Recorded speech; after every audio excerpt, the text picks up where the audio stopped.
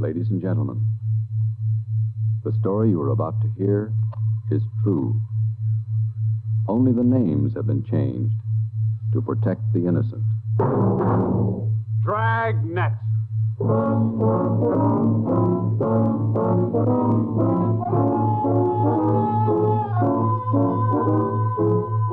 Dragnet, the documented drama of an actual crime, investigated and solved by the men who unrelentingly stand watch on the security of your home, your family, and your life. For the next 30 minutes, in cooperation with the Los Angeles Police Department, you will travel step by step on the side of the law through an actual case from official police files, from beginning to end, from crime to punishment. This is the story of your police force in action. Dragnet.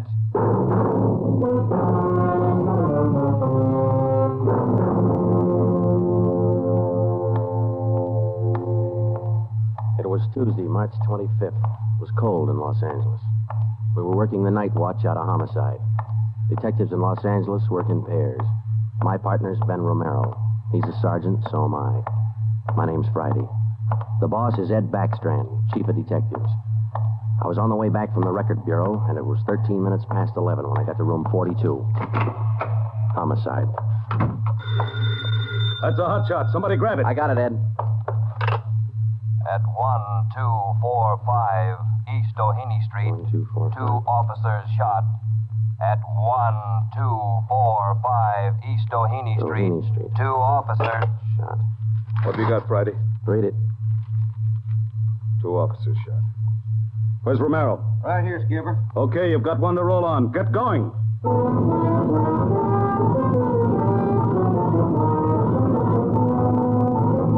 Both Ben and I knew where we were heading. We'd recognized the address.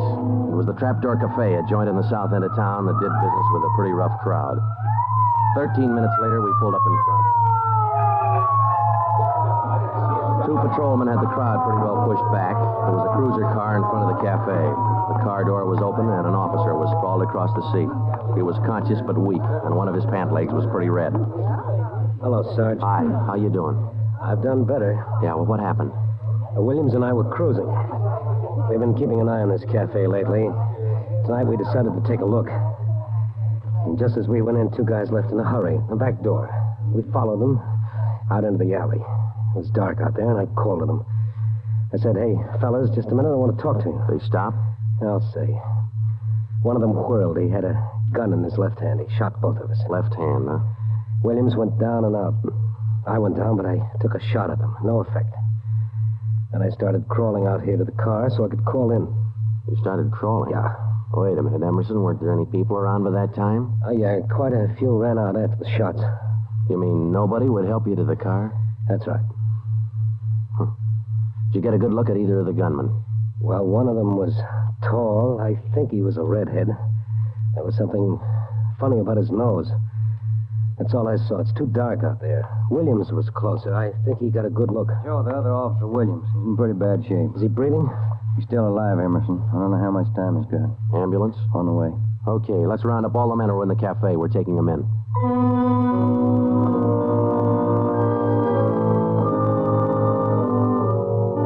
We took all the men back to the city hall. There were 23 in the Trapdoor Cafe at the time of the shooting. We questioned all of them. One of them said there had been a redhead in the place, but he couldn't describe him. Ben and I left the interrogation room, and we went back to the squad room. Friday, Romero. Got a minute? Yeah, Ed. Come on, Ben. Sit down. Okay. You get anything from those people you questioned? Nothing we could use. How's Williams? Pretty bad. When do they operate? As soon as he comes out of shock. Probably in the morning. You boys will be there. Yeah, we will. When the surgeon digs that slug out, get it and mark it for evidence. Yeah. Skipper, them 2 men shot without asking any questions. They must be hot. Yeah. Same thing occurred to me. When we get that slug, the ballistics can tell us whether that gun's been used on other jobs. We got enough of their modus operandi to have the statistician give us a run-through on the IBM now. One of them is left-handed, and he shoots quick. Okay, be in surgery tomorrow morning at 9.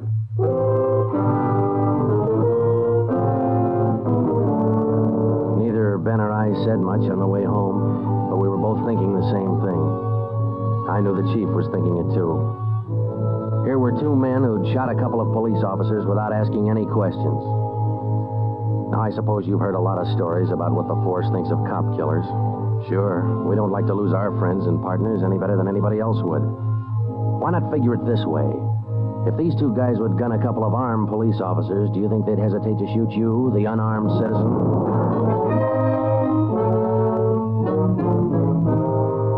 The next morning at 9 o'clock, Ben and I had scrubbed up and we were in surgery. Williams was on the table. The surgeon started in. A lot of minutes later, he got the slug. As for Williams, they took out 7 feet of his intestine and said he might pull through.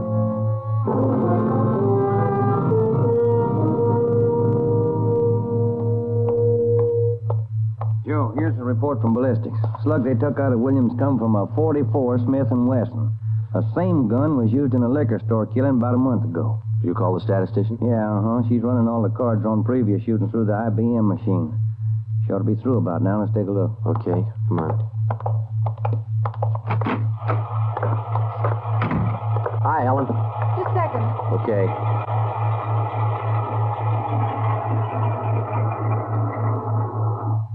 Well, that's it, boys.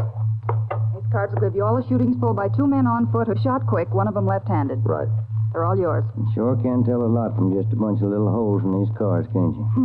I can't, but this IBM machine can. It never ceases to amaze me. Okay, shall we check the cards, huh? Yeah, sure.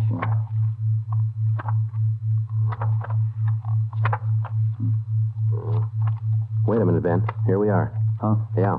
Here's that liquor store killing ballistics tied the Smith & Wesson in on. Same gun that Emerson Williams was shot with? Well, it checks out. The liquor store was in the same neighborhood as the Trapdoor Cafe. Same gun, huh? Got to be. How long ago? A month ago, yeah. Ben, take the DR number off this card and let's pull the crime report on that job.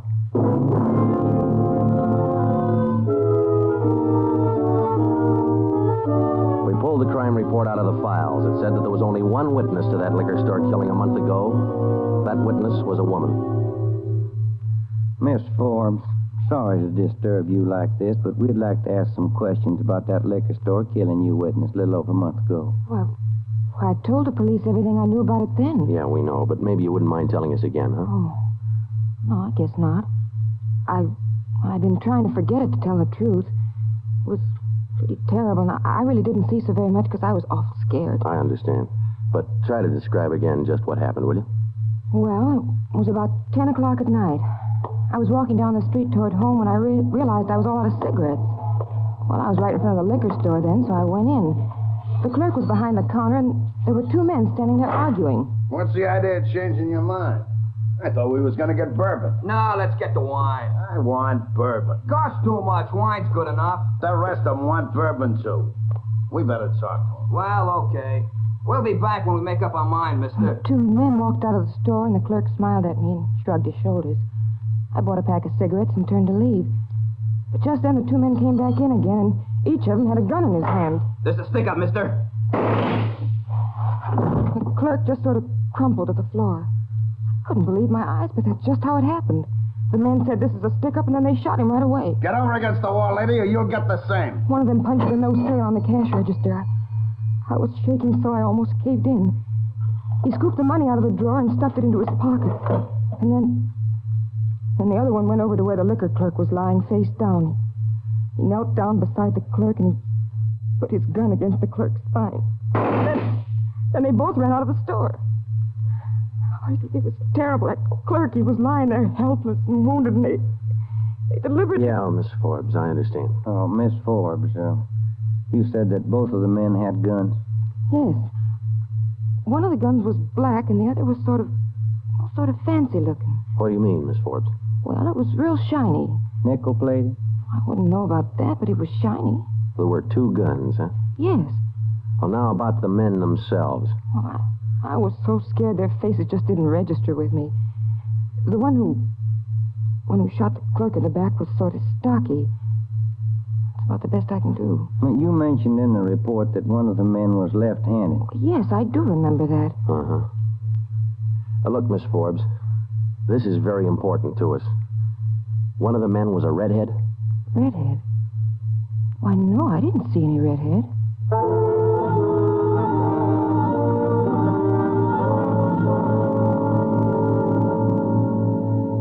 Skipper, me and Joe's run right smack into a stone wall on this thing. What's the complication? Well, there's more than one, Ed.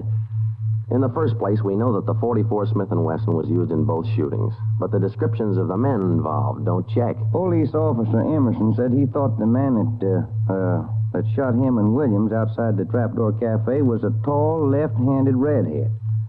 Said there's something funny about his nose. You think Williams got a better look at him? Probably did, but Williams isn't strong enough to talk yet. And a girl that witnessed the liquor store killing a month ago said that one of those men was left-handed. But she said neither of them was a redhead. And on top of all that, now we've got 2 guns to worry about. The girl mentioned 2 guns, so we checked the autopsy report on that liquor clerk. And Ed, the bullet that actually killed him came from a .32-20, not a .44 Smith & Wesson. That fact didn't get any publicity at the time, did it? No, it didn't. Okay. We won't give it any publicity now either. We'll allow down it's just the .44 Smith & Wesson we're after. Because if whoever owns the .32-20 finds out it's hot, we'll never get it. Anything else? Well, we sent teletypes to all outlying stations in neighboring cities. Told them if they get any red-headed suspects, no matter what charge they got them on, to hold them for questioning. Yeah. Now, how about this .32-20, the actual murder weapon? Any leads on it? We've got one, Ed. We've been checking the records, and we discovered that 4 hours after the liquor store killing, a taxi driver in the neighborhood was shot and robbed. Slug was pretty well mashed, but there was enough to tell it was from a .32-20. So we're going over to question the taxi driver now. Good. Well, I think you boys are on the right trail. So far, what we've got is mostly unrelated facts, but sooner or later, those facts have all got to tie in at some point along the line. Find that point. Yeah,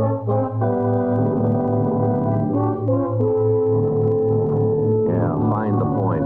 Find the tie-in. Well, Ben and I went over to see the taxi driver, a guy who was living on borrowed time. Yeah, it was about 2 o'clock in the morning when it happened.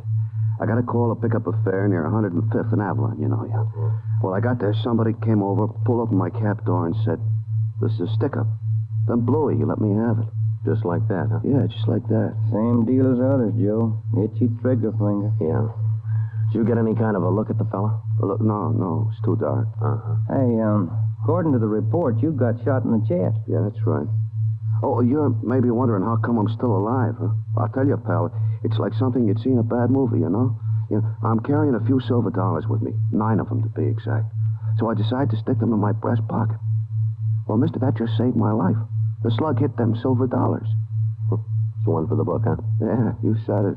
Well, thanks very much. Say, incidentally, we had a little trouble finding you today. You weren't at the stand you operated out of last month. Well, look, I'm not only not at my usual stand, I'm not driving a hack no more. Oh? Look, after what happened, are you kidding? No, I don't want to push my luck any further than it's been pushed. Yeah, I figure I had it, you know?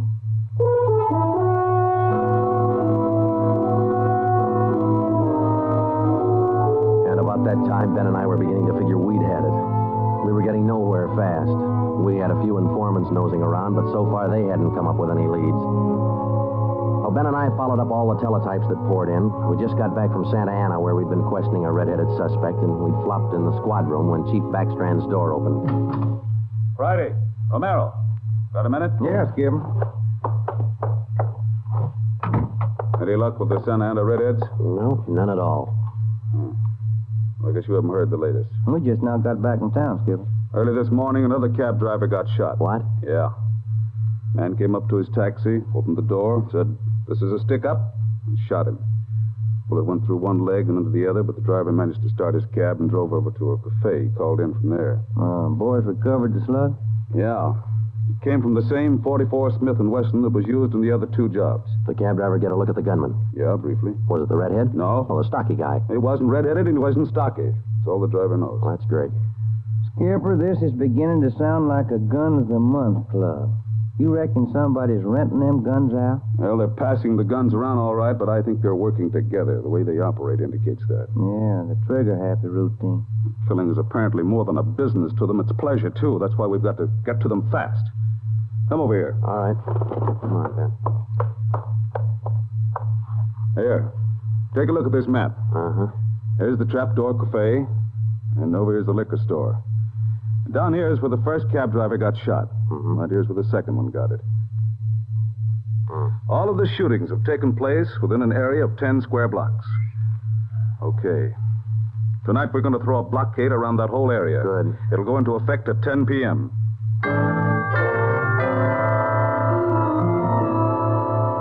9:45 p.m., cars and officers started drifting into the area by twos and threes. And at 10, when Backstrand, Ben, and I arrived, the whole area was sewed up tighter than a tick. Is now code 3. Pacific Ambulance Davis? 1. Gotcha. Call to All set? All set. We got a primary line and a secondary line. If anyone tries to make a break, we'll pick them up in the secondary. Okay. Friday and Romero here will cruise around the area with me. Go to work, men. Every car in the area was shaken down. The same process was also followed on all persons on foot. The blockade went on all night. By the end of that time, we'd brought in 217 suspects. 26 of them were redheads. What's your name? Henry Wagner. Where do you work? Lumber yard. Which one? First star. What time did you get through work last night? About 6, I guess. What'd you do then? Had some dinner. Where? Harry's grill. Then what? Shot a little pool. Look, I tell you, I ain't done nothing. Now, let's go back to the day before yesterday. Did you work at... And that's the way it went all day long. We shot question after question at them, working them gradually back to the days on which the shootings had taken place. When it was all over, we got 6 men wanted in other cities on various charges. We got quite an assortment of guns and knives. But as far as the shootings were concerned, we got nothing.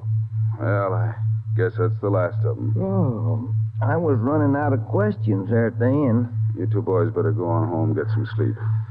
Well, I was kind of figuring on checking back over the reports to see if we might have overlooked something. I said go on home. You two boys have been at it for 32 hours straight. Look at you. You're both so groggy you can hardly stand up. You need sleep. It's 4 p.m. now. Don't come back until 10 p.m.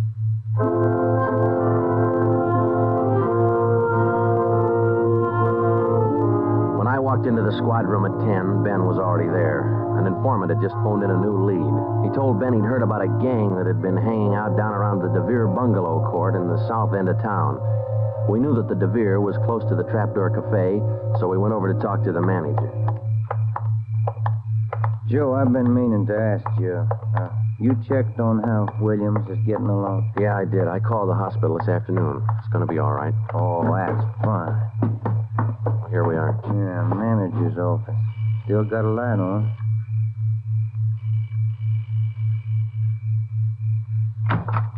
Yeah? I'm Sergeant Friday, police. This is Sergeant Romero. Yeah? We'd like a little information. Why, sure. Come in. Thank you. What can I do for you? Well, did you hear anything about a gang that hangs out down around here anywhere? Gang? Why, no. How about your tenants here? Any of them ever been in trouble, to your knowledge? No. This ain't exactly the best neighborhood in town, but we try to keep things under control.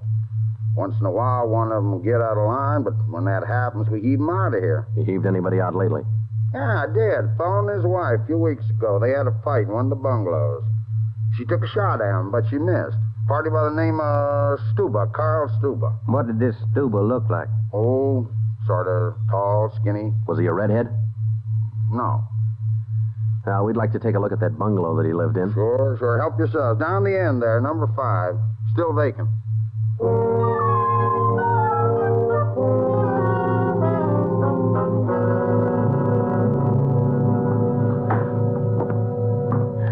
Well, I guess that does it. Stuba didn't leave a thing behind. Matter of fact, we don't have anything to prove that this Stuba's tied in at all. We're only working on a hunch. Hey, Joe, look. Where? Up on the wall there, just by the window. Oh, yeah. Yeah, that plaster there, it's newer than the rest. You got a knife? I sure have, boy, and I'm carving. That manager'd be awful unhappy with me if he was here. Yeah, he would. Yeah, but... Hey, Joe, here it is. A slug. They plastered right over it. Okay, dig it out, and let's hope it matches. It matched. The slug from the wall came from the same .44 Smith & Wesson that had been used in the other shootings. So now we had a name to work on, Carl Stuba. But he'd done a good job of dropping out of sight. Well, the next day, Ben thought he had another lead. Just been talking to another informant, Joe. He says he heard that there's a fella down in that neighborhood been trying to sell a gun lately. What kind of a gun? Nickel-plated with steer horn handles. Nickel-plated? Well, maybe that's our .44 Smith & Wesson. Maybe. Did the informant know who this man was? Said the feller's name was Alonzo. Yeah. Alonzo who? Just Alonzo. That's all he knew.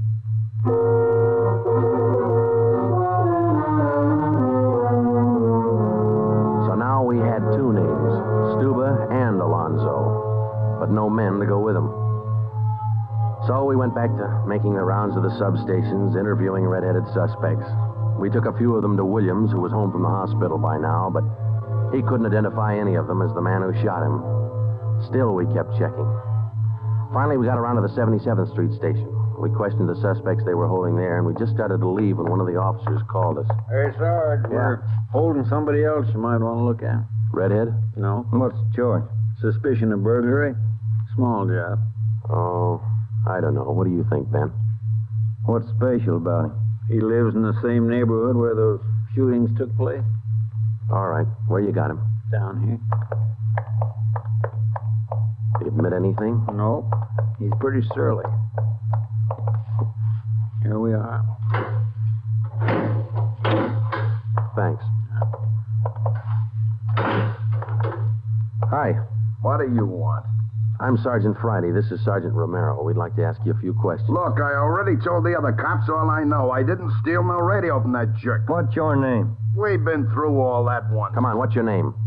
Jackson. Alonzo Jackson. Alonzo. I looked at Ben, and Ben looked at me. This could be the Alonzo who'd been trying to peddle that Smith & Wesson. Ben and I both knew here was one suspect we'd have to be real careful with. Alonzo, according to the records, this burglary you're suspected of took place on the night of the 27th. Look, how many times do I have to tell you guys it didn't have anything to do with it? You got an alibi for that night? Sure, I got an alibi. I was out with a couple of friends. I can tell you. What's your friends' names, Alonzo? One of them's Crandall, the other Stuba. Stuba, the guy who used to live in the bungalow court. Well, we told Alonzo he'd have to produce his two friends to give him an alibi for the burglary charge, and he bit. He went with us, and he pointed out where Stuba was living now. No wonder we hadn't been able to find him. It was a little shack at the back of a lot behind two houses. We thought it was a chicken coop at first. We took Alonzo back to the station, then we picked up Stuba. He was surprised to see us and not very happy. We took him in. Next, Alonzo gave us Crandall's address.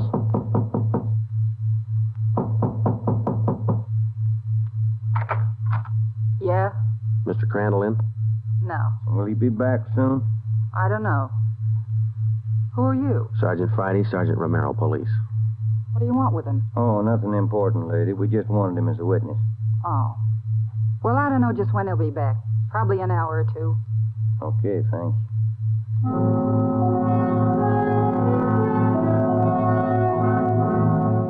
We went down the street away, and we staked out in the car.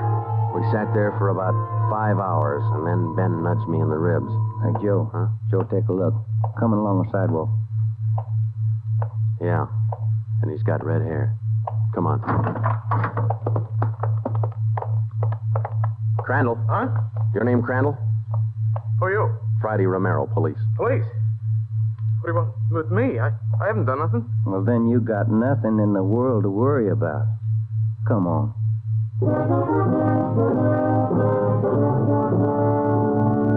We questioned Crandall for an hour, but he wouldn't give an inch. Denied everything. Then we put him in a car, and we drove over to Officer Williams' house. I left Ben in the living room with Crandall, while I went in Williams' bedroom. Hello, Sarge. Hi, Williams. How you doing? A little better, I think. That's fine. Look, we've got another redhead outside. Bring him in. Okay. All right, Crandall, come on in here. Who's in there? Why'd you bring me over here? Come on in here.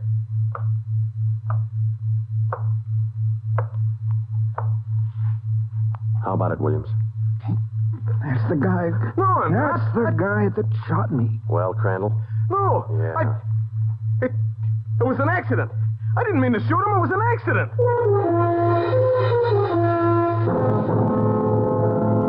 Once Crandall got started, he talked his head off. He also admitted being in on the liquor store killing, but insisted he was only the lookout. We took him back to the station and got his whole story down on a tape recorder. Yeah, he was left-handed. Then we went back to Alonzo, who didn't know we had Crandall's confession. We met the chief in the hall outside the room where they were holding Alonzo. About ready to tie the knot? Oh, hope so, Chief. But Alonzo hasn't given any yet, and we still haven't found those guns. We've got one of them. Which one? The Smith & Wesson. Stuba popped about that one 10 minutes ago. Said he left it with his girl. A couple of the boys are on their way over to get it now. That's good, Ed. That leaves just the .32-20. You haven't mentioned the 3220 to Alonzo, have you? No. He still thinks we're after that Smith & Wesson, and that's the way we're going to play it right now. Go ahead. Look, how much longer are you guys gonna hold me here? Didn't you check with those friends of mine? Alonzo, we got a tip that you've been trying to sell a gun lately. A gun? Yeah, 44 Smith & Wesson. Oh. No, it's not true. That Smith & Wesson's been used in a couple of robbery jobs this month, and we think it's your gun. That's a lie. Any proof of that? Why, yeah. Sure, I got proof of that. I used to have a gun, but it wasn't a Smith & Wesson. Look, if I tell you where it is, that ought to convince you, shouldn't it? It'll help things. Okay. I sold it to a neighbor of mine. He gave me $7. I'll give you his address. You sure it's not a Smith & Wesson? Sure, I'm sure. It's a 3220. Yeah, it worked. We went to the neighbor's address, and he admitted having bought the 3220, but said he'd lent it to a friend who'd never returned it. The friend had hocked the gun to a barber. The barber gave him $15 and a haircut for it. We finally got it from the barber, and we came back to the station. I'm all set, Joe. I'll be in the next room. Just give me the nod. Okay. Hello, Alonzo. Hey, you got the gun. Yeah, we got the gun. Well, now maybe you'll believe I'm on the level. Okay if I go now? I guess we won't be able to hold you here much longer. You can say that again, brother. You could have saved a lot of time if you'd have listened to what I've been trying to tell you all along. I guess you're right, Alonzo. Sure, I'm right. You know, you guys would be a lot better off. You believe guys like me the first time we tell you something. But on the liquor Instead store of job, running- I was only a lookout. I was outside. It was the other two who pulled that one. Stuba and Alonzo. Alonzo killed the clerk. Hold it, Alonzo. Dirty, screaming All right, rat. Alonzo, that's enough. Now, come on, how about it? What's the use? All right. That's like he said. Okay, Ben, bring the recorder in here. Alonzo's ready to make a record now.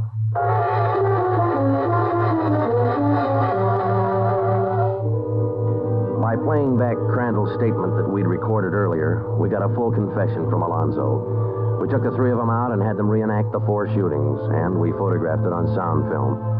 Crandall, the Redhead, was the one who'd shot the 2 police officers, but he was only the lookout for the liquor store killing, which explains why the girl witness didn't see him in the store. Stuba and Alonzo were the ones who pulled that job, and Alonzo, the worst of the bunch, was the one who put the 3220 against the spine of the wounded clerk. The 3 of them took turns at shooting the cab drivers and robbing them. That accounted for the mixed-up descriptions, including all that left-handed business. 2 of the 3 suspects happened to be left-handed. Well, that was the crop. Crandall, Alonzo, Stuba. 4 shootings, 3 robberies, 4 attempted murders, 1 murder. The 3 men were tried and convicted. They're all in the state penitentiary. Crandall's there for life. Alonzo and Stuba, they'll be executed next week. File it, will you, Ben?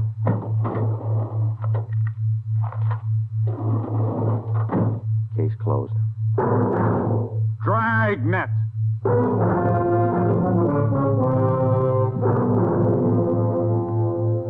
The story you have just heard was true. Only the names were changed to protect the innocent.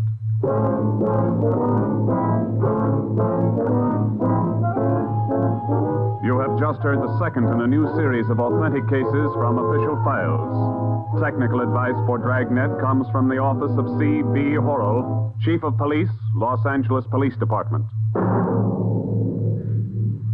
Tonight's program is dedicated to Radio Officer Delmer E. Cook of the Los Angeles Police Department, who, on the afternoon of December 6, 1948, gave his life so that yours might be more secure.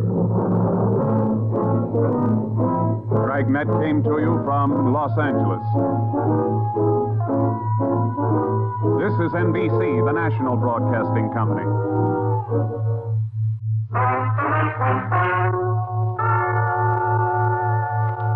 Ladies and gentlemen, the story you are about to hear is true.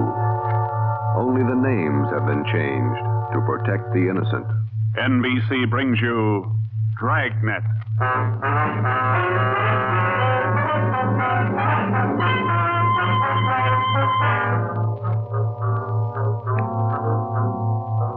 You're a detective sergeant.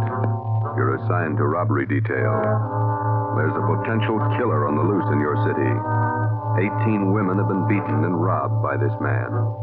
The newspapers call him the Werewolf. Your job is to get him.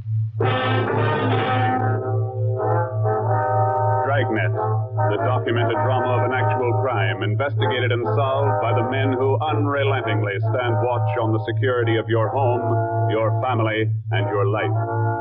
For the next 30 minutes, in cooperation with the Los Angeles Police Department, you will travel step by step on the side of the law through an actual case, from beginning to end, from crime to punishment. Dragnet is the story of your police force in action.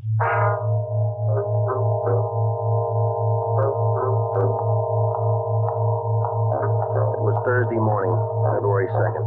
It was raining in Los Angeles. We were working the early morning watch out of robbery detail. Detectives in Los Angeles work in pairs. My partner's Ben Romero. He's a sergeant, and so am I. My name's Friday.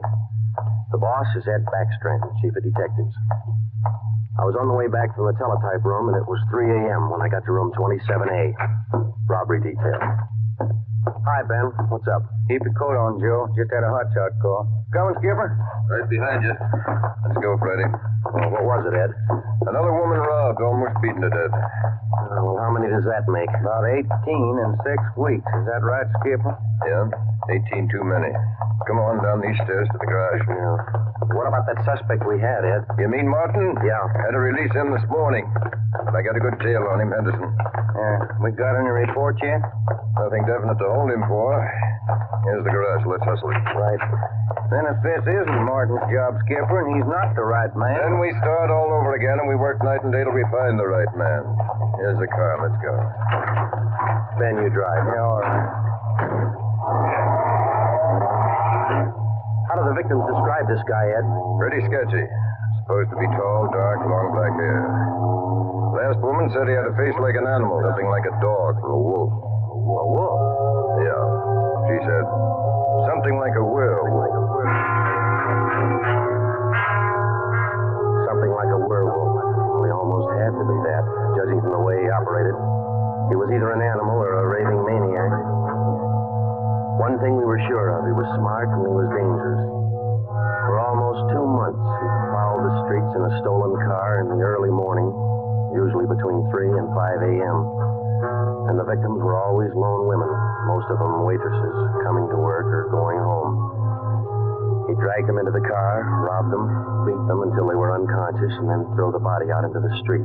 That's just what we found when we pulled up to the curb near the corner of 8th and Grand. One cruiser car was already there, and so was the ambulance. About a dozen people were standing around looking at the crumpled figure of a woman sprawled out on the sidewalk. 2 officers were talking to the only witness, a thin, sallow-faced newsboy.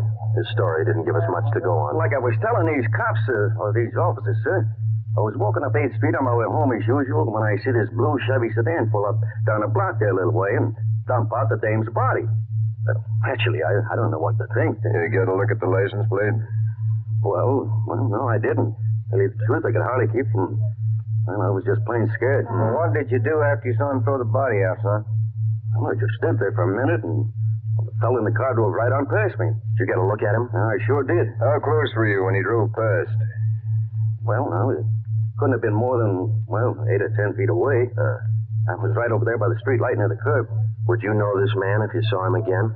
I don't know about his height or his build or his weight, but, mister, his face I'll never forget. Why do you say that? It was just like the paper says about him. Right here on the front page. Here, read it. See? Woman says attacker looked like werewolf. That's all the newsboy could tell us. The suspect drove a blue sedan. He had a face like a werewolf. We covered the neighborhood for clues, and we questioned a dozen people, but we got nowhere. We took the witness's name and address, and we drove down a couple of blocks to an all-night gas station. 14-hour ultimate phone. I'm going in here and call the office and see if Henderson's called in on Martin. We might still have a suspect. Right, Skipper? 13-hour ultimate phone. Looks as mad as a wet hornet, doesn't it, Joe? Yeah.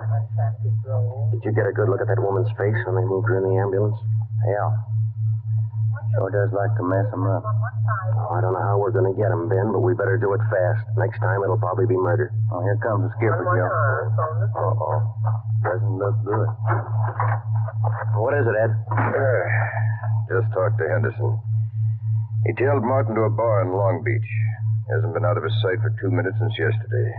Martin's clear. And we're right back where we started. Yeah, with one more half-dead woman in the hospital. Oh, how about that stolen car, Skip? Wait a minute. Victim of Get that 211 radio and up. attack. Okay. Code 3.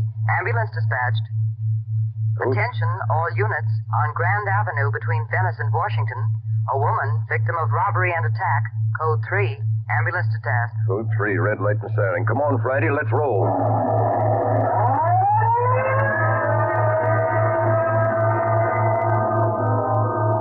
We couldn't be sure, but it sounded like another one. 6 minutes later, we were there. Same story. Werewolf. The next day, the chief ordered the number of cruiser cars doubled in the Central District.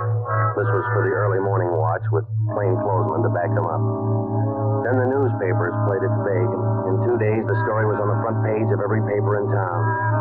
Maybe that should have made the werewolf lay low, but it didn't. Because at 4 o'clock that morning, while Ben and I were patrolling with the other cars, he got his 20th victim. Attention, all units. Whittier between Soto and Matthews. A woman, victim of 211 and attack. Code 3. Ambulance dispatched. Here's a report on that blue sedan he used the other night, Joe. Found it out on Anaheim Telegraph Road. Any luck with it? Not one fingerprint we can use. Anything else? Nothing. Well, how about the auto theft detail? Same old story, Joe. He steals a car, uses it once, and then drops it. Never leaves a thing behind. Well, that's great. We're sure moving fast. How about that big guy you picked out of the lineup this morning? Oh, I checked his alibi. It's perfect. Now we haven't got even half a clue. Yeah. Well, come on, let's check with Ed. He's instructing the policewomen on a plan for tonight. All right. Now you've heard the report. You understand how the suspect operates and what you're to do. I think so. Remember, all of you forget you were ever policewomen. Change the way you walk, the way you carry yourselves. That's the part you're playing, all right? Okay. And be careful and don't take any chances. All right, Freddy. Okay, Ed. Now, just to make sure you look the part, we're spotting each one of you at different restaurants and coffee shops throughout the Central District. And from 7 o'clock tonight until daylight tomorrow, each one of you is going to be a waitress. You got that? Yeah. Okay, Ben, you want to give them their assignments? Okay, Joe. Well, here's the way it lines up. Marge Kissel at the Top Hat Cafe. That's on 9th Street between Alpharetta and Westlake. Okay. And Katie Wells, Joe's Coffee House, Brooklyn Soto. Right. Pat Fielding at the All-Night Steakhouse on Figueroa Street between 4th No, the trick of using decoys to lure criminals into a trap wasn't exactly new, but, well, it was just one of the old tricks that we figured might land the werewolf behind bars. At 7 that night, Ben and I made the rounds and found each of the policewomen on her job as a waitress. Well, the overall plan was simple. The girls were to leave the different restaurants between 3 and 5 a.m. that morning and pretend they were walking home. We mapped different courses for each one of them to throw out as much bait as possible and yet not to make it look suspicious. Each policewoman, from the time she left the restaurant and stepped out into the deserted streets, would be pretty much on her own. We had officers planted all along the way at designated intervals, but a big element of chance and danger was still there. All we could do was cross our fingers and hope. How much more time, Joe? Let me see. She's doing 2 minutes. Yeah. Waiting gets on your nerves. And it won't be long. This corner doorway's a pretty good lookout spot. Yeah. Wait a minute. Listen. Who is it, Joe? Can you see? Get back. What is it? Wait a minute. It's Marge Kissel. There's a man following her. A big guy. If it's the werewolf, where's his car? I don't know. Maybe he changed his plans. Get back. Here they come.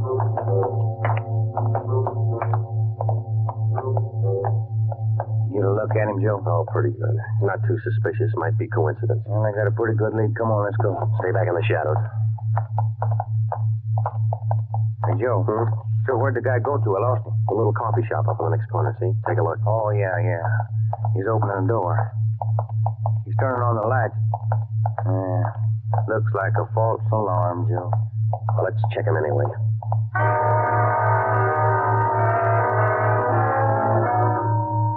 Well, I didn't think we'd be that lucky on the first try, and we weren't. We asked the man a few questions.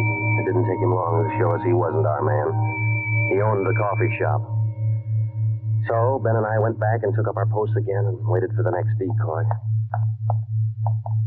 We covered that 10-block course 6 times that morning, back and forth, following the bait, but it was almost as if the guy could sense a trap. Not once did we get a nibble. By the time our last decoy finished the route, it was almost daylight. Joe, I never was so glad to see that sun come up in my whole life. My feet feel like they're puffing right up out of my shoes. Yeah, me too. Come on, let's get over to the car and check on the other squad out in Boyle Heights. Oh. Hit the radio, will you, Ben? Yeah. Joe, there must be some easier job on the force than that. Yeah, you and me both.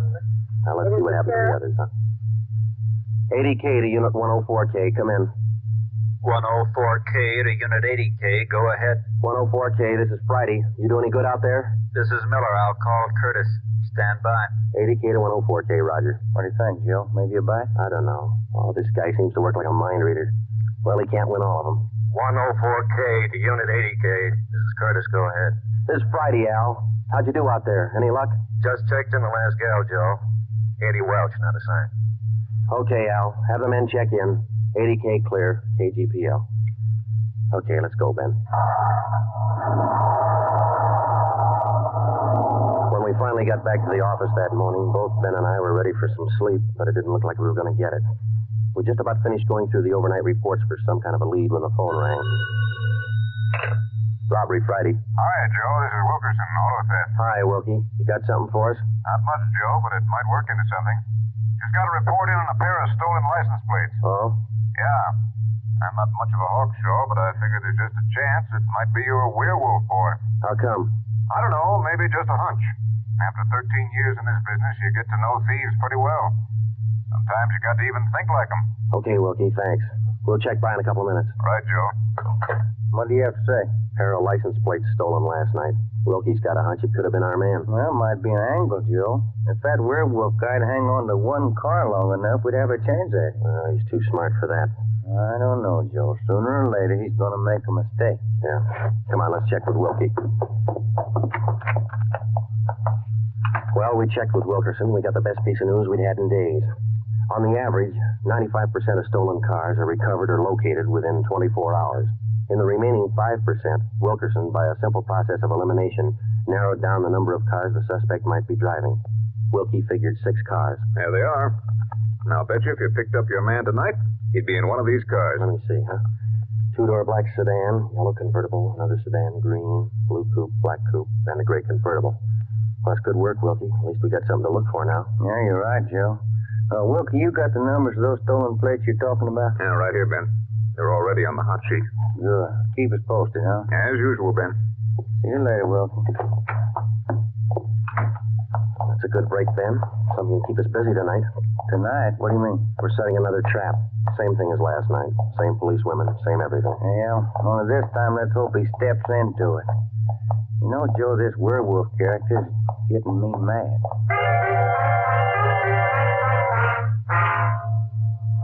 That night, we followed in our own footsteps.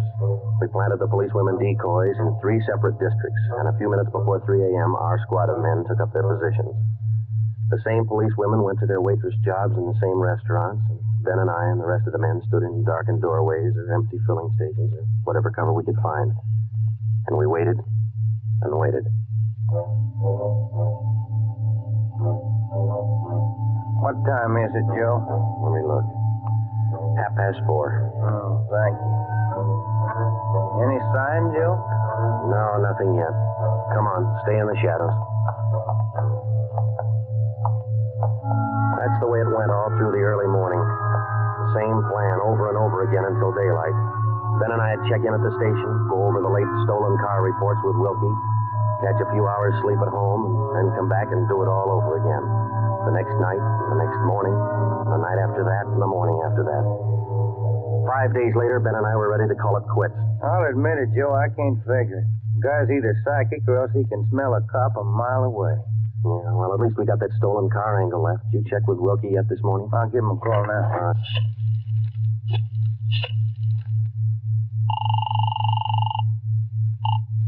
Auto theft, Wilkerson. This is Ben, Wilkie. Got anything for us this morning? Yeah, I was just going to call you. You fellas ought to let me solve your cases for you. Why? What'd you get? The boys picked up 3 of those 6 stolen cars since late yesterday. Great. Now, what does that leave us with? Well, here are the 3 still missing. Yeah. 4 X-ray 763. Yeah. 5-6 Young 342. 6-1 Robert 385. Yeah. Got those? Yeah, thank you, Wilkie. Check you later. Good news? Remember those 6 missing cars? Yeah. Wilkie says the boys found 3 of them since late yesterday. Here's what's still out. The blue coupe, the yellow convertible, and the gray convertible. Yeah. Well, this feels like the right track for a change, Ben. Righty. Romero, got a minute? Sure thing, Skipper. Come on, Joe. What do you got, Ed? Woman out in Hollywood just called in with this. She said she walked down to the corner from her house last night to mail a letter. On the way back, a guy pulled up in the car and tried to drag her inside. Any description? Big, heavy-set, dark, same thing. Well, how'd you get away from him, Skipper? She said she started running. As soon as he made a motion toward her, and he saw her run up the steps of her house, he jumped back in the car and took off. Well, how come she didn't call in before this? She hasn't got a phone. She's afraid to leave the house again till this morning. Sounds good, Chief. You got her address there? Here you are. Mrs. Tom Burdick, 1237 Wilcox, apartment 10. Come on, Ben. This might be what we're looking for.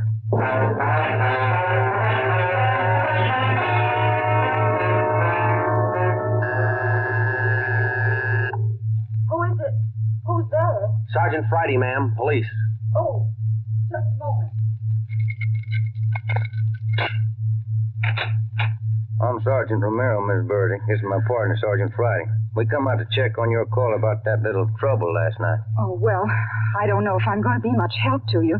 I was so frightened about all I could do was just run. Well, could you add anything to the man's description, Miss Burdick? I mean, other than what you told the chief on the phone? Well, now, honestly, I don't think I can. All I saw was this tall, dark man jumping out of his car and starting for me. He had a heavy build and seemed to me, well, a large head with lots of long black hair. Miss Burdick, would you recognize this man if you ever saw him again? Well, I think I might. He was such an unusually big man, almost frightened me to death. Well, just one more question, Miss Burdick. Could you describe the car this man was driving when he approached you? His car? Mm-hmm. Why, yes. It was a gray convertible. Miss Burdick, are you sure of that? Yes, I'm sure of it. A gray convertible. Thank you, Miss Burdick. That's all we wanted to know.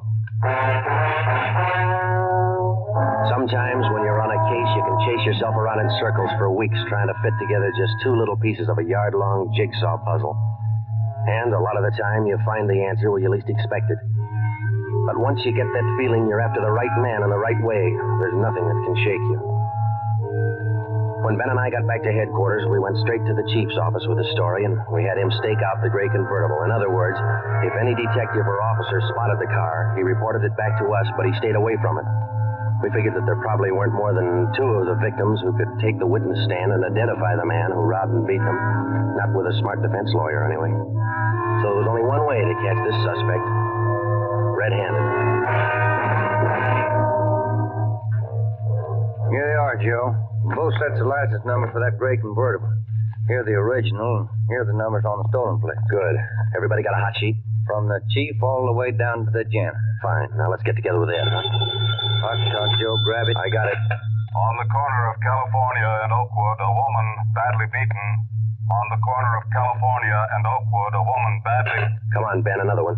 But, Joe, it's broad daylight. Yeah, doesn't figure, does it? Come on.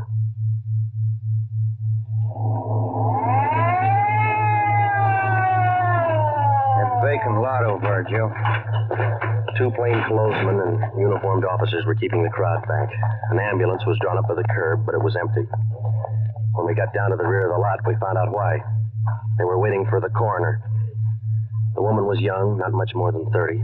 Her body was half sprawled across the muddy ground, and her face was turned upward. It had been badly beaten. They figured it happened last night, Sergeant. Have the fingerprint men been notified? Yeah.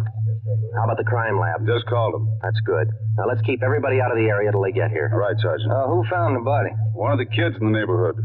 Woman was dead when he found her. Did she live around here? About a half mile away. I hear she's got 3 kids. Or she had 3 kids. You've seen enough, Ben? Yeah. Let's get on back to headquarters.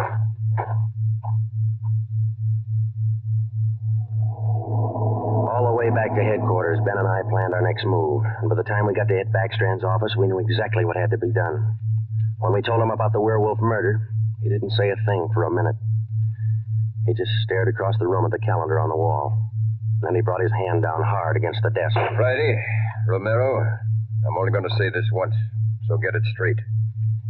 That guy's pulled his last job in this city. He's through robbing and beating women, and he's through with murder.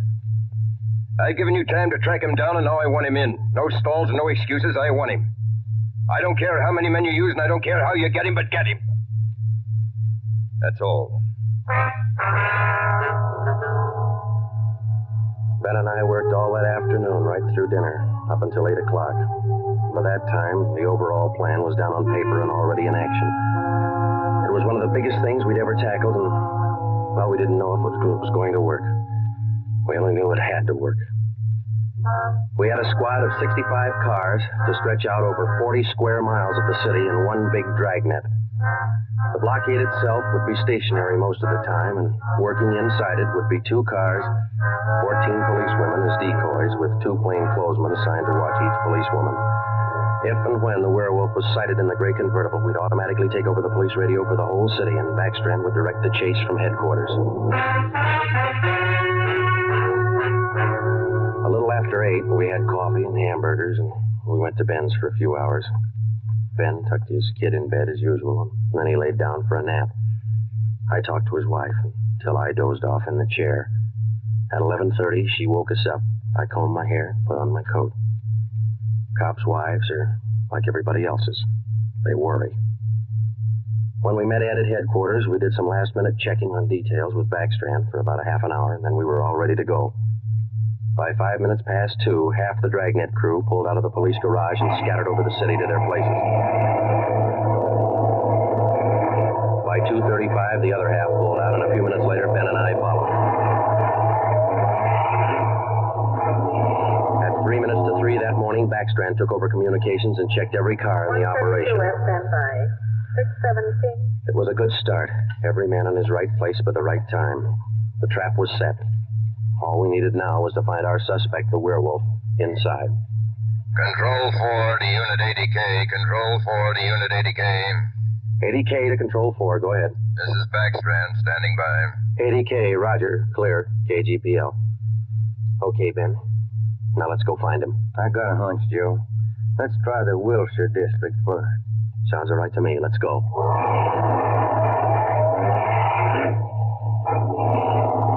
For the first hour and a half, we raked the Wilshire district back and forth. Not a sign. Then about 38 minutes past 4, we headed back for the downtown area and parked in an alley where we could double-check on one of our policewomen decoys.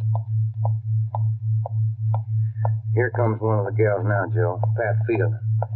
Bet her feet are almost as tarred as mine. See anything else, Ben? Nothing. Quiet as a church. No. Oh, wait a minute. Car just turned the corner. Heading up in the same direction she is. Joe. Joe, it's slowing down. Wait a minute. It's pulling up beside her. It's a gray convertible. It's him, Joe. Come on. Ben, get out. He sees us. He's got a gun. You all right? Yeah, look at that guy take off. 80K to Control 4. 80K to Control 4. We've spotted the suspect. He's driving a gray Ford convertible. License 61 Robert 385. Suspect's headed east on Olympic from Alameda, driving without lights. Suspect is armed. He had a fast car and he knew how to drive it. We almost lost him twice. 2 minutes after we sighted him, Backstrand took over full radio control. Control 4 to Unit 80K. Your location? 80K to Control 4. We're traveling at a high rate of speed, headed east on Olympic, crossing Soto Street. Control 4 to all units. Stand by. Units 11A, 12, and 13R close in on the intersections at Olympic and Lorena. Units 41, 42, 45, and 104K move on the next 4 crossings east and west. To the north and south, units 105K, 14A, 17R, 43T. Block all main arteries.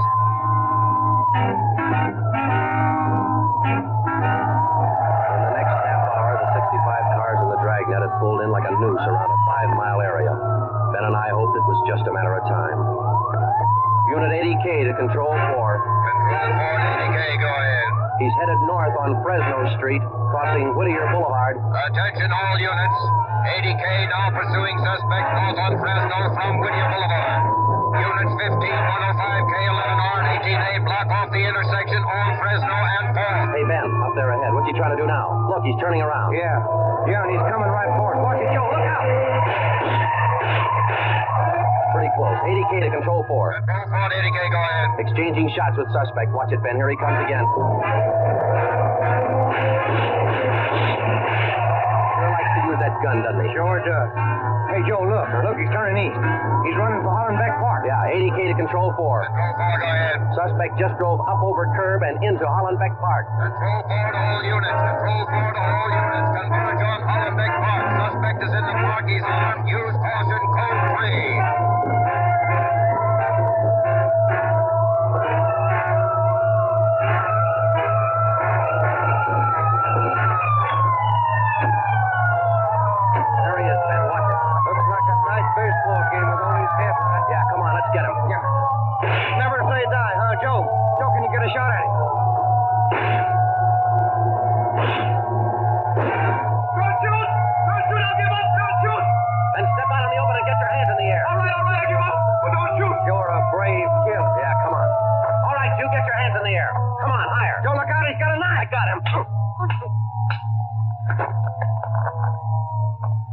Joe, those women were right. He does look like a werewolf. Yeah. You got your handcuffs? Yeah.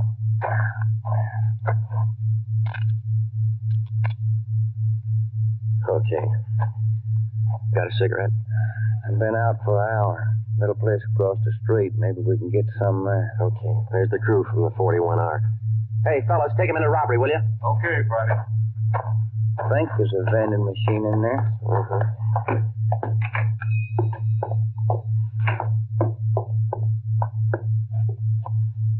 Say, you got some change for the cigarette machine, mister? I think so.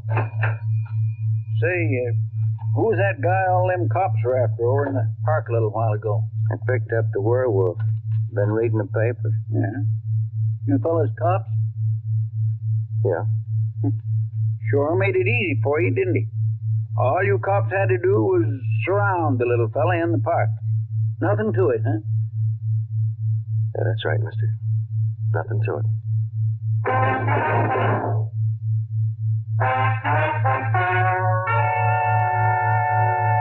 The story you have just heard was true. Only the names were changed to protect the innocent. Walter Barton, known as the Werewolf, was tried and convicted and is now serving a full life sentence at the state penitentiary.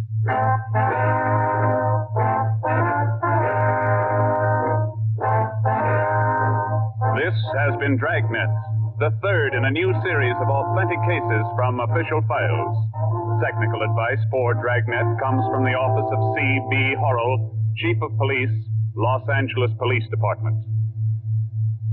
Tonight's program is dedicated to Sergeant Mario Victor Dyro of the Los Angeles Police Department, who, on the morning of January 1st, 1943, gave his life so that yours might be more secure.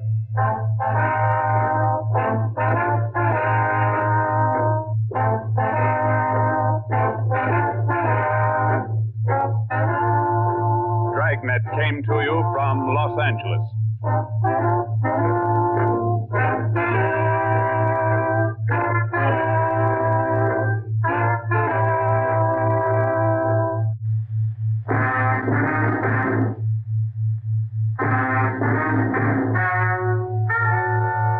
Ladies and gentlemen, the story you are about to hear is true. Only the names have been changed to protect the innocent. NBC brings you Dragnet.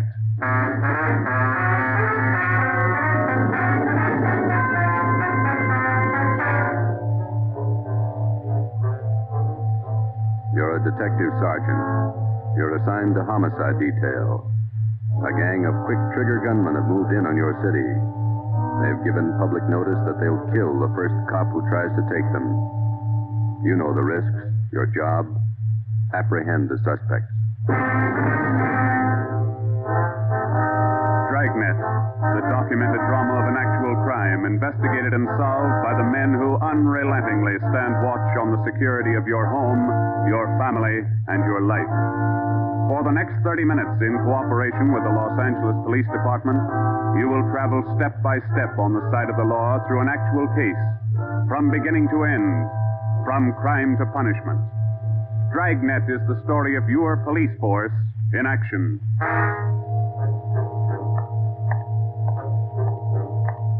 It was Wednesday, April 17th.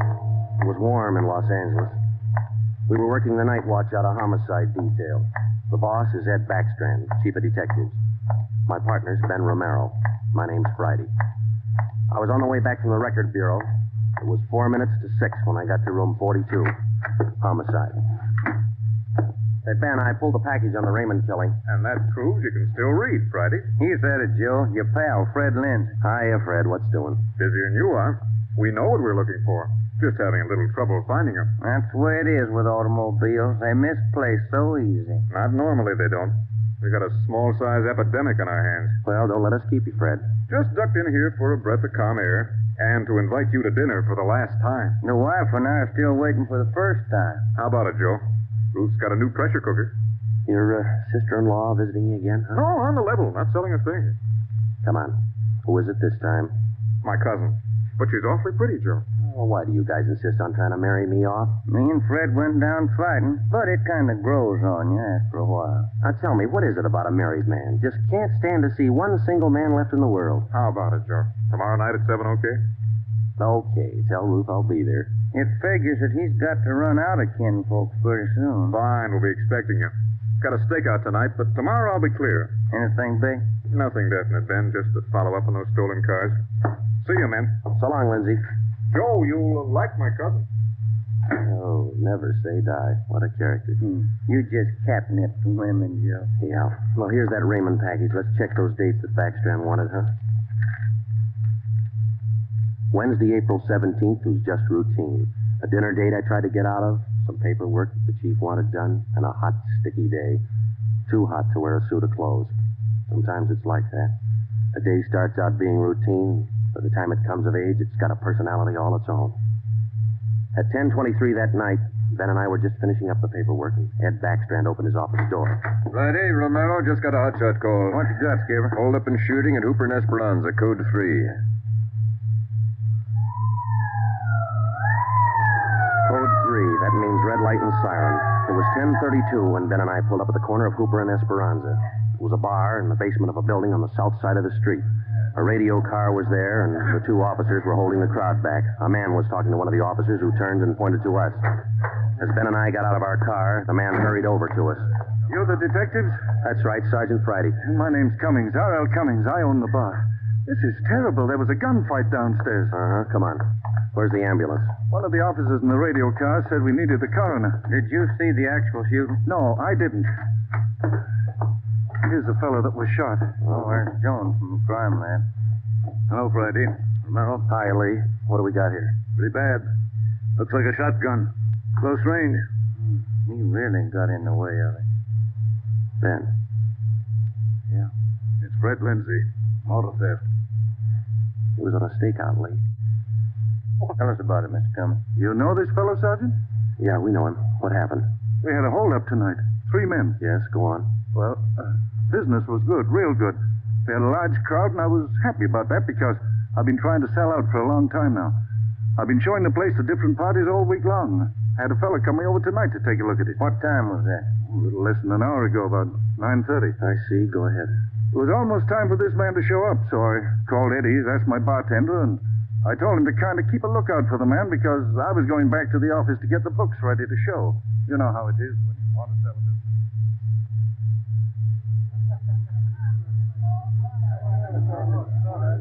You'll watch for him, Eddie? You bet I will. If you want me, I'll be back in the office. Keep your mouth shut and stand still. Huh? You own this bar, don't you? Well, yes. What is this? You're the boy we want to see. Which one of you? All 3 of us. What's going on? What's it look like, genius? This is a stick-up. I haven't any money. You go to the bank on Thursdays, don't you? Well, I made my deposit today instead. I've been watching you for a month now. Don't give us that. You go to the bank on Thursdays. Now, come on, hand it over. I'm telling you the truth. I usually go on Thursdays, but I went today instead. You're lying, Ace, and we ain't got much time. Look, you can have all the money I've got on me. I think it's about 200, but that's all I have. Here. Why you argue with him? Take what he's got and we'll shake the customers down. No, please don't do that. You got my money. Isn't that enough? No, it ain't. Oh. Come on, let's go out. That's about all I remember, Sergeant. When I come around, I was lying on the floor in my office. You better have somebody take a look at that cut on your face. Yeah, I'm going to right away. There's my bartender. He saw the fight. What's his name, Eddie? Yeah. Eddie. Yes, sir? These men are detectives, Eddie. Will you tell them what you saw? Oh, it was pretty rough. And tell us what happened when they started to shoot. That fellow the coroner just took out of here sure was long on nerve. Took on all three of them single-handed.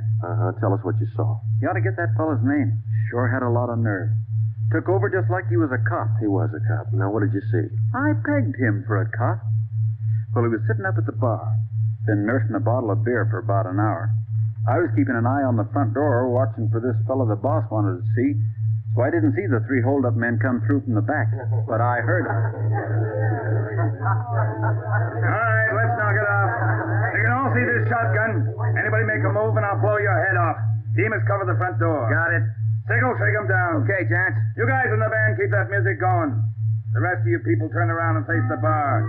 Put your hands on top of the bar and leave them there till we tell you to move. Come on, hurry up. Knock it off.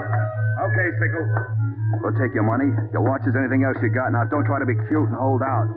All right, you, take off the watch. I'll get your billfold. You, lady, let's have the ring. This man they called Sickle went right down the line, took everything he could lay his hands on. This cop, your friend, was facing me at the far end of the bar. He was standing there just like the others. He kind of leaned toward me a little. Can you see the guy with the shotgun? Yeah. Where is he? Center of the room. The other guy still at the door? Yeah. Got his gun out? Holding it in his right hand.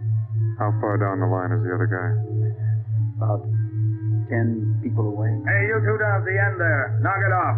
Hurry up, Sickle. Doing the best I can. Come on, let's have the purse, lady. You, next to the lady here, get the watch off. I'll take this wallet over. How far away now? Getting closer. We better set up like he says. I'm going to take the one with the shotgun first. I'll blow you to pieces. I got a gun. How far away is that guy now? I thought Jans told you two to shut up. All right, Sickle, try to move and I'll break your back. Let me go. Go ahead and shoot, Jans. Let me go, Sickle. All you people at the bar, down on the floor.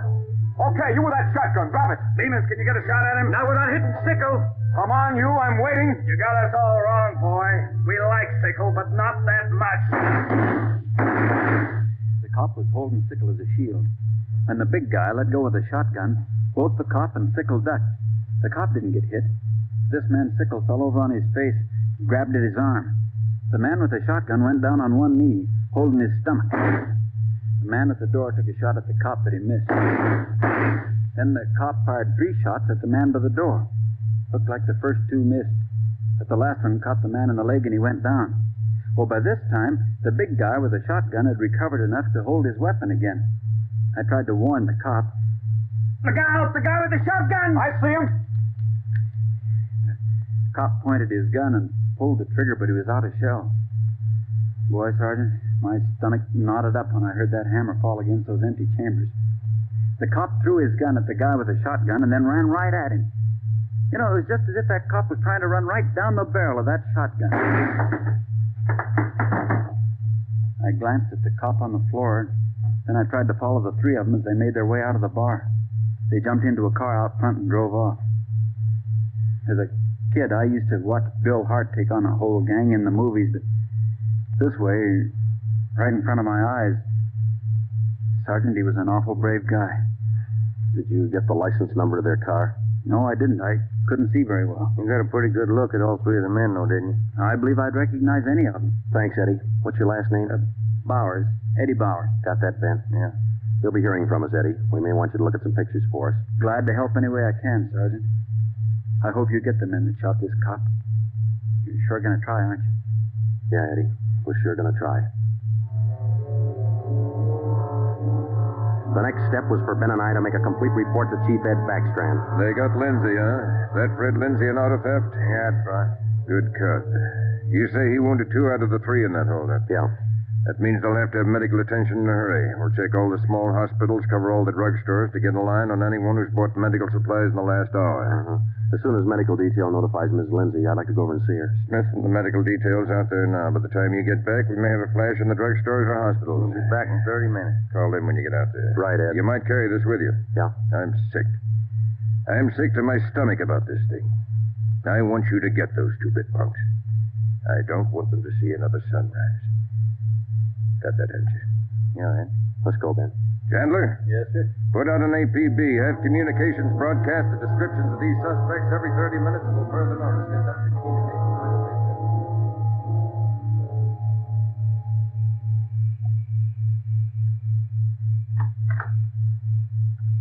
Hello, Joe.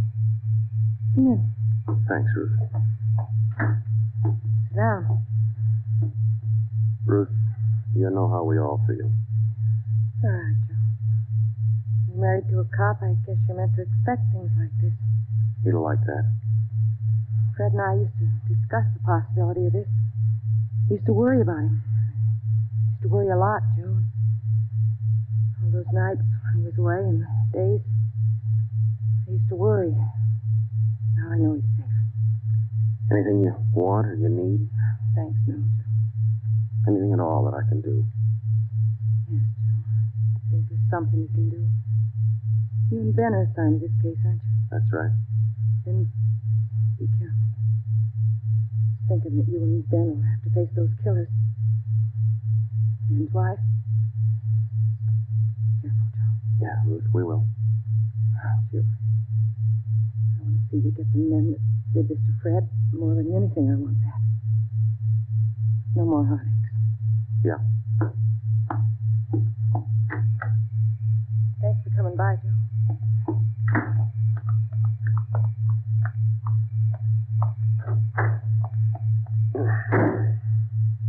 How'd you take it, Joe? Let's go. Joe, how'd you take it? You're married, Ben. You figure it. It was 11:30 when we got back to Central Division. As we walked into the squad room, Backstrand was waiting for us. Righty, we just got our first lead. We've located a druggist who said he sold some medical supplies to a man about 45 minutes ago. There's the address. Pretty close to the scene of the shooting. Hop out and see him right away. The Rex Pharmacy was exactly 14 blocks from the Red Feather Bar where the shooting took place. Rex Pharmacy was like your corner drugstore, complete with apothecary jars and shower curtains. The druggist was the same little man who's been prescribing sulfur and molasses since you were a kid in school. Just about ready to close. What can I do for you, gentlemen? We're from the police department. I've been halfway expecting you fellows. We got a report that you sold some medical supplies to a man about an hour ago. Yes, sir, that's right. It's like I was telling those other officers that were here a while ago. There was something funny about that little fellow. How you mean? Well, for one thing, he came in here sweating quite a bit. Of course, it's a warm night, but he seemed terribly nervous. Anybody with him? No, he was all by himself. What did he buy? Well, it wasn't so much what he bought, but how much. What do you mean? You know how most people buy iodine, a little 10-cent bottle. He bought a couple of pints. Then there was all that gauze and adhesive tape. Bought enough to repair a small army. Cotton, box of swabs. Then he asked me something that made me wonder. What was that? Asked me if I had something to probe with. That's just the way he said it. Something to probe with. I asked him, what do you want to probe for? What'd he say? Said a splinter. I told him a sewing needle would do the trick. He said, forget it. Then he paid me and walked out. Mm-hmm. Did you describe the man? He's a small man, dark. Like I said, awful nervous. You think you could identify him? Oh, sure I could. If I ever saw him again. What did he leave on foot, or was there a car outside? Left in a cab, parked right out in front. Couldn't miss it. Did you happen to take down the license number? Well, no, I didn't. But I did jot down the taxi cab number. Would that help? Taking down cab numbers isn't exactly in a druggist's line, but because he had the presence of mind to do that one small thing, we accomplished in 10 minutes what could have well taken as many weeks. Maybe with this small wedge, we could do what Backstrand wanted us to do. Get the killers before another sunrise. Well, it was close to midnight when we stepped into the drugstore phone booth. I called the cab company, got the night supervisor. I gave him the number of the cab, and he checked his location chart. Cab 375 was operating out of a stand at Wilshire and Greenhaven. He was the right driver, and he remembered the fare. Sure, I know who you mean. A little guy seemed in a big hurry. It was a long fare, though. I took him out to Inglewood. Wait till I check my log sheet. I'll give you the exact address.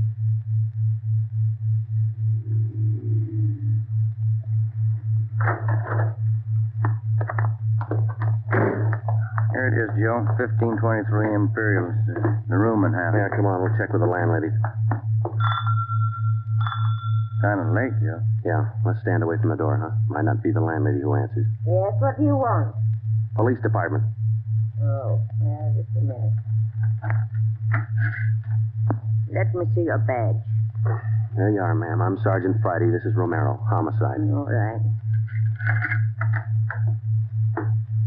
Now, what do you want? I run a good, clean rooming house It's here. not the house, lady. It's one of your tenants. Which one? That's what we want you to help us on. Look, do you men know what time it is?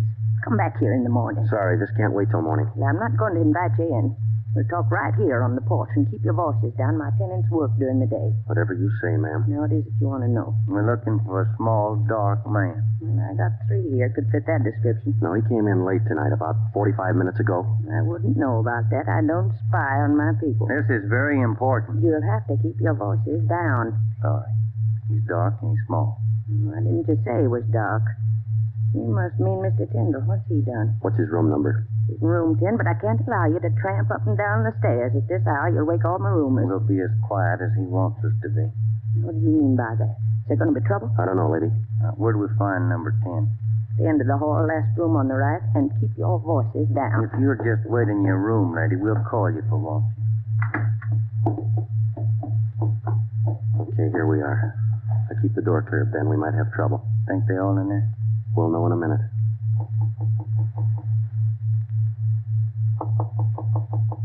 Who is it?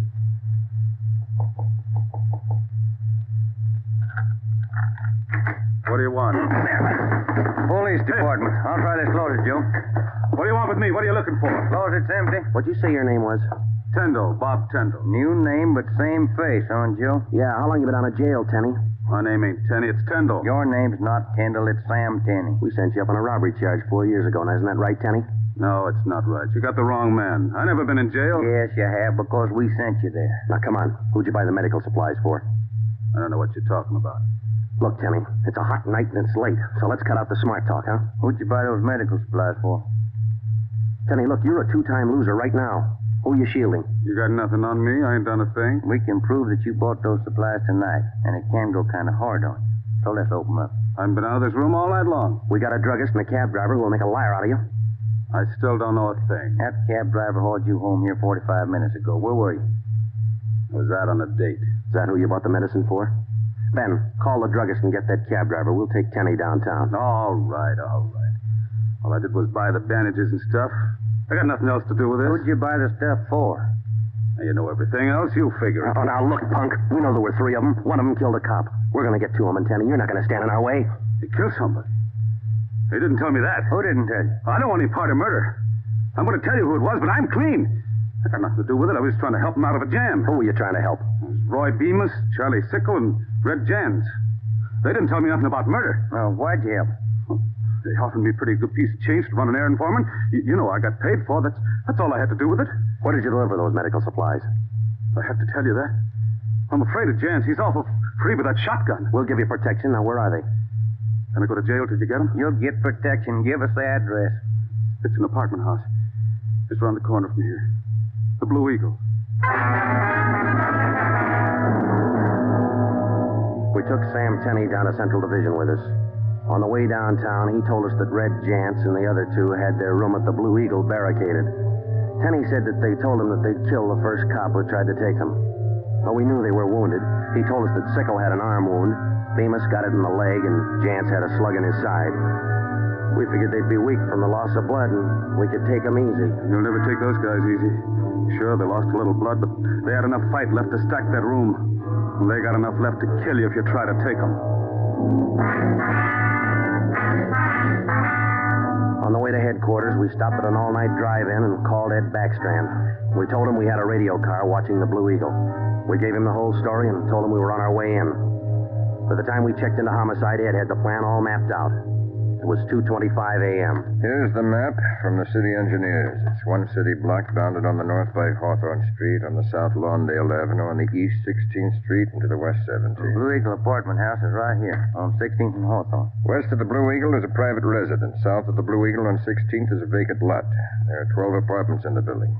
The men we want are on the second floor, number 11. And that apartment faces east on 16th. How do you want to handle it, Ed? Baker and Moorheim will evacuate the private residence. Friday and Romero clean out the apartment building. Right, Skip. All traffic is being diverted. The entire block is completely isolated. We'll throw up a cordon. As soon as we clear the residence, nobody goes in, nobody goes out. Will you brief us again when we get there, Ed? I'll give you all the briefing you need right now. Get this. These guys have already killed a cop.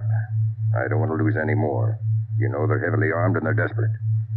Have the men draw shotguns, tear gas, and Tommy guns. I'll take care of that, Skipper. All right. Now, we're not going in after these punks like tin horn heroes. We're going after them, and we're coming out alive. All of us. What time is it, Friday? 2:37. Not much time till sunup, is it? It was a code 2. That means red light and move fast. Backstrand figured we needed 6 squad cars, 4 men to a car, the police public address truck, ambulance, and floodlights. Ben checked out the weapons to the men, and by 2:46, we pulled out of the Central Division garage. We slid into the area at 3:20 a.m. The 6 squad cars and the public address truck took up their positions. The floodlights were rigged and ready to turn on at Backstrand's command. The machinery was set to roll as soon as we got the neighborhood cleared. Ben and I evacuated the Blue Eagle apartment house. How many does that make, Joe? Well, we've cleared 9. 2 to go. Here's apartment 10. The killers are right next door. Joe, I'd like to kick that door in right now. Take your time, Ben. We'll get to him. Quiet now.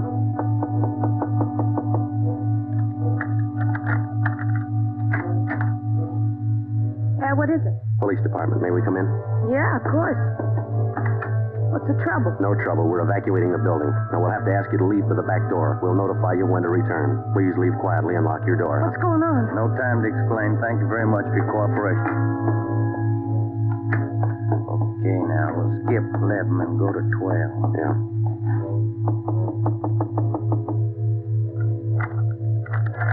Yeah? Who are you? Police department. Can we come in? Sorry to disturb you at this hour. We're evacuating the building. Please hurry and leave quietly by the back door. You'll be notified when to return. Lock your door when you leave, thank you. It was 4:10 a.m. Everything was set now. The neighborhood was completely cleared. The entire block was empty except for apartment 11 on the second floor of the Blue Eagle.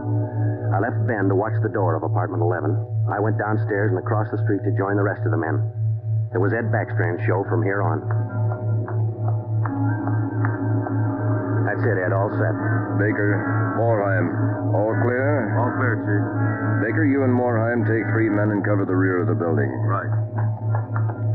Is that detail covered Hawthorne Street? They're all set, Ed. How about the vacant lot? Taken care of. The rest of you men? Yeah. Friday and I are going into the building. We'll try to get them to come out now. Johnson. Yes, sir? Come with us and keep us covered. Let's go.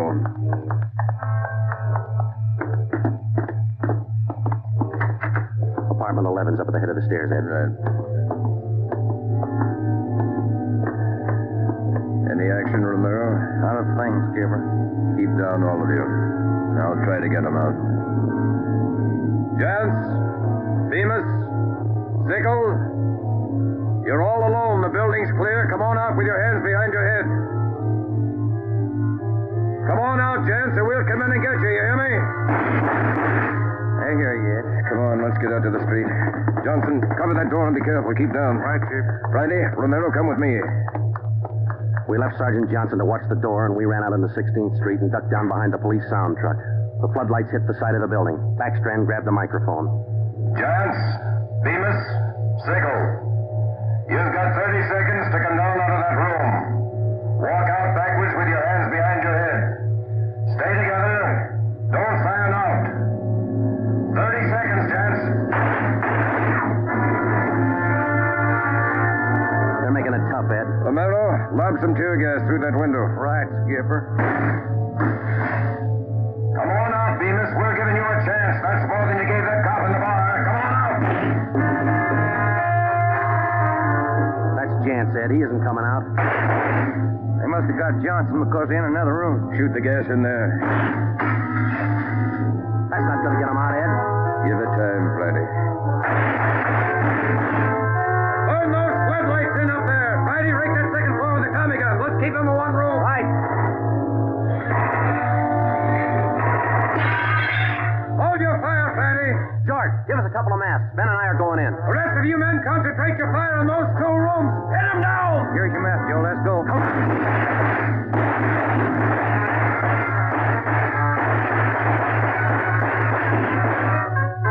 Put that mask on, Ben, and keep down. Yeah, wait a minute.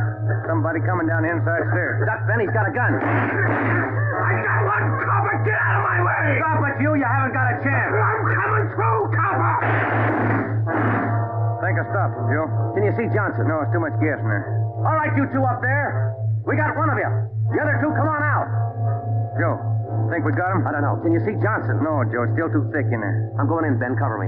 Come on. We know there are two of you up there. Just one, copper. Throw your gun down the stairs ahead of you. Hurry up. Shotgun, Joe. Jance. I see him. I'll take him at the foot of the stairs. All right, I got my hands up. I found Johnson, Ben. All right, Jance, outside. Come on. Move. Put the handcuffs on him, Ben. I'll cover you. How's Johnson? I don't know. Ed, get the ambulance crew over here. Jance, who's this other guy we got? Bemis. How about Sickle? I said just one, didn't I, copper? Never mind the smart talk, Jance. Now just answer the question, huh? Sickle wanted out of it a long time ago, so I let him out. He's upstairs. I let him out the back way. Then you shot him? He wanted out, didn't he? All right, we'll take him in. Johnson's in the ambulance. I'll see you in the office. Right, Skipper.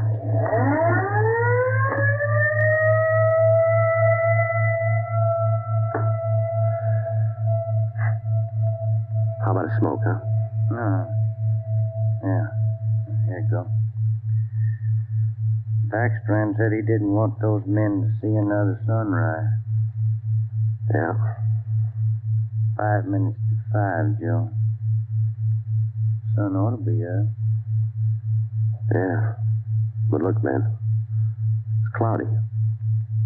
Guess we'll never know, huh?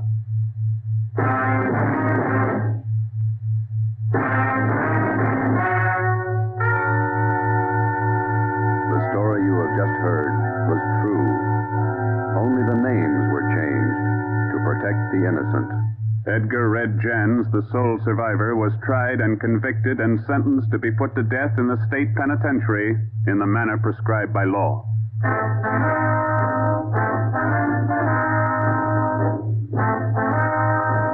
You have just heard the fourth in a new series of authentic cases from official files.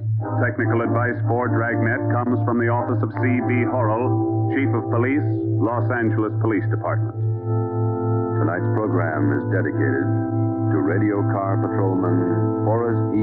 Sawyer of the Denver, Colorado Police Department, who on the evening of March 8, 1937, gave his life so that yours might be more secure.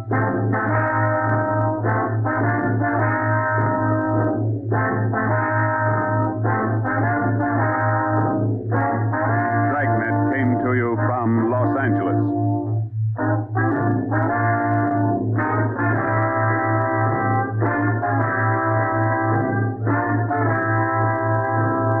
This is NBC, the national broadcasting company.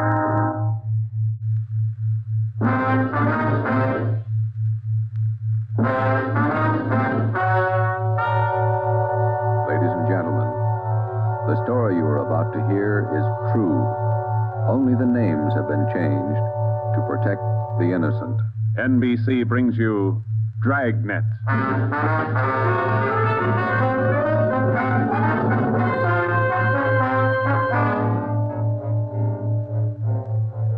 You're a detective sergeant. You're assigned to homicide. Somewhere in the tangled web of your city, there's a killer on the loose. A young woman has been brutally murdered. The weapon, a steel bludgeon. Your job, is to get him. Dragnet, the documented drama of an actual crime, investigated and solved by the men who unrelentingly stand watch on the security of your home, your family, and your life. For the next 30 minutes, in cooperation with the Los Angeles Police Department, you will travel step by step on the side of the law through an actual case from official police files. From beginning to end, from crime to punishment. Dragnet is the story of your police force in action.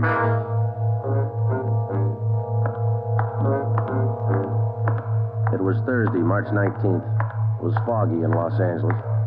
We were working the night watch out of homicide detail. My partner's Ben Romero. The boss is Ed Backstrand, chief of detectives. My name's Friday. It was 9:14 p.m. when I got to the old Central Jail building, 3rd floor. The crime lab. Hi, Joe. How you coming, Lee? Just ran a spectrograph. What'd you find?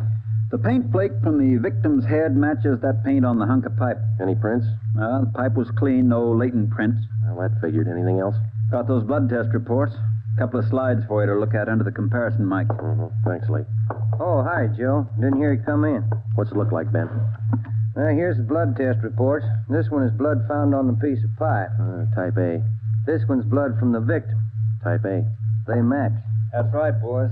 Doesn't mean too much, though. Did you look at these slides under the microscope? No, not yet. Well, this is your clincher. Wait till I get the light. Okay, take a look. Got a make? Yeah, go ahead. Well, this slide here on the right, that's a slice of hair from the victim's head. On the other slide is hair found on the steel pipe. Yeah? She had wavy hair. Both specimens are flat. Same hair, Joe. Got anything on that piece of pipe, Lee? Nothing. Just ordinary steel pipe. 14 inches long. What else you got? The plaster impressions of those footprints we found by the body. Here they are. Crepe soles? Tennis shoes, new ones, size 9. Good impression. Ground was soft. Man about 150 pounds, according to the length of stride, roughly about 5 feet 10 inches tall. Yeah, new shoes, all right. You can still read the manufacturer's label. That's right. Made by the Sport King Company. Well, that's something to follow up. Yeah, sure. You could start with the tennis courts. Only about 1,000 or so in L.A. Maybe you'd rather track down the brand. These particular tennis shoes are the biggest sellers in the country. Yeah. Where'd you like to start, Minneapolis or Pullman, Washington? What about that glove? Yeah, you might look for a missing glove. Yeah. They go well with the shoes, just about as common. White cotton work gloves with a blue top. Here's the right glove. You find the left one. Blood on a glove? Type A. Well, that's good evidence, Jones, but where's the lead? Now, look, I don't ask you to pay my parking tickets. You want to see blow-ups? Yeah, okay. Right over here. Yeah. This is the vacant lot where they found the body. Yeah, that's right. Here's a close-up of her showing the location of the murder weapon, the glove, and the footprints relative to the position of the body. Looks as bad as yesterday. Sure did work her over, didn't he? The rest of these are morgue shots. Interested? No, I checked them this morning. Once is enough, Lee. Yeah, that winds it, boys. You want to go over the stuff in her purse again? You find anything more? No, nothing you haven't seen already. The usual. Makeup, comb, barrette. That's a hair clip. A few cheap stones in it. Loose change, a quarter, nickel, few pennies. Her ID card. Yeah. Helen Corday. 33 Naomi Place. Age 21. 21. That's not very old, is it, Lee? Not to die. No.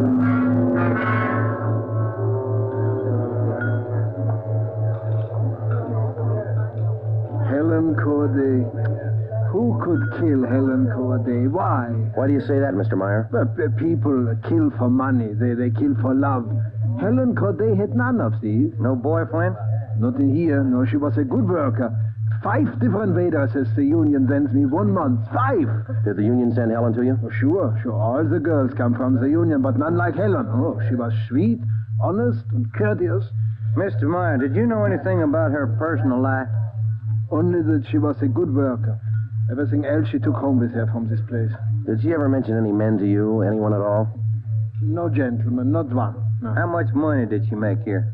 I paid her $26.50 a week, every Tuesday. And not much salary for so much work, but the tips are very good here. Nice customers. Nice. This her home address, 33 Naomi Place? 33 Naomi, yeah, that's right, yeah. Thank you very much, Mr. Myra, for your time. I wonder what kind of a person does things like that. Who could kill Helen Corday? Everybody liked Helen. Helen Corday? I never liked her. Come on in the office, boys, where we can talk. Never liked her because I never knew her. You the head of the union? Just a steward. I know most of the girls. This Corday girl, what'd she look like? Small brunette, about 5'3". Here's a picture. Yeah. Pretty girl, wasn't she? Oh, sure. Placed her out at Otto's place. Nice little Dutch fella. Otto Myra. That's right. He seemed to think quite a lot of her. Yeah, she was a fine worker. Oh, sure. Always right up on her dues. Paid all the assessments right on time. Thought you said you didn't know her. Oh, not right off, I didn't. But when you showed me that picture there, placed her right away. You know anything about her personal life? Oh, wait a minute. Why all these questions? Helen Corday was murdered last night. Oh. Who did it? You know anything about her personal life? Oh, you can see my position, Sergeant. 1,200 girls. Check them in, check them out. Just names to me till I see a picture of them. You wouldn't know if she had any boyfriends here in the union? Waiters, busboy? That I wouldn't know. Like I tell you, Sergeant, I never knew Helen Corday. Sure, I knew Helen Corday. Gus plays a nice piano, huh, Sergeant? Yeah. I read about it in the paper this morning. How long you been selling pianos here at this place? About as long as I knew Helen. 3 years. How'd you find me?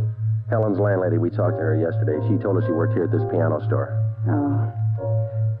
It's funny, isn't it? What's funny? See Gus over there? That fellow demonstrating the piano? A few weeks ago, I made a deal with him to give Helen piano lessons.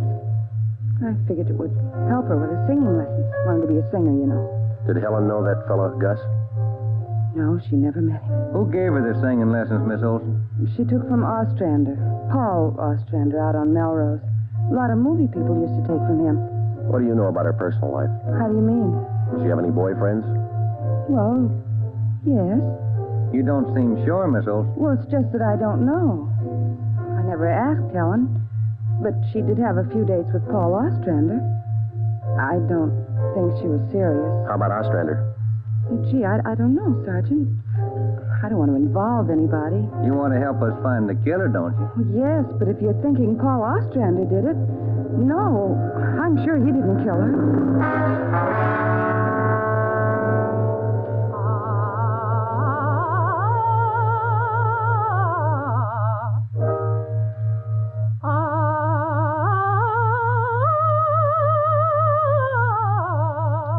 That's all for today, Victoria.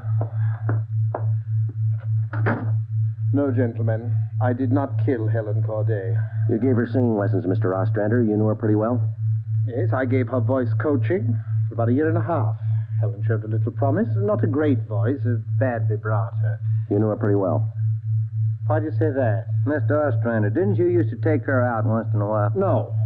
No, I didn't know Helen socially at all. We know you had dates with her. That's not true.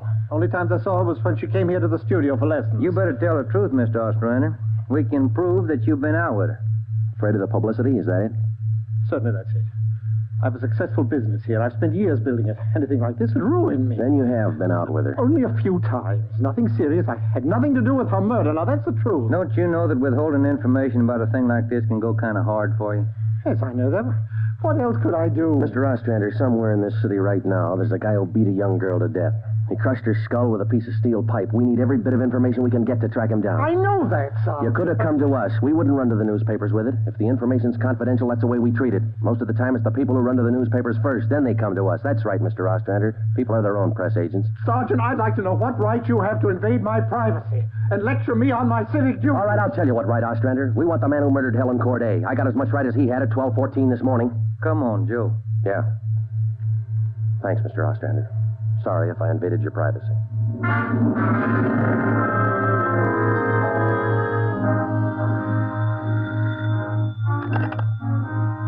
Chief of Detectives Office, Helen. No, I'm sorry, ma'am. You got the wrong extension. Try 2511.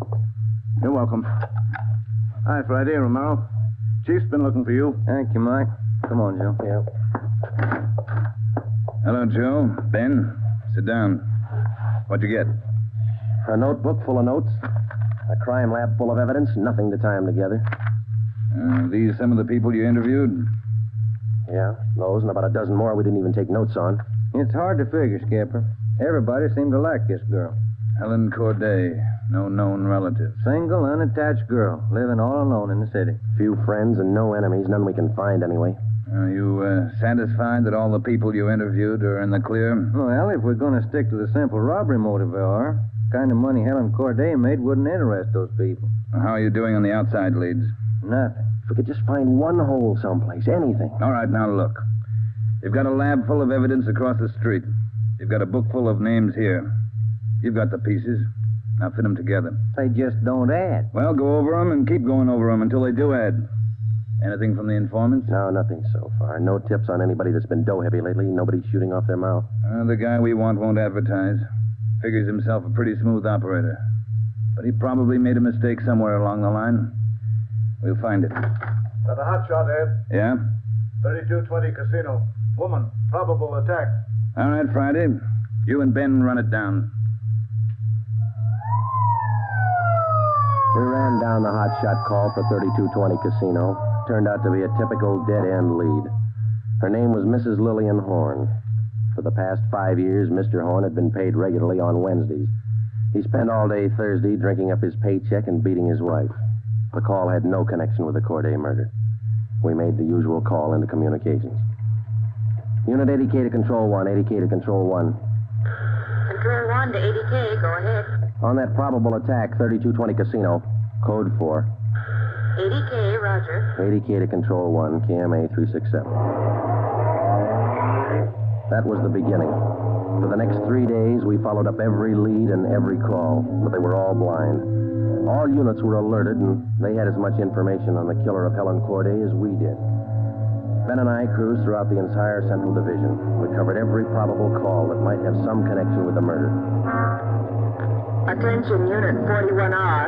1654 Swanson Terrace. A woman. Victim of probable attack. Code 3. Unit 41R. It didn't make any difference what the call was. If there was a possibility it might tie in with the Corday murder, we ran it down. We made it a 24-hour job. So far, if the killer made a mistake, we hadn't been able to find it. The Corday funeral was on Monday. They were all there. The girl's landlady, the voice teacher Ostrander, the girlfriend Marie Olson, the man from the union, and her boss Otto Myra. But nobody else we hadn't checked. That was Monday afternoon. Monday night, we went back to the old routine, tracking calls during the night in the squad car, picking up small threads that led nowhere. 3 more days of the same thing. Thursday morning, 1 week after we found Helen Corday's body, we got an anonymous phone tip. I know who killed Helen Corday. His name's George Barlow. He lives at 418 White Oak Avenue. He used to date her up all the time. Get him and you've got the murderer. We checked George Barlow and about 10 others just like him. None of them knew Helen Corday. Saturday night, Ben and I were back in the squad car cruising the Central Division. Saturday night's a good night for robbery. By 10 p.m., we'd run down 4 various calls. 123, code 1. 123, roger. 12G, call your station. Unit 13R, 1254 Tower Road. A woman screaming. Investigating trouble. Code 2. Let's handle that one, Ben. Yeah, okay. I'll notify communications. Unit 80K to Control 1. 80K to Control 1. Control 1 to Unit 80K, go ahead. On your 1254 Tower Road call, we're in the vicinity. We will handle. 80K, roger. 80K to Control 1, KMA 367. Let's go, Ben. Control 1 to 13R. Disregard your last call. Handled by 80K. It should be right about here. Oh, here it is. 1254. That man is trying to kill me. He's running down the street. Where? He's getting to that corner street. He tried to kill me. Come on. Where'd he go, Joe? Turn right at the next corner. That's him up ahead. He's got a good lead on us. Hit the siren. He's gaining, Joe. Took a left at the next corner. Oh, he isn't going to stop. Close in as tight as you can, Ben. Down to the floor now.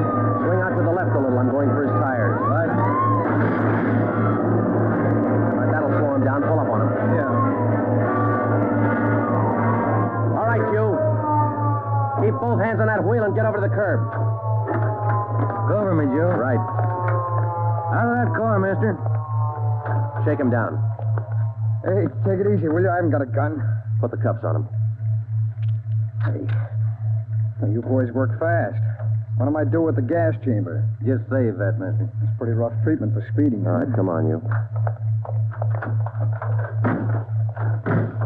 Look, I got a right to know where you're taking me. What's the charge? We'll let the girl tell you. What girl? You just sit there and be quiet, huh? Oh, I know where you're going. That place back on Tar Road. Well, I asked to use the phone. The girl slammed the door in my face. I don't know what you cops are trying to prove. I just wanted to use the phone, that's all.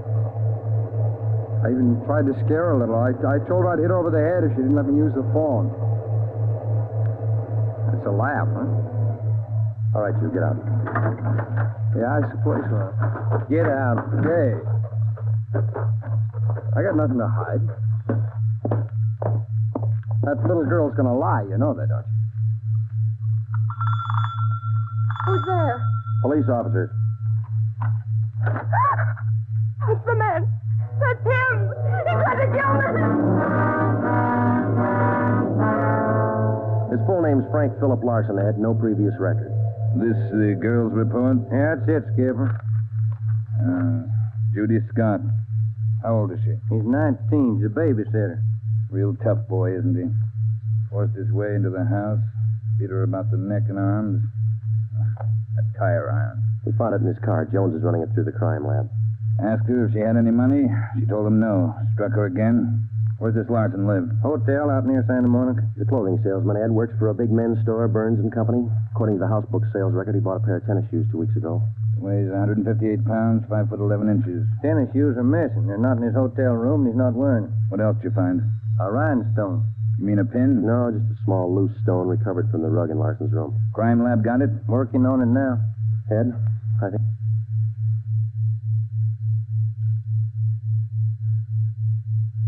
We got the man who killed Helen Corday. A few scraps of circumstantial evidence and a hunch. That's not much to go on. Larson had gone after the little Scott girl with the tire iron. Wasn't much of a tie-in, but we had to be sure. All that day, we checked Frank Larson's alibi for the night of Helen Corday's murder. We interviewed the personnel manager at Burns and Company where he worked. We talked to all the clerks who knew him. The manager of the hotel where he lived. We found out everything we could about Frank Larson. And that night at 10 o'clock, we had the prisoner brought to the interrogation room. How are you, Larson? Fine. Just fine. I like jail. Sit down. Lousy weather, been foggy all over town. I wouldn't know. I've been inside all day. How old are you, Larson? 31, same as the last time you asked me. Where'd you go to school? I didn't. I was born smart. You sell clothes, don't you, Larson? We know you work for Burns and Company. Remember, you told us. What is all this? What are you guys trying to build? Just want to know if you like selling clothes.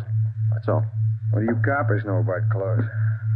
One blue serge a year is your speed. You know quite a bit about clothes, don't you? I've been selling them for 5 years. Can you tell me something I've been wondering about? What's that? Are your socks and tie always supposed to match? That's what the style books say. Bet you always know the right things to wear, don't you? You wouldn't wear black shoes with a brown suit, would you? Is that what you're keeping me here for?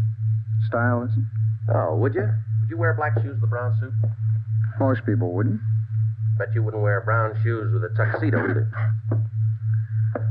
I've been smoking too much. You got a glass of water? Oh, yeah, sure.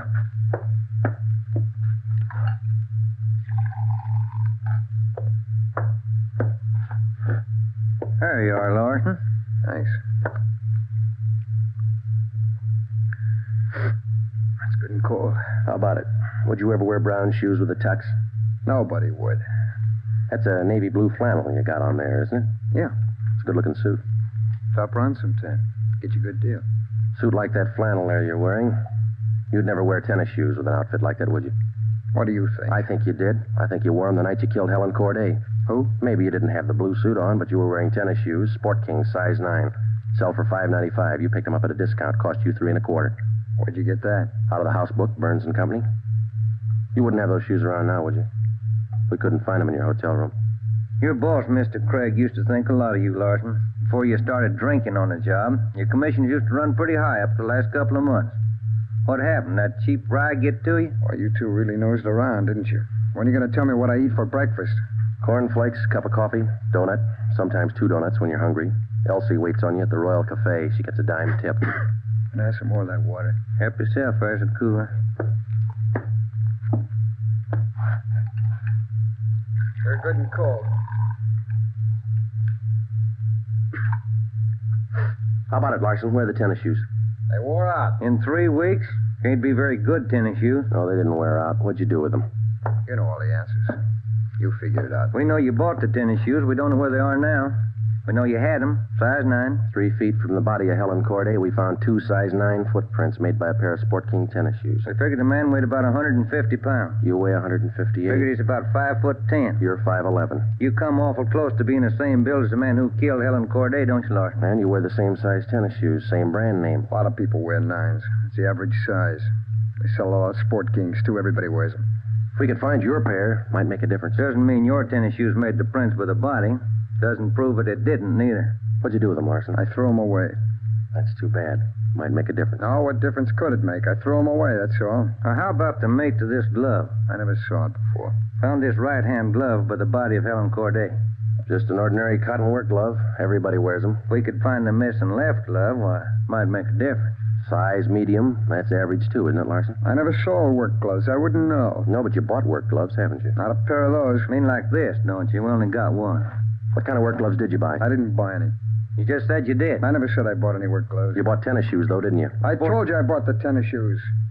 Didn't I tell you I bought them? No, you didn't tell us. We told you. Found out from Burns & Company where you work. All right, you told me. I bought them. You know that. Same kind of tennis shoes that made footprints by Helen Corday's body. It wasn't me. Then why won't you tell us what you did with them? I've already told you I threw them away. They were only 3 weeks old. Must have worn out awful fast. I didn't say they wore out. They got too dirty. No, you told us they wore out. Remember, Larson? I don't remember what I told you, but I don't have them now. We know you don't have them now. Where are they? He told us. They got too dirty. Right, Larson? Yes. Yes, that's what I said. Anyhow, you haven't got them now. No, I haven't got them now. All right, now, just for the record, Larson, which was it? Did they get too dirty or did they wear out? Whatever I said before. You said both before, Larson. All right, I said both. You haven't got anything on me. We got that little Scott girl statement from last night. She says you tried to kill her. She's lying. I told you she'd lie, didn't I?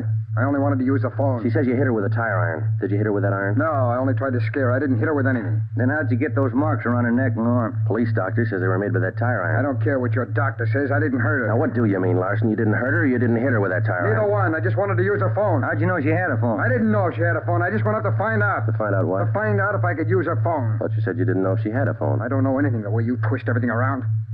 Sorry, Larson. We only want the truth. How about a cigarette? Yeah, I could use one. Here's the light. Larson, where were you Wednesday night, March 18th? How many times are you going to ask me that same question? Just want to make sure we got it right. I told you this morning. I went to a show. I got out about 11, had a beer, and I went home. What time did you get home? About 11:30. Did you stay home? I went to bed. What'd you see at the show? I never remember the names. You ought to try to remember this, and it's pretty important. Well, it was a deluxe theater. It was Spencer Tracy and something. What was on when you walked in? The news. I never go in the middle of a picture. Neither do I. It spoils them for me. Yeah, that's right. The girl in the box office doesn't remember seeing you go in. She know. It was Keno night. There was a big crowd. Did you win anything? I never do. Anybody hit the jackpot? I don't remember. They give away a lot of money at those neighborhood theaters. I always remember who hits the jackpot. Well, all right, you do. I don't. Do you remember if anybody won the jackpot? I told you, no. Do they have a jackpot at that show? I guess they do. I don't know. You know it was Keno night. You should know if they had a jackpot. Maybe they had a jackpot. I don't know. I went out for a smoke. You said the cartoon was on when you walked in. Why do you always twist what I say? I told you the news was on when I went in. You remember anything about the newsreel? It was 10 days ago. How do I know I was in it? I only know it was a newsreel, that's all. You're lying, Larson. We checked your alibi. The manager of the theater had to cut the newsreel Wednesday night because the show was running long with Keno night. You didn't go to the show Wednesday night, did you? All right, maybe I didn't. I don't remember. What's the difference? The difference is you could have been in that vacant lot the same night, the night Helen Corday was murdered. I didn't kill her. You can't prove I did. Interrogation room, Friday. Hiya, Jones. It did, huh? You're positive. Yeah, okay. Thanks, Lee. Sure you don't want to tell us what you did with those tennis shoes? I'm not going to go back over all that. I've told you guys all I'm going to tell you. You know how the Corday girl was murdered? How would I know? I don't know anything about it. She was on her way home from work, as usual. About midnight. Of course, you were home in bed about that time. But you didn't go to the show that night, Larson. On her way home, Helen Corday always took a shortcut across a vacant lot. She was about halfway through the lot when the murderer tried to grab her purse. She screamed and he struck her. Hit her several times with a piece of steel pipe 14 inches long.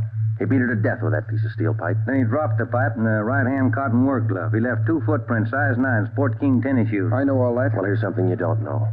When the killer scooped the paper money out of that girl's purse, he accidentally took along a loose rhinestone. A stone that fell out of a cheap barrette in the bottom of her bag. He carried that stone home with him. When he reached in his pocket to pull out the money he stole from her, the rhinestone fell on the floor.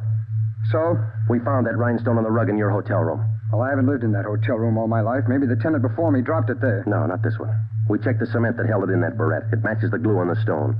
No, Larson, that rhinestone came from the hair clip that Helen Corday wore before she was murdered. And that's enough to take you to the district attorney with. What am I supposed to say? We want you to tell us the truth. Why did you kill Helen Corday? Yeah. You want the sandwiches and coffee now, Sergeant? Bring them in, Mike. Looks like we're going to be here a long time.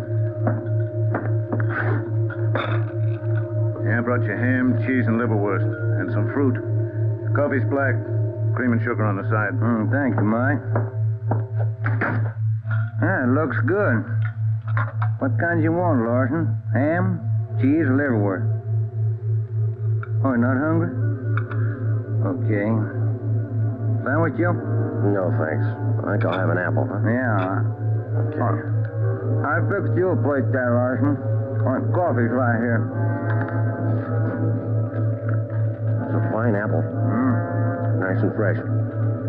This a Washington apple? Yeah, I don't know. Is that coffee hot enough? No, it's fine. Where'd Mike pick these up? Well, across the street. Eddie's? Yeah, That would taste good. Well, drink your coffee anyway, Larson. It's getting cold. All right. I didn't want to kill her. She screamed and I hit her. All I wanted was her purse. That's all I wanted. She wouldn't give to me. She had to fight back, so I hit her. I didn't want to kill her. All she had to do was give me the purse. I wouldn't have hurt her.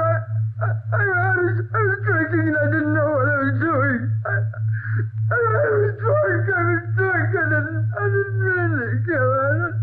I didn't mean to kill her. Mike. Yeah, Joe? Stay with him. We'll call the stenographer.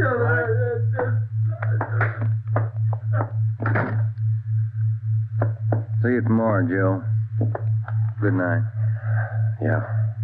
Sour racket, huh?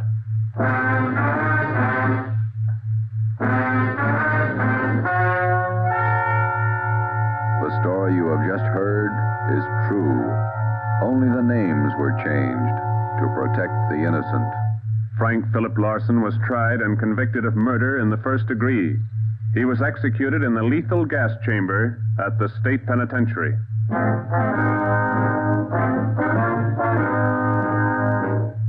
You have just heard the fifth in a new series of authentic cases from official files. Technical advice for Dragnet is furnished by the Los Angeles Police Department.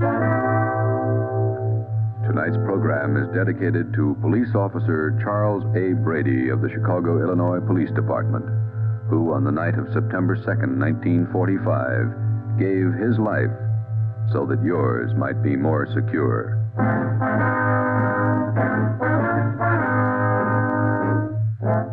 Dragnet came to you from Los Angeles. This is NBC, the national broadcasting company.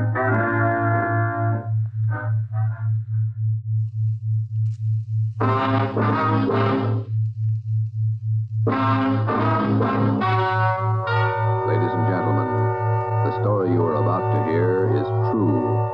Only the names have been changed to protect the innocent. NBC brings you Dragnet.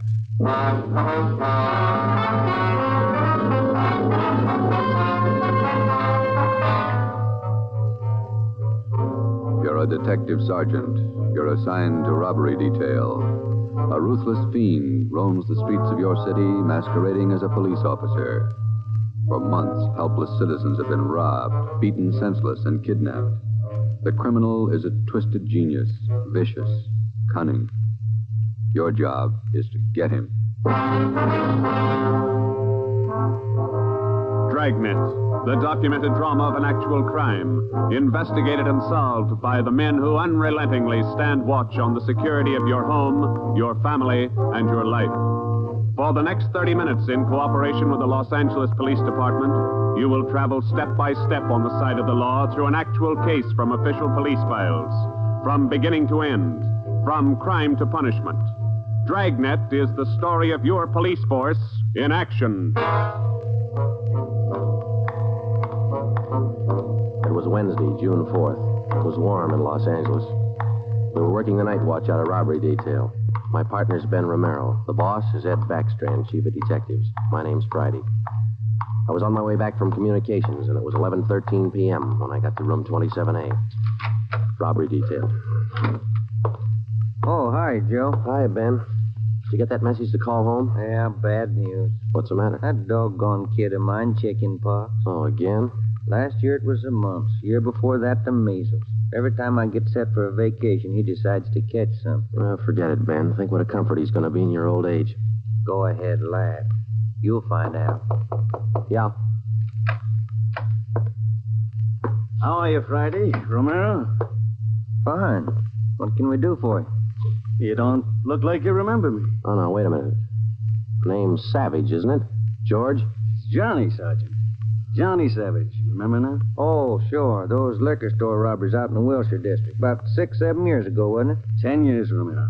You ought to remember that. You were at the trial. We testify in court every week. 10 years is a long time. It's longer in the state pen. It's a lot longer. Yeah, you cried a little at that trial, didn't you, Savage? You said we beat that confession out of it. Yeah, that's why I figured I'd drop in for a little visit. Kind of apologize to you fellas. You gave me a square deal. I guess I kind of lost my head. I figured I'd apologize. Oh, that's all right, Savage. When'd you get out? A couple of weeks ago. I did it the hard way. Served 10 flat. I don't know my day. You find a job yet? Yeah, Friday. I'm working nights. What kind of a job? Laborer in a warehouse, south end of town. Good. You decided to level? 10 years in prison's a long time. You learn a lot of things. Nights are long, you think a lot. You get things straightened out. I hope you mean that. Sure, I mean it, Friday. I've got everything straightened out. I know who my friends are, and I know who to watch out for. You sound like maybe you're on the right track. I got it figured, Romero. Not like you two fellas. You caught me red-handed, and you sent me up for 10 years. Well, you did all right, Savage. 5 armed robberies. You got off pretty easy. You got a break, Savage. Make the best of it. Sure, I'm not kicking. 10 years, a real break. That's right. Well, just dropped in for a little visit. Maybe I'll see you fellas sometime. All right, Savage? Keep your nose clean? Sure. No hard feelings. No? You just took 10 years of my life, that's all. There's no such thing as a man going through prison without changing. And Ben and I have seen him switch in both directions. Some men learn their lesson after they land behind bars, and when they're released, they turn into good citizens. Johnny Savage was sour. We made a mental note to check him out later on, and then we went down to the record bureau and pulled his coming out mug. That's about all that we had time for, because about an hour later, we started to get busy. Hot shot, Joe. Grab it. On the corner of Selma and Naples, the drugstore, 211 and probable attack. On the corner of Selma and Naples, 211 and... What you got, Joe? Selma and Naples, 211 and attack. Come on.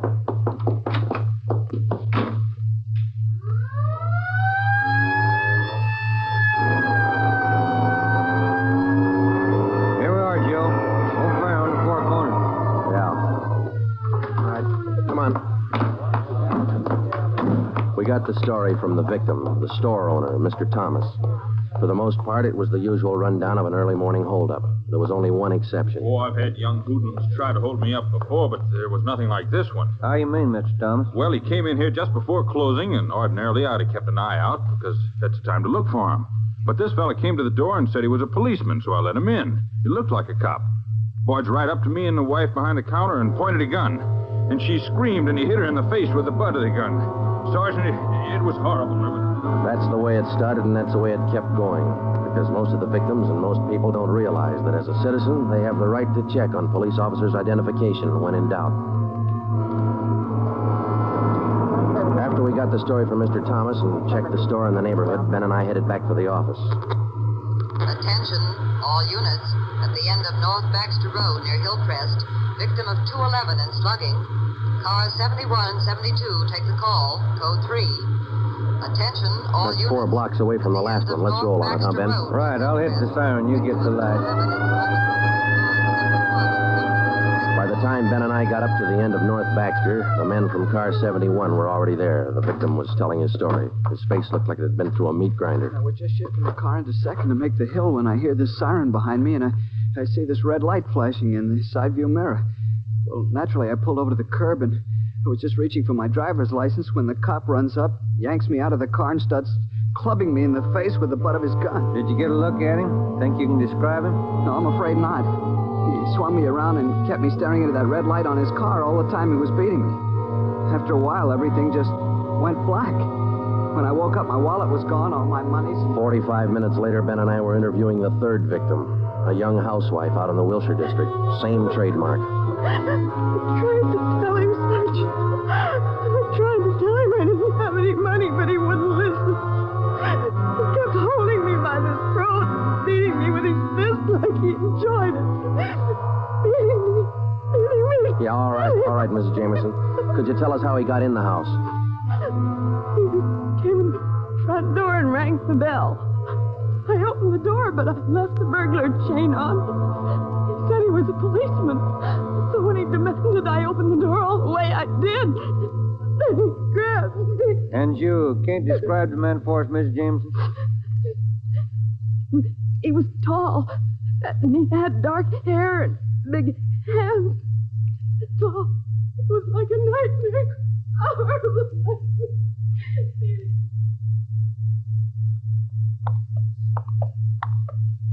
Tall, dark hair, big hands. Your guess the same as mine, Joe? Maybe. Let's wait and see. Come on, let's check with the boss. Hi, Mike. Hi. He's waiting for you in there. Come on, Ben. Chief of Detectives Office, Helen. Sit down. Yeah, Skipper. All right, you two, let's have it. The guy with the red light? Yes, the guy with the red light posing as a policeman. Why hasn't he been picked up? You know as much about it as we do, Ed. We got our first call around midnight. He knocked over a drugstore out on Selma. He hasn't stopped working since. Didn't you get any definite lead on him? No description, no license number? Nothing. He's tall, big hands, dark hair, that's all. Fine. Either of you got any ideas? Could be anybody, Skipper, with that description. You're sure it wasn't anybody on the force? We sent all the victims down to personnel. Lowry showed him the mug book of all police officers. Wasn't one of our men. Works fast. Drugstore, motorist, a pedestrian, a housewife out in the Wilshire district. Went right in the house after her. 4 of them, right in a row. 5. Huh? There's a 20-year-old kid in the next room. Came in just before you got here. A couple hours ago, he was sitting in a car with his girl up in Mulholland Drive.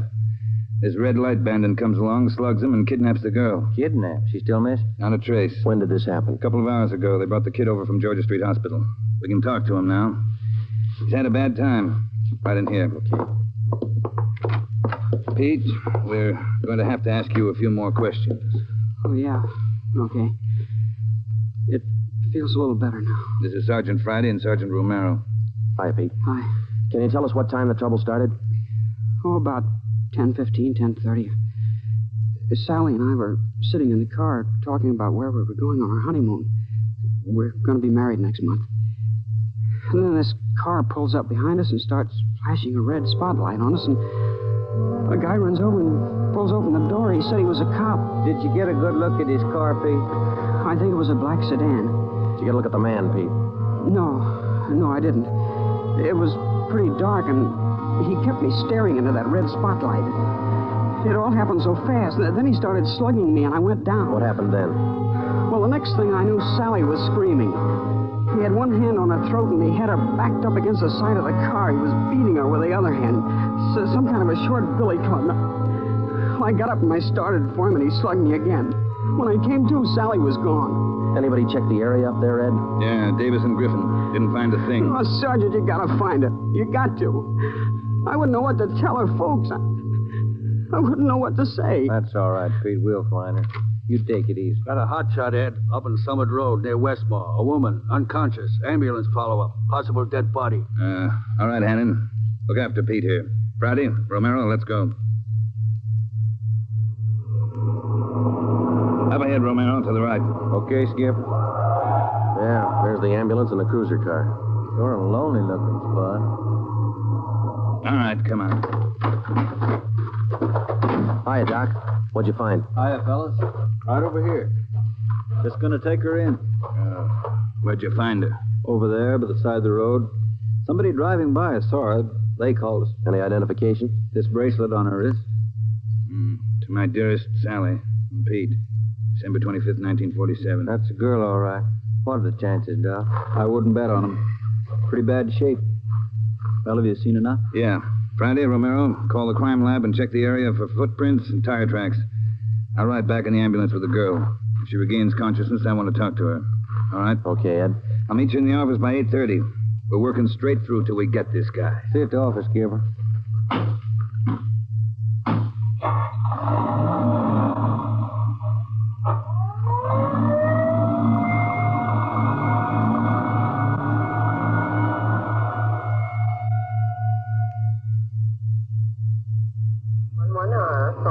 What time you got, Ben? 7 minutes to 4. Long night. Hey, that car up there ahead. Let's take a look at it, huh? Black sedan. Hey, look, he's flashing a red spot on that convertible. Come on.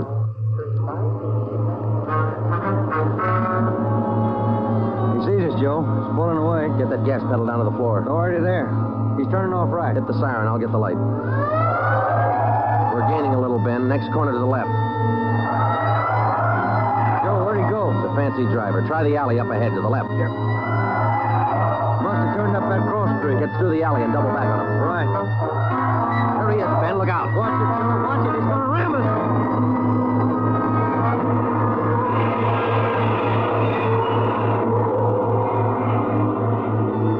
We got hit just in front of the rear bumper. Our car was forced into the curbing and it turned over. He was real lucky. He kept right on going. But this time, Ben and I were sharing the luck. All we got out of it was a couple of nasty cracks in the head and a few bruises, but it was enough to keep us in a hospital under observation for a day. By this time, Ed Backstrand was fuming. So were the newspapers. During the day we spent in the hospital, the red light bandit went on a real blitz. He pulled 6 more jobs, 1 liquor store, 2 residential holdups, and 3 car robberies. 5 of the 6 victims were slugged and beaten. Davis and Griffin had taken over for Ben and me, and by the time we got back on the job, they'd built up a lead for us. We've been working with Wilkerson up in auto theft, Joe. He's used 4 stolen cars already. We got the makes and numbers on each one of them. How about the dark sedan he was driving when he rammed us? The boys picked it up this morning out on Sepulveda. We're checking it for prints now. Oh, that's fine, Dave. You got any description on the guy yet? No like that, Joe. He works too fast. Nothing at all? The same as you had. Tall, black hair, big hands. Loves to use them. Friday, Romero, got a minute? Okay, Skipper. Check you later, Hyundai. Sure thing, boys. Sit down. How do you feel? Pretty fair, Ed. A little stiff here and there. All right, did Davis fill you in? Up to date. Okay, I just called the doctor who's handling Sally Wilder, Pete's girlfriend. You remember? Oh, yeah. She's been in pretty bad shape since we found her up there on Summit Road. This morning she took a turn for the better. She's conscious, and her doctor thinks she might be able to talk to us a little bit. Good. When? About an hour. I cleared her with the doctor and with her family. You'll only be able to stay a couple of minutes, so make the most of them. That's all. All right, Ed. We'll check with you later. Say, Joe, Ben, here's some mail came for you fellas while you were gone. Oh, thank you, Mike. We're going over to the county hospital. We ought to be back in a couple hours. Okay. Say, there's been a couple of phone calls, too. Yeah, anything important? I don't think so. The guy just called to say hello. Said his name was Johnny Savage. Just called to say hello. I presume you men are aware of the girl's critical condition? Yeah, that's right, Dr. Froman. We saw her before she was taken here at the hospital. Yes. You understand, of course, that you'll be able to see her for only a few minutes, and please try your best not to excite her, huh? Right, Doctor.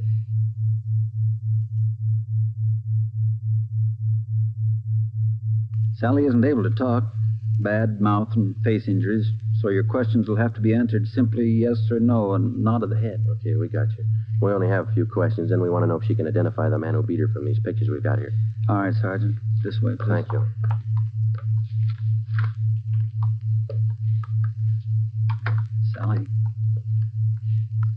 Sally, these gentlemen from the police department, they'd like to ask you a few questions. Now, there's no need to be nervous or afraid. Just simply nod your head yes or no. That's fine. All right, Sergeant.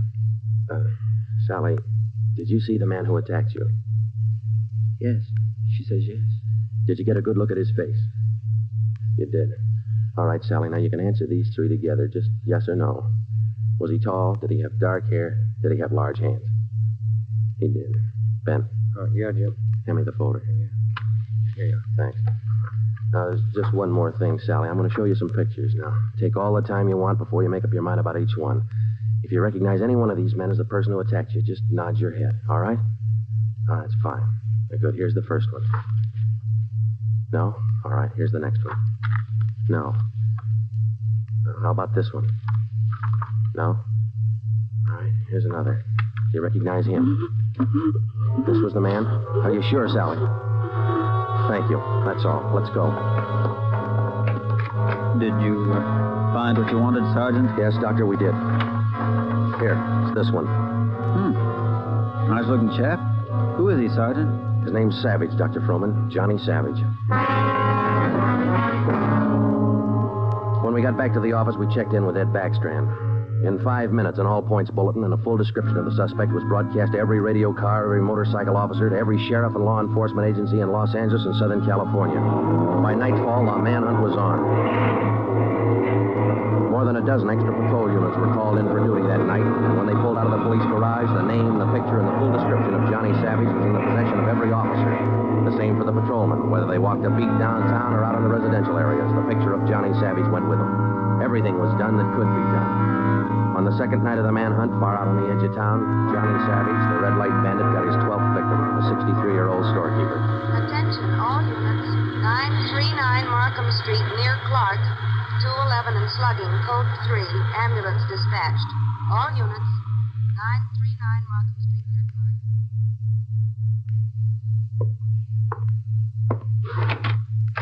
Here it is, Skipper. Tie-in. What'd you get? Wilkerson lifted the prints off that black sedan that rammed Joe and me. Yeah? They belonged to Johnny Savage. Yeah, good. That storekeeper last night is a Savage, all right. Victim identified him from his mug. All right. We got enough of this Savage guy to put him on ice for life. All we have to do now is to get him. Now, look, the way we figure it, Ed, this red light bandit is using stolen cars with cold plates, so there's no way of tracking down the cars at regular commercial garages. He's got to be renting private garages someplace around town. All right, let's get the neighborhood patrolman on the job. Advertise it. All over town.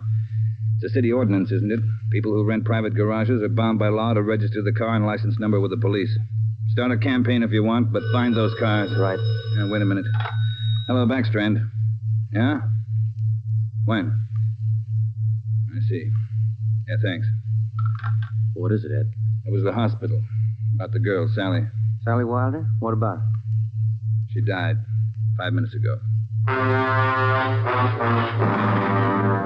That night, everybody went back on the job as usual. The cruiser cars, the patrolmen, the motorcycle officers, and about a dozen decoy cars. Armed police women riding alone in cars or parked in lonely spots with a police officer escort.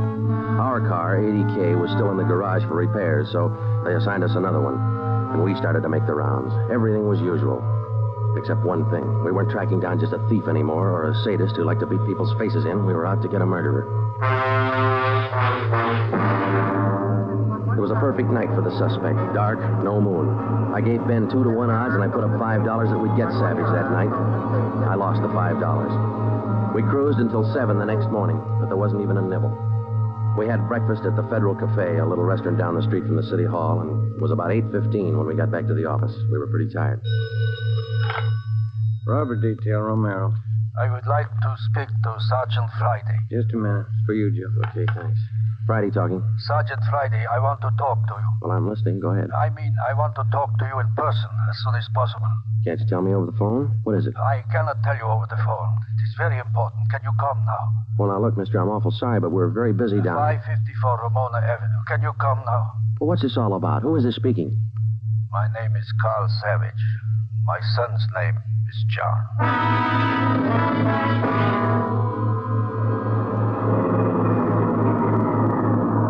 Here it is, Joe. Neat-looking little place. Yeah.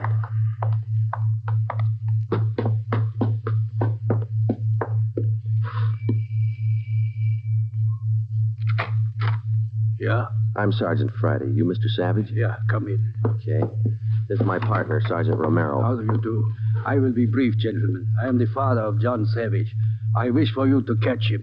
I will help you. I noticed the name on the mailbox outside, Mr. Savage. Changed your name lately? I changed my name 10 years ago when John first got into trouble. My own name I had to change. The shame. Always from him, my son. Shame.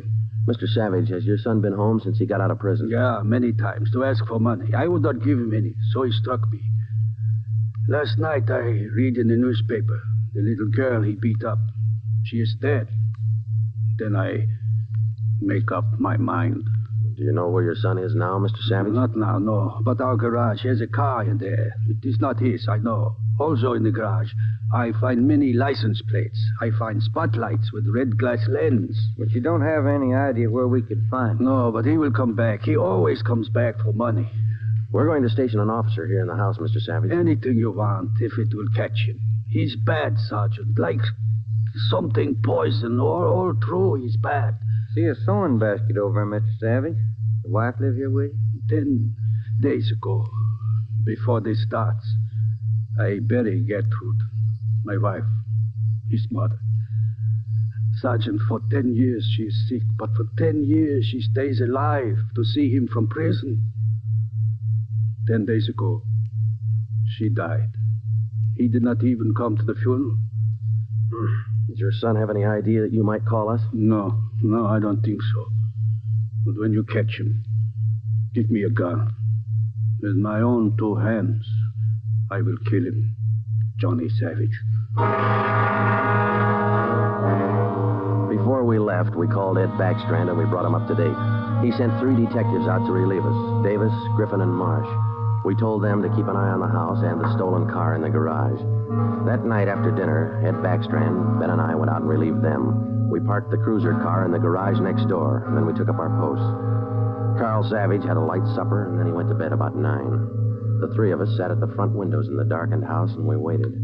Ben kept his eye on the garage. Outside, across the city, the manhunt continued as usual. 3 hours went by. The waiting got monotonous. Friday, Romero, look alive, will you? Oh, yes, Skipper. I'm sorry. That clock's enough to put anybody to sleep. What time you got? 12:23 a.m. Thanks. The clock kept ticking. We were tired. We took turns keeping each other awake. At 10 minutes past 2, I looked at my watch, and then I settled back and tried to find some kind of a comfortable position.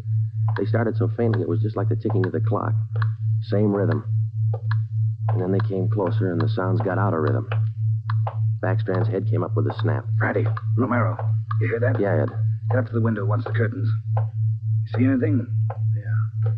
Yeah, somebody's coming. Savage? Can't tell. Wait a minute, it's slowing down. It's going up the driveway to the garage. He's going inside. That's him. Come on. Watch it, he spotted us. He went over that fence into the yard. There he is, Friday. You hit him, Joe. Maybe. He's going for the street. He's headed for that car, Ed, that sedan up on the corner there. Yeah, Romero, go back and get the car. Right, Skipper.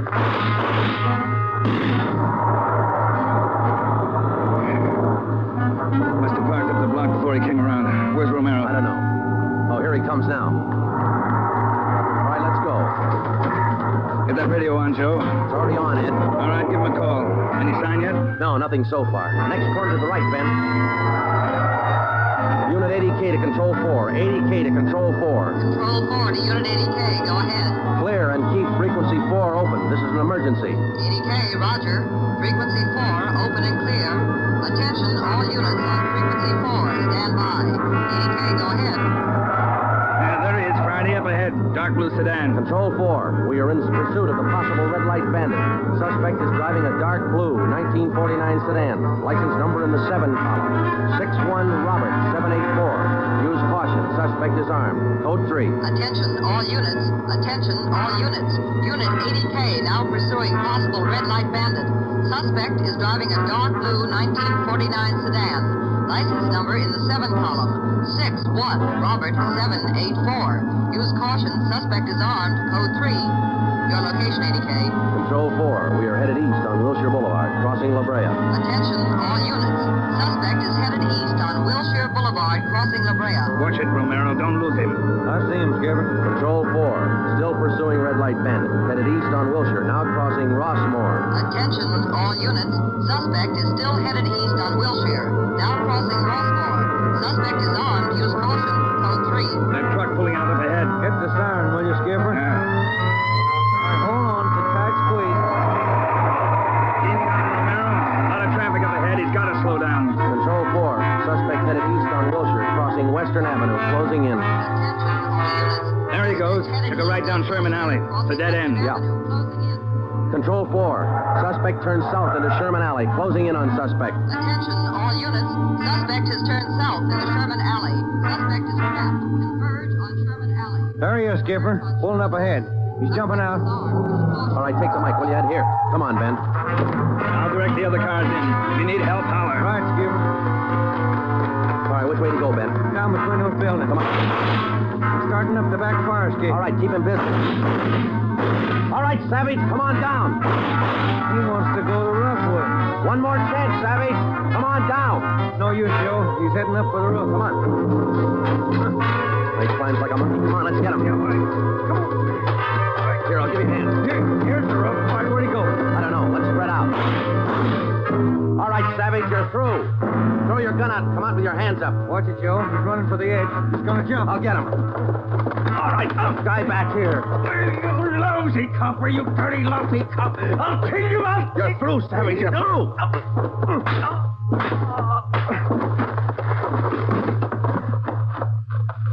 Good, Joe. Yeah. Throw the cuffs on, will you? Yeah, you just betcha.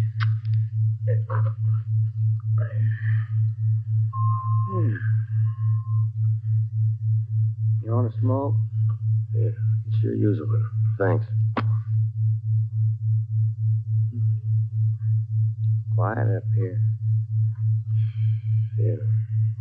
I was just thinking. Well? Carl Savage, this guy's father. Mm-hmm. What about him? Nothing. What would you do, Ben, if your son was a murderer?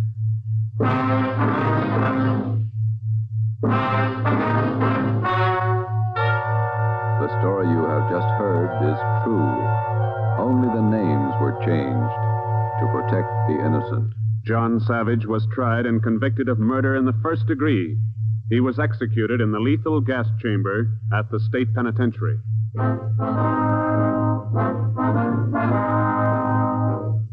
You have just heard the sixth in a new series of authentic cases from official files. Technical advice for Dragnet is furnished by the Los Angeles Police Department. Tonight's program is dedicated to Patrol Officer Robert Steele of the Montana State Highway Patrol, who on the morning of November 2nd, 1947, gave his life so that yours might be more secure.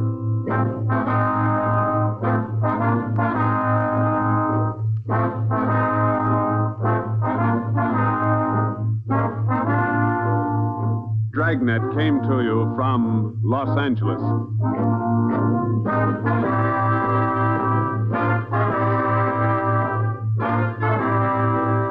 This is NBC, the national broadcasting company.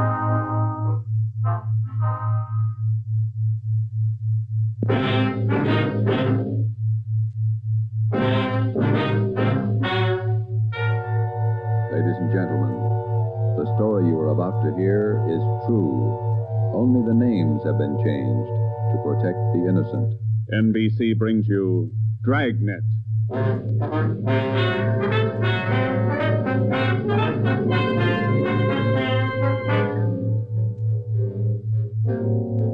You're a detective sergeant.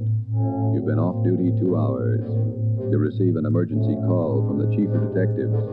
An entire block in the heart of your city is threatened with complete destruction. Your job? Report at once. Dragnet, the documented drama of an actual crime, investigated and solved by the men who unrelentingly stand watch on the security of your home, your family, and your life. For the next 30 minutes, in cooperation with the Los Angeles Police Department, You will travel step by step on the side of the law through an actual case from official police files. From beginning to end, from crime to punishment, Dragnet is the story of your police force in action.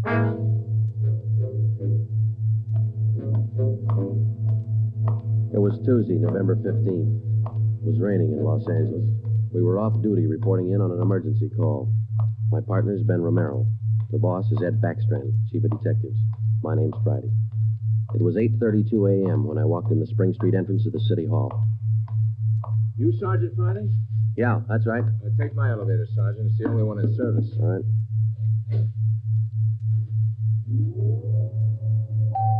I'll run you up to 16. The chief's waiting for you up there. What's the pitch? Only one elevator in service out of 10? The place looks deserted. What's going on? Nobody in the building. All the office people have been sent home. Lots of trouble. Somebody declare a holiday? No joke, Sergeant. Big trouble. All right, you convinced me. What is it? Here we are. 16th floor. Over here, Friday. Hi, Joe. Hello, Ben. You made good time. Came as soon as I got the call, Ed. Sorry to have to bring you back in. You worked last night, didn't you? Yeah, midnight to 8 this morning. Sorry. Come on. Okay. What is it, Skipper? Why all the hush? Wait till we get inside. In here. Okay. Number one, let's keep our voices down. You all right? I'll make it as brief as I can. Every minute counts. What time you got, Friday? 8:33. All right, here it is. 55 minutes ago, a man walked into this building with a homemade bomb under his arm. If we don't release his brother from the county jail by 9 o'clock this morning, he says he'll pull the trigger on the bomb and blow up the whole building. He's kidding, Skipper. Who is the guy? Name's Vernon Carney. Here's his package. He and his brother have been in and out of jail since 1937. Small-time thieves. Yeah. Where's the FBI kickback? We had him once before, both of them. Brother's name is Elwood, serving a year for car stripping. And this two-bit thief is sitting here in the city hall with a bomb on his lap? That's right. In the next room. What kind of a bomb is it, Ed? You think he's bluffing? Could be bluffing, but the crime lab says no. Lee Jones from the lab get a look at it? Been in there twice. One end of the box is glass. Says you can't see much without a closer look, but you can't get near the guy. What do you want us to do? It's a volunteer job. You can take it or leave it. I won't order you to do it. How you want to handle it? You sure you want a piece of this one, Romero? No, he doesn't, Ed. He's got a family. Get me another single man. We'll give it a try. Wait a minute, Joe. What makes this job so different? Anytime we kick a door in, we never know what's on the other side. That's what makes it different. This time we do. No, you're not going to cut me out. Not the only time I know what I'm getting into. All right. Chandler's tried. Hannon, Davis, Watson, they've all tried. This guy Carney knows what he's doing. He's no pushover. But somebody's got to get that bomb away from him. Friday, Romero, it's your baby now. I looked at my watch. It was 8:36. We left Backstrand and started down the hall. If Carney was going to make good his threat to blow up the building by 9 o'clock, we had exactly 24 minutes to talk him out of it. Ben and I figured we'd better look him over first and then work out some kind of a plan. Maybe just talking to him would do it. Vernon Carney was sitting in a straight-back chair against the far wall facing the door. He was seated between two windows that looked out over the city. Along the left wall was a row of 6 wooden chairs. In the center of the right wall was a connecting door leading to the office where Backstrand had briefed us. The door was locked on both sides. Just off-center and favoring the left of the room was a small filing table. The other furniture in the office was a desk just forward of the connecting door on the right. There was a dictaphone on the desk. In the near left corner, shielded by a white screen, was a small wash basin. The faucet leaked. Vernon Carney was middle-aged. He sat erect, holding a black box on his lap. He held his right hand inside one end of the box. Ben and I stood there for a minute and looked at him. Then we walked in the room. What do you say to a man with a bomb? That's close enough. Cigarette, Carney? I'm not smoking right now. What are you trying to prove? You know what I want? We're not going to let your brother out of jail. You got until 9 o'clock to change your mind. According to that clock on the wall, you got 24 minutes. If we go, you're going with us, Carney. Don't take much of a brain to figure that, copper. What made you think you could get away with this? Haven't yet. It ain't 9 o'clock. Unless that clock's slow. Haven't checked it against my pocket watch lately. That's the one that's running this show. Have you given any thought to all the innocent people that are going to go up with that thing of yours there? My brother's innocent. I want him out of jail. The court says he's guilty. He'll get out when he serves his time. That's where you're wrong, copper. He gets out at 9 o'clock this morning. All right, come on, Carney. Get your hand out of that box. Put the box on the table. You think I'm bluffing, don't you? I'm going to let you get within 5 feet before I make a liar out of you. Okay, Carney. I guess you mean business. You can take 3 more steps and find out for sure. Suppose we did let your brother out. We'd just come out and pick him up again, you along with him? If you could find us. Let's get this straight. If we let your brother Elwood out, how do we know you're going to keep your promise? What promise? I ain't made any promises. You just get Elwood down here first, and then we'll talk about it. There's only one thing I can't figure, Carney. Yeah, what's that? If we don't let your brother out, you say you'll pull the trigger on that bomb. You're going to kill a lot of innocent people. What are you going to prove by that? It's 8:37. You've got 23 minutes left. No, I wish you'd answer that one for me. Why do you want to kill a lot of innocent people? Don't try to con me, copper. I know they cleared everybody out of this building 45 minutes ago. I know they cleaned out the whole block. They got it roped off. Where'd you get your information? I got a couple of windows here to look out of. Don't you think it's about time to send somebody over to get Elwood? You know, Carney, we've got a way out of this. We don't have to let your brother out neither. I've heard that before. What's to stop us from leaving the building along with the other few officers and let you sit here and touch off that bomb? Go ahead. It won't be a long wait without you. Who are you trying to kid? You'd let me blow up $10 million worth of taxpayers' money? Ah, no. You're going to let Elwood out. You'll wait till the last minute to do it. But you'll let him out.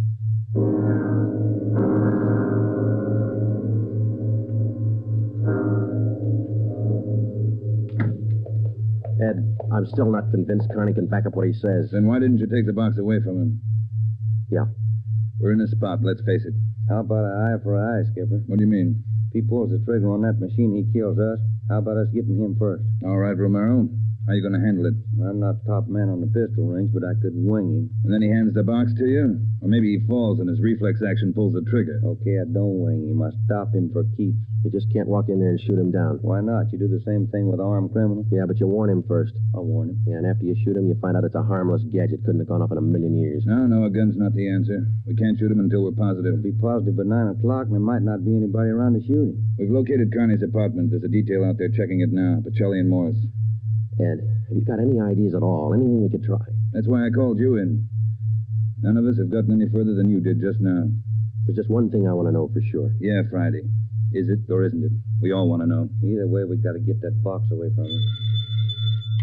Backstrand. Yeah. You did? Yeah. No, stay out there till I call you. All right, here's half the answer. That was Pacelli. They found 28 sticks of dynamite in Carney's apartment. We knew Carney wasn't kidding now. We could see into the bomb through that glass window in one end.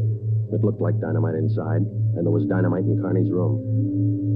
We didn't know if he had the nerve to pull the trigger. We didn't know if it would go off when he did. But with only minutes remaining, nobody wanted to take the chance. From here on in, all of us agreed that Vernon Carney sat in the next room, holding in his 2 hands a force powerful enough to destroy us all. We had to get that box away from him, and to get that box, we had to have a plan. I looked at my watch. It was 8:40. 20 minutes till 9 o'clock. How do we get it away from him? I got an idea. It might work. Let's have it. Carney's sitting against the far wall between 2 windows. They're both open. Yeah, that's right. All right, if we could get a man through one of those windows, we might get Carney from behind. How are you going to get him? Whoever gets through the window could slug him. What do you do then? Somebody grabs the box. The crime lab can tell us what to do with it. How do we get a man through one of those windows? We're on the 16th floor. Well, there's some kind of a ledge that runs around the building on each story. Wide enough for a man to walk on? And let's take a look. All right. Looks pretty narrow, Joe. That's a good 18 inches. Could be done. Too risky. It's raining out. That ledge is slippery. Strong wind out there, Joe. Tear a man right off the building. Yeah, I guess you're right. Well, there's still a way. How about a ladder? 16 floors, Skipper. There might be a way. Fire department would know that. I'll get Battalion Chief Erickson. Is Lee Jones in the building? No, he's over in the crime lab. I'll get him up here, too. I don't know, Friday. Maybe it'll work. It's got to, Ed. All right, now look. It's going to take a couple of minutes to set this up. We've got to know what Carney's doing every second of that time. Well, how about the dictaphone in there on the desk? Good. Get it on without him seeing you. We'll try. The dictaphone in there is connected to this one in here. This room is 1614. You got that? Yeah. All right, push down key 1614 on that machine in there and leave it down. Get the receiver off the hook and leave it off. Leave the receiver off. That's right. You know, if it isn't off the hook, we won't be able to hear a thing in here. All right. Come on, Ben. This is Backstrand. Give me Chief Erickson. Where's my brother? Still in his cell? You coppers are long on talk, but short on time. Yeah, we know. I'm telling you, for your own good, you'd better get Elwood over here. Carney, I'll bet if we get your brother on the phone here, he'll tell you he doesn't want any part of this. You mean Elwood don't want out? Since when? Sure he wants out, but not your way. He's only got a year to serve. Why don't you leave him alone? I told him I'd get him out. He didn't think I could do it. But I'm doing it. I'll make you a bet, Carney. Let us get your brother on the phone. He won't walk out of here with you. Get him on the pack. Where you going? The phone's over here. Have to use the dictaphone. Had to get an okay from the chief. Elwood's still a prisoner. What's the matter with the phone? No operators. You know the building's been cleared. Oh, yeah. That's right. Almost forgot. Okay, you can use the dictaphone. This Friday, Ed. Carney wants to talk to his brother. Yeah, I know you'll have to send somebody over. Have them put the call on extension... wait a minute. What's that extension number, Ben? 2351. 2351, Ed. Right. It'll take a minute. Yeah. I'd kind of like to talk to El. Been a couple of months since I seen him. We've always been together, me and El, most of the time. Joe, let's go in and see if we can hear that call. Good idea, boy. 16 minutes to 9. Hey, cop. Yeah. Forgot to hang up the dictaphone, didn't you? I put the receiver back on the dictaphone. Ben and I had failed to make good on the first step of the plan. When we got outside the door, we briefed Davis and Watson. They went in to sit with Carney. It would be their job to keep us posted on Carney's movements. The dictaphone was out. We went back into the office next door. Chief Sam Erickson of the fire department and Lieutenant Lee Jones from the crime lab were already there. We told Backstrand what happened. Would have been a help. We haven't got time to cry over it. Carney's wide awake, Skipper. He doesn't miss a thing. Backstrand told us the plan Friday. We can't run a ladder up from the street. Too high, Chief? Best we got is a 100-foot aerial. You figure 12 foot to the story, that'll take you up 96 feet, 8 floors. And we've got the latest equipment. What's the idea you had, Jones? Sam, can you get hold of a pump here in a hurry? Sure, we got a lot of scaling ladders, but you got nothing up there to hook 'em on. You figure on dropping down from the floor above? That's right, and I figure a pump here would do it. Sure it would. You could make it fast to the windowsill up there, but you got a 1.5 foot ledge in the way. No, what you want is a lifeline. You mean lower a man on a rope, Chief? Yeah, Romero. That's the quickest and the quietest. Could you rig it so one of my boys could do it? Sure, Ed. What's the risk? None if you work it right. We'll strap on a life belt. Give the man heavy leather gloves. 2 of my men will lower him down. Pick your lightest man. What do you think, Lee? That's it. What do we do with the bomb when we get it? I figure that box Connie's holding is about a foot square. Here's what I'll do. I'll get you a bucket with a 1.5 foot mouth. It'll be full of water. Yeah? I'll have it right outside the door of that office. When you get that box, place it in the water. We'll get the bucket out of the building as fast as we can. And once we get the bomb underwater, we're in the clear. And I can't promise you that, but it's the safest way to handle it under the circumstances. All right, that's the procedure. Sam, you take care of your end. Right away. I'll get a detail to give me a hand down on the street. We'll have a car ready to take the bomb to a safe area to decommission it. Work as fast as you can. Come on, Sam. It's our baby, Joe. That's right. Which part of it you want, the rope or the bomb? You call it. Fire Chief Erickson says the lightest man on the rope. That's me, Joe. All right, I'll get the bomb out of the building. Okay, that's the routine. But carry this with you. The man that comes down on that rope has one chance to make good. You slug him and make it count because there's no second try. Yeah. And, Joe, when you grab that box, you got to get it away from Carney before he can squeeze the trigger. Then you got to get it down into the street. The elevator. You know how to operate it? That's pretty simple, but I'll double check with the operator. Better do it right now. Okay. Ed, we better get Carney's brother on the phone for him. He seemed anxious. Might be a pretty good stall. All right, Romero. That's the outside phone. Get to city jail. All right, Skipper. Get going, Friday. Okay.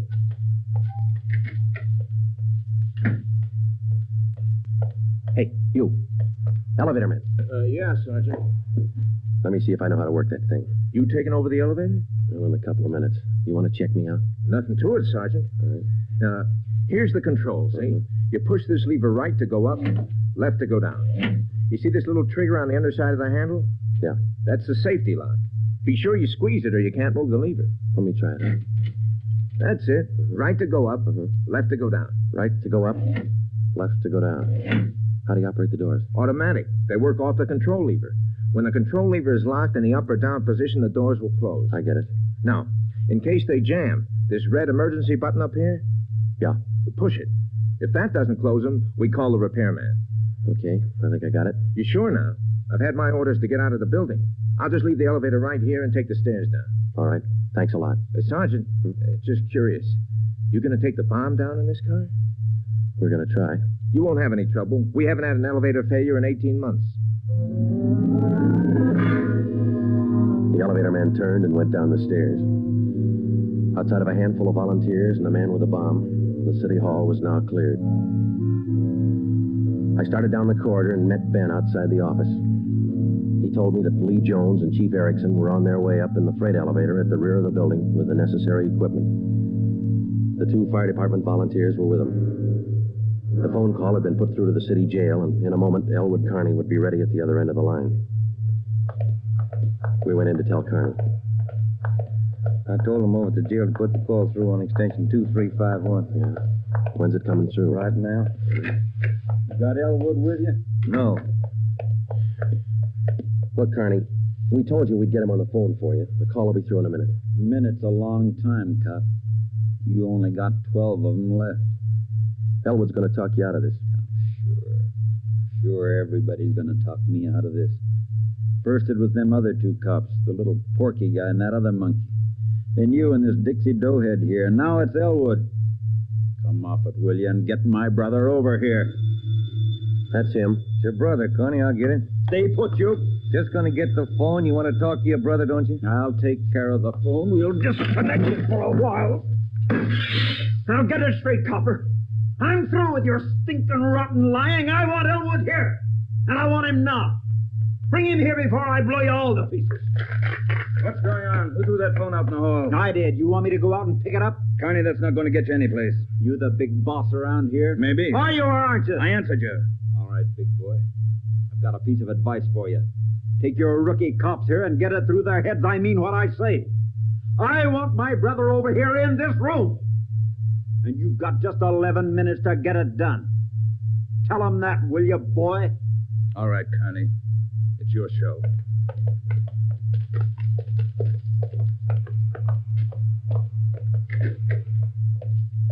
All right, we got to work fast now. Jones, everything set for you? Got the bucket with the water right here. Car's waiting out in the street. Right. Erickson, your boys ready? Upstairs, waiting. And we all know what to do. Ed, I got to have somebody to give me a hand with Kearney when he falls. I'll be in there with you, Friday. Ready to go upstairs, Chief? Anytime. Oh, one thing you ought to know. What's that?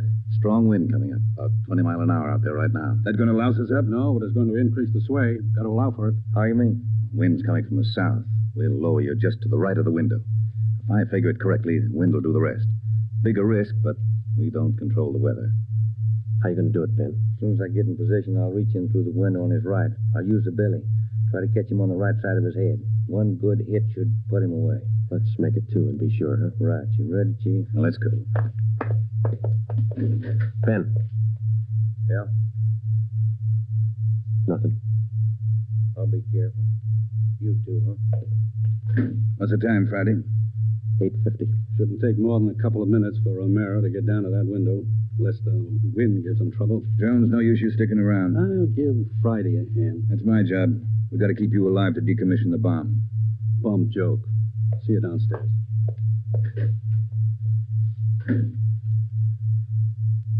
You ready, Ed? Yeah. Scared, Friday? Yeah. That makes us even. Come on.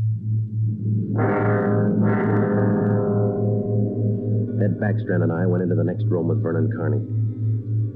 Our job was to keep him occupied until Ben was lowered to the windowsill from the floor above.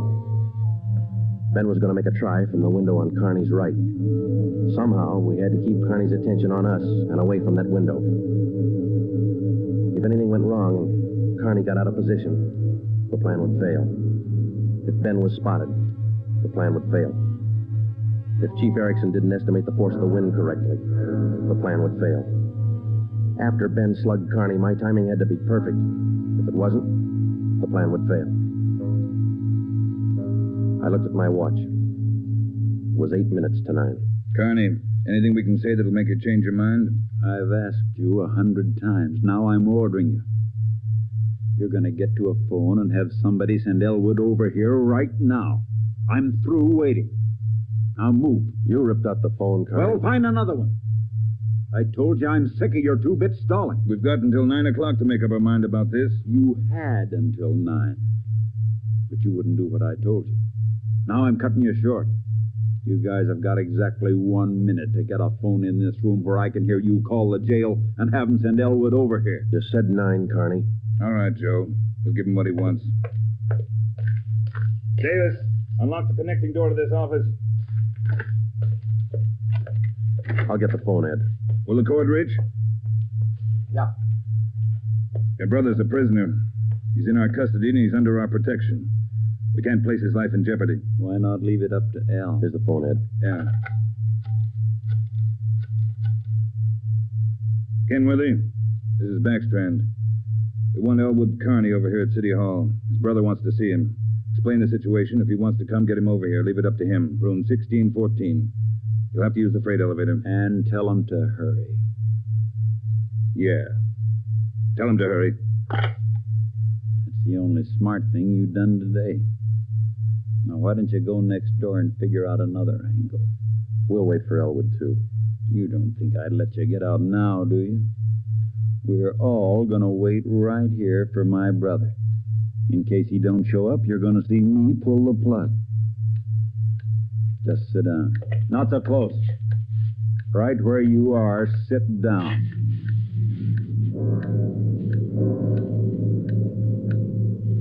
Loud clock, ain't it? Windy. Getting cold in here.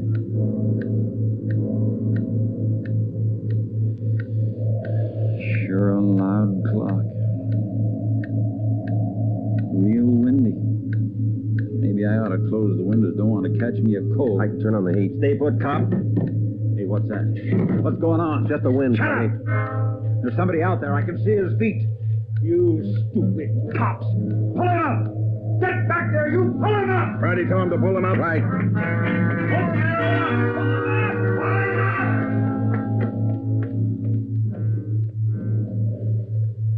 All right, Carney.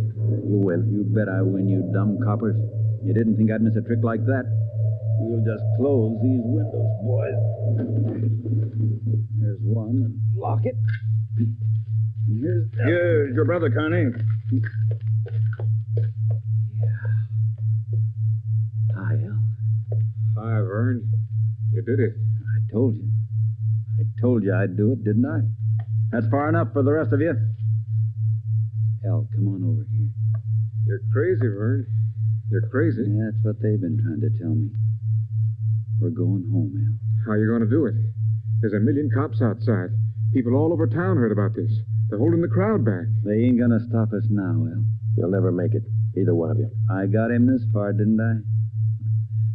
We'll make it. Vern, you think we could do it? Hey, you. Yeah? You're going to get a car ready for us, a fast one. Have it in front of the building. Move! All right, Friday, do what he tells you. Right. Hold it. Yeah. If you ain't back by 9 o'clock, the deal still holds. I told them I'd pull the pin at 9, Al, if they didn't let you out. You ain't fooling, are you, Vern? Will that desert really blow? 4 miles high. You know what that means, Al? Yeah, but they won't let you pull it. We're getting out. All right, Copper. Get the car. You've got 4 minutes.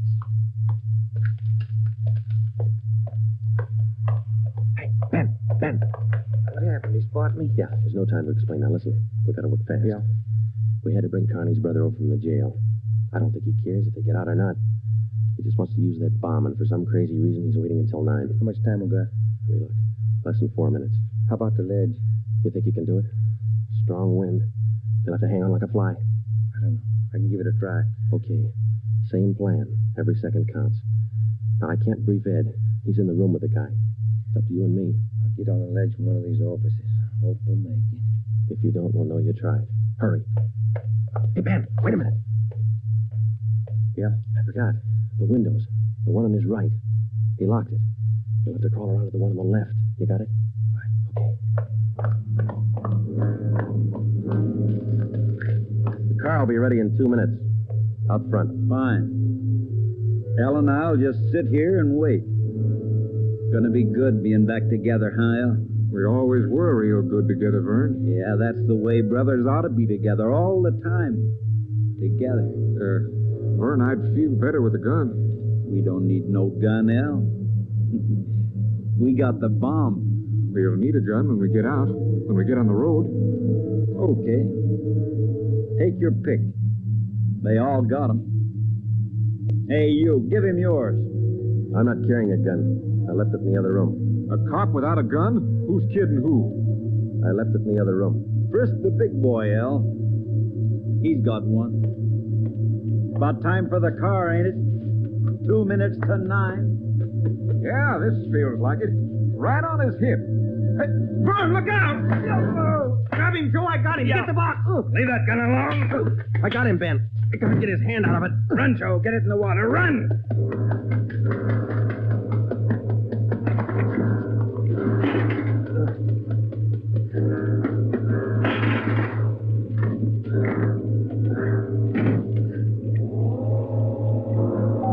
In a fast elevator, 16 floors isn't very much, but I've never shared an elevator with a live bomb. It seemed like minutes between floors. I kept watching the bucket. The bomb was completely underwater. A small stream of bubbles was hissing to the surface. I waited.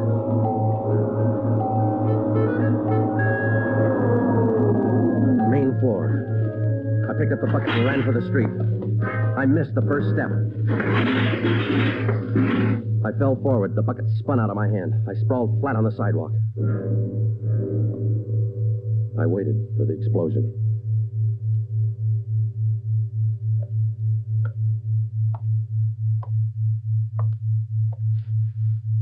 It didn't go off Friday. I gave it a good chance, Lee. It was all there. Look, at least a dozen sticks of dynamite. Snyder, bring that over here. Here you are, Lieutenant. Thanks. Here's why it didn't go off. Had it rigged for a hard trigger pull. Would have taken a good yank to set this one off. Yeah.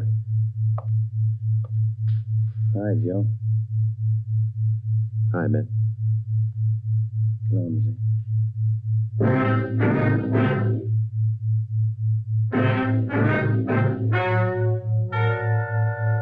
The story you have just heard is true.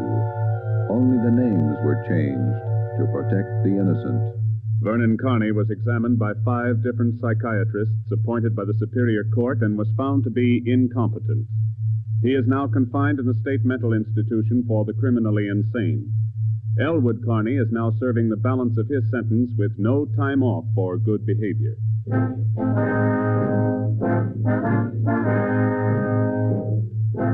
You have just heard the 7th in a new series of authentic cases from official files. Technical advice for Dragnet is furnished by the Los Angeles Police Department. Tonight's program is dedicated to Town Marshal Lon T. Larson of the Mount Pleasant, Utah Force, who, on the night of October 15th, 1945, gave his life so that yours might be more secure.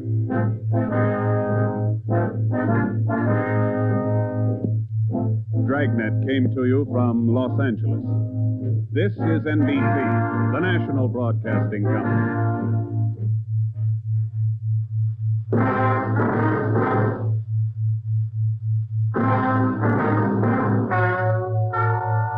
Ladies and gentlemen, the story you are about to hear is true. Only the names have been changed to protect the innocent. NBC brings you Dragnet.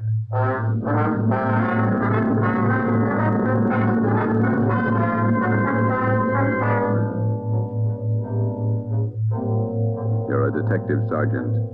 You're assigned to missing persons detail. You've never heard of Fountain Green, Utah. You've never heard of Juanita Lasky. Los Angeles is a big city, 452 square miles, 3,356,969 people. Your job, find her. Dragnet, the documented drama of an actual crime investigated and solved by the men who unrelentingly stand watch on the security of your home, your family, and your life. For the next 30 minutes, in cooperation with the Los Angeles Police Department, you will travel step by step on the side of the law through an actual case from official police files.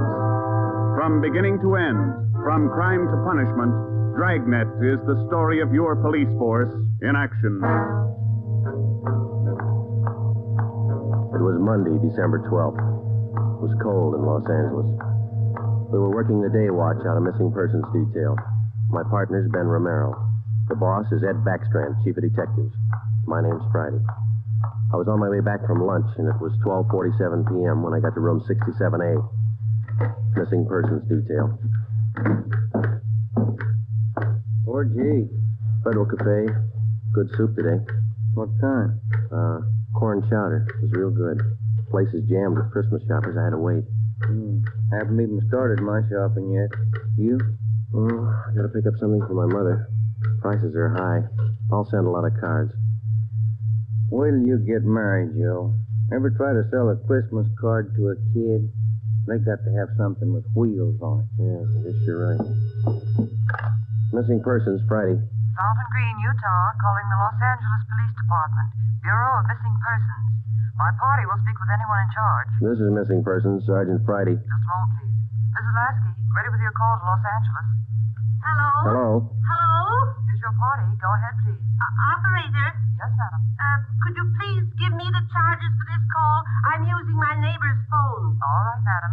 Please signal when your call is completed. Oh, yes. I'll do that. Go ahead, please. Hello? Hello? Are you missing persons? Yes, ma'am. Sergeant Friday. This is Mrs. Hannah Lasky. I'm calling you from Fountain Green, Utah. Yes, ma'am. This is in regard to my daughter, Juanita Lasky. I haven't heard from her in well over a month, and I'm terribly worried. Where was she staying in Los Angeles, Ms. Lasky? At the Chelsea Hotel for Women. I have the address. 941 South Melrose Street. I can't understand it. Ever since Juanita's been away from home, she's written twice a week regularly. When's the last time you heard from her? The last letter I have is postmarked November 2nd. You know how it is, Sergeant. We have no relatives in Los Angeles, and she's trying to find work down there, living all alone. I just don't know what to do. All right, Ms. Lasky. I'll take her description over the phone and make out a preliminary report. You'll have to send us a photograph of your daughter and a letter to the effect that you want us to trace her. I'll get the letter and the snapshot off today. Now, what's your daughter look like? What's her full name? Juanita Marie Lasky. Lasky. No E. All right. Her age, weight, and height. She was 26 last July 10th, 128 pounds, and about my height. Well, how tall are you, Ms. Lasky? Oh, yes. 5 feet 7 inches. She has auburn hair. It's quite long, and her eyes are green. Okay, I got it. Any outstanding scars, birthmarks, anything that might help us identify her? But what's that? I say any outstanding scars, birthmarks, anything that might help us identify her. No. Juanita's a pretty girl. Nice disposition. Oh, that's about all, Sergeant. Where can we contact you, Ms. Lasky? 122 Brigham Young Street, Fountain Green, Utah. When you find Juanita, I wish you'd have her call me right away. I'll pay for the call. We'll do that, Ms. Lasky. What's your number up there? This is the neighbor's phone, but they'll call me. It's Fountain Green 14R2. Yeah. You will try to find her as fast as you can. We'll go to work on it. Well, Juanita always comes home for the Christmas holidays. Do you think she's all right? I wouldn't worry about it, Ms. Lasky. We'll call you just as soon as we get any kind of a lead on her. Thank you so much, Sergeant. And if there's any charge, I'll be glad to pay it. No charge. If your daughter's in Los Angeles, I think we can find her. Oh, if there's anything wrong, you'll let me know right away? Yes, ma'am. You're very kind. Goodbye. Bye. What you got, Joe? Some girl owes her mother a letter. Come on, Ben.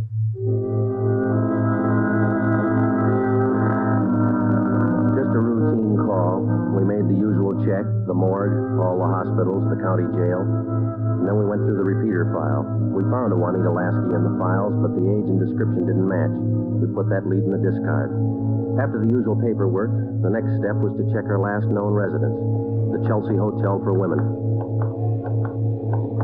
Here it is, Joe. Chelsea Hotel. Yeah. 55 rooms, all outside. Your home away from home. Now let's go in.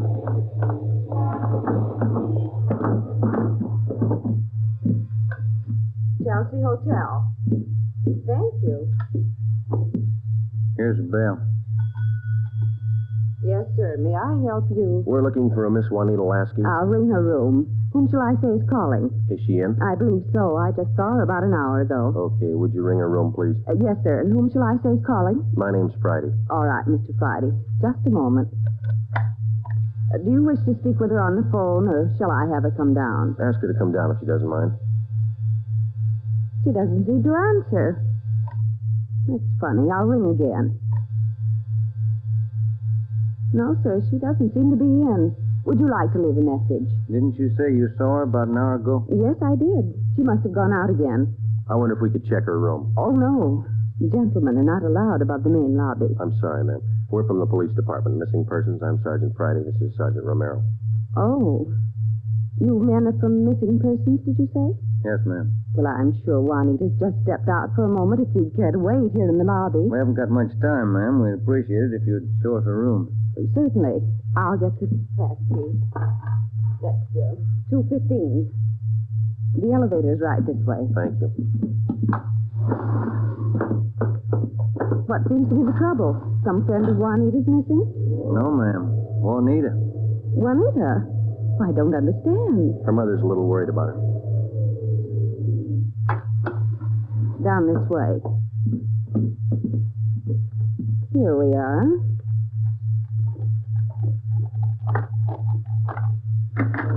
No wonder she didn't hear the phone. She's in the shower. Yes, ma'am. Would you rap on the bathroom door and tell her we'd like to talk to her as soon as she's through? We'll wait out here in the hall. Certainly. Juanita? Juanita, there are two gentlemen here to see you. Juanita? Juanita? I'm coming in. It's Miss Waters. Sergeant? Yeah? There's no one in the shower. It's running, isn't it? Yes, and I see a robe and towel all laid out. We better take a look around. Turn off the shower, will you? Yeah. She must have left in a hurry. Say, here's a fresh change of clothing on the bed. Where's the closet, ma'am? This door? Yes, that's right. Closet full of clothes. There's a couple of pieces of luggage in there. This isn't like Juanita. Funny, isn't it? You say you saw her about an hour ago. Yes, I did. Coming in or going out? Oh, coming in, I thought. You have room service here? Yes, we have a coffee shop downstairs. Uh-huh. The tray of food here on the table hasn't been touched.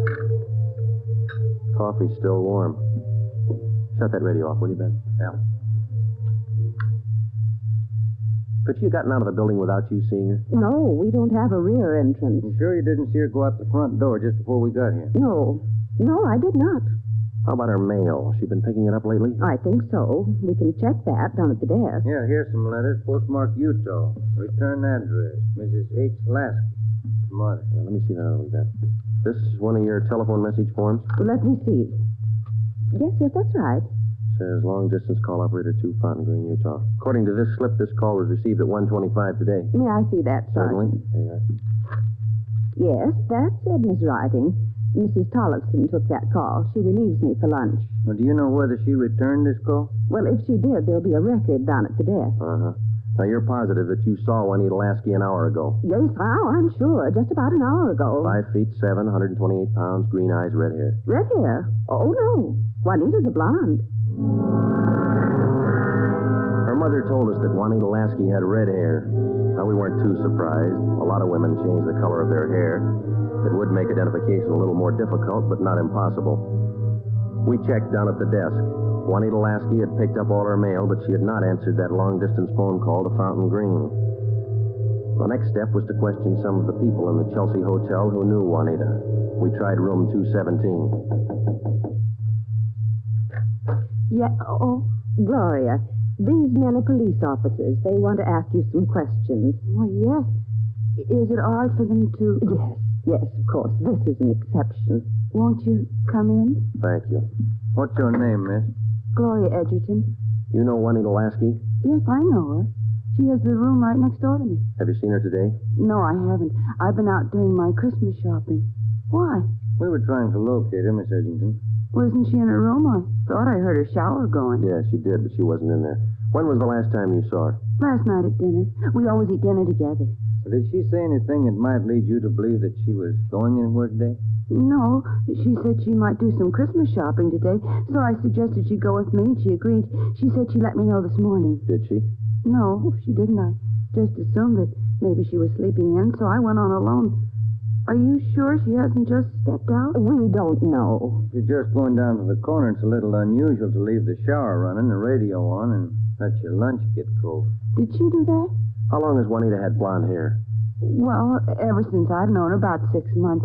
We moved in here together. We work at the same place. Where's that, Miss Edgerton? At the Closet building. We're elevator operators. I see. Who's your immediate superior down there? Darlene Kemp. She's chief starter. Mm-hmm. You got that, Ben? Mm-hmm. She have many dates? No, not too many. Juanita likes to go steady. Who was her steady boyfriend? Paul Matthews. He works in the Closet building, too. He's in the dental lab for Dr. Welty, 6th floor. Well, is there anything else that you'd like to add that might help us find her? Well, are you sure she's lost? The Claggett building is in the heart of downtown Los Angeles. It's a business and professional building. The cornerstone says erected in 1924, and it stands 12 stories high. The main entrance is on Hill Street. Going up. That's all in the car, please. All right, Marion. Going up. Get back in the car, please. Are you Darlene Camp? Yes. Just a moment, please. Going up. All right, Dora. Can I help you? I'm Sergeant Friday, Police Department. This is Sergeant Romero. Yes, sir. Juanita Lasky work for you? Yes, she does. She's one of my operators. When's the last time you saw her? Anything wrong? No, we're just trying to locate her. Well, you just missed her by 45 minutes. All right, Sylvia. She was in to pick up a check. Do you know where she cashes her check? Most of the girls cash them down at the bank on the corner. There's only one around here over on 8th. You say about 45 minutes ago? Yes, that's right. Thanks very much, Miss Camp. Come on, Ben. Going up. All right, Marion. The bank's not far from here. Yeah, it is kind of funny, isn't it? What's that? Her room, the shower, the radio, that lunch. Sure pulled out in a hurry. What do you think? I don't know what to figure. It's a new one on me. She's alive, we know that. She was, 45 minutes ago anyway. Christmas is here. Santa Claus in his chimney. Yeah. No. I beg your pardon, sir. That's all right. Merry Christmas. Same to you. Here we are, Joe. Guess we better check with the manager, huh? You the manager? I'm the assistant manager. Can I help you? Police department. Yes, sir. I'd like to find out if a check has been cashed here within the hour. Yes, sir. And what's the party's name? Lasky, Juanita, payroll check, Claggett building. Yes, sir. I know Miss Lasky. If you'll step behind the counter, I'll get the check. Thank you. If you'll just wait right here. Okay, thanks. Wonder why she stopped writing to her mother. It's a good question. When we find her, we'll ask her. Wonder if anything was wrong where she worked. No, it didn't seem to be. We'll check back there when we finish here. Yeah.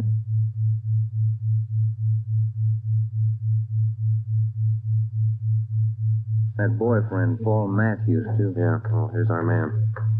Yes, sir. Here's the canceled check. I okayed it. You sure it's the same girl? Blonde girl, elevator operator in the Claggett building. Was she alone? Oh, I think so. Did she appear normal? No, she didn't seem to be as friendly as she usually is. Does she have an account here? She did have a small savings account here, but she closed it out about a month ago. I see. Well, here's our card. If you should happen to see her again, give us a call. I'll do that. Thank you very much. Entirely welcome. Merry Christmas. Merry Christmas. We went back to the Claggett building. Ben called the Chelsea Hotel from the phone booth in the lobby of the building. Miss Waters, the manager, was keeping a sharp lookout, but Juanita Lasky had not been heard from. Paul Matthews worked in the dental lab for a Dr. Welty. His office was number 637. Yes, gentlemen, may I help you? We'd like to see Paul Matthews. I'm Paul Matthews. We're from Missing Persons Police Department. Sergeant Friday. I'm Sergeant Myra. Yes, sir. Do you know a Juanita Lasky? Yes, sir. When's the last time you saw her? Saturday night. We went to a show. Is there something wrong? We're trying to locate her. Do you see a lot of each other? Yes, we do. I don't understand. Miss Lasky disappeared from a hotel a couple hours ago. Thought maybe you might know where she is. No, I don't. Today's her day off. Maybe she's out shopping. Has Juanita done anything wrong? No, it's just that her mother hasn't heard from her for quite some time. I can explain that. Juanita's an elevator operator here in the building. That's how I met her. They don't make much money, you know. Yeah. She was having a hard time making ends meet. She sends money home to her mother every month or so, and besides that, she's got to pay rent and buy clothes and eat. It's pretty rough. She seemed despondent over all this? No, I wouldn't say that, but she was kind of unhappy about not getting a raise. Do you have any outside job? No, sir, she didn't. What kind of a girl is she? What do you mean? Cheerful, good-natured? Oh, sure. Fine girl. We get along swell. I still don't get it. Well, maybe there's nothing to it. Just a routine check. I hope she's all right. When did all this come up? A couple of hours ago. We might have to check back with you. If I can help. Okay. Thanks for the information. Here's our card. If you hear from her, well, give us a ring. You don't suppose anything's happened to her? That's what we're trying to find out. Goodbye, Mr. Matthews.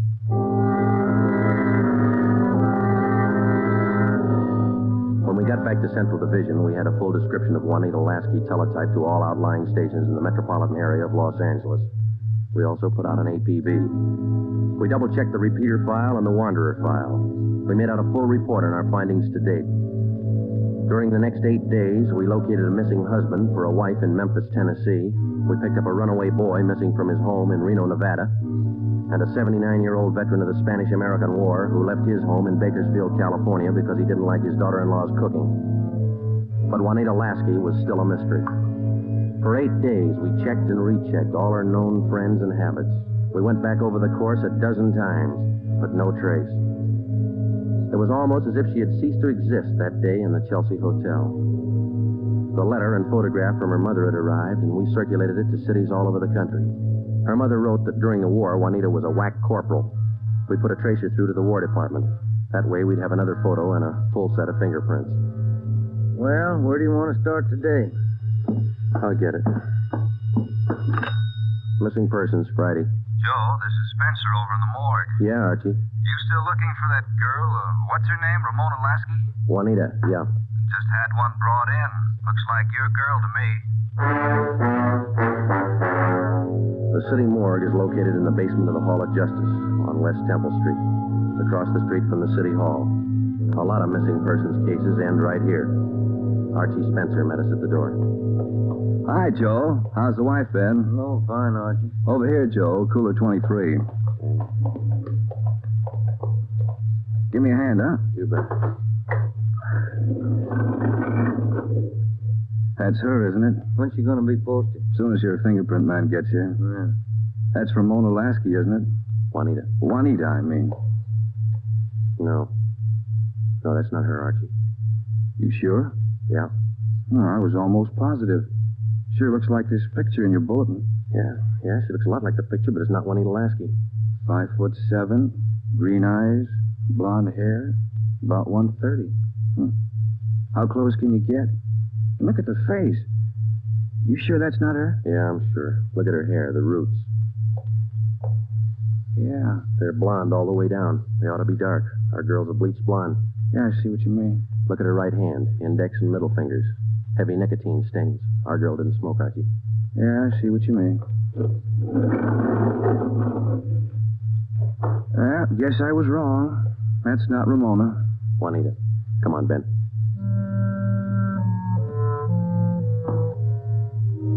That afternoon, we got another phone call from Fountain Green, Utah. Juanita Lasky's mother. We told her we hadn't found any trace of her daughter. It was a hard job. We had answered calls like this before, but maybe it was just the season of the year. Somehow, we felt that we had to find Juanita Lasky by Christmas. We covered every angle we could think of. We kept close watch on all incoming reports. We stayed in close contact with her friends and Miss Waters at the Chelsea Hotel. Regardless of the name on the incoming reports, we checked every set of fingerprints against those we had received on Juanita Lasky from the War Department. Still, no trace. December 23rd, we checked in for work at 8:30 a.m. Chief Ed Backstrand wanted to see us. Got a little something on the Lasky girl. Might help you. What is it, Skipper? Man by the name of Willard Harris. Owns a bar out in Pomona. Phoned in this morning. Yeah? Found a woman's handbag left in the bar. Driver's license made out to Juanita Lasky. Why'd you think to call us? He's got a television set in his bar. Saw the Lasky girl's picture on Sergeant Rosenquist's broadcast last night. How about the girl? Says he can't place her. You better hop out and pick up that purse. Willard Harris owned the Mission Trail Bar. Was in the bus terminal in the heart of Pomona. The Christmas traffic was heavy all the way out Garvey Boulevard. It was 10:45 when we pulled up in front of the bar. Willard Harris was inside taking a liquor inventory when we walked in. How'd you do? You, Mr. Harris? Yeah, that's right. You fellas with General Liquors? Los Angeles Police Department. My name's Friday. This is Sergeant Romero. Oh, say, glad to know you boys. Yeah, I called Los Angeles this morning. We came right out. Say, how about a little eye-opener? Got some fine Irish whiskey. No, thanks, Mr. Harris. How about your partner there? No, thank you. All right, boys. Guess you want that purse, huh? Yes, please. Yeah.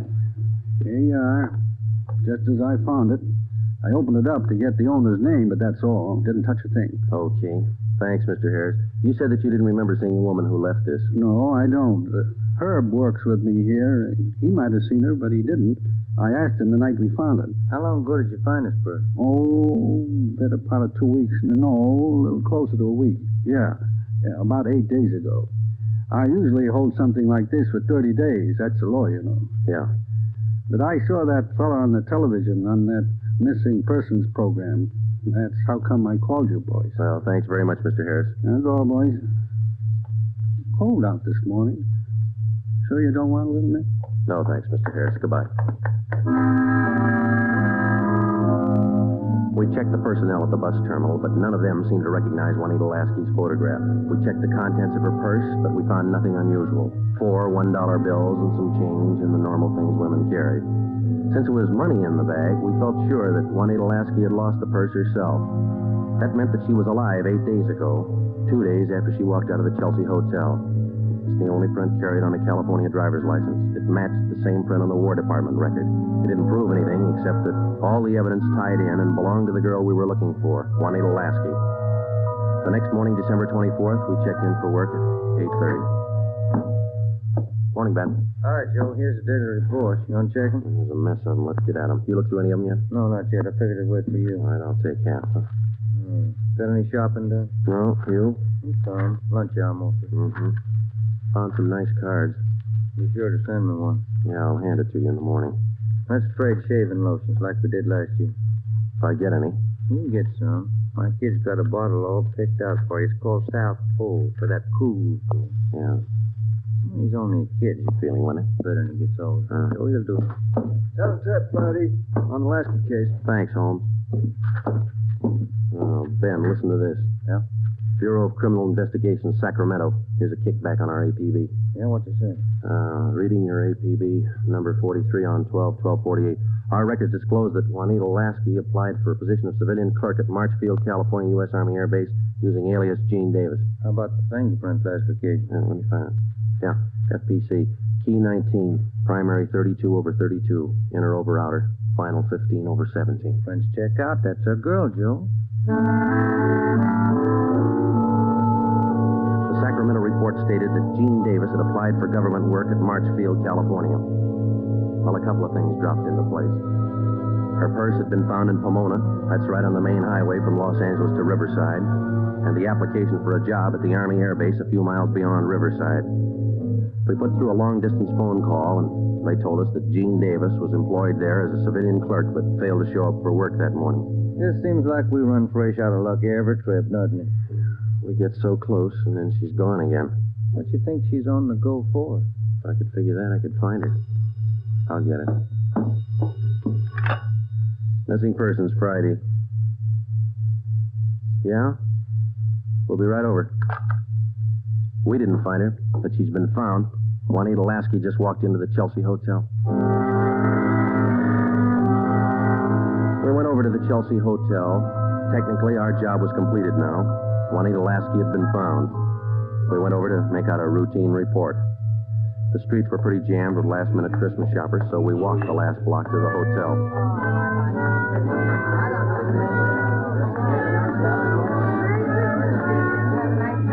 What's your guess, Joe? Let's ask her. Come on, let's go in.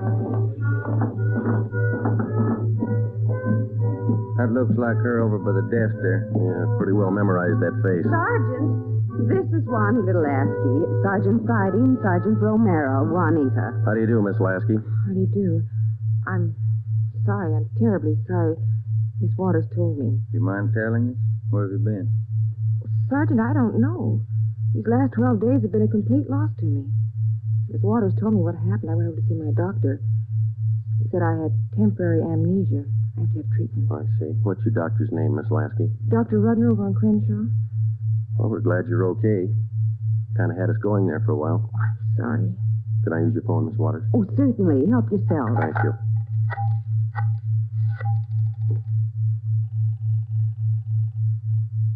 Long distance?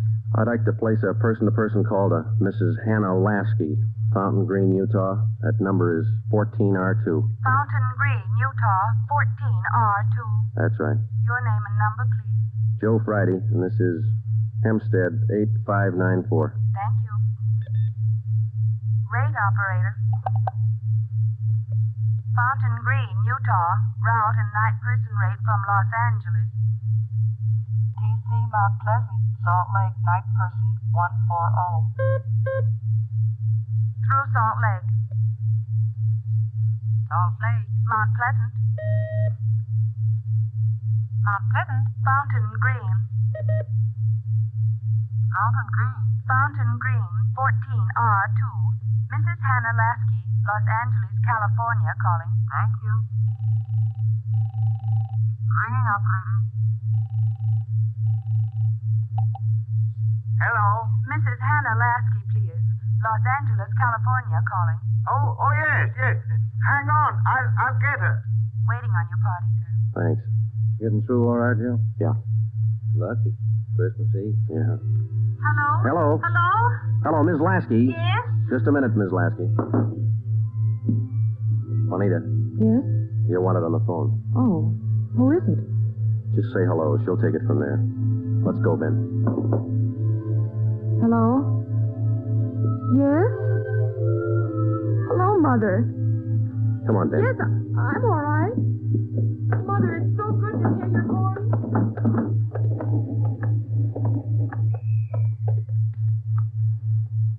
See you tomorrow, Joe. Merry Christmas. Yeah, it is, isn't it?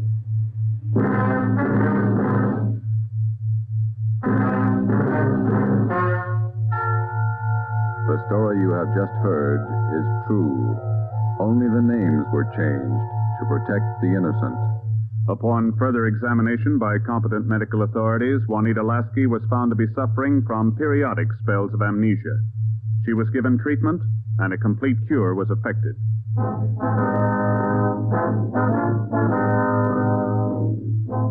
You have just heard the 8th in a new series of authentic cases from official files. Technical advice for Dragnet is furnished by the Los Angeles Police Department. Tonight's program is dedicated to Corporal Grady A. Beecham of the 9th Precinct Metropolitan Police Force, Washington, D.C., who, on the night of December 2nd, 1948, gave his life so that yours might be more secure.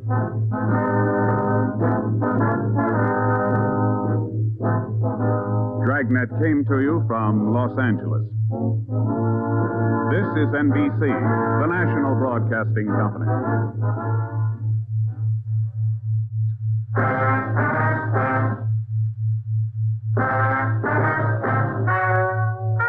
Ladies and gentlemen, the story you are about to hear is true. Only the names have been changed to protect the innocent. NBC brings you Dragnet.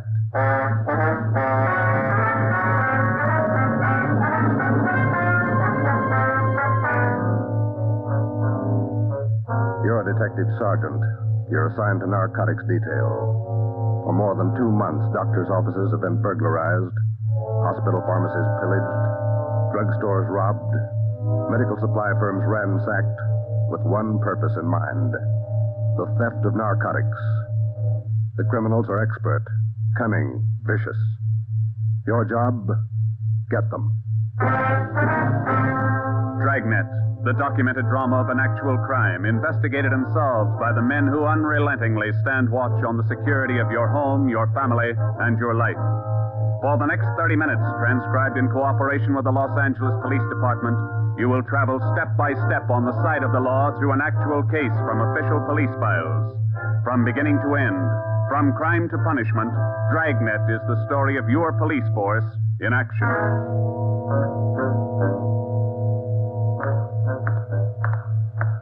It was Thursday, March 23rd. It was windy in Los Angeles. We were working the night watch out of Narcotics. My partner's Ben Romero. The boss is Ed Backstrand, chief of detectives. My name's Friday. I was on my way back from the record bureau, and it was 10:35 p.m. when I got to room 24, narcotics detail. Yeah, okay. Well, we'll be right over. Thank you. Get anything, Joe? Nothing we don't know already. How about you? That was the county hospital on the phone. Doc Welch. Pretty fair lead. I told him we'd be right over. What's he got? One of our informants, Benny Trounsel. Ready? Let's go. What's with Benny? Bad shape. Somebody worked him over. They found him in an alley off of South Main. Yeah? Doc says Trounsel talked before he passed out. Anything good?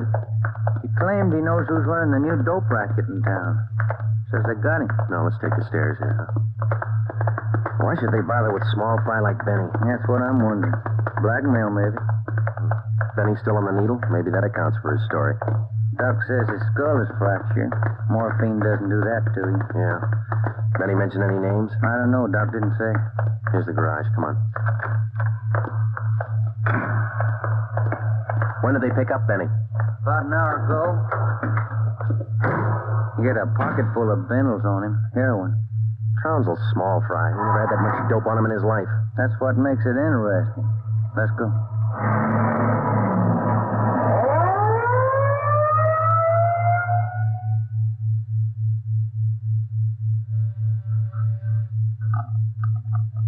County Hospital?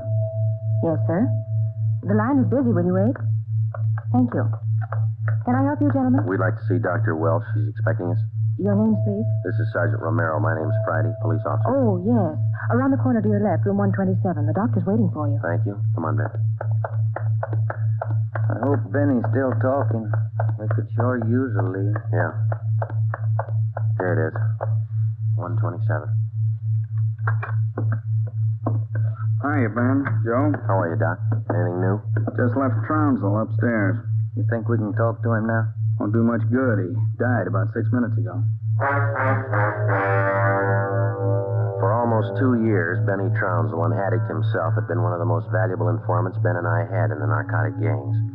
More than once, he had helped us solve a case, but this time, if Benny Trounsel had any direct leads to the nerve center of the newest narcotic ring, he took them with him. Besides his dying accusation that the ring had gotten to him, he left behind only 2 small scraps of information. First, when he arrived at the county hospital, Dr. Welch reported that Trounsel repeatedly muttered the name Patterson. Secondly, among the few personal effects found in his pockets was a good amount of heroin and a small piece of white paper with 2 words scrawled on it, Tucker Building. Benny Trounsel's body was taken to the county morgue, and the next morning it was posted. At the coroner's inquest, the cause of death was listed as a brain hemorrhage induced by severe blows by a blunt instrument on the sides and base of the skull, inflicted by a person or persons unknown. Besides Ben and myself, the only identification witness at the inquest was a woman who managed a rooming house in Benedict Alley, where Trounsel used to stay periodically. After the inquest, we questioned her briefly in our office. Miss Strite, you say you can't remember any friends Trounsel had while he stayed at your rooming house? No, I can't. Besides, if I knew that man used dope, I never would have rented him a room. How long did he rent from you, Miss Strite? Oh, about 6 months. I run a respectable house. I don't mind if my people drink a little now and then, but those dope users, no, sir. Did you know anything about Trounsel, Miss Strite? Where he spent his time, where he had his meals? Well, don't serve at my place. Too much trouble. Most of the people eat at the Ace lunchroom, down the corner. Where's that, Miss Strite? Grant and South Main, right on the corner. You think Trounsel might have spent some time there? He might have, I don't know. Miss Straight, did Trounsel ever mention anyone by the name of Patterson? No. Patterson? No. And you can't recall any friends he might have had? He had any friends and never set foot in my house. That's all I know. All right, Miss Straight, thank you. Here's a card, ma'am. If you come across any information about Trounsel, we'd appreciate it if you'd call us. All right. That all? That's all, ma'am. Thank you. Well, bye. Goodbye, ma'am. Big help. Yeah, not even a good identification witness. You got those listings we made on the Tucker building? Yeah. Yeah, let's see. Here it is. Okay, let me have it. Tucker building, 7310 South Wilshire. I wonder what Benny Trounsel could have been doing out there. Shouldn't be too hard to check. It's a small building. Yeah. 6 listings for the whole place. A couple of law offices, real estate guy, dentists, architect, and a doctor. One dentist, one doctor. Could be a lead. Maybe. Pretty thin. Friday, Romero. Got a minute? Yeah, Skipper. Come on, Joe. Yeah. What do you got, Ed? Letters. Here's a sample. Now listen to this. Chief of Detectives, Ed Backstrand, City Hall, Los Angeles. In view of mounting wave of narcotic robberies, strongly recommend that your efforts to curb this lawlessness be redoubled. They all like that? All of them. They're mad. Can you blame them? Not a bit. We haven't got much to go on, Chief. The gang's pretty smart. All right, then let's be smarter. There's no law against it. Doing our best, Skipper. Then make it better. I'm sick of that bunch, and I'm tired of these letters. And look at that record. In 2 months, 15 drugstore robs, 8 medical offices, 2 supply houses, 2 hospital pharmacies. Narcotics missing every time. Now, who's behind it? None of the old-timers. We've checked them out. Gone over every hype and mainliner we know of. All right, then get on the transients. New faces. Climb on every one of them that shoots the stuff until you get to that gang and break it. If you need help, holler. But get to that gang and break it. Do you understand? Okay, Skipper, we'll try. You dig up anything on that Trounsel case yet? Still checking out one lead. What? Slip of paper we found in Trounsel's pocket, Ed. Said Tucker building on it, that's all. Just going to check it out when you called. All right, hop on it. Fast. We got a lot of pressure on us. Keep in touch with the office. It was almost noon when Ben and I got out to the Tucker building. It was a 2-story affair, comparatively small, very modern. We checked with the dentist in the building first, but he'd never heard of anyone by the name of Benny Trounsel. His records and appointment books proved it out. Well, that's one down, Joe. Yeah. Let's try that doctor's office now. What's his name? Let me see. Springer. Dr. Fred Springer. He's on the 2nd floor. Okay. There's a stairway down there. Come on. Pretty close to lunchtime. Might not be in. Maybe. Somebody should be there. We haven't got much time to play with. Yeah. Chief sure was up in there this morning. There's the office. Fred Springer, M.D. Good morning. May I help you, gentlemen? We'd like to see Dr. Springer, please. Do you have an appointment? No, we don't.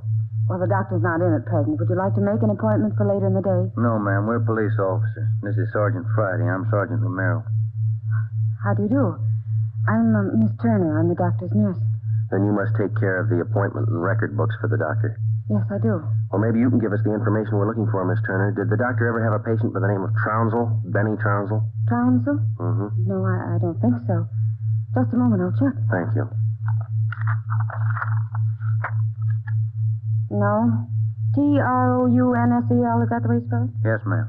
No. The name's not listed here. Let me check the account book. No. Wait. It's funny. What's that, Miss Turner? Here in the back of the book in the doctor's handwriting. Look. Trounsel, the Black Parrot.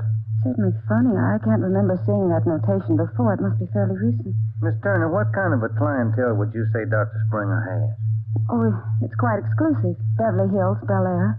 That's where most of the bills are mailed. Can you recall seeing Trounsel in the office here, Miss Turner? Small man, thin, walked with a kind of a limp, not very well dressed? No, I don't think so. Doesn't sound like any of our patients. Would you show us the doctor's prescription lists for the last 2 months? We'd like to check them. Well, I'm afraid I can't. Dr. Springer keeps them in the safe. He's the only one who has the combination. How long you been with Dr. Springer? About 10 months. Ever since he started his practice out here. Where was he before that? Philadelphia. I don't understand all these questions. Is anything the matter? Just a routine check, Miss Turner. When do you expect the doctor back? About 4 this afternoon. He's out making home calls. All right. Here's our card. Would you ask him to call us as soon as he comes in? I'll do that. Thank you, Miss Turner. Bye. Goodbye. Bye. Oh, say, Miss Turner, there's one more question. Yes? Does Dr. Springer have a patient by the name of Patterson? Oh, yes. One of the doctor's first patients, John Patterson. He lives out on East Beverly Drive. When we left Dr. Springer's office, we called R&I. There was no make on John Patterson. Ben and I drove over to see him just on a hunch. It didn't pay off right then, but it showed a little promise. When the maid came to the door of the Swank apartment, she told us Patterson was out for the day. We asked her about Patterson's occupation. She didn't know. We asked her about his friends, his business acquaintances. She could remember only 2 people visiting the apartment. One of them was Dr. Springer, apparently a constant visitor. The other, a tall, dark man who spoke bad English. We asked the maid how long she had worked for Patterson. She said ever since he moved to Los Angeles, about 6 months before. A few things started to fall into place, but it was strictly a guesswork operation. Ben and I got in the car and headed for the south end of the city to check out some of the places Benny Trounsel was supposed to have frequented. We met a stone wall. From the Ace lunchroom near Benny's former rooming house to the Black Parrot. No one was willing to talk. Threats didn't work, and neither did promises. Ben and I gave up for the moment and headed back to the office. Pacific Ambulance 1, call to Alhambra is now code 3. Seems like Skid Row doesn't want any part of this one. Yeah, there's a bad feeling. Something's got him scared. Sure would like to know what it is, or who it is. Yeah, I'd like to know the Control 1 answer to to Unit that, too. 80K. Control 1 to Unit 80K. Us, Joe. Get it, will you? I got it. 80K to Control 1. 80K to Control 1. Go ahead. 80K. Call station 2511, code 3. 80K to Control 1. Roger. KMA 367. Wonder what that's all about. Well, let's find out. There's a drugstore. They ought to have a phone. Pull over, huh? You got a nickel? Oh, yeah, sure. Thanks. I'll be back in a minute.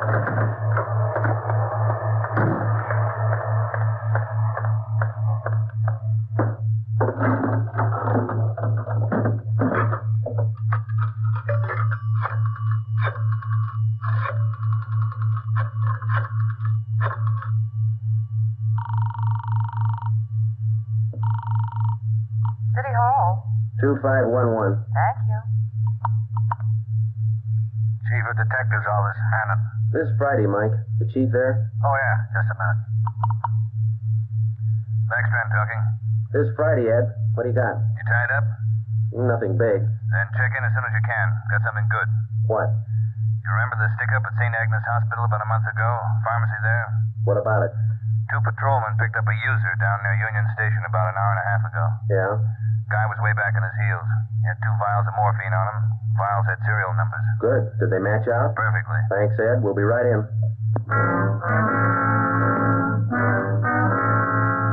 When Ben and I got back to the office at 3:52 p.m., we picked up Chief Ed Backstrand and went directly to the crime lab, where Lieutenant Lee Jones analyzed the contents of the 2 vials taken from the suspect. Jones told us it was high-grade morphine. We went back to the office and double-checked the serial numbers on the vials with the crime report on the St. Agnes Hospital robbery. They matched. And there's a good break. These vials were in the loot when the gang knocked over the hospital 28 days ago. Now stay on the trail and we'll crack that gang wide open. This the arrest report on the guy, Ed? Yeah. Picked him up in a bar off South Main. Who is the guy? A transient? Yeah, here it is, Ben. James Steiner, Phoenix, Arizona, age 37, transient laborer. Anybody talk this guy yet, Ed? Not yet. He shouldn't be too hard. You better get on it. Right, Skipper. Come on, Joe. Check you later, Ed. What time you got, Ben? Let's see. 25 past 4. A phone call for you, Ben? Yeah, who was it? Your wife. Wants you to pick up some aspirin and a bottle of nose drops for your kid on your way home. Oh, yeah, almost forgot. That the only call we had, Mike? That's right. Thanks. Well, you got that Dr. Springer's number, Ben? Yeah. Here it is. Crestview 55284. Thanks. Nurse said he'd call us around 4, didn't he? Yeah.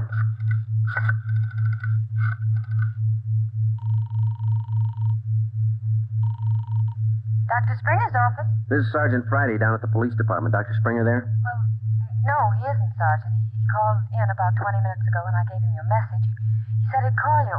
All right, Miss Turner. When he comes in, tell him to call us. Impress on him. It's urgent. All right, Sergeant. I'll do that. Goodbye. Bye. No luck? I don't know. Just a hunch. He may be ducking us.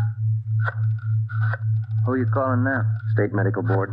Maybe they can check us out on Dr. Springer. I put the call through to the state medical board and asked for a check on Dr. Fred Springer. They said they'd call back within the hour. In the meantime, we had James Steiner brought to one of the interrogation rooms for questioning. It was all talk.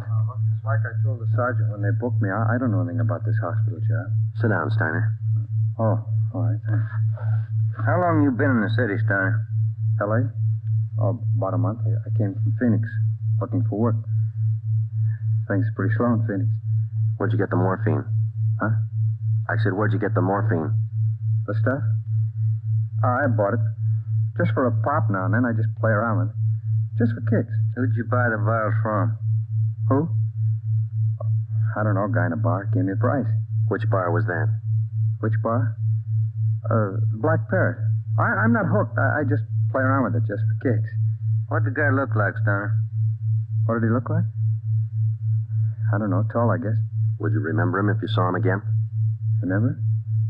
Sure. I talked to him a couple of nights at the bar. Was he on the stuff? Was he a hype? Hype? Yeah. Maybe. Tall fella, Doc. You shooting the stuff? Shooting the stuff? No. No, I'm no mainliner. I never took in the veins of my life. I told you I'd do it just for kicks. Just to pop now and then. Take off your shirt. Let's see your arms. Huh? My arms? Come on, take it off. Well, who are you kidding, Steiner? Your arm looks like a pincushion. I told you just once in a while, just for the kicks. I'm not hooked on it. They found 2 vials of stolen morphine on you, Steiner. You can go 2 ways, hard or easy. Hard or easy? I told you I ain't done nothing. I bought the stuff. I use a cap or a bindle once in a while for kicks, but I'm not hooked. I bought the stuff, I tell you. Who was he, Steiner? Who sold it to you? Who? I told you. I met him in a bar, the Black Parrot. Who was he? He was tall. Dark. He gave me a good price. Come on, let's have it, Steiner. His name. I'm feeling sick. You got something for me? I'm sick. All right. Mike. Yeah, Joe. Get some milk. A couple of quarts right away. Okay. You ready to tell us, Steiner? Who was it? I'm sick. I'm sick. We're getting some milk for you now. Come on, you better talk. Max. That's all he said. Name was Max. Gave me a good price. I only take a pop now and then just for kicks. You think you could point him out for us? Yeah. Maybe. I'm sick. Sick. Narcotics from Merrill. Hello. This is Dr. Springer calling. You wanted to talk to me? Yes, we did, Doctor. And we've got a few questions we'd like to ask you. Oh, hold on just a minute, will you? It's Dr. Springer, Joe. All right, tell him we got to see him tonight. We'll call him back later. Dr. Springer? Yes? Sorry, Doctor. We'll have to see you later on tonight. You be at home? Well, I have an appointment this evening. Would you mind telling me what this is all about? Sure, Doctor. It's about a man named Benny Trounsel. Oh. I see. And if you don't mind, we'd like to check over your prescription list with you. Yes. I'll cancel my appointment. You can contact me here at home. 1538 South Road. I'll be here all night. All right, Doctor. Thank you. We'll see you later then. Yes. Goodbye. Goodbye. What'd he say? All right? Yeah, it's all right. I'll buy that hunch of yours now, Joe. Dr. Springer, he knows who killed Benny Trounsel. I bet he knows why. When Mike Hannon came back with the milk, we fed it to Steiner, and then we put him back in his cell. We put in another call to John Patterson out on East Beverly Drive, but there was no answer. We left word with Hannon where we were going, and Ben and I headed out for Dr. Springer's home. It was 7:35 when we pulled up into the driveway at 1538 South Road, a low, rambling, ranch-type home. We got out of the car and made our way down the path to the front door. A gray Persian cat followed us. The door was half open. We knocked, but there was no answer. Through the window, we could see the living room was dimly lighted. We went in. We found Dr. Springer sitting in a large carved mahogany chair in the dining room. The room was hung with draperies. He was slumped forward, face down on the dining table. There was a bullet hole in his right temple. On the floor near his right hand was a .32 automatic pistol. In the center of the dining table was a piece of white paper. Looks like he beat us. Yeah. Any names on that confession? One says he killed Trounsel. No, wait a minute. It says, John Patterson, he forced me to this. What? I don't know. What's it look like to you? Here's another one. Norberg. That's all it says. And then he signed his name, Dr. Fred Springer. Ben, come over here. Look at these. Hypodermic needle. It works. This morphine? White powder. Could be. And he was on it himself. Looks like it. We'll find out when they post him. I'll get it. Yeah. Sergeant Friday there, please. This is Joe, Mike. What do you got? Can you talk all right there? Yeah, go ahead. Just got a kickback on your call to the state medical board on this Dr. Fred Springer. Mm-hmm. He's not a registered physician in the state of California. Besides that, his license was revoked in Pennsylvania 2 years ago. Illegal operations. That explains it. Notify homicide. Get the crime lab in the corner out here, will you? Looks like Springer shot himself. Okay, Joe, right away. We'll wait for him, but hurry him up, Mike. We got a couple more places to check out tonight. Okay, Joe, see you later. Right. What's next? Patterson place? I don't know. Maybe we ought to try Steiner first. Sounds good to me. Feels like we're getting close. Yeah, Ben. Real close.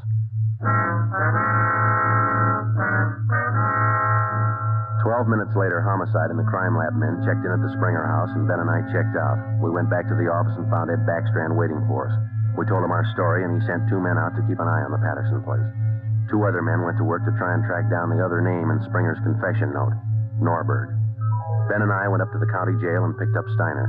The 3 of us started out to look for the man who sold Steiner the 2 vials of morphine stolen from the hospital pharmacy a month before. The man's name was Max. He was tall and dark. That was all we knew. The rest of it was up to Steiner. 2 other men from the detail, Davis and Emerson, came along with us to take care of Steiner if anything went wrong.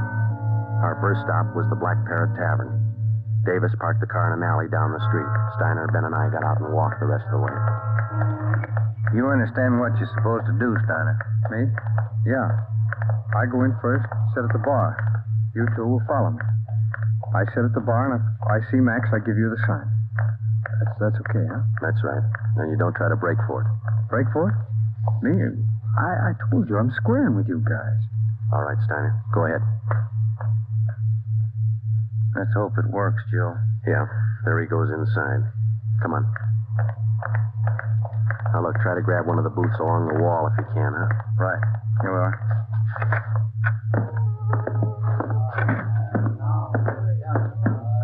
First booth, Ben. It's empty. Yeah. Fellas, we'll have to order at the bar. Waitress got a night off. Make it a couple of beers, will you? Couple of beers? Okay. Joe, so look at Steiner. Yeah, he's signaling. Must mean the guy putting on his coat over there. No, hold it, Ben. Wait till he gets past us.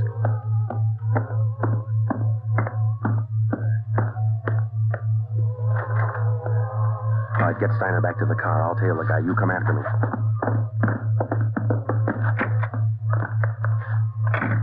I didn't know how right Steiner was or how much we could trust him. All I knew was that the man I was following was tall and he was in a hurry. I followed him 3/4 of a block before he turned in at a motel. He went to a cottage at the rear of the lot, let himself in, and closed the door quickly behind him. A minute later, Ben and the others pulled up in the car. Got him staked out, Joe. Steiner says that was Max. Let's make sure. Come on. Which one's he in? The one down at the end here. Now be careful. You too. All right, here we are. Wait a minute right there.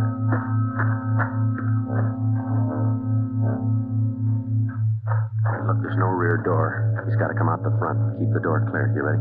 All set. Cover me.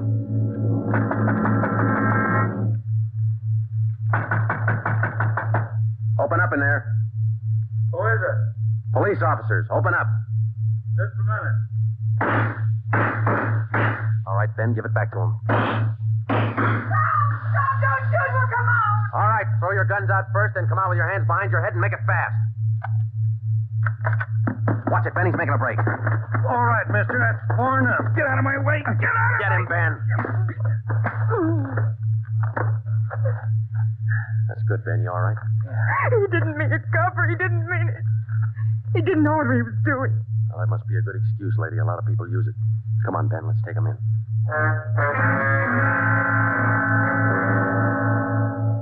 It was 10 minutes past midnight when we got back to headquarters. Both the man and the woman were booked for violation of the State Narcotics Act, a felony. He gave his name as Max Jansen. In his luggage, we found 13 vials of morphine, large quantities of heroin, and a small amount of panopin. He gave us the names and addresses of 6 active members of the Narcotics gang. He identified Dr. Springer as second in command. Just a few more questions, Jensen. Yeah, all right.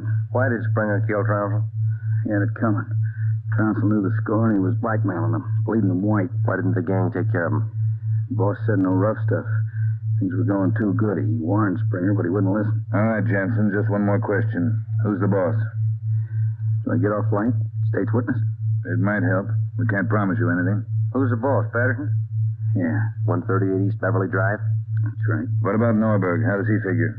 It's the same guy. Patterson, Norberg, both the same. And what's his real name? Norberg. Tony Norberg. What's his front?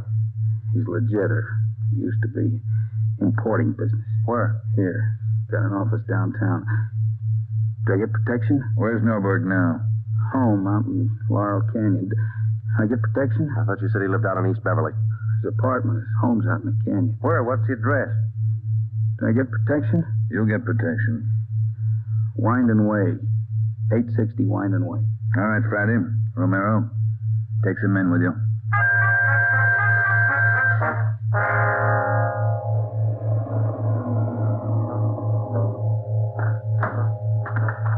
All right, Davis, cover the back of the house. Levine, you cover the front. Come on, Ben.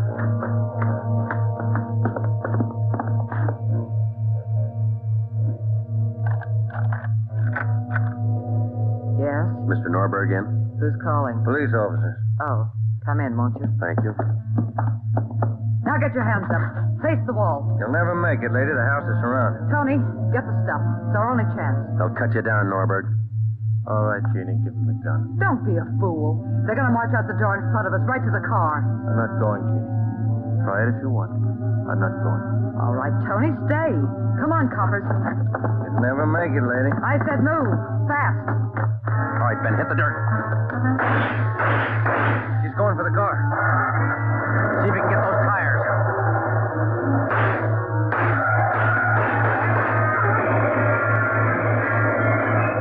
Come on.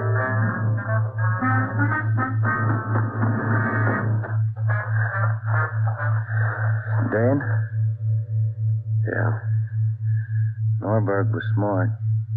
Must be the girlfriend. Guess so. Wonder why they start. Why do they get on the stuff, Joe? For kicks, Ben. None of them ever get hooked. Just for kicks.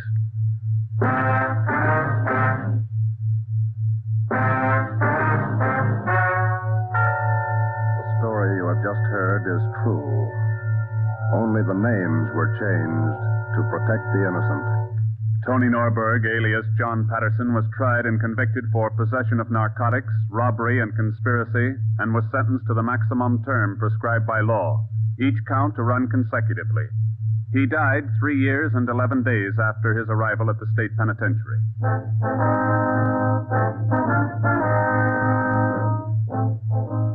You have just heard the 9th in a new series of authentic cases transcribed from official files. Technical advice for Dragnet is furnished by the Los Angeles Police Department. Tonight's program is dedicated to Chief Erskine Fish of the North Sacramento Police Department, who on the night of August 11th, 1935, gave his life so that yours might be more secure.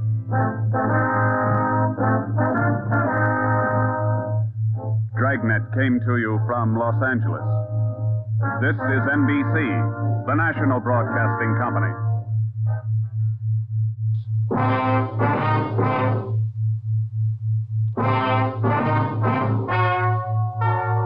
Ladies and gentlemen, the story you're about to hear is true. Only the names have been changed to protect the innocent. NBC brings you Dragnet.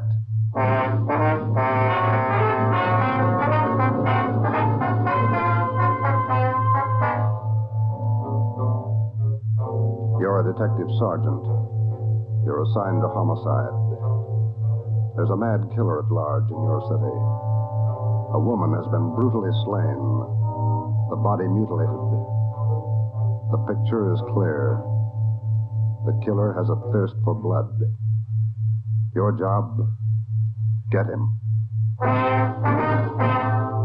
Dragnet, the documented drama of an actual crime, investigated and solved by the men who unrelentingly stand watch on the security of your home, your family, and your life. For the next 30 minutes, transcribed in cooperation with the Los Angeles Police Department, you will travel step by step on the side of the law through an actual case from official police files. From beginning to end, from crime to punishment, Dragnet is the story of your police force in action.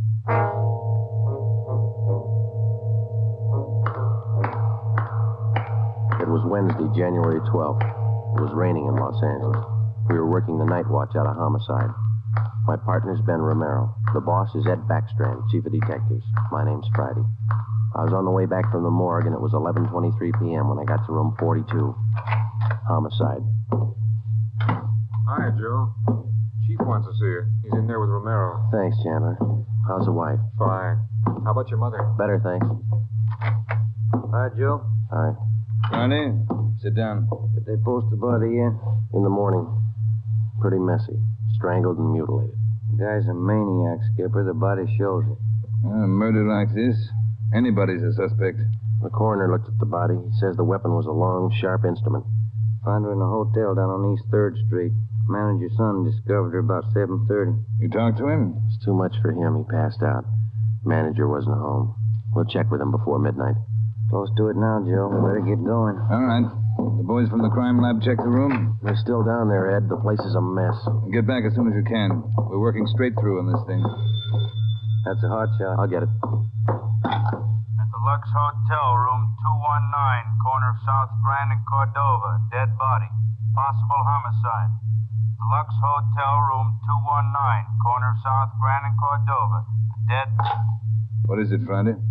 Lux Hotel, possible homicide. Busy night. Yeah. You coming, Ed? Right. Let's go.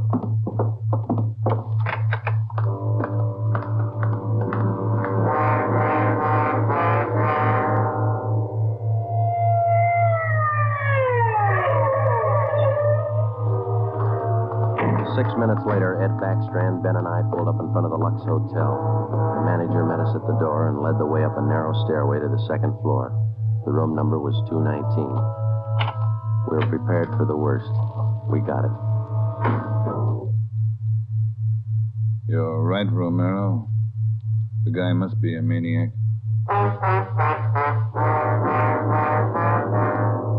Two hotels, two murders. The same M.O. Three of us made a brief inspection of the room at the Lux Hotel. We took a few notes on the appearance of the girl's body and a brief description. Apparently, she'd been strangled to death first, and then her body brutally mangled. Ben and I went back down to the lobby, and the manager, Mr. Ford, showed us the house book. The girl was registered together with a man, Mr. and Mrs. Philip Grant. We took the hotel register to have it checked for fingerprints and to photostat the handwriting. Ben notified the crime lab. Then we went back to the room and questioned the manager. Mr. and Mrs. Philip Grant, that's all I know. I never saw either one of them before tonight. When did they check in, Mr. Ford? About 3 hours ago. That's right, about 9. Maybe a little before. Did they register together? Yeah, a little before 9. They came in together. Did you let them in the room? Yes, sir, like I always do. It's a small place here, maybe not first class, but I treat people right. What did the man look like? Do you remember? I think so. Kind of tall. Young, maybe 30 or so. Husky fella. Had a mustache. How tall would you say, Mr. Ford? Oh, about your height, Wade. Must have been at least 180. Seemed like a nice fella. Would you know him if you saw him again? I think so. People sure don't act like they look. You think it was him? Can you think of anybody else? Well, no. I never saw him before tonight, either one of them. I don't know anything about it. Did you notice anything in particular about them when they came in? Well, he didn't show it, but it looked like she'd been drinking a little. Giggling, you know. And you didn't see this man Grant leave the hotel? No, I didn't. I must have been checking the account books back of the desk. Guess he got by me. Is there a back entrance to the hotel, Mr. Ford? No, he had to come out this way, all right. How about the fire escape? I never thought of that. Say, I bet you cops think I'm trying to hide something. How did you happen to find the body? I don't know anything about it, honest. I've been running the hotel for 10 years now. Everybody knows me around here. You can ask at the bank. All right, Mr. Ford. Now, would you mind telling us how you happened to find the body? I don't want a lot of lousy newspaper publicity. Give the place a bad name. Can you blame me? The newspapers won't get your name from us. All we want to know is how you happened to find the body. Well, I told you. It's a small place here, but I like to treat people right. A couple hours after they checked in, I remembered I forgot to fill the ice water pitcher in the room. So I got some and took it up. The door was opened a little ways. It's got a bad catch on it, and the lights were on. I peeked in, and there she was. She was... Well, the guy must have been crazy. Do you remember what time it was when you found her? Well, just before I called the cops, about 11:30, I guess. All right, Ford, that's all for now. When the other officers get here, show them up, will you? Yes, sir, I sure will. Romero? Yes, Skipper? Get on the phone downstairs and call the Metropolitan Division. Have them send us every available man from the reserve unit. We're going to patrol the area for the rest of the night. Right, Chief. Least we can do is make it hard for them. 2 murders in 7 hours. Both of them in a 3-block radius. Same pattern. It's got to be the same guy. All right, we got a description. What do you think? When the reserve unit shows up, have them cover this whole section of town. Pick up everybody who even comes close to that guy's description. All right, Ed. It's got to go fast. We can't lose a minute. 1 hour either way, it might mean another body. Like this one. 9 minutes later, at 4 minutes past midnight, the men from the crime lab showed up. It started to drizzle. They went over the room in detail. They dusted everything in the room for fingerprints, the walls, the doors, the fixtures in the bathroom, the lamps, chairs, everything. They took samples of the girl's blood and her lipstick. Small pieces of flesh and human hair were found under the girl's fingernails. The nails were scraped carefully and the contents put in an envelope, marked and sealed. Ed Backstrand ordered pictures taken of the room and the girl's body from different angles. Every object in the room that could have any possible tie-in with a murder was photographed. It was raining. The rear of the hotel where the fire escape was overlooked a vacant lot. Ben had a hunch. While the lab men were at work, we left the hotel and circled around into the lot for a look at the ground directly underneath the fire escape ladder. It was raining hard now. Must be an easier way to make a living. Mud's almost up to my knee. Mine too. Watch your step. See any prints? No. Wait till my wife sees these new shoes. Put it on your expense account. Oh, real funny. Ben, get that light over here. Look. Yeah. Good set of prints. Lucky that rain didn't start turning to wash them out by now. Yeah. Hand me that cover from the trash can over there. I'll cover them. Wait a minute. What? Here, on the edge of the fire escape ladder. Small hunk of cloth. Man's suit? Well, looks like it. Might have caught himself in that sharp corner. I got it. All right, come on, let's get back. Yeah, out of this mud bath. Joe, let me have a light. You catch anything? Hunk of wrapping paper in that trash can. Stains on it. Open it up. Look. Yeah, butcher knife. We went back to the Lux Hotel, room 219. The lab men were tearing the room apart. It was 10 minutes to 1. We gave the blood-stained knife and the piece of cloth we found on the fire escape to Lieutenant Lee Jones, head of the crime lab. We told him about the footprints just below the fire escape ladder. The knife will help us, so will the cloth. I don't know about the footprints. You say you covered them? That's right, Lee. They still look in pretty good shape. Maybe we can do something if the rain hasn't broken them down too bad. Bracken. Yeah, Lieutenant? You and Sloan get downstairs and take a look at those prints. If they're good enough, get a torch, dry them out, and make a cast, right? Okay, Lieutenant. Come on, Sloan. That's about all I can do for you now, Ed. I think we got everything there is to get. All right, Jones. I'll follow you back to the lab in a couple of minutes. Okay, Ed. Good luck, fellas. Thanks, Lee. We're going to need it. All right, Friday. Romero, it's your baby for the rest of the night. Lee, get anything? A few prints, a woman's purse under the bed.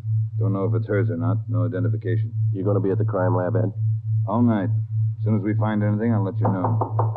Yeah? Gang of cops just came in the lobby. They asked for you. Must be the reserve men from Metropolitan. Tell them we'll be right down, Ford. Okay. You want us to handle it, Ed? That's right. Do just as I told you. Spread them out over the whole area. Cover the streets, the alleys, the flop houses, restaurants, bars, everything. You got a description to go on. Find the man that fits it. Right, Skipper. Don't forget, The guy's a killer twice over. I don't think he'd hesitate on you. Be careful.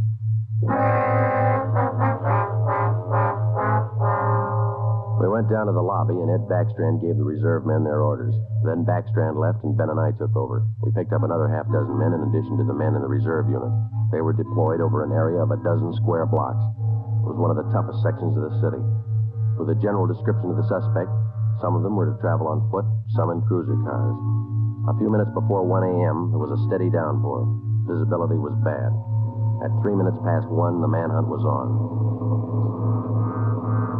For the first 30 minutes, Ben and I cruised the general area between East 3rd and College Streets and Alameda and Figueroa. No sign. The rain kept on. We sat and listened to the calls come in. 12A, call your station.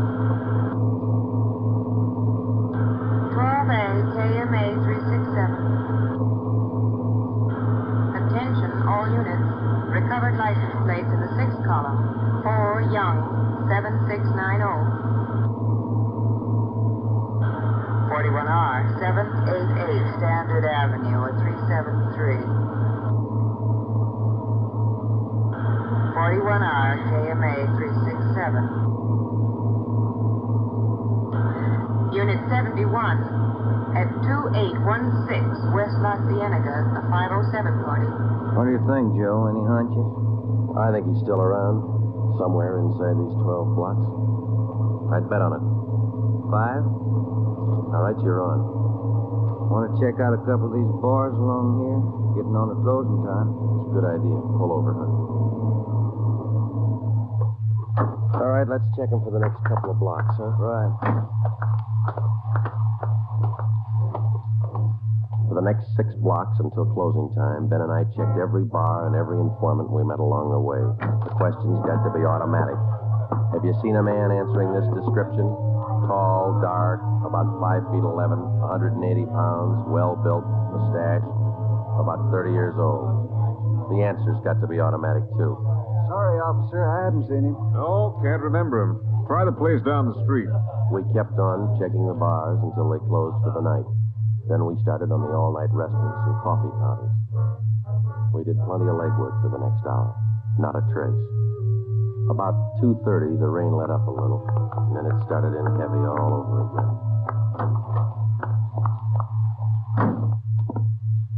That finishes that block.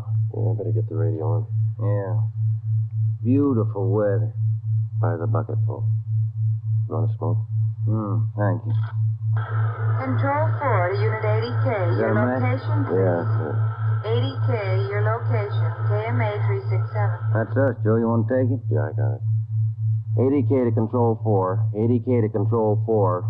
Our location, corner of Alameda and Commercial. KMA 367. 80K, stand by. Something doing. Maybe. No, hold on a minute. Control 4 to 80K. Go to the crime lab, code 2. 80K to Control 4, KMA 367. Crime lab. Maybe those prints paid off. Well, I hope so. Let's go. That killer sure picked fine weather to work in. Feels like I'd just been swimming in these clothes. Yeah. I hope those guys in the crime lab have the heater on. A hot bath and a warm bed lead me on. Attention, all units. Oh, let's get the radio. All units. At 420 St. John's Place, a woman screaming. At 420 St. John's Place, a woman... All right, double around, Ben. Hit the siren. I'll get the light. Right, hold on. Left turn on the market, is that right? Yeah, watch out for those car tracks are wet. Hold on again. The alley up ahead to your right, huh? All right, pull up, Ben. Put the street light over there. There you are. All right, come on. Let's go. Officer, over here! All right, what happened? Let's have it. This girl, Rita, she was coming home up the street. A man, he tried to grab her. He slashed her coat. Look at her. I saw him as he ran under the streetlight. Where'd he go? Down that way, down the alley, over that fence there. A big man. Davis, you there? Yeah, Joe. All right, Ben, go with Davis. Circle behind the alley. See what you can find. I'll call in. All right, come on, Dave. Yeah. Oh, but look at her face. What's wrong with her? Severe state of shock, it looks like. Get her in the house, huh? I'll call an ambulance.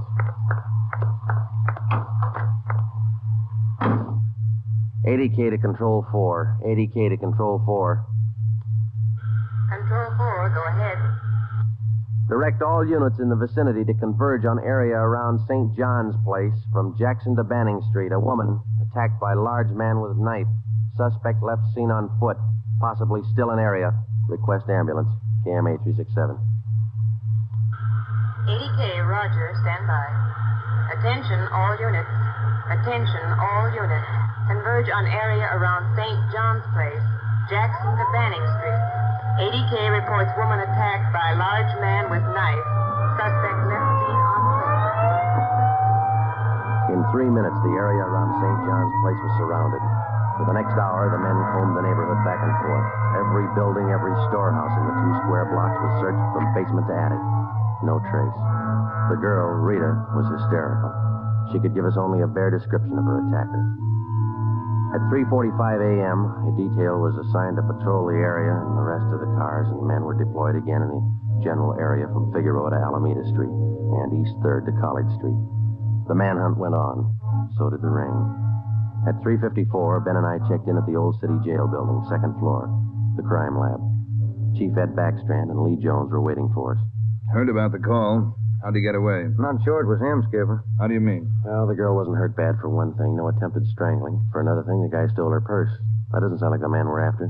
Did you get a description from the girl? Didn't jibe too well what she gave us. She's pretty hysterical. And you raked the neighborhood good? Every corner. Not a sign. You find anything? Yeah. Jones? Yeah, Ed. Fill them in, will you? Not one print on that knife you found, boys. Blood, but not a print. Your killer's crazy like a fox. And how about the scrapings from the girl's fingernails, Lee? Didn't help too much. Rarely do. Not enough to go on. Gotta have a fair-sized bit of flesh to run it for papal ridges. All we found under the girl's fingernails were small bits of skin. Yeah? She probably scratched the guy up some. Might have drawn blood. We had more luck with the footprints. You get an impression? Right out the ground with torches and cast them. About size 10B. That's fine, Lee. But how about the prints? Only good one was a thumb. Real good.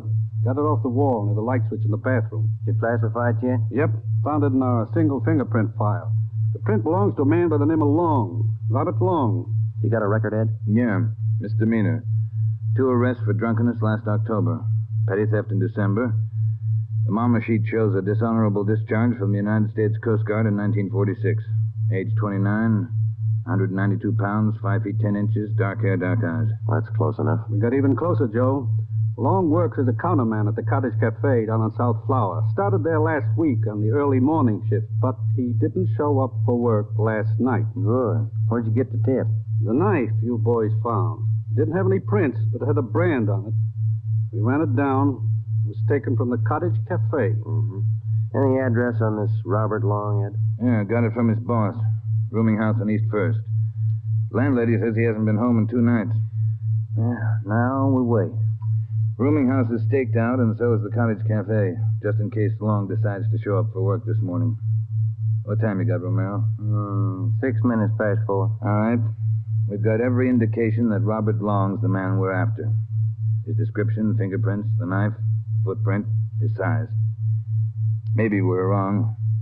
I don't think so. How about a motive, Ed? I think Robert Long likes to kill. He's thirsty for it. None of the victims were criminally attacked. They were strangled. Bodies mutilated. How about robbery? No. 2 of the women he killed had money in their purses. He didn't touch it. Well, what's next, Skipper? Back on the street? Figueroa to Alameda. East 3rd to College Street. Keep an eye around that area and work it back and forth until we're positive he's not inside. I think he is.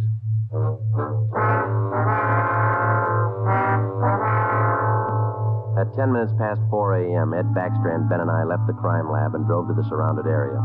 It was still raining. We passed several patrolmen from the reserve unit making the rounds. They didn't look any more comfortable than we felt. At Broadway and Alpine Street, Ben and I got out and started patrolling on foot again.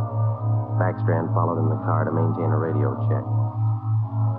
We must have covered 24 blocks and a half a dozen coffee counters before we got to the Criterion Restaurant and Donut Shop, a few blocks up the street from the Cottage Cafe.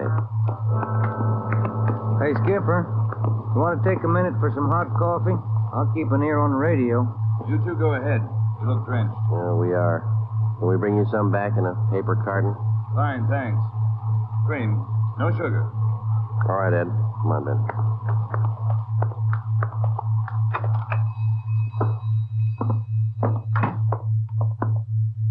Place is empty. Yeah. Yes, sir, gentlemen. What'll it be? Hot coffee? Yeah, there's 2 of us here. Can you fix up one to go? Sure thing. Say, on that one to go, cream, no sugar. Right. Say, you fellas cops? Yeah, why? No offense, just wondering. Here you are.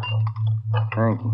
Cop in uniform was around a couple hours ago. Wanted to know if I'd seen some guy he was looking for. Tall, about 190 pounds, mustache, about 30 years old.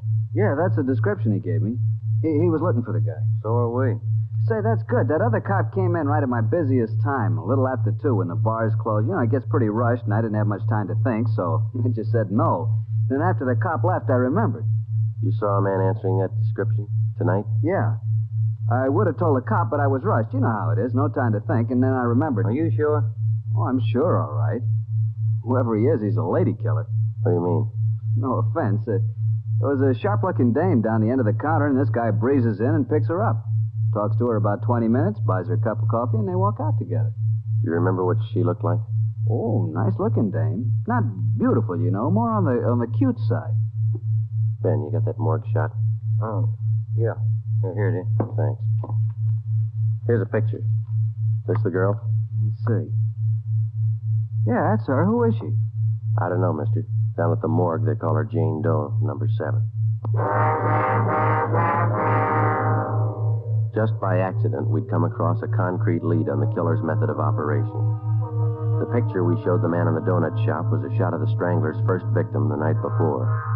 Evidently, the killer would enter a bar, coffee shop, or restaurant, strike up a conversation with a woman, make friends with her, either buy her drinks or invite her to a bar in the neighborhood, and then the rest of the puzzle was still unsolved. We went back to the Cottage Cafe and checked with the men on stakeout. Not a sign of him, Chief. How are you men covering the place? Baxter up in front in the booth across from the cash register. Lyman's back with the dishwashers. I'm at the counter. When's Long due to report for work, Dave? At 5. About 20 minutes to go. You're lucky you're inside. It's wet out there. You'll look it. All right, Davis. We'll be around about 5. Right, Chief.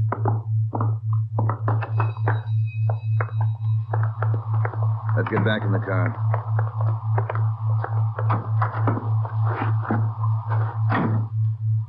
Where to, Skipper? Cruise the next 2 blocks, but don't go too far. If Long shows up for work this morning, we want to be around. The next 10 minutes dragged by. The rain kept on. Backstrand chewed nervously on a cigar. At South Flower and First Street, the sewers were clogged with street refuse. The rain backed up and filled the intersection. A group of aircraft workers huddled together in the doorway on one corner, waiting for the bus. It was cold and damp. I opened one of the back windows in the car to get some fresh air in. Off in the distance and close by, we could hear the sounds of a big city waking up slow to a rainy January morning. It was 8 minutes to 5. Attention all units. Attention all units. At 780 East Main, a restaurant. Man answering description of murder suspect. All right, Romero, step on it. Right, Skipper. About 10 blocks away, Ed. Who's going to cover the men at the Cottage Cafe? If this is a blind lead, it won't take us long to find out. They can handle it alone if they have to. Hang on. Look out. We're skidding. That was a close one, Ben. Yeah. If this is the guy, I owe you $5, right? Yeah. Attention all units. Additional information on your call to 780 East Main. Officers in pursuit of suspect. Suspect is on foot. Step on it, Romero. Attention all 2 more blocks, Skipper. Watch it, Ben. Next one to the left. Got it. That's the joint up ahead there. All right, watch your step and don't take chances. Don't play with it. Right. Here we go.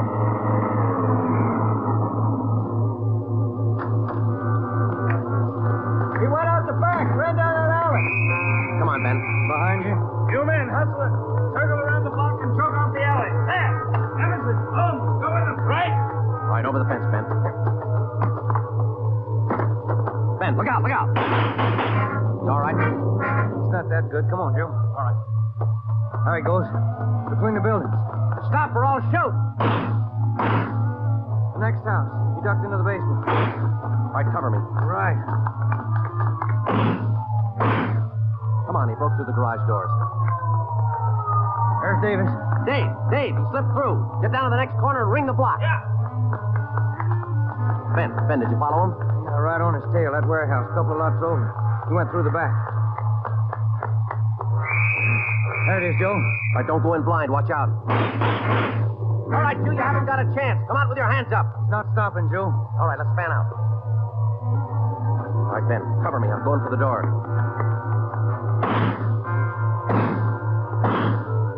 All right, Ben, come on. You're clear. You spot him? There he is. Let's get him. Close. He's in a good spot. Let's move. He's up in the loft. Come on, let's head for the stairs. Will you? Easy. You spot him, Ben? Not a sign. Ben, look out. That packing case.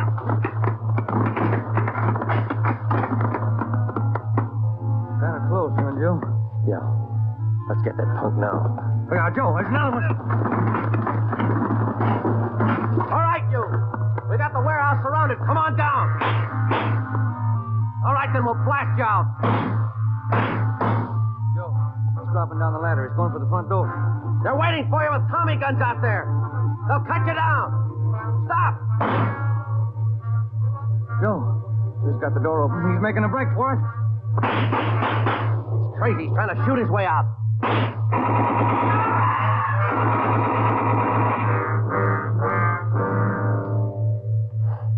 Well, he asked for it. Yeah. Let's take a look.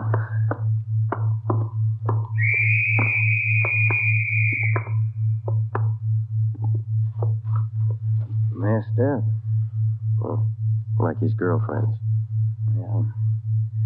Maybe he just didn't like women. Maybe. Hi, Ed. You all right? Tired. This is him, huh?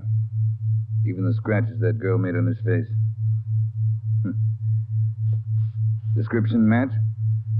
5 feet 10, 192 pounds, dark hair, dark eyes, age 29. Robert Long, killer.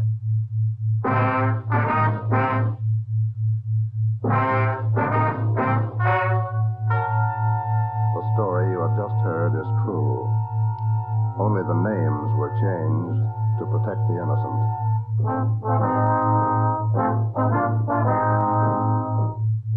You have just heard the 10th in a new series of authentic cases transcribed from official files. Technical advice for Dragnet is furnished by the Los Angeles Police Department. Tonight's program is dedicated to Detective Louis A. Abbott of the Chicago Police Department, who on the afternoon of March 3rd, 1947, gave his life so that yours might be more secure.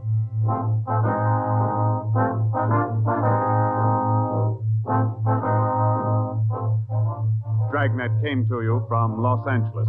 This is NBC, the national broadcasting company.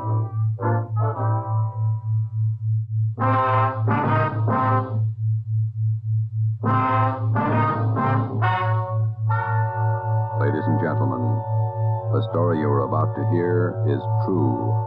Only the names have been changed to protect the innocent.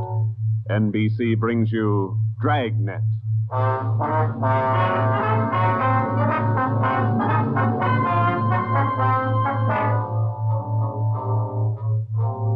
You're a detective sergeant. You're assigned to burglary detail. A sudden wave of jewel thefts is sweeping the city. In 16 days, 16 burglaries have been committed, one each night. They bear the same trademark. Thousands of dollars of jewels are missing. The thief is a master at his trade. Your job, get him. Dragnet, the documented drama of an actual crime, investigated and solved by the men who unrelentingly stand watch on the security of your home, your family, and your life. For the next 30 minutes, in cooperation with the Los Angeles Police Department, you will travel step by step on the side of the law through an actual case transcribed from official police files. From beginning to end, from crime to punishment, Dragnet is the story of your police force in action.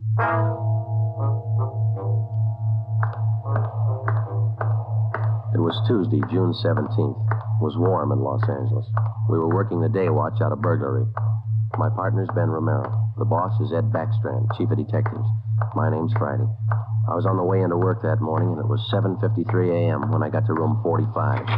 Burglary detail. Hi, Joe. How are you, Walker? Gonna be a scorcher out today. Yeah, just like yesterday. Ben in yet? I think he's over in communications picking up the mail. Oh, thanks. You guys been busy? Kinda. Jewel thefts. Anything big? No big hauls, but he's consistent. 16 nights in a row. Same guy? Think so. Same M.O. Yeah, everybody's got troubles. Gotta check some records. See you later, Joe. Okay, Willie.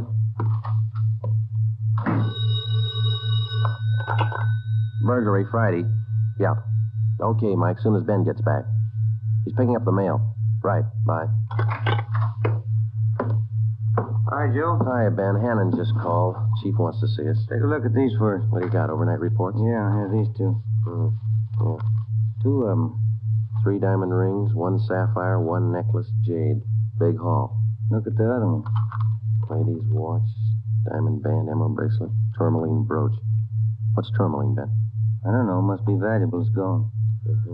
Let's see. Owner left house about 9 p.m., returned about 1:30 a.m., found property gone, scratches on the door. Probably using the cellophane method. Hasn't missed yet. 2 in 1 night. Well, he's picking up his pace. Must have a bag full of loot somewhere, whoever it is. You get the description sheet from pawn shop detail? Yeah, got 'em right here. You take half of them. Let's see what luck we got this morning. Yeah. Nothing so far. Me neither. I'll get it, Joe. Burglar Romero. Hi, Ben. Chief still wants to talk to you, boys. He's got an appointment at 8:30. Wants to see you before you leave. Okay, Mike. Just checking some buy sheets. Be right in. Better make it fast. He's in a bad mood this morning. Okay, Mike. Thank you. Backstrand again? Yeah, he's in a bad mood. Come on.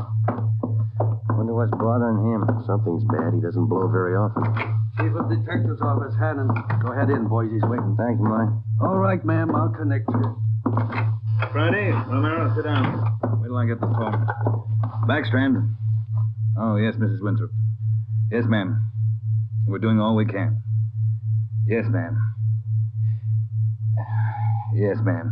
Yes, I'll do that. Yes, ma'am. Goodbye. Got trouble, Ed? Taxpayer. Mrs. Winthrop. You two ought to remember the name. We do, Skip. 10 days ago, somebody lifted $2,000 worth of diamonds from her bedroom while she was at the symphony. Last night, she was hit again. A diamond watch, an emerald bracelet, and some kind of a brooch. Tourmaline. I don't care what kind it was. It's gone. What's the pitch? We just read a report a couple of minutes ago, Skipper. Could be a tie-in with those other 16 jobs. 16 jobs in 16 days. You haven't got a lead on the thief yet? Nothing shows up. No prints, nothing. What about the pawn shops? Nobody's tried to soak any hot stuff as far as we know. We double-checked the detail. We got every hock shop in town on the alert. Whoever it is, they've got to try to pawn the stuff sometime. Unless they're going to give diamond rings for Christmas presents. They haven't tried the pawn shops yet, Skipper. We're sure of that. Look, 16 burglaries in 16 days. Jewels and watches. Good ones. Well, it's got to stop. It's got to stop soon, you understand? We'll stay right on top of it, Ed. We're doing all we can. For 2 weeks, I've had half a dozen women calling me every day. Society women. Some of them figure they should get extra treatment. They're only DR numbers to us, Skipper. They all get the same attention. I'll try and explain that to some of them. They think you're in on the racket. Maybe you boys would like to take these calls some morning. No thanks, Ed. All right, then let's get some action. Keep the pawn shop operators on their toes and get after every known fence in town. That's all. I've got an appointment. All right, Ed. Check you later. Holding a call for you, Ben. Oh, thank you. Hello. Oh, hi, Max. What? Well, hold it. Be right down. First break, Joe. What do you got? Necklace and a watch. Both of them on the stolen property list. Where? Henry's pawn shop. 5th and Main. 6 minutes later, at 8:25 a.m., Ben and I drove up in front of Henry's Square Deal Pawn Shop. Quick cash, no red tape, watches bought and sold. The proprietor was Max Murphy, an old friend of Ben's. Well, pal, of all days, it had to happen yesterday. Took the day off and went fishing up at Big Bear. I left my nephew in charge, Harry. A real knothead, that kid. How do you mean, Max? Joe, if I told him once, I told him 101. Whatever you do, whatever they come in with to Hawk, check it with the list. Check it with the stolen property list. What does he do? He forgot. He forgot. Oh, a real knothead, that boy. How old is he, Max? 32. A real knothead. I checked the slips from yesterday. Then I checked the stolen property list. There it is. Hot stuff. When did the stuff come in, Max? Do you know? About 4 o'clock yesterday afternoon. Can we look at it? Oh, sure. Back here behind the counter. There it is. Did you check out the serial numbers on the watch yet, Mac? When I found out, yes. They matched to a T. All right, let's see. Yeah, description on this necklace matches, too. Let's have a look at your buy book, huh, Max? Yes, sir, Joe. Here you are. There's the deal right there. Here? Yeah, that's him. That's how he gave his name. Walter Tracy, 132.5 Blackstone Court, Los Angeles. Let me check the book for the description, Mac. Oh, sure. Yeah, here. Okay, Max, thanks. We'll be checking with you later. Sure, Joe. Anytime. Sorry. All right, Mac. See you later. You fellas take it easy. Right.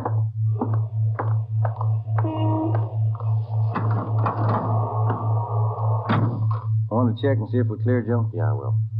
80K to Control 1. 80K to Control 1. Are we clear?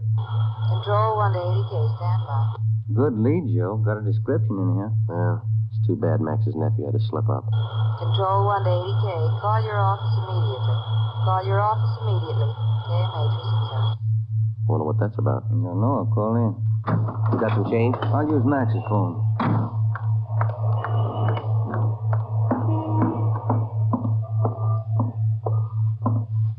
Use your phone a minute, Max. Oh, you, Ben? Sure, help yourself. Thank you.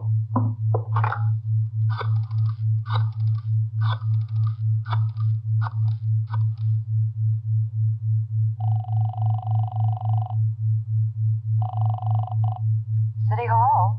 2524. 2524. Burglary. Levine. This is Ben, George. You got something? Odd one. Universal Loan Shop, 6th and Barton Place. Guy just took in a couple of rings. He checked too late. What you mean? He checked the form after the guy left. It was signed Walter Tracy.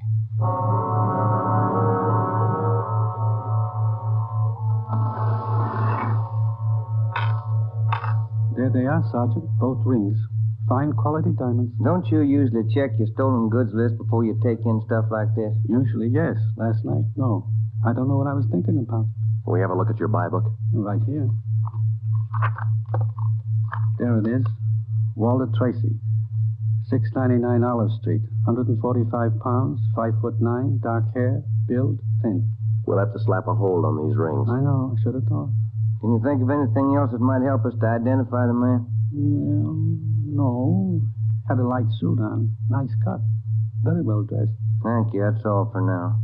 Here's a card. If the guy happens to drop back, give us a call, will you? Sure will, Sergeant. Say. Yeah? I've got some nice watch bands. Yours look gold. Can I interest you? No, thanks. Some other time. Come on, Ben.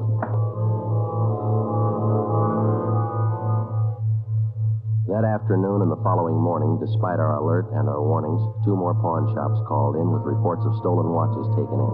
We checked them out. The serial numbers on the watches matched those on the stolen property list. On the pawn shop account books, the loan was listed under the name Walter Tracy. The addresses were given as number 12 St. Vincent Place and 700 East Flower. The descriptions of the man were the same. Slight build, well-dressed, about 145 pounds, 5 feet 9 inches tall, dark wavy hair. We had the name and description distributed to every pawn shop in Los Angeles and surrounding communities. Through our informants, we checked up on every known fence in the city. For the next 2 nights, we received no reports of stolen jewels. That made up for the double burglary the night before. On June 19th, the box score read 18 successive nights, 18 successive jewel burglaries. At 3:25 in the afternoon, Ben and I sat down to check over the late incoming reports. Got anything, Joe? Oh, not yet, no. Nothing here. Maybe the guys left town. Nope. No such luck. Take a look. That's it, number 19. He may set a record. Well, he's making monkeys out of us, isn't he? Look, man's watch, lady's watch, Chinese amber necklace, diamond shirt, studs, and a bracelet with 2 large rubies. He's getting ambitious. How's the value listing? Let's see. $1,800. 1 haul. I'll get it. Burglary Friday. Yeah. What? Yeah. Be right down. Stall him. Let's go, Ben. Where? Kaplan's down on East 2nd. Walter Tracy's in there now, trying to hock a gold watch.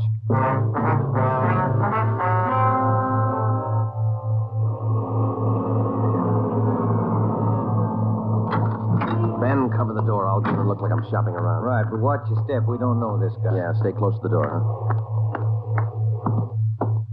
I'm sorry, that's the best we can do on the watch. Look, Mac, this is gold. 21 jewels. Well, Well, it's the best I can do. Drop dead. What's the best I can do? Don't get sore. Yeah, sure. See you later.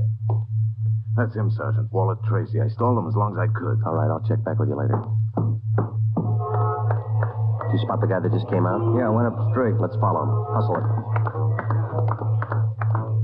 You spot him, Ben? Straight ahead, about 15 yards. He's crossing the street. Yeah, let's get up a little closer. We'll lose him sure if the light changes. Come on, run for it. Watch the traffic light. That was close. He might have spotted us. It's going faster. Come on, Joe, run. Yeah. Don't lose him. This crowd's not helping. Hey, wait a minute. I bet you're a cop. You're chasing somebody. All right, let go of my arm, mister. Let go. Well, you don't have to get tough. Lousy cops think they own the street. I'm going to write the mayor's office. Come on, Joe. He's running for it. Yeah, I see him. Watch the signal up ahead. Hurry, Joe. Almost up to him. Into the parking lot. Hey, you! Stop! Look out, Joe. A gun. Yeah, I see him. Get away. All right, smart guy. It's a nice job. Yeah. He's too fast for an honest man. Let's take him in. When we got back to headquarters, Walter Tracy was under technical arrest. We took him directly to the interrogation room. We searched him thoroughly. We had him take everything out of his pockets and put it on the table. Then we had him take all the money he had in his wallet, count it out, and hold it in his hand. What is all this routine? That's all the money you have on you? $47.17, right? Yeah. Okay, keep it in your hand. Ben, shake him down. All right, Tracy. Take off your coat, shirt, tie, and your shoes and socks. What kind of a pitch is this? I'm no hood. Take them off. Two-bit cops. You're not pinning anything on me. I don't care what you do. Sleeves, pockets, lining. Nothing in the coat, Joe. Get his shirt. Take it light with the threads, huh? Costs money. How about the trousers, Ben? Let's see. Cuffs, pockets. No. Let me get the belt. Zipper on the inside of the belt? No, it's clean. Shoes are okay. All right, Tracy, let's see the soles of your feet. I hope you don't mind. They're dirty. Why don't you take a shower? Let's see. All right, Joe, nothing. Put your toes back on. Yeah, thanks. All right, you. What's your name? Huh? I said, what's your name? You telling jokes? Walter Tracy. You know that. Your real name. How old are you, Tracy? 27. Where do you live? No place. Just got in town a couple of days ago. Where are you from? Salina, Kansas. Where you been sleeping the last 2 nights? The park, Pershing Square. Clothes don't show it. Pretty natty. I had 'em pressed. Where? Down by the square. I don't remember. You ever been arrested before? No. Where'd you get this gun, Tracy, the one you pulled on us? I didn't know who you were. Could have been a couple of hoods. You kind of look like it. Where'd you get the gun? I won it in a crap game coming out on the train. Where'd you get the watch? Graduation present. You want to run a make on him, Joe? The gun and the watch? Yeah, I'll call him. Go on, check. You can't prove a thing.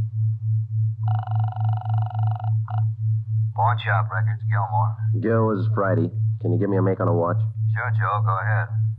Time Master, yellow gold, man's wristwatch. Okay. Case number 716F23. Right. Movement number B351708. Got it. Okay. Now give me a make on this gun, huh? 32 S&W automatic. Serial number 579461. Okay. Call me back? Right. What's your station number? 2572. I'll ring you, Joe. Thanks. Having fun? What'd you do with all those jewels you stole? When do I get out of here? I don't think you're going to get out. You got nothing on me. How tall are you, Tracy? Get your tape measure. 5'9". How much you weigh? 140. I'm 27. My name's Walter Tracy. I come from Salina. I've been in town 2 days, and I don't know what you guys are talking about. You sound smart. You don't act it. And you're flying blind, copper. What'd you do with those jewels you stole? I don't know what you're talking about. What color are your eyes? I don't know. I'm colorblind. What color would you say your hair is? You colorblind, too? You ever been arrested before? Straighten out. He asked me that. I'm asking you. No. You ever done any big time? No. All right, I don't care if you level with us or not. We're going to make you on those prowl jobs, all 19 of them. Sure. You guys are smart. You got in Los Angeles 2 days ago, is that right? Yeah. You don't know anything about any jewel thefts. That's what I said. Then how come your name and your handwriting's on the account books in 4 pawn shops in Los Angeles? It's not mine. You can't prove it. We can, Tracy. Come clean. What'd you do with the stuff you stole from 1250 Moraga Drive, June 5th? I didn't steal any stuff. What'd you do with the rings and watches you took from 1400 Placerville Road, June 9th? I wasn't in town. What'd you do with the diamond dress pins you stole June 13th, 123 South Van Ness? Did I do that? You're not only kinky, you're a bad liar. You prove it. Porter, get you a sawbuck, your prints bounced, Tracy. Our handwriting man's gone to work on those signatures of yours. You haven't got a chance. Now, come on. Where'd you hide the stuff? You can't prove a thing. Where'd you say you've been sleeping the last 2 nights? In the park, Pershing Square. You want a map? Clothes sure look nice. I said I had them pressed. But you can't remember where. No, I can't remember where. That a crime? Friday something. Joe, this is Gilmore. Here's the stuff you asked for. Let's have it, Gil. No make on the watch, no make on the gun. Okay, Gil. Thanks a lot. Yeah. You're in up to your neck. You said that, didn't you? You're gonna talk, Tracy. Kind of tired. All right, we'll let you sleep on it. Come on, Ben. Let's book him. All right. Now get your jobs, coppers. Sure. Come on. We took Walter Tracy to the county jail and had him booked on suspicion of burglary. He was still sullen. We knew we had the guilty man. Now we had to prove it. As it often happens, the victims never see the burglar. They only know he's been there. They can't identify him, but they can identify their property. Our job was to find the property. When we did, we'd have Walter Tracy. And the 19 victims would have their property returned. But Tracy wasn't talking. We knew he'd never talk unless he thought it might help him. We took the problem to Ed Backstrand. Smart punk, Skipper, but he's done time before. How do you know? Tried him out last night when we brought him in. He talks like it and he acts like it. But he won't cop out. Are you sure? He won't talk in 100 years. He knows he's got us in the spot. Well, one thing's sure. We're not going to send him up without finding the loot first. He's planted the stuff somewhere in this city. We've got to find it. Ben and I have got an idea, Ed. It's not going to be easy, but it might work. What is it? Tracy tried to soak some of the stolen property at 4 separate pawn shops in the downtown area. Yeah? At each one of those 4 pawn shops, he gave a local address. Now, we're sure he must have a room or an apartment someplace in town. All right. Where? That's where guesswork comes in, Skipper. Every one of those addresses he gave falls within a certain area. How big an area? Oh, you got that street diagram, Joe? Yeah. Here it is, Ed. From Figueroa here to San Pedro, and from Pico down to First Street. The area's about 12 blocks wide, 14 blocks long. Oh, that's a lot of territory. How are you going to cover it? On foot. We'll take Tracy with us. Plenty of legwork. You sure it's the answer? We got to find the stuff, and it's the only way we can figure it. Hotels, apartments, rooming houses. There must be hundreds of places he could stay in that territory. It'll take a couple of weeks. Yeah, on foot it will. All right. It's tough, but it's your idea. Go to it. An hour after we left Chief Backstrand, we got Tracy out of his cell in the county jail and started our canvass of the appointed area. We took the usual precautions and handcuffed Tracy's wrists to our own. We started the search for his hideout at First Street in Figueroa. It was a warm day in Los Angeles.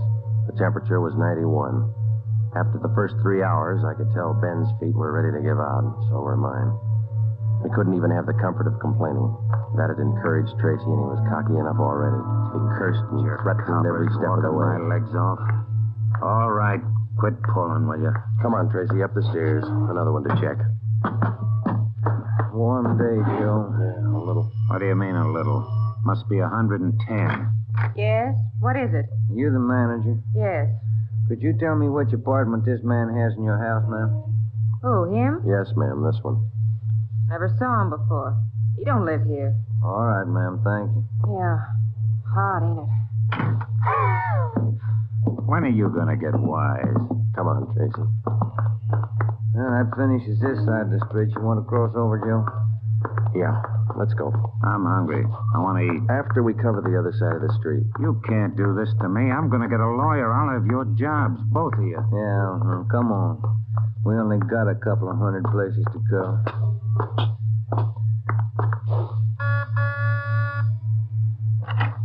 Hi, gents. What can I do for you? You the manager? I run the place, yeah. Which room does this man have in your place? Him? You made a mistake. He doesn't live here. All right, thanks. My feet are killing me. Wait till I get a lawyer. I'll burn both of you dumb cops.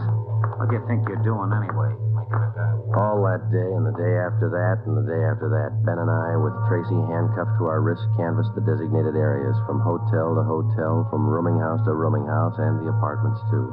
Every day our feet ached a little more, our pace slowed down, Tracy got more irritable, and the weather got hotter. The second day it reached a high of 92, the third day 94, the fourth day 94. Police regulations say plainclothes officers must wear a coat and necktie on the street at all times. We wore our coats and neckties. The search continued into the fifth day. Our pace got even slower. Ben and I started to lose heart. After a while, we forgot our object was to recover the stolen jewels. All we wanted was to find Tracy's hideout. We knew we were right. We knew Tracy was our man. It was a point of pride. Whether your feet hurt or not, you don't give in to a thief. Yes? What do you want? You the landlady here? I am. Which apartment does this man have in the building? Well, none of them. He's not one of my tenants. Thank you, ma'am. Come on, Tracy. By the sixth day, all three of us had special pads in our shoes. Our feet ached worse than ever. Tracy let us know about his every 3 minutes. By late afternoon of the sixth day, we'd covered more than half of the designated area. The temperature was 95. You guys gonna go on forever? I'm sweating like a horse. I'm getting tired of your moaning. That looks like the manager behind the desk. Yes, sir? You the manager? Yes, sir. What can I do for you? Can you tell us which room this man has in the hotel? Him? He doesn't live here. Hey, you fellas look awfully warm. Like to cool off in the lobby? We're air-conditioned. No, thanks. I'm hungry. When do we eat? You're always hungry. You got the biggest mouth on a cop I ever saw. All right. Yeah. I'm hungry. I want to eat. Now. Wait till I give this story to the papers. Mistreating innocent guys. They'll break you. All right. Come on, up the stairs. I'm going to get a lawyer tonight. I'll show you. Yes? Why, Mr. Baker, where have you been? We questioned the landlady, a Miss Elizabeth Hunter. She told us that Baker, alias Tracy, had rented an apartment from her about 2 months before. That's all the information she could give us. Tracy clammed up. He would admit nothing. We asked Miss Hunter to accompany us as a witness. We took the elevator up to Tracy's apartment on the 6th floor. Miss Hunter, Tracy, Ben, and I. Down this way. Here. Do you want me to open it? Please, Miss Hunter. What? There's a girl. Walter? What is it, Walter? I told you to get out of town if I didn't come back. I didn't want to leave. I didn't want to leave without you. I thought you slept in the park. Take a jump. Where's the stuff hidden? All right, Ben, handcuff him to a chair. The girl behind him. We'll find the stuff ourselves. All right, Tracy. All right, you're next. I haven't done anything neither, so you can't prove it. Billy, shut up. That's better. No talking between you two. If there is, we'll separate you. All right, Ben, you take the living room here. I'll try the kitchen and get a window open. It's hot in here. All right. Sergeant, you will be careful of the furniture. Yes, ma'am. I had no idea.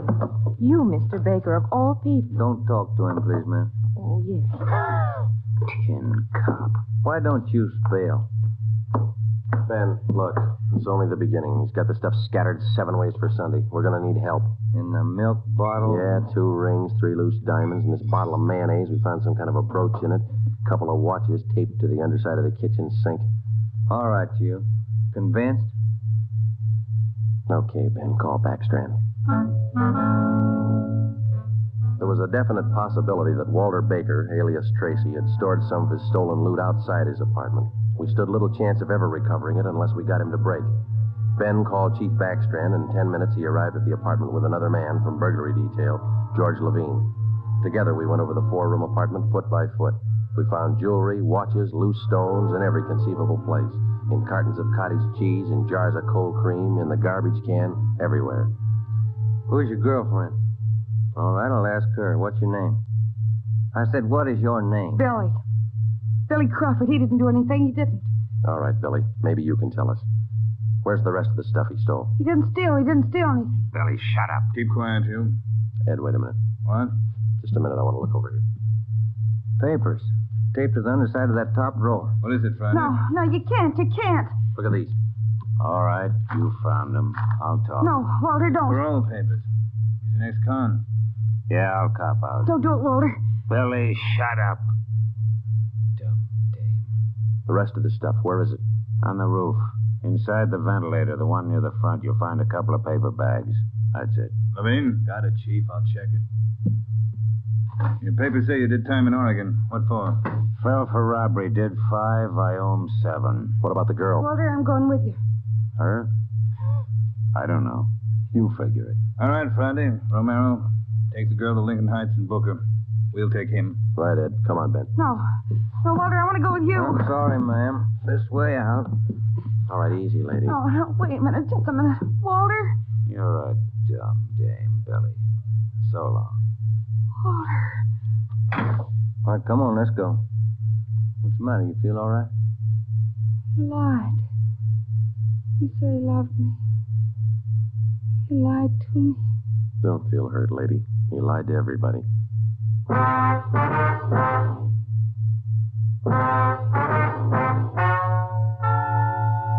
The story you have just heard is true. Only the names were changed to protect the innocent. Walter Baker, alias Walter Tracy, was tried and convicted on 3 counts of first-degree burglary and received the maximum sentence prescribed by law. He is now serving out his term in the state penitentiary.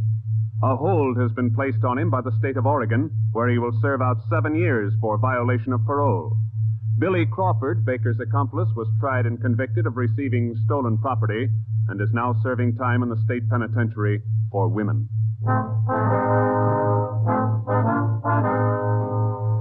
You have just heard the 11th in a new series of authentic cases transcribed from official police files. Technical advice for Dragnet is furnished by the Los Angeles Police Department.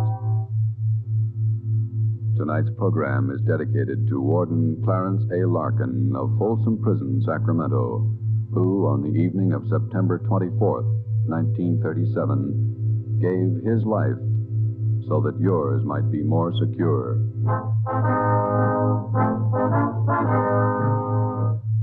Dragnet came to you from Los Angeles. This is NBC, the national broadcasting company. Here's another in NBC's great parade of new shows.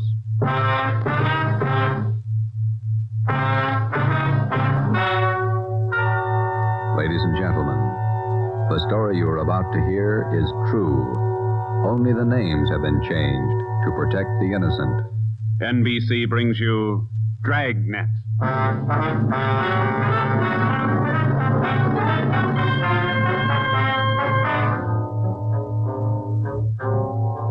You're a detective sergeant. You're assigned to robbery detail. An armed gang of Blitz Bandits has started to work in your city. Their pace is fast, 4 and 5 robberies each night. The criminals are not amateurs. They're well armed, dangerous. Your job, get them. Dragnet, the documented drama of an actual crime, investigated and solved by the men who unrelentingly stand watch on the security of your home, your family, and your life. For the next 30 minutes, in cooperation with the Los Angeles Police Department, you will travel step by step on the side of the law through an actual case from official police files.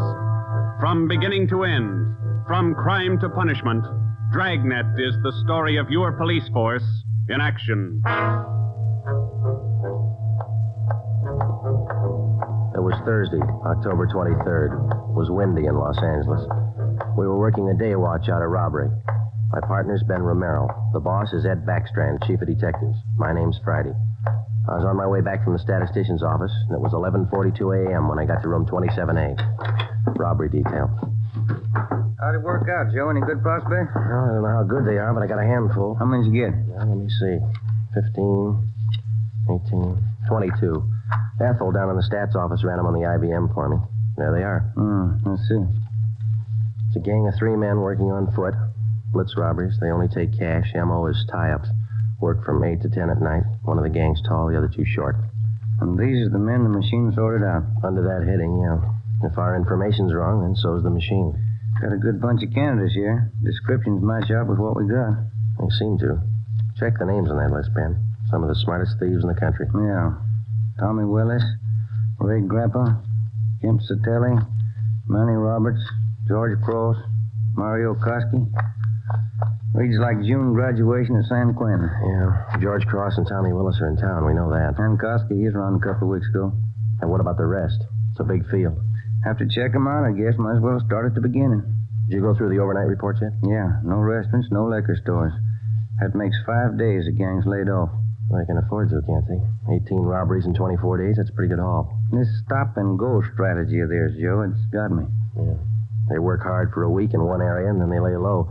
If they just keep going, we might have a better try at them. Hey, Joe. Yeah, Chandler. Fellow out here to see you, Joe. Name's Decker. Decker. Henry Decker? Didn't say. Want to see him? Yeah, send him in. Right. All right, Mr. Decker. This way. How are you, Joe? You're looking good. Oh, Hank Decker. How are you? I'm fine. Well, what are you waiting for? Applause? Come on in and shut the door. Hank, this is my partner, Ben Romero. Ben, Hank Decker. All right, Hank. How are you, Ben? Hank and I are in service together. Yeah, I just dropped in for a visit, Joe. Are you busy? No more than usual. Sit down. Thanks. I remembered you telling me you were on the PD, so I figured I'd drop around and get an inside track.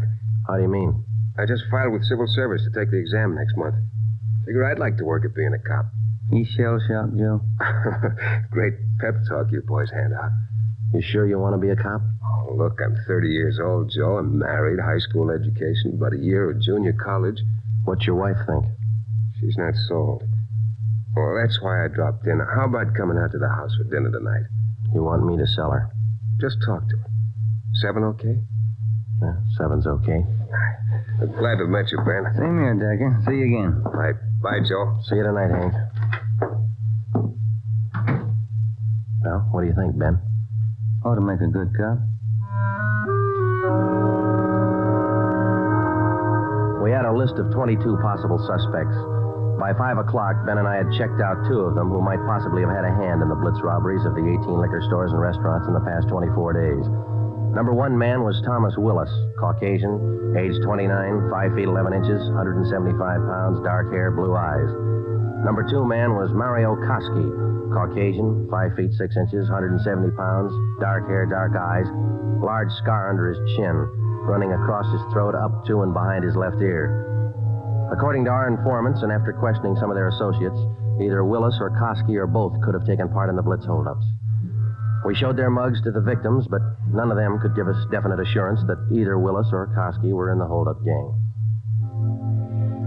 At 7 that night, I went out to Hank Decker's house for supper. Met his wife, Linda, his 4-year-old twin boys. We talked about the Army, played with the kids for a while. Before we sat down to eat, we put the boys in bed. Hank was in the kitchen carving the roast. His wife closed the door to the kids' room, and we started downstairs for the kitchen. What do you think of our 2 atom bombs? They're fine kids, Miss Decker. Hank told me that you were worried about him wanting to join the force. I was 12 years old when my father was shot down. He was a policeman in Des Moines. He was only 37 when he died. I wouldn't know what to do if anything like that happened to Hank. What do you want me to say? But does Hank really want it? Can't you talk him out of it? You're his wife. Can you? No, I think it's his choice, Miss Decker. He's going to have to make up his own mind. I'm sorry. If it's what Hank wants, I guess I worry too much. A lot of women marry cops. They have, and they will, and they all worry. Hank will be all right. Will you guarantee it, Joe?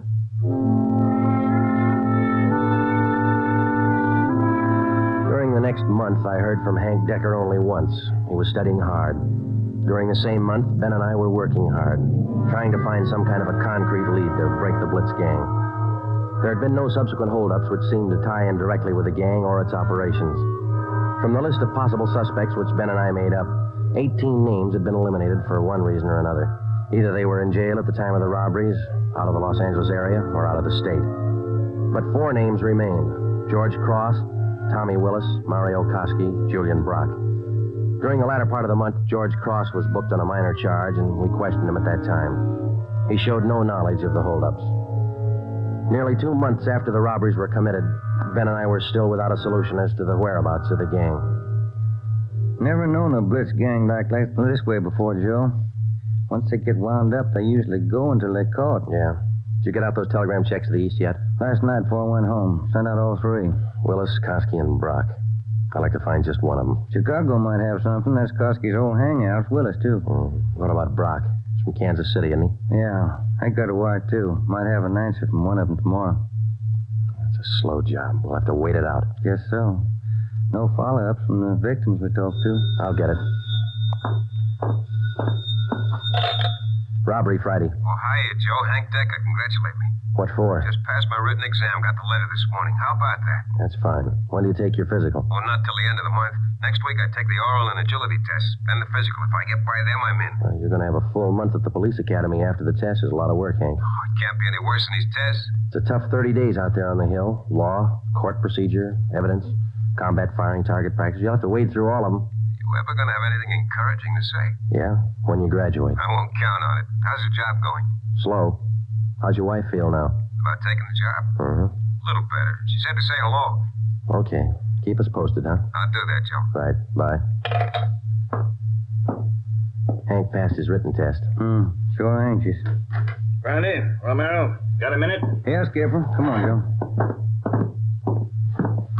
You got something, Ed? Yeah, those blitz robberies you're handling. Not having much luck. We were. Gangs disappeared. Not a trace of them so far. They leave town? Oh, we're not sure, Ed. We don't even have a good description. We're guessing most of the way. What are your guesses? You've had a couple of months to make them. 12 of the holdup victims we talked to told us definitely that there were 3 men in the gang, 2 of them short, 1 of them tall. We've just been working from there. All 3 of them have dark complexions. Started with 22 possibilities and got it weeded down to 4. No, wait a minute, 3. Yeah.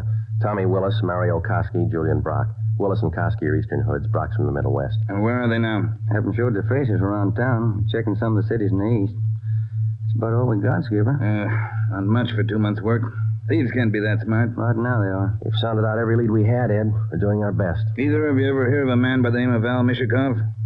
No, I don't think so. Chicago gunman in the old days, wasn't he, Ed? That's right. I thought he was doing time in Joliet. Paroled last year. Got a tip he was spotted on East Broadway night before last. You figured it might tie in with our job? I don't know. Find out. If I remember right, Mishakov's brother used to be pretty friendly with Mario Koski. I helped send both of them up 13 years ago. Same rap, robbery. Was that all you heard, Ed? Somebody spotted Mishakov? That's all. If you can track him down, you might get some kind of a lead. That's more than you got now. That night and for the next 2 nights following, Ben and I had dinner downtown instead of going home, and then we spent the rest of the night covering the lower end of the city in search of Al Mishakov. We got more than a dozen leads on where to find him from some of our informants, but none of the leads paid off. We kept missing him. No one knew where he was staying. No one knew, or no one would tell us. Worst thing about this job, Joe, legwork. We must be averaging 10 miles a night. My feet say 20. Almost midnight. Here's McCarthy's place. Let's try it. Right. Let's go down to the end of the bar, Ben. Yeah. Hiya, Ben. Good to see you come in. What's new? Oh, not much, Bert. Meet my partner, Joe Friday. Hiya, Friday. What do you fellas have? Looking for a guy, Bert. His name's Al Mishakov, Chicago. You heard anything? He was in here earlier tonight. A couple of guys with him. Are you sure? What do you look like? 6 feet, about 45, I guess. Big build. Sounds like him, all right, Joe. Is he staying in the neighborhood, Bert? Down here? I don't think so. Most of those big-timers stay uptown someplace. You looking for Mishakov? I'd like to talk to him. How long ago was he in? Oh, about 8 o'clock. A couple of guys with him. They were talking about driving out to the airport. Something about Las Vegas. There's an 840 plane for Vegas, isn't there, Ben? I think so. 840, 850. I can't recall which. Bert, do you remember the exact time they left? Exactly. No. Say, there's one of the fellas that was with Mishakov down there in the middle of the bar. Which one, Bert? There. One with the sandy hair, big chin. See him? Yeah. Want to talk, Joe? Come on. Josh, you know what he said? He said when he was in Vegas last week. Pardon me. Killing, yeah, that's where. Pardon me. I'd like to talk to you a minute. Yeah, who are you? Police, Sergeant Friday. Oh, have a drink, Sergeant. No, thanks. I said I wanted to talk to you. Square John, huh? Wait a minute, George. Square John wants to talk to me. Come on outside. We can talk better out there. I ain't done nothing. What's the pitch? I got a right to know. Let's go. Outside. Maybe I don't want to go outside. I think you better. Come on. All right. Quit shoving, you dumb cop, shoving people around. What are you trying to do here? Sausage. All right, down this way. Car's parked up the next alley, Joe. Hey, look, what's this all about, huh? I got a right to know. You were seen with Al Mishikoff tonight. Where is he? Who? Al Mishikoff. You want us to spell it? I don't think you can spell your own name. Nobody's asking you to play smart. Where's Mishikoff? Out of town. What do you care? Here's the car. All right, inside, you. Now, look, you got me wrong. I ain't done nothing. Where's Mishikoff? You and some other guy drove to the airport with him tonight. Let's have it. I'm clear, I tell you. I just drove out with him, that's all. Where'd Mishikoff go? Vegas. Took the plane for Vegas. When? About 8:30, 8:45. What's up, anyway? Who's the guy traveling with Mishikoff? Nobody. Who's the guy traveling with Mishikoff? Koski. I just met him tonight. Mario Koski, is that the guy? Yeah, I'm level and I ain't done nothing. Ben, get to a phone, call the office, contact Las Vegas police. Ask them to pick up Koski and Mishikoff. When we got back to the office, we questioned the man we had picked up for almost 2 hours. His name was John Delmar, an ex-convict. He'd been paroled from Folsom Prison 2 months before after serving 3.5 years for burglary. He said Mishikoff was looking for a man to work with him and Koski. He didn't specify the work. Delmar said he refused the offer, but they parted on friendly terms. He said Koski and Mishikoff told him that they were going to Las Vegas for a few days, then return to Los Angeles. But when Ben and I checked back with the Las Vegas police the next morning, they reported that nobody answering the description of either Koski or Mishikoff was seen arriving or leaving the airport. We checked with the airlines and sent inquiries to law enforcement agencies throughout the entire area. No sign. 3 weeks went by. Still no sign. Nothing in the overnights, Joe. No, not a thing. Yeah, same here. Reno, Sacramento, San Francisco. Nobody's seen him. Ain't got to come out sometime. We can wait. Yeah, we can wait. Gets on your nerves. Let's check with Backstrand. Maybe he's got a job for us in the meantime. You're getting as eager as your friend Hank Decker, Joe. Incidentally, how'd things turn out for him? He passed all his exams, putting in his month's training at the academy now. He should do all right. Oh, yeah. Hi, Mike. Skipper busy? Not in his office. Won't be in till afternoon. What's the matter? He's got a lecture at the police academy this morning. Thanks, Mike. Come on, Ben. Ben and I drove out to the police academy near Elysian Park. We went out to check with Ed Backstrand on the Blitz robberies, not to listen to his lecture.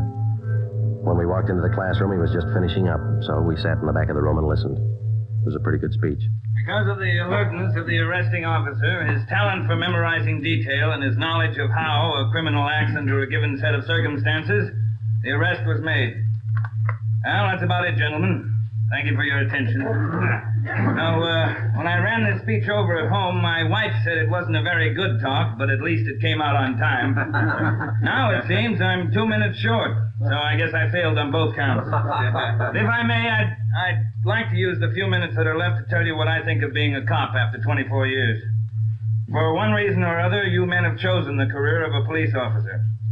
Well, let me tell you right now, without any qualifications, it's a thankless job. Maybe you can't see it now. Maybe you think I'm exaggerating. But when you graduate next week and get that uniform on, your whole lives are going to change. You're going to lose friends, a lot of them. They'll want parking tickets fixed, some other favors. You'll have to turn them down, so you'll be a heel, a fathead. When you're on the beach, you're going to meet the cream of society and the scum, the lowest. Sometimes you won't be able to tell the difference. Some of you will have to work with thugs, stupid gangsters, dope addicts, cheap women. All the human garbage you can find in a big city. You'll come home at night and take a shower to wash off the dirt, but you still won't feel clean. That's the job. When you buy a box of candy and bring it home for your anniversary, the neighbors will say you chiseled it. When you save up a few dollars and buy a new car or some furniture for the house, it's graft. People are going to want favors. They'll offer you things, a free beer or a new dress for your wife. If you take it, you're a chiseler. If you don't, you're a tough cop. Well, here's a piece of advice. Take nothing from anyone, no matter how good a friend he is. Pay for everything you get and don't ask favors. Treat everybody alike, no matter what they look like or what they believe in. You don't play favorites. There are going to be times when a few men in the department get out of line. The newspapers will play it up because it makes good reading, and the average John public will love it. Because that's the only way he can pay you back for that traffic ticket you gave him. Being a good cop is a hard job, but it's a good one. Let me warn you just once more. It's one of the most thankless jobs on earth. That's all, gentlemen.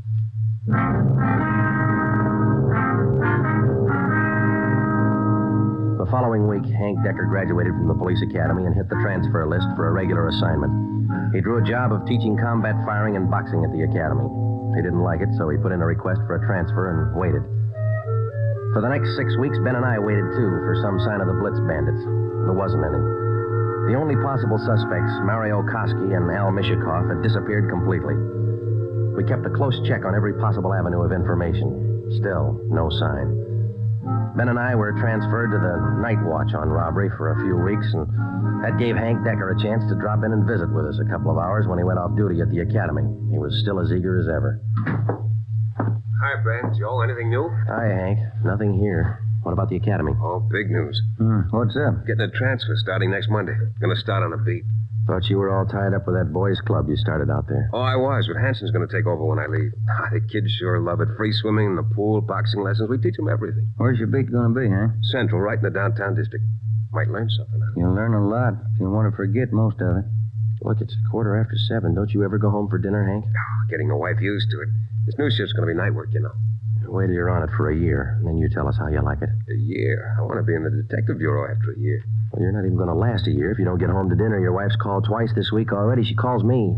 Okay, when did she call tonight? She hasn't yet. Oh, I guess I better head her off. Let me know if anything breaks, huh, Joe? I'd like to tag along. Okay, Hank. Well, on your way. Okay, good night. So long. Good night. Yeah. How eager can you get? Were we like that when we started? Not me. I never had that much energy at one time my whole life. Hot shot, Joe. I'll get it. At 767 East Broadway, a liquor store, 211 and slugging. At 767 East Broadway, a liquor store, 211 and... 767 East Broadway, 211, liquor store. Let's go.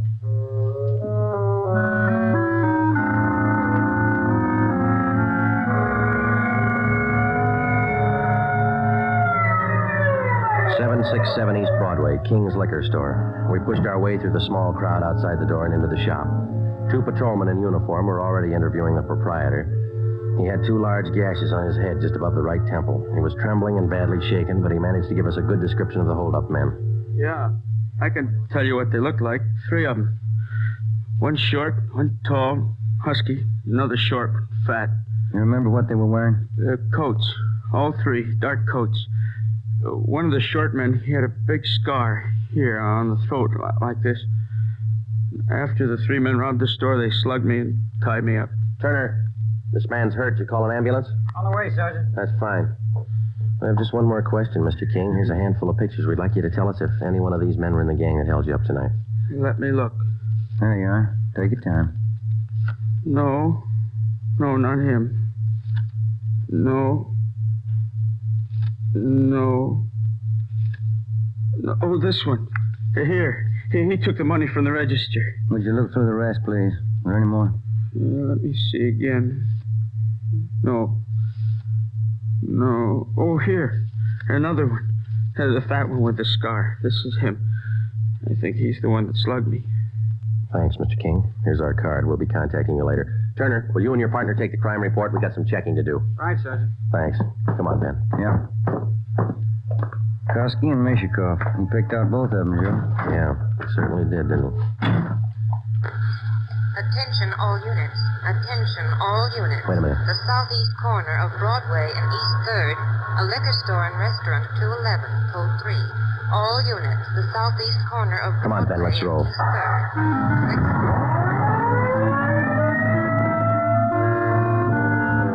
When we got to the liquor store and restaurant at Broadway and East 3rd, Ben and I knew for certain that Koski and Mishikoff were back in the city and working hard.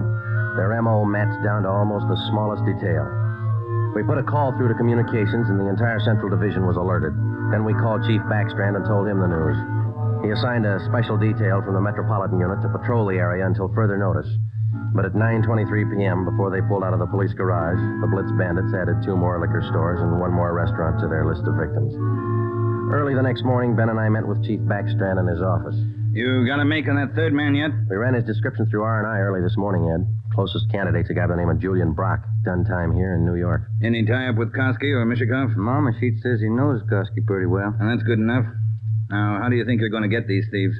We've got the alert out, Chief. Special detail from Metropolitan Division's been briefed. Communications all set. All right, here's a tip for you. Tell the men if there's a hold-up call that only the car in the area of the hold-up will handle it. These thieves are no amateurs. They may try some decoy trick. Tell the men to stay in the area they're assigned to until they receive a call. Check? We'll take care of it, Ed. You going to be on hand tonight? And when do you figure on starting? We'll have the full detail out by 6:30. Play it safe and start at 4. Why chance missing him?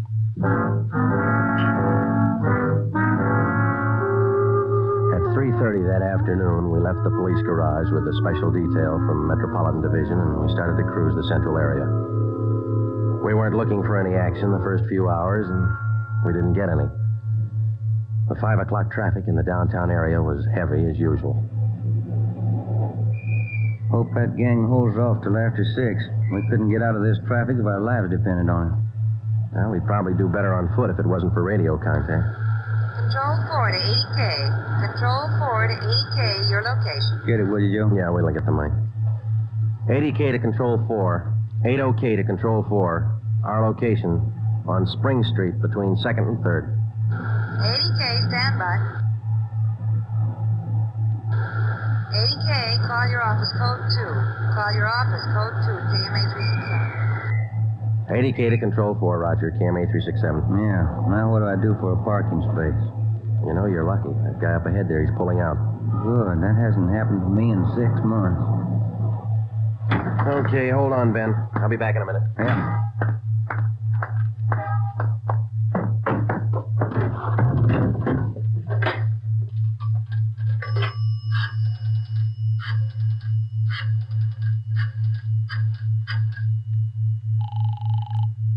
City Hall. 2511. 2511. Robbery, Chandler. This Friday, Bill. You want us? Yeah, just a minute, Joe. Chief wants to talk to you. Hello, Friday. Yeah, Ed. Cruiser car just brought in a guy answering the description of Mario Koski. Yeah? Get over here right away and question the guy. If it is Koski, we can all go home early.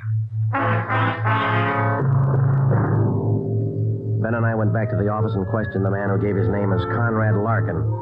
He was Koski's approximate height and weight, same color hair, same color eyes. The resemblance to Koski's picture was evident. We questioned him thoroughly about the Blitz robberies, and then we checked out his fingerprints. The coincidence was hard to overlook, but we were satisfied. The man was not Mario Koski. There was a phone message on my desk to call Hank's wife. I called her, and then we checked with Chief Backstrand again and started for the police garage. It was 10 minutes past 6. Hey, Ben, Joe, wait a minute, will you? Oh, hi, Hank. What's all the excitement? I heard about those jobs last night, the Blitz gang. How about tagging along tonight? What's the stare? You suit yourself, Hank. Plenty I do home for dinner. I told the wife I'd eat out tonight. You sure you're not due home for dinner? No, not tonight, Joe. Did you have any luck yet? Not so far, Hank. Maybe later on tonight. Come on, here's the garage. How close did you come to the gang last night? Not close enough.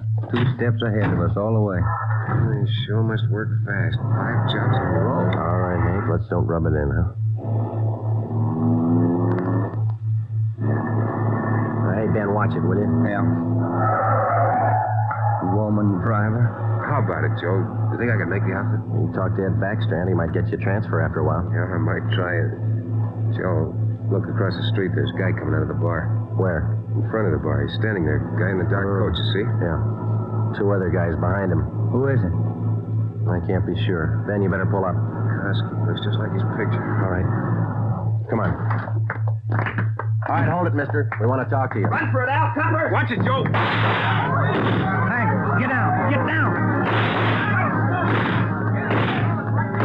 2 of them down, Ben. Other than went up alley. Let's go.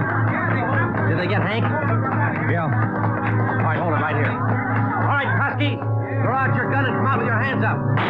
All right, let's return the fire. Come on.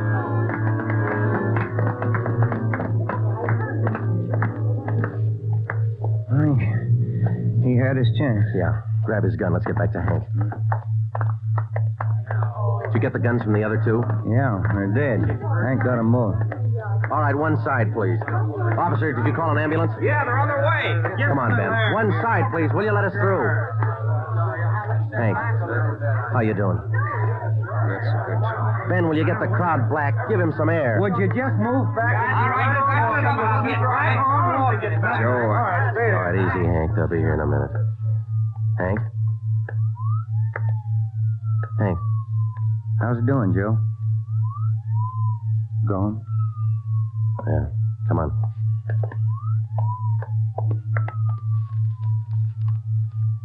What have you got, Joe? Phone message from Hank's wife. For you? Yeah, You returned the call? before we left the office. What was it? She wanted me to remind Hank. He was due home for dinner at 7 o'clock.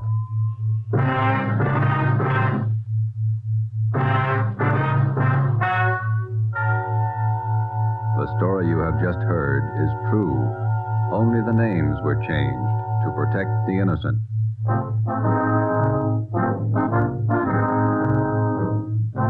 You have just heard the 12th in a new series of authentic cases from official files. Technical advice for Dragnet is furnished by the Los Angeles Police Department. Tonight's program is dedicated to Patrolman James Frank Goggin of the Cleveland Police Department, who, on the morning of January 13th, 1939, gave his life so that yours might be more secure. Dragnet came to you from Los Angeles.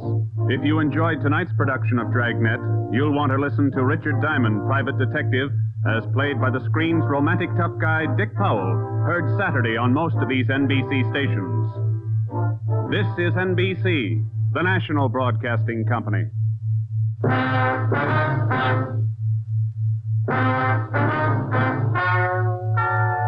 Ladies and gentlemen, the story you're about to hear is true.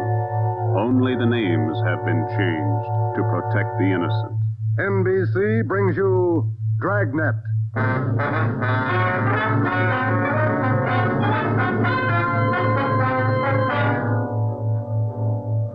You're a detective sergeant. You're assigned to auto theft detail. In 3 months, more than 250 cars have been broken into. Property amounting well into thousands of dollars has been stolen. 2 youthful members of the gang have been apprehended. The all-important brains of the criminal ring, the leaders, are still at large. Your job, get them. Dragnet, the documented drama of an actual crime, investigated and solved by the men who unrelentingly stand watch on the security of your home, your family, and your life. For the next 30 minutes, in cooperation with the Los Angeles Police Department, you will travel step by step on the side of the law through an actual case from official police files. From beginning to end, from crime to punishment, Dragnet is the story of your police force in action. It was Monday, March 2nd. It was cold in Los Angeles. We were working the night shift out of auto theft. My partner's Ben Romero. The boss is Ed Backstrand, chief of detectives. My name's Friday. I was on the way back from the interrogation room, and it was 10:58 p.m. when I got to room 26, chief of detectives' office. Real tough kids, aren't they? Yeah, they won't admit a thing. Now, sit down. Thanks. When'd you pick him up? About 8:30 tonight in the parking lot behind the Star Theater out on Sunset. He was lifting the radio out of a 48 convertible. He's had lots of experience. The report says you picked up a 19-year-old girl with him. She was waiting for the guy in a parked car across the street from the theater. Car was full of loot. The first real break we've had on those auto burglaries in 3 months, and it's no good to us. Neither one of them will talk. They won't even admit they know each other. You run makes on them? Just did. We've been questioning the boy for an hour, getting nowhere. What's his name again? Freeman, Stanley Freeman. Oh, yeah.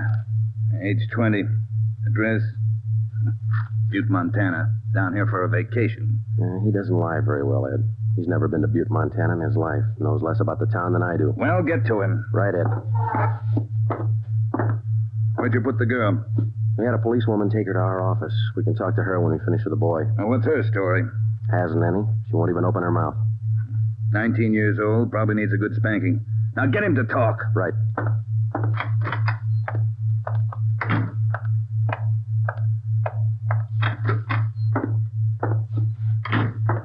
you run a make, Joe? Yeah, he's clean. Get wise, huh, Flatfoot? Look, you're in a bad spot, son. That kind of talk isn't going to help. Says you. We caught you red-handed trying to steal a radio that didn't belong to you from a car it didn't belong to you. Is that right? That's enough to send you to San Quentin, boy. You better give us the story. Shut up. We got all the evidence we need for him. Maybe you don't realize how serious this is. We've had more than 250 car burglaries in this city in the past 3 months. Over $200,000 worth of property's been stolen. That's a lot of money. So what? So you're the number one suspect, young fella. Your method of operation in breaking into that car tonight is the same used in most of the other burglaries. It means you're not going to be tried just for this job tonight. What are you getting at, Flatfoot? Listen, son. In the state of California, breaking into a locked car is a felony. You can go to state penitentiary for that. And we're going to file a complaint of burglary with the district attorney in the morning. You say you're from Butte, Montana. All right, I don't believe you, but we'll make sure. Ben, go down to our office and call the news photographers. Stanley here is going to have his picture on the front page of every newspaper in Los Angeles tomorrow. All right, Joe? No. You can't. I won't let you. I got my rights. What's the matter, youngster? Everybody wants his picture in the paper. Yeah, well, I don't. I won't let him. We got your picture already, Freeman, remember? They took it when they fingerprinted you. You can't use it. You can't. I'll get a lawyer. The reporters will be over in a couple of minutes. We have to give them your story and your picture, too. This one. You won't. You won't. Give it to me. All right. Give it to all right, me. Freeman, get your hands off him. Now, sit down. All right. Now let's have it straight. Don't let him use the picture.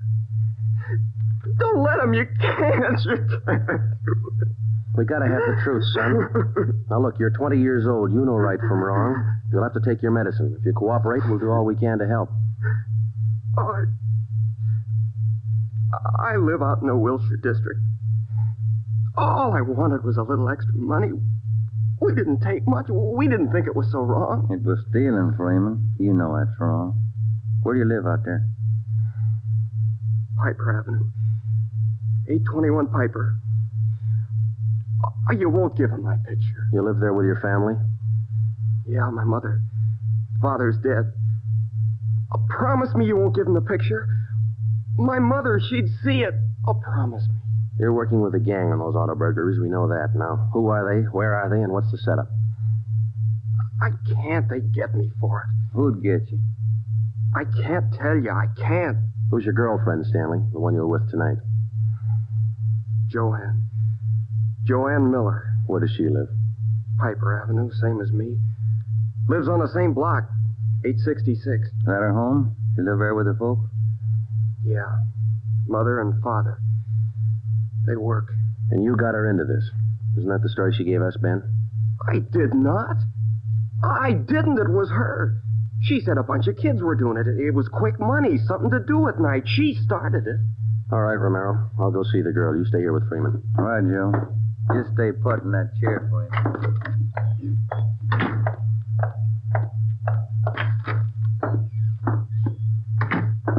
Hi, Marge.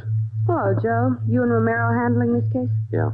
I'd like to talk to the girl a few minutes. Marge, will you stand by? Right, I'll sit over here. Thanks. All right, miss. What's your name, age, and address? I told this lady cop 15 minutes ago I'm not saying anything. All right, then we'll tell you. Your name's Joanne Miller. You live at 866 Piper Avenue. You live with your father and mother. Both of them work.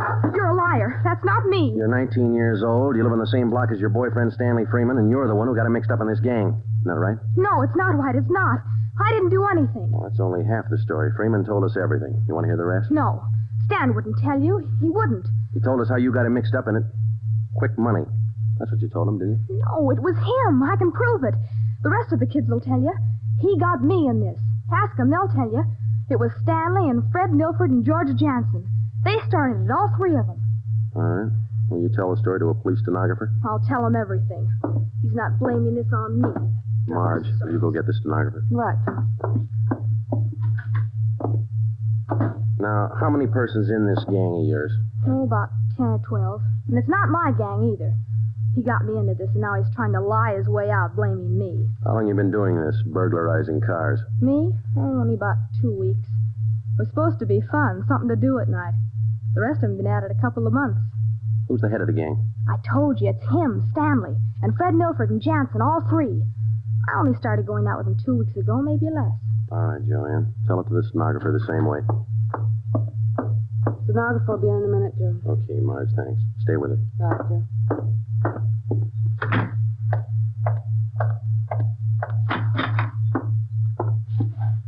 Just about a closed case, Ben. Girl gave us a full confession. She didn't. Oh, you're not tricking me again. She didn't. She told us you're one of the leaders of the gang, Stanley. Said you got her into all this. The other two are George Jansen and Fred Milford. About a dozen kids in the gang, all of them about your age. Isn't that right? She's lying, can't you tell? She's lying. She got me into the gang. Well, she did. She's Milford's girlfriend. Ask her. Oh, she can't lie out of that one. She got me into it. I can prove it. Who's the real leader of the gang? Milford. He started it. He organized the whole thing. He collects the stuff we get, and he delivers it. Jansen helps him do it. What do you mean he delivers the stuff? Where does he deliver it? Somewhere in Dogtown, I think. Down around South Main, near the railroad yards. Who's it delivered to? I don't know exactly. I heard Jansen mention the name once. Myra, he said. It's supposed to be a big secret. Myra, that's all I remember. Where does Jansen and Milford live? Jansen rooms down on East Flower. 1042, I think. It's a rooming house. And Milford lives 2 blocks over from me on Quincy. 234 Quincy. He lives with his grandmother. Got that, Ben? Right. All right, let's pick up Milford and Jansen. It was 10 minutes past 1 when Ben and I returned to headquarters with George Jansen and Fred Milford in our custody. In Jansen's room at 1042 East Flower Street, we found 2 fur coats, a box full of new car accessories, an S&W 38 revolver, and a .45 automatic. When we picked up Fred Milford at his home, we discovered 5 deluxe car radios hidden in the garage, plus a valuable assortment of cameras, cigarette lighters, and clothing. Both Jansen and Milford refused to talk, but when we got them to headquarters and showed them the signed statements of Stanley Freeman and the girl, Joanne Miller, they broke. Milford, where else did you and your gang operate besides the Wilshire district? No place, only out there, that's all. Same type of car burglaries have been committed all over the city. You telling us your gang didn't have a hand in them? It's the truth. Our territory was Wilshire district. We didn't go outside. You mean some other gang's responsible? I don't know. All I know is we didn't have any part of them. Is there another gang, Milford? Maybe. I don't know. You find out. It's none of my business. It is your business, Milford. You admit you and your gang committed 55 jobs in the past 3.5 months. That leaves about 200 jobs to be accounted for. That's right. You figure it out. We have figured it out. I think you and your gang of young thieves pulled every one of those 250 jobs. There isn't any other gang. That's the story the district attorney's going to get. You're crazy. There is. I know there is. Then give us the information and save yourself a lot of trouble. Well, we're not the only ones. That's all I know. Milford, do you know how many years you get for auto burglary? I told you, we're not the only ones. There must be a couple of others besides us. Vince Mahoney, he's got a gang. Where does Mahoney operate? West Hollywood and Beverly. Where's he live? I don't know. Honest, I only met him a couple of times. Where'd you meet him? I don't remember. Where'd you meet him, Milford? Delivery. I met him down at the delivery place a couple of nights. When you delivered the property you stole from cars, is that right? Yeah. Where was that? Down by the railroad yards. Where? Chavez Street. It's a little alley off East Main. Who'd you deliver the stuff to? I told you, her name's Myra. That's all I know. We meet her and some guy on Tuesday nights. We give them the stuff and they pay us off. Mahoney delivers the same night I do. Do you meet her every Tuesday night? Yeah. You're going to meet her this Tuesday, tomorrow night? I don't know. I guess so. Same place? Yeah. Are you the only one she deals with? Sometimes Joanne. Me or Joanne. I know what you're thinking. You want to use me to trap Myra. Well, what's it worth? You know better than that. How about it, Milford? Oh, what else can I do? Give me another cigarette. By 3:30 that morning, the signed statements and confessions were piling up fast. Milford gave us a list of the names and addresses of each member in his gang, and within an hour, they were all under questioning at headquarters. Most of the suspects, about 1/3 of them girls, ranged in age from 18 to 21. As they told their individual stories, the scope of the case grew until it covered most of the city. By late afternoon of the next day, Tuesday, March 3rd, 3 more gangs operating in Venice, Bel Air, and North Hollywood had been apprehended. They confessed to more than 175 burglaries from locked cars during the past 3.5 months. At 5 o'clock that afternoon, Ben and I met with Chief Backstrand in his office. How many admissions you have now? Over 50, Ed. Here are the gang leader's statements. What's their story? That's pretty much the same. They all say this woman, Myra, set up the operation. Do you mean she got the kids and put them to work burglarizing cars? Well, not exactly. She picked the leaders, contacted them in bars or on the street, asked them if they wanted to pick up some spare money getting auto parts for it. Then she didn't tell them to go out and burglarize cars? Well, not in so many words, Ed, no. After they brought in auto parts for a couple of weeks, she told them to bring her everything they could find, outside the car or inside. Those are the words she used. 5 of the kids dictated those words into their signed confession. Oh, that should hold in court. What else did you get on this woman? Oh, she taught them how to work, told them to wear gloves, all the angles. Well, we got most of the small fry. Now, where do we find this Myra woman? Any description on her? Yeah. Kids say she's about 33, 34. Good-looking redhead. 5'5", about 120. Well-dressed. No description on the guy she runs with. You run a make on her yet? Yeah, no previous record. We set up a stakeout for her tonight. 2 of the gang leaders have volunteered to go along, Miss Milford and Vince Mahoney. Good. Down on Chavez, where she usually meets them? Yeah, that's right. When? 11:15. That's the regular time for the meet, according to the kid. All right, I'll be at home. Call me. I don't want to miss out on this one. When Ben and I left Ed Backstrand's office, we went home for dinner and a few hours' sleep. At 9:30 p.m., we were back at the office. We met the men in the special detail, which Backstrand had assigned for the stakeout that night. We briefed them on their duties, and then we got Fred Milford and Vince Mahoney out of their cells. To avoid any possible suspicion of the presence of a trap, we had Milford's permission to use his car in the stakeout. The car which he had said he had driven to the delivery meetings with the woman Myra at least a dozen times before. We arrived at the stakeout area, Chavez Alley in East Main, at 9:58. The meeting was scheduled for 11:15. The moon was out, but the sky was overcast. There was a cold wind blowing from the east. Hey, what time you got, Sergeant?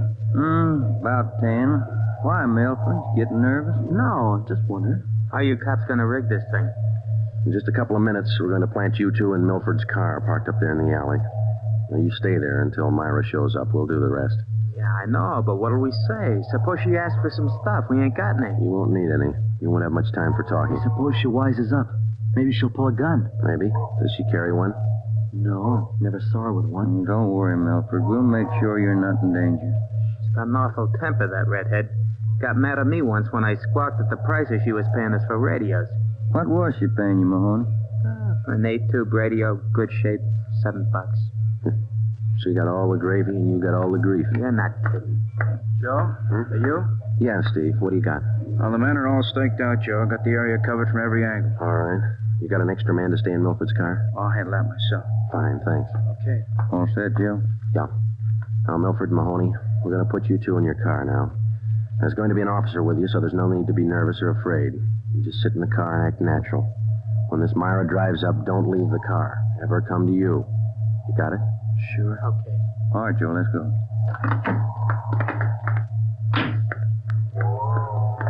Sure is cold out. I don't even have a heater in my car. You stole enough of them. Okay, Steve, here they are. All right, boys. Milford, get in first behind the wheel. Okay. Mahoney in the middle. And I'll sit in the back. We'll be parked in that garage across the street, Steve. Got a perfect view of the alley. Okay, Ben. Check with you later. All right. Mean night, Joe. Yeah. Come on.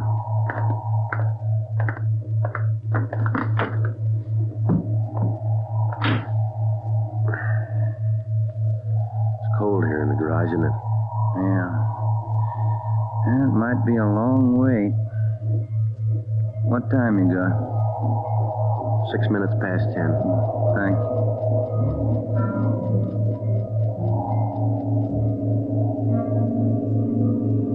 Hey, Joe. What is it? It's nothing. Thought that passing car was turning in the alley. Relax. It's early. Lonely place. Dark. Gets on your nerves.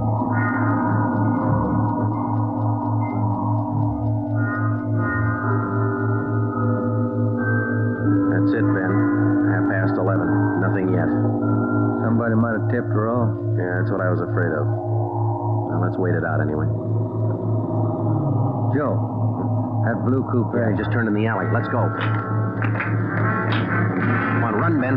Behind you. All right, wake him, fella. Quit your fighting. What'd you get, Steve? Here he is. Just drove up in the coupe. Got out and called Milford Mahoney by their first names. He's in on it. What about the girl? No sign. Kid was the only one in the car. All right. Tell them in the stakeout's off for tonight. Have them report back in. We'll take the kid with us. Okay. All right, young fella, this way. What you cops think you're doing? I ain't done nothing. Look, sport, we heard that from 54 different kids yesterday. We're tired of that line. Come on.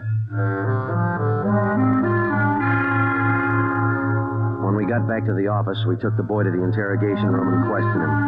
He gave his name as Matthew Leiter, age 21. He wouldn't break until Vince Mahoney definitely identified him as a member of his car burglary gang and the special favorite of the red-headed woman they called Myra. Then Leiter copped out and told Ben and I that he had talked with Myra as late as 10 o'clock tonight. He told us that she had heard that the police had picked up some of the gang members, and she asked Leiter to drive down to the Chavez Alley meeting place. He was supposed to tell Milford and Mahoney that the weekly delivery date was off until further notice. We questioned Matthew Leiter for an hour and a half. You told us a little while ago that you talked with this woman, Myra, late tonight. Yeah. Where'd you talk to her? At her home? Her home? Don't be stupid. Nobody knows where she lives. I met her at a bar. Which bar? Julius. Out in Santa Monica. How did she contact you? Called me at home. She's not such a bad dame. She treats you right. Sure, that's why you're in jail. Did you ever call her on the phone? I don't know her number. None of the kids do. She's smart. She taught me all I know about the racket. You'll have a rough time getting her. Maybe, but we'll get her. Ben and I left the office at 2 a.m. and went home to bed. We reported in at 8 that morning to Ed Backstrand. The three of us went down the street to Koken's restaurant for a cup of coffee. Nobody was in a good mood. We had most or all the small fry in the citywide burglary ring, but it seemed we were still a long way from cracking the inner circle. The latter kid said that none of them knows where she lives, what her phone number is, nothing. Pass the sugar, Ed. I think we still have a few angles to study on that score. Right now, I've got some more bad news for you. What's that? Been through your mail this morning? No, not yet. We haven't had a chance. I saw the overnight reports. There were 32 car burglaries last night. 32. All the way from Wilmington to North Hollywood. How you figure it? I can't. This girl Myra must have an army of kids working for her. How much did they get, Ed? Any idea? Rough estimate about $3,000. Usual stuff people are foolish enough to leave in their cars. Watches, cameras, furs, expensive clothes. M.O.'s the same? Like the others. If the car happens to have a rigid handle lock, they slip a piece of pipe over the handle for a lever and break it. If that doesn't work, they pry open the wing window. Some of the windows were smashed out. Sounds like you're in an awful hurry, Joe. Yeah, maybe this Myra wants a few big nights before she peddles the stuff and gets out. If we're going to get her, we can't waste time. Any suspects picked up last night, Skipper? None. Well, where did they hit most of the car? Outside the Pan Pacific. The parking lot. Hockey game going on. Must have been 4,000 cars for them to pick over. They picked the best. As usual. Well, you better get on it. There's one way to handle it. What's that? She works fast. You work a little faster. We got back to the office and we went over the reports one by one. Then we called the young gang members to the interrogation room and questioned them separately and re-questioned them. We got nowhere. Many of them had met Myra on the street, in a bar, but not one of them had any idea where she lived. At least that's what they told us. Ben had a hunch that Matthew Leiter knew more than he was telling. We had him brought to the interrogation room, and all that afternoon until 10 o'clock that night, with interruptions for his meal periods, we talked with Leiter. He would admit nothing more than what he'd already told us. Yeah, it's got me beat, Joe. Now let's check with Ed. Good morning, Joe. Ben? Hi, Mike. Skipper in? Just went down the hall for a minute. Be right back. Hold it a minute, will you? Yeah. Chief of Detectives Office, Helen. Yeah. For you, Joe. Oh, thanks. Oh? Yeah. He does? We'll be right over. What was Sergeant Hopkins over at the jail? Oh, yeah? Matthew Leiter's got something to tell us. Says it's important.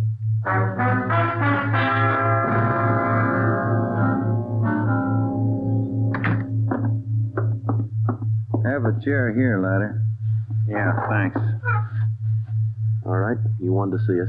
I'm getting even with that dame Myra. I'm squaring with you. Yeah? She told me if I was picked up, she'd have me out in a couple of hours. She promised me a lawyer if anything happened. Said she'd get me bail. All right. Where can we find her? I don't know if she's there now, but you can find out at Francisco Motors. Big used car lot. Garage, too. It's out on Melrose past La Cienega. What's the tie-up? That's where she fenced most of the stuff we stole. Some old guy she buddies with runs the place. Big shop in the back. Store a lot of hot stuff there. Barney. Yes, We're through with them. Take them back. We checked with Chief Backstrand, and then we drove out to the Francisco Motor Company. We located it on the corner of Melrose and Geneva Avenue. It was a big layout. Consisted of a large used car lot sign bannering the slogan, Deluxe Auto Accessories, lowest prices in town. Along the back end of the lot, there was a large L-shaped garage. We found the man in charge, and he gave his name as Paul Hackett, the owner of the car lot. In the garage, we found the entrance to a large back storeroom. It was loaded with thousands of dollars worth of auto radios, spotlights, cratefuls of assorted car accessories. Special closets built into the walls of the garage contain racks of fur coats, suits, dresses. Below that, smaller boxes containing watches and cameras, all wrapped in tissue paper. You can save all of us a lot of time and trouble by talking to us now, Mr. Hackett. Where is Myra? I don't know who you're talking about. I don't know what you're talking about. Can you explain what we just found in your garage? I didn't know it was there. I didn't know it was stolen. Well, which is it, Mr. Hackett? Make up your mind. I bought it, but I didn't know it was stolen. You can't prove I did know. I think we can prove it, Mr. Hackett. Some of those stolen car radios stored back there, serial numbers are filed off, and this workbench here is full of filings.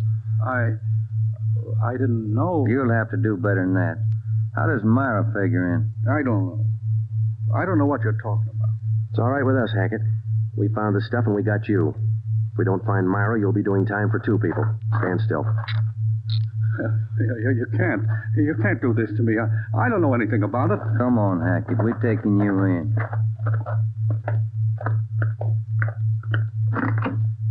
All right, get in the car. Come on, in the car. Am I going to jail? You're going to jail. All right. I'll take you to Myra. Hackett told us that Myra lived at 1345 Munich Drive in Beverly Hills. He said that he was Myra's husband. He told us that he'd been in a legitimate garage business for 10 years before he married Myra. She talked him into the racket. He identified 1345 Munich Drive as their home. When we got there, we found stores of stolen property similar to those found in the garage. Myra was not there. Hackett had no idea where she might be. We sat down in the living room and waited.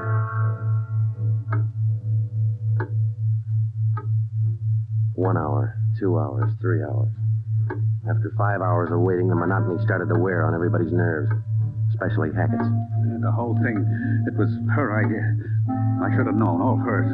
She did this to me. I won't take it alone. Where is she? You tell us, Hackett. Told you, I don't know.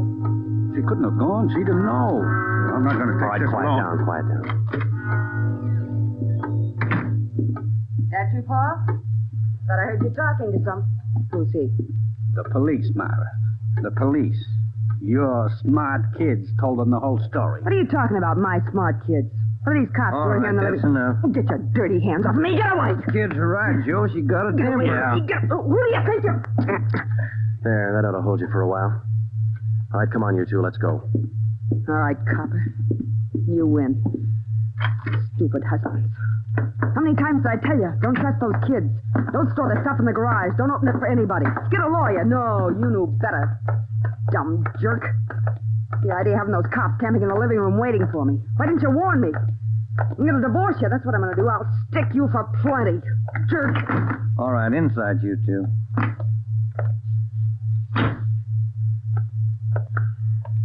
You got a smoke, Ben? Yeah. Here. Thanks. I was just thinking. What? Those kids were right. She's a pretty nice-looking woman. Yeah. Nice face. Beautiful figure. Mm-hmm. Sure talks a lot, though, doesn't she? Yeah. Hey, Joe, remind me to take home some flowers to my wife tonight, will you? The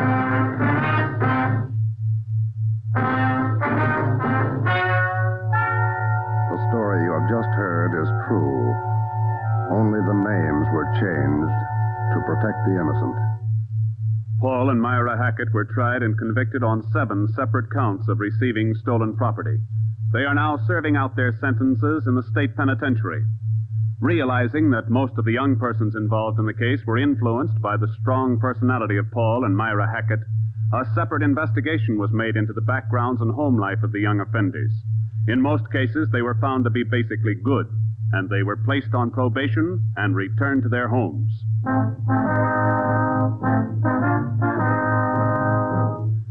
You have just heard the 13th in a new series of authentic cases from official files. Technical advice for Dragnet comes from the office of W.A. Wharton, Acting Chief of Police, Los Angeles Police Department. Tonight's program is dedicated to Detective Harry William Vosper of the Seattle, Washington Police Department, who on the night of July 21st, 1949, gave his life so that yours might be more secure. Dragnet came to you from Los Angeles. And now, an important announcement. Starting this Saturday, September 3rd, Dragnet will be heard at a new time over your NBC station. Consult your local newspaper for the new listening time. And now, speaking in behalf of the producers and the entire cast of Dragnet, we would like to take this opportunity to thank you for your many kind letters of encouragement and approval. Remember, next Saturday for Dragnet, this is NBC, the national broadcasting company.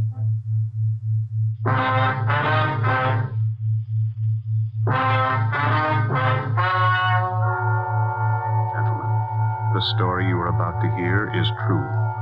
Only the names have been changed to protect the innocent. NBC brings you Dragnet.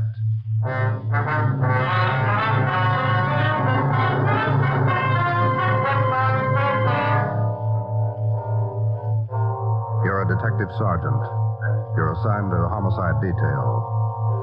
A man's wife has suddenly dropped from sight. On the surface, it appears only as a routine missing persons case. You start to investigate. Suspicion grows. There is evidence of possible foul play. Your job, find the woman or find her murderer. Dragnet, the documented drama of an actual crime. Investigated and solved by the men who unrelentingly stand watch on the security of your home, your family, and your life. For the next 30 minutes, in cooperation with the Los Angeles Police Department, you will travel step by step on the side of the law through an actual case transcribed from official police files. From beginning to end, from crime to punishment, Dragnet is the story of your police force in action. It was Wednesday, September 15th. It was warm in Los Angeles. We were working the day watch out of homicide. My partner's Ben Romero. The boss is Ed Backstrand, Chief of Detectives. My name's Friday. I was on the way back from lunch, and it was 12:56 when I got to room 42. Homicide. Hi, Joe. Waiting for you. Hiya, Ben. Al. Hi. I hear you got something for us. Here's a report right here. Gardener by the name of Eric Kelby called in day before yesterday. Said his wife disappeared from their home out in the valley Sunday night. Says he thinks she left him. That happens every day, Bargetti. Not this way, it doesn't. Walsh and I went out yesterday to interview the guy. Story doesn't add. Why not? None of her clothes are missing. None of her luggage. She even left her pocketbook behind, full of money. Found out from the neighbors the missing woman is a 17-year-old boy by a former marriage. So what? An only child. Mother dotes on the kid. Shouldn't even say goodbye to him. How did this Eric Kelby impress you? Pretty grouchy with Walsh and me. No cooperation. Wants to find his wife, doesn't he? I don't know if he does or not. It's no help, I'll tell you that. Can I see that report a minute now? Here you are. Agnes Trumbull Kelby, age 39. Kelby's her second husband. First one died a little after the boy was born. Disappeared Sunday night from her home, 546 Belasco Road, between 7 and 8 o'clock. When did Kelby call in? Monday afternoon.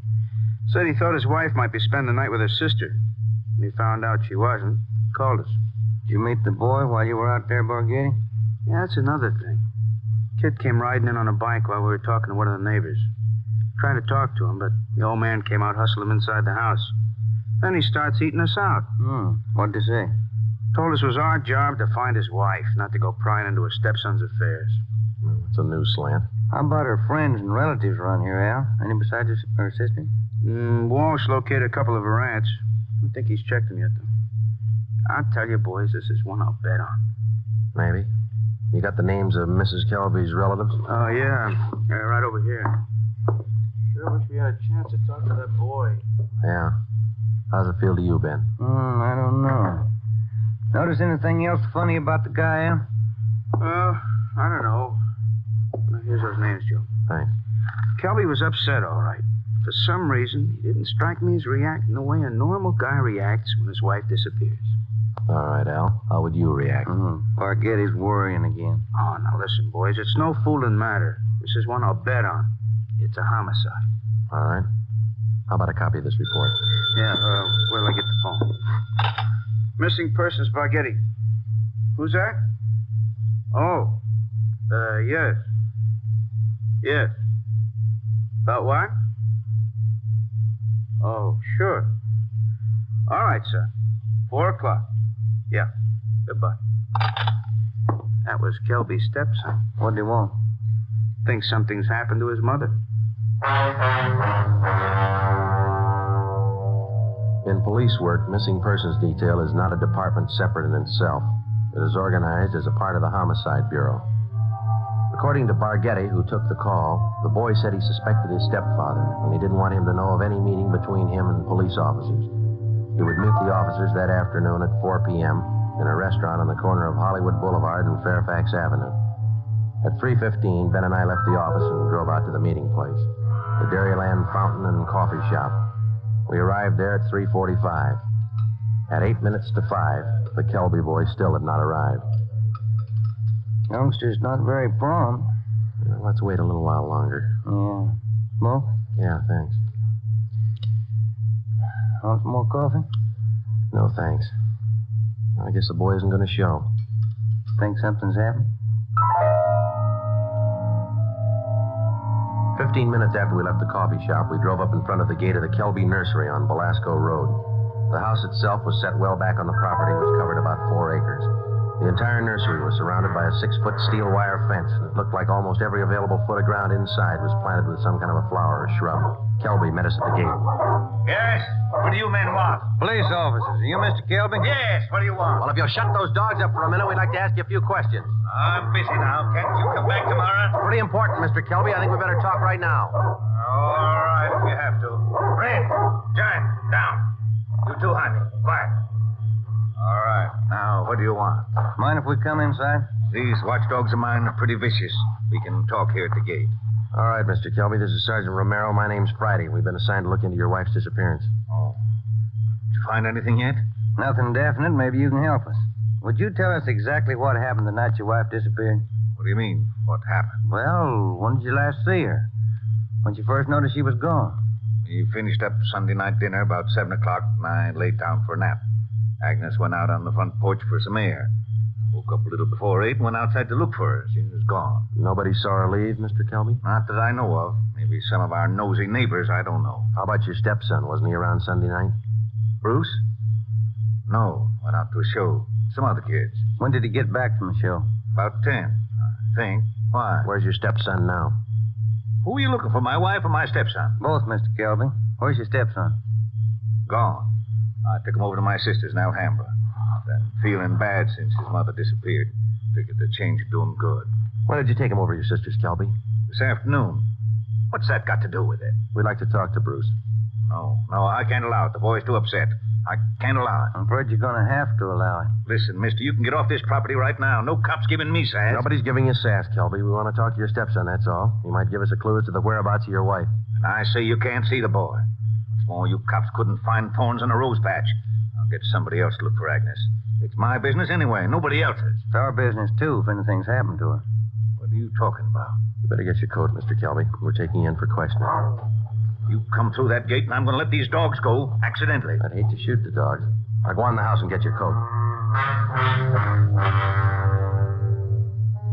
Eric Kelby turned and made his way up the path and into the house. 5 minutes later, he came out.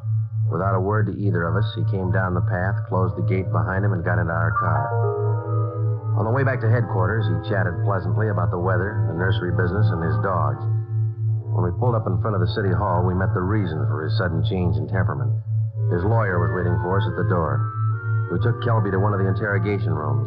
His lawyer tagged along. We tried to question him, but the lawyer objected to 2 out of every 3 questions we asked. It was hopeless, and we knew it. So did the lawyer. We released Kelby, but we did get the name and address of his sister where the stepson Bruce was staying. After they left, Ben and I got back in the car and drove out to Alhambra to check on the boy. Forget he had this one pegged right, Joe. It's a real sleeper. Yeah. I'd like to know how the stepson missed that date with us this afternoon. Well, if the kid called us from the house, his stepfather could have overheard him. It's possible. Sister's house ought to be along this block, shouldn't it? Yeah, let's see. 1408, 1406. There it is, Joe. A gray cottage, 1402. Right. Well, it's a nice-looking little place, isn't it? Well kept. Yeah, it's a nice neighborhood. I wonder how the lot prices run out here.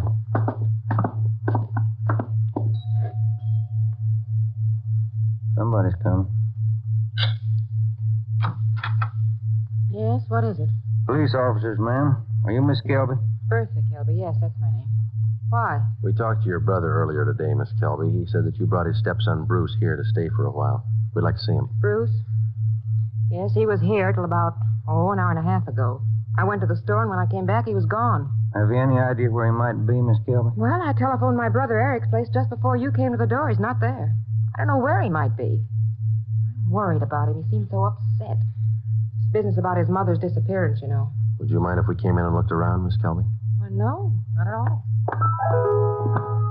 We went in and looked the house over from one end to the other. There wasn't a trace of the boy.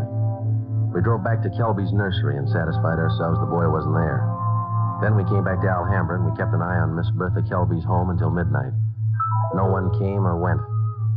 At 5 minutes past midnight, the lights went off in the living room, and a few minutes later, in the back of the house. The next morning, when Ben and I checked in for work as usual at 8 o'clock, we met with Captain of Homicide, Frank Kearney. What makes you two so positive there has been any foul play in this Kelby thing? Well, that's just it, Cap. We're not positive. It's a whole setup. It smells bad. For instance? That lawyer. If a man's innocent, he doesn't need a lawyer to sit with him in the interrogation room and tell him not to answer questions. Number 2, that kid's telephone call. Maybe he doesn't get along with his stepfather. It happens, you know. Maybe he's trying to get back at him for something or other. Maybe. Then why is Kelby hiding him out? You sure he's hiding him out? No other way to take it, Cap. The Kelby woman walked away from her home Sunday night. Nobody saw her. She took nothing with her. No clothes, no luggage, no money. You checked with the family doctor? Yesterday. He told us Mrs. Kelby was in perfect health. We double-checked the Wanderer's file and the Repeater's file and missing persons. Couldn't find her name in either one.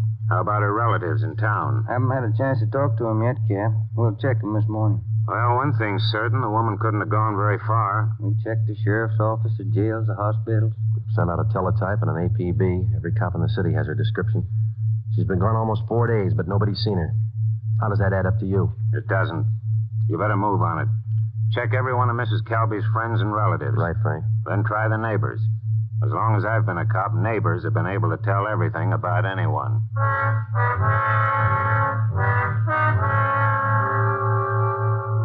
All that day, Ben and I made the rounds. First stop was the Western National Bank, where Mrs. Kelby maintained her account. Her savings statement showed a total balance of $31,564.17. Her separate checking account had a balance of $842.71. At the Farmers Mutual, we found the record of an insurance policy issued to Agnes Trumbull Kelby. It was a 20-pay life policy covering the insured in the amount of $30,000.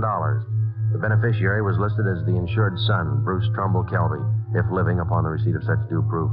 If not, the insured's husband, Eric J. Kelby.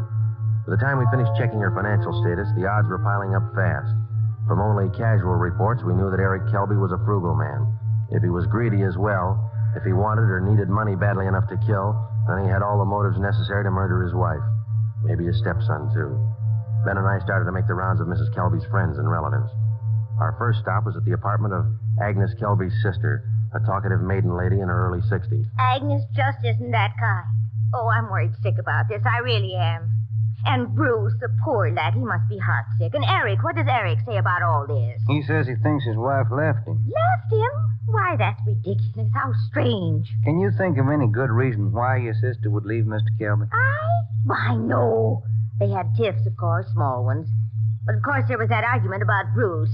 The two of them always seem to be arguing about Bruce. How do you mean, ma'am? Oh, well, raising the boy and all, you know.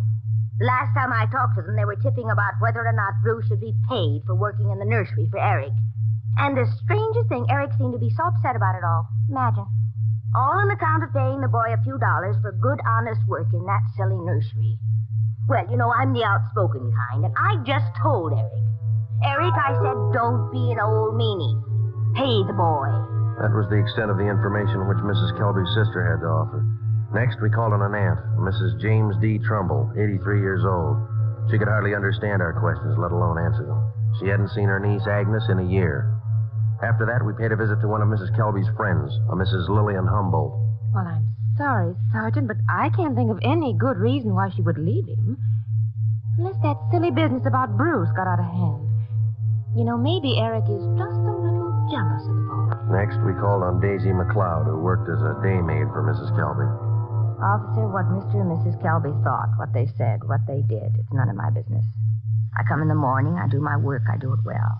I'm not the nosy type, and I don't pry.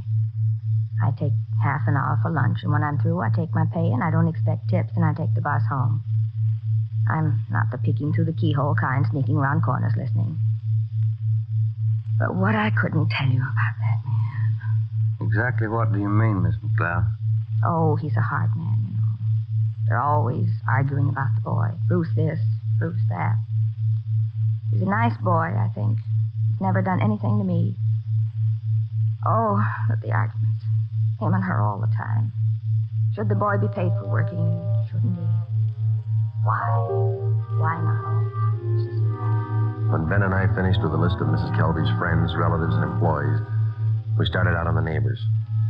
None of them saw Mrs. Kelby after 6 p.m. the night she disappeared. 2 of the neighbors said they saw the porch light burning after 7 p.m., but both said the porch was empty.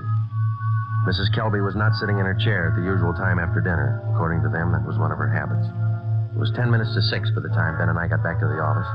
The light was still burning in Captain Kearney's office. Full day, Joe. A lot of mining. Yeah. I wonder what the captain's hanging around for. Let's find out.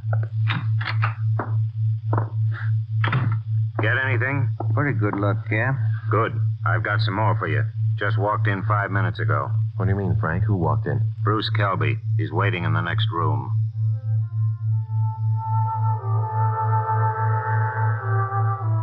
We went in the next room and met Bruce Kelby. He was small for a 17-year-old, dark-haired, and a little on the sickly side. He told us that he couldn't keep the date he made with us on the phone because his stepfather apparently did overhear the conversation and drove him directly to his sister's home in Alhambra. We asked him why he was so sure that his stepfather was responsible for his mother's sudden disappearance. For one thing, all 3 of us usually go to the early show on Sunday night. Eric, Mom, and me. But last Sunday, Eric said he wasn't feeling good and he wanted Mom to stay home and take care of him. Then he told me to go on ahead to the show, so I did. What time did you get home, son? About 9:30, 9:45. What was your stepfather doing when you got home? Sitting in the living room reading the paper. Did you notice anything unusual about the way he acted? He was nervous and jumpy, more than usual, I think. Anything else? Yes, sir. When I came in through the front yard, I noticed the dogs had mud all over their paws. They'd been out somewhere in the nursery plots. And they won't go out in the plots unless Eric's with them. He doesn't want them to trample the seedlings. What would your stepfather be doing out in the nursery at night? Does he usually do some work at night? No, sir. None of the plots are even lighted. Only the greenhouses. And the paths in the greenhouses are usually graveled, aren't they? No mud around. It's my job to see that the greenhouse paths are kept graveled. I know they're not muddy. I fixed them the day before, Saturday. What do you think it means, son? I don't know. I don't want to think about it. I just know he's done something. He's done something to her. Did your stepfather give you any reason for keeping you away from the police officers the other day? No, sir. He said people were getting nosy, and he said it might be better for me over at Aunt Bertha's. She's his sister. Do you think your Aunt Bertha might know where your mother is? No, we hardly ever see her. We don't know her well at all. We've heard your mother and your stepfather argued about whether you should be paid for your work in the nursery. When I started to work for him, he promised he'd pay me. I was saving up to buy a 31 Model A. And then after a couple of months, when he didn't pay me, I asked him. He told me I ought to be glad to work for him for nothing. And your mother argued with him over that? Sure, it was her money that bought the nursery anyway. How'd you get away from your aunt's place last night? Well, Bertha had some shopping to do, and she left me alone. She locked the door to my room. Even the screen over the window in my room was nailed down, but I kicked it out and got away. I stayed at a friend's house last night. Thought about where you're going to stay tonight? I don't know. But I'm not going home. And I'm not going back to Bertha's place either. I'll get a room. How'd you like to stay at my house a few days? Sure nice of you, sir. Maybe I'd better not. Mom might not like it. Oh, I'll take care of that. Now let's hop out and get some dinner. Sure darn nice of you, sir. All right, son. Come with me.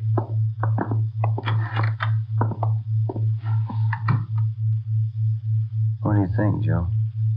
He could be lying. Yeah.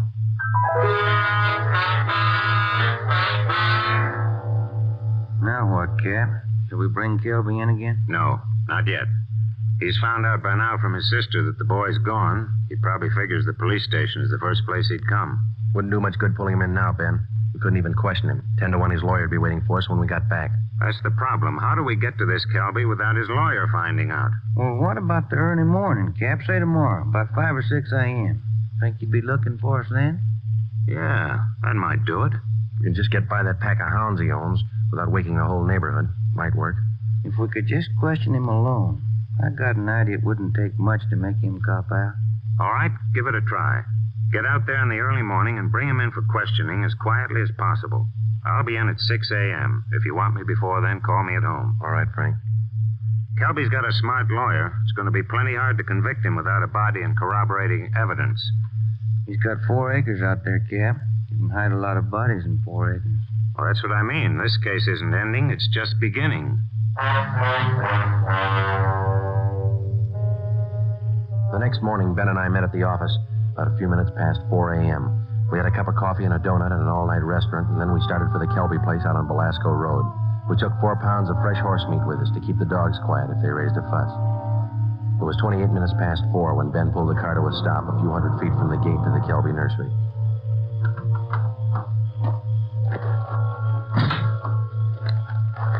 We got out of the car and made our way down the road to the gate.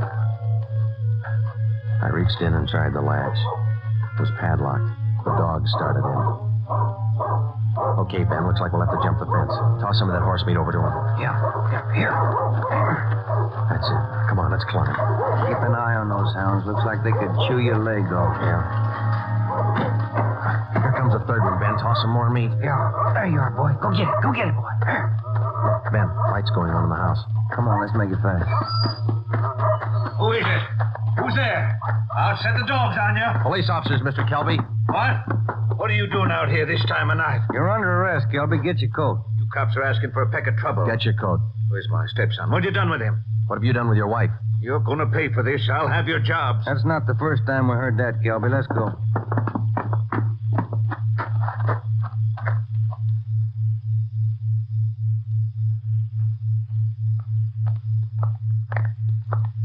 Lights burning in the captain's office. Yeah. All right, Kelby, in here. I'll pay for this, mark my word. Ben, take him in the office here and stay with him. I'll see if Frank's in yet. All right, Joe. Come on, Kelby, inside.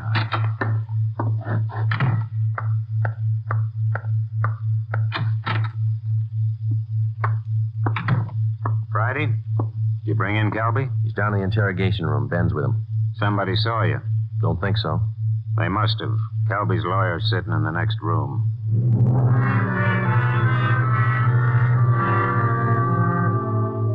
Kelby again refused to answer any questions without the advice of his attorney. We released him.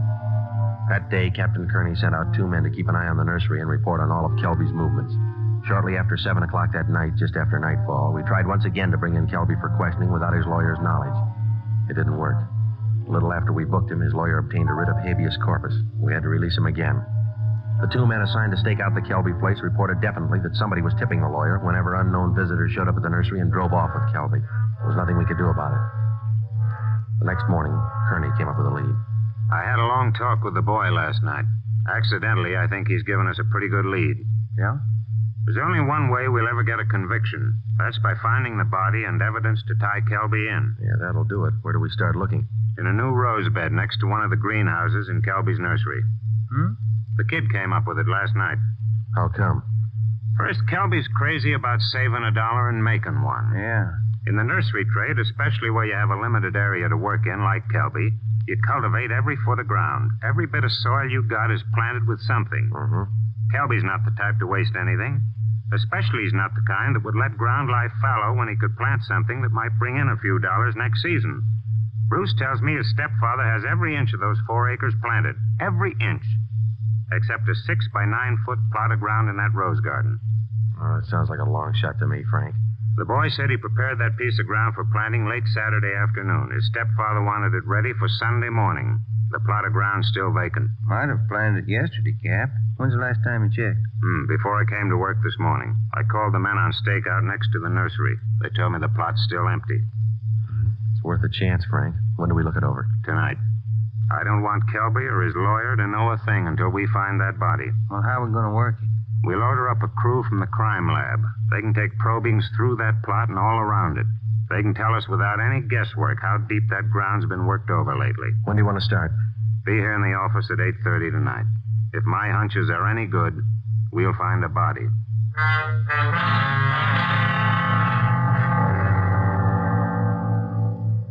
It was 10 minutes past 9 that night when we got to the Kelby place. Lieutenant Lee Jones and his assistants, Kearney, Ben, and 2 other men from homicide. The men on stakeout told us that Kelby had left about 20 minutes before in a dark blue coupe. Ben brought along the usual supply of horse meat for the dogs, so we didn't have any trouble there.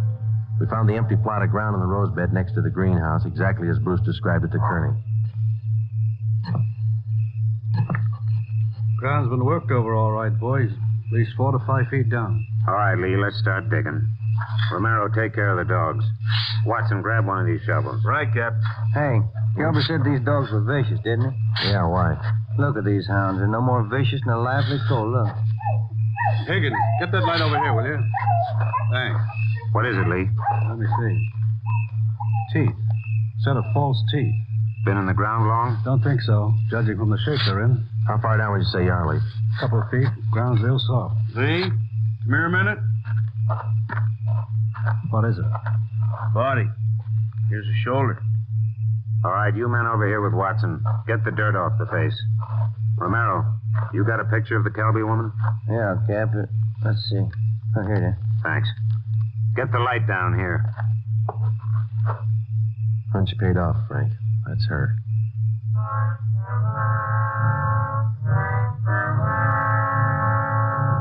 Ben and I went back to the car and notified communications to broadcast a want for murder on Eric Kelby.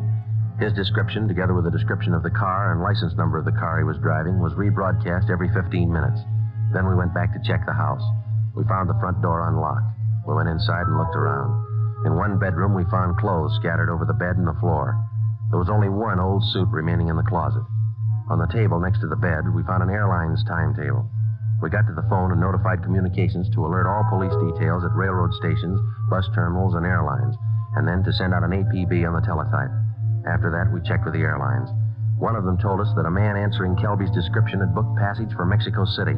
The plane was scheduled to take off at 10:40 that night from Burbank Airport. Ben's watch said 4 minutes past 10. We called the detail at the airport and alerted them. Then we drove over to check in person. It was 10:35 p.m. when Ben and I took up our positions just inside Gate 3, where passengers were boarding Flight 72 for Mexico City. He's cutting it close, Joe. Got about 4 minutes more to make that plane. We waited. The crowd got thicker as departure time came closer. At 10:39, Eric Kelby came through the main entrance, across the terminal, through Gate 3, into a pair of handcuffs. I don't understand. What does this mean? We found your wife's body, Kelby. What? I don't know what you're talking about. In the rose patch next to the greenhouse. Your lawyer can't help this time. Mexico City. Would have been a nice trip. Expensive. I'll plead insanity. I didn't know what I was doing. Be a nice vacation next year, Joe, Mexico City. I'm going to talk to my wife about it. I didn't mean it. She slapped me. We were arguing about the boy. I didn't mean it. I don't know if you did or not, Kelby, but you killed her.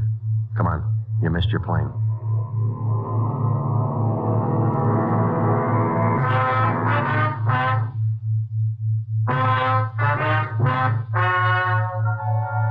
The story you have just heard is true.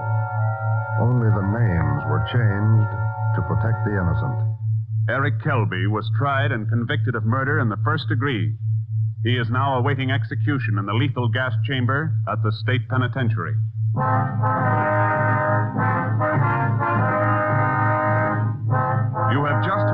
14th in a new series of authentic cases transcribed from official files. Technical advice for Dragnet comes from the office of W.A. Wharton, Acting Chief of Police, Los Angeles Police Department. Tonight's program is dedicated to William J. Weston, Jr. of the Washington, D.C. Police Department, who on the evening of March 4th, 1945, gave his life so that yours might be more secure.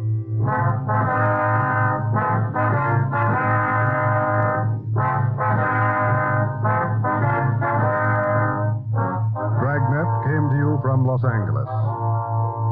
If you enjoyed tonight's production of Dragnet, you'll want to listen to Richard Diamond, private detective, as played by the screen's romantic tough guy, Dick Powell. The Pet Milk Show, usually heard at this time, has moved to a new time period on Sunday nights. Be sure to hear Larry Douglas and Kay Armand on the new Pet Milk Show tomorrow night on NBC. This is NBC, the national broadcasting company.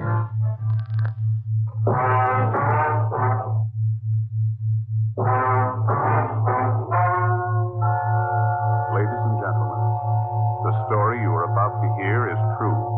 Only the names have been changed to protect the innocent. NBC brings you Dragnet.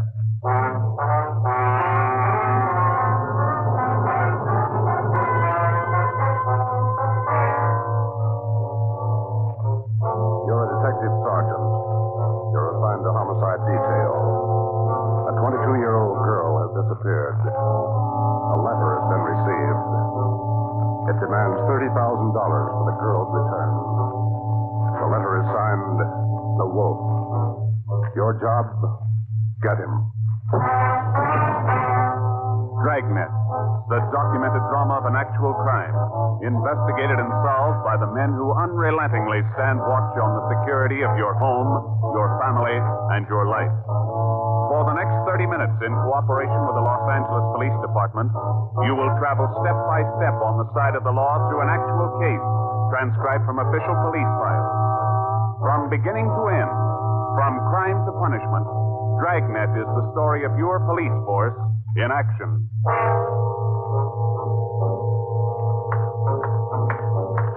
It was Tuesday, October 18th. It was cloudy in Los Angeles. We were working the night watch out of homicide. My partner's Ben Romero. The boss is Ed Backstrand, chief of detectives. My name's Friday. I was on the way back from the stats office, and it was 3:26 a.m. when I got to room 42. Homicide. Got those mud gas for you. Here they are. Thanks, Harris. Backstrand leave yet? In a minute. I'm going out with him. What's the address out there? The Sullivan place. 814 Castro Boulevard. You go straight out Santa Monica, take a left at Castro. I remember. You ready, Chief? Yeah, man. Friday, you call Romero yet? Right now. Get on it. This one we don't fool with. Yeah. Come on, Harris.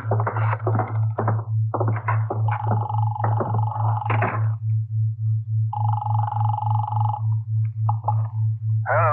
Sorry to wake you, Ben. This is Joe. How you feeling? Oh, hi, Joe. What time is it? 3:30 a.m. How do you feel? Oh, a lot better. Be back to work tomorrow. You'll be ready in 20 minutes. I'll pick you up. 20 minutes.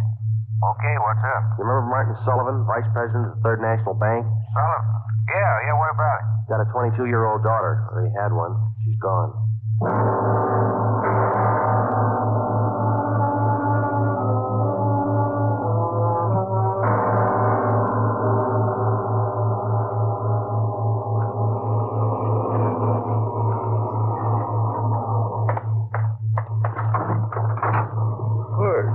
Good time, Joe.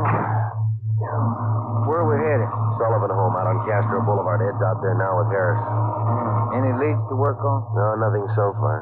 The girl disappeared a little before 1 o'clock yesterday afternoon. At 11 last night, he got a letter. They want $30,000. Sullivan hasn't got that kind of money. Yeah, I know it. Poor guy's almost out of his mind. Fill me in. How did it happen? Well, the guy took the girl out of business school. He had her called out of class. Told her father was sick, said he was a friend of the family. Well, how about the teachers? What was their story? Said the girl didn't want to go with the man at first, but he finally talked her into it. Kept telling her father was dying. That's about as low as they come? Yeah. Did he use a car? Witnesses said it was a blue sedan. They didn't get the license number or the make. Did they remember what the guy looked like? About 5'9", 160, brown suit, dark hair. Nothing else? No. Here's a copy of the letter. The usual. Read it. Yeah. I have your daughter, Judy. Get, what's that? $30,000. $30,000 quick if you want her back alive. Don't call police or I'll kill her. Contact you later. Signed, what is it? The Wolf. Oh, Wolf. I could think of a better name. Come on, here we are. Got the original note, Joe. Lee Jones down at the crime lab. He's checking it for prints and handwriting. Well, if he was... Oh, hi, David. Right on the house, boys. Chief's waiting for you. Thanks, Dave.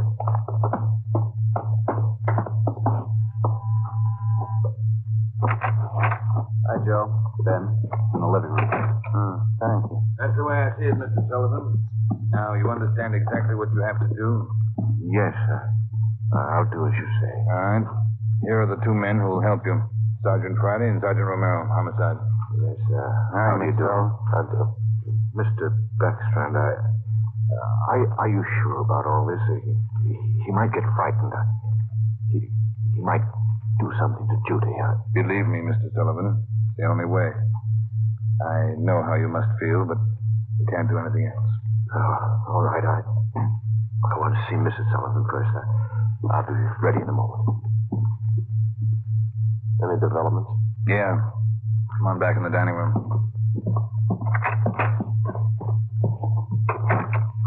There it is on the table. Second note from the guy. Telegram. When'd this come? About half an hour ago.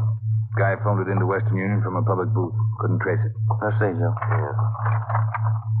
Be at Elysian Park, 5 o'clock this morning, near Balkan Drive. Come alone. Bring 30,000. Will return girl. Don't tell cops. Kill her if you do. The Wolf. 4 a.m. now, Skipper. Not much time. I know it. We'll have to do as he says. No other way. Then Sullivan's going out there alone? You're going with him. You and Romero. You'll be hidden out in the trunk of the car. Any plan? Get it. That's all.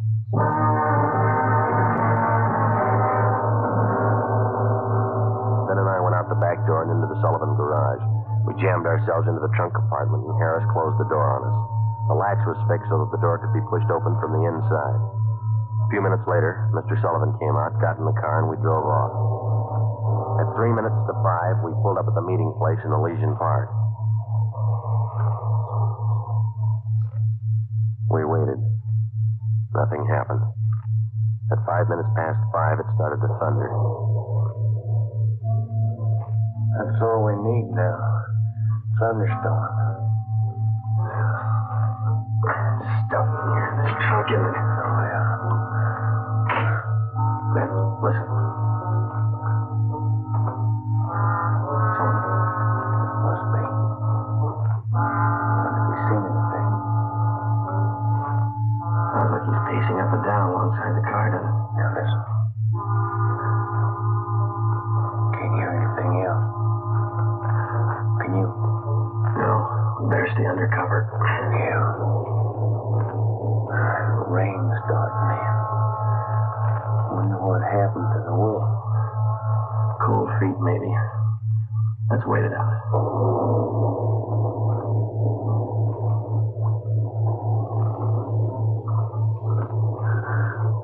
Joe.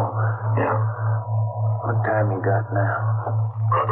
Move over a little. Let me get my watch in. Yeah. A little past 5:30. Sergeant. Sergeant. Mr. Sullivan? Yes. Do you think he's coming? Please. It's getting daylight. We better wait it out, Mr. Sullivan. Now, look, don't come back here again. If he's watching, you might tip him off. Oh, all right. All right. Poor guy. Yeah, I hear it. Coming up the road toward us. It's stopping. Yeah. Coming over to our car. You ready? Right. Talking with Sullivan. They're coming back here. Now watch it. Randy, Romero. That you, Ed? Yeah, the meeting's off. Come on out. All right. Got a cramp in my leg. Well, I'm cramped all over. Mr. Sullivan, drive back home. We'll contact you there. All right, Chief. Ben, Joe, come on over to the car. What's the story, Ed? had no intention of following through with this meeting tonight. Well, how come? He told us. Going at 5 o'clock. Tried to trace the call. He wouldn't stay on the line long enough. What do you have to say? He wanted more money. Bragged about how smart he was. How we'd never get him. When he knows Sullivan's called in the police. Sure. Said he didn't care. We'd never get him anyway. Yeah, pretty cocky. Pretty smart. Take my word for it. He's no dummy. Control 1 to 80K. Control 1 I'll get it. 80K to Control 1. 80K to Control 1. Go ahead. 80K, go to your office, code 3. Go to your office, code 3. See you later, 6 All right, Romero. Let's roll.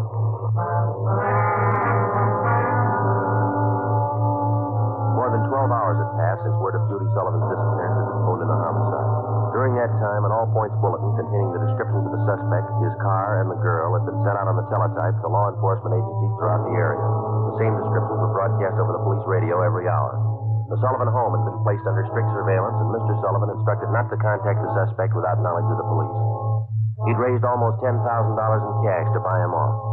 The serial number on each one of the bills had been copied by a police stenographer and then rechecked by a homicide officer. So far, the Wolf, as he called himself, had made 3 separate contacts, but he'd covered his tracks well. We knew that he was somewhere in the city, 500 square miles of it, and we knew we had to find him fast. It was 18 minutes past 6 when we got back to homicide. Hi, Chief. Fellas. You got something for us, Mike? Here, this letter. Special delivery. Came in about 25 minutes ago. Can I see that, Mike? Stay away from Sullivan. If the kid's found dead, it's your fault. Stay away, the Wolf. All right, Mike. Get it over to the crime lab and have Lee check it for prints. Right, Chief. Will you find any prints on the second note, Mike? 2. Running through R&I now. Friday, Romero. Get down there and see if they got a make. Right, Ed. Let's go, Ben. Who's watching the Sullivan house beside Harry? Carpenter and Davis. Baxter's afraid the girl's father will try to make a deal with the guy. Has he tried it yet? No, he hasn't yet. You couldn't blame him if he did. Worried sick. Oh, yeah. Here we are. Hi, fellas. Just coming down to see you.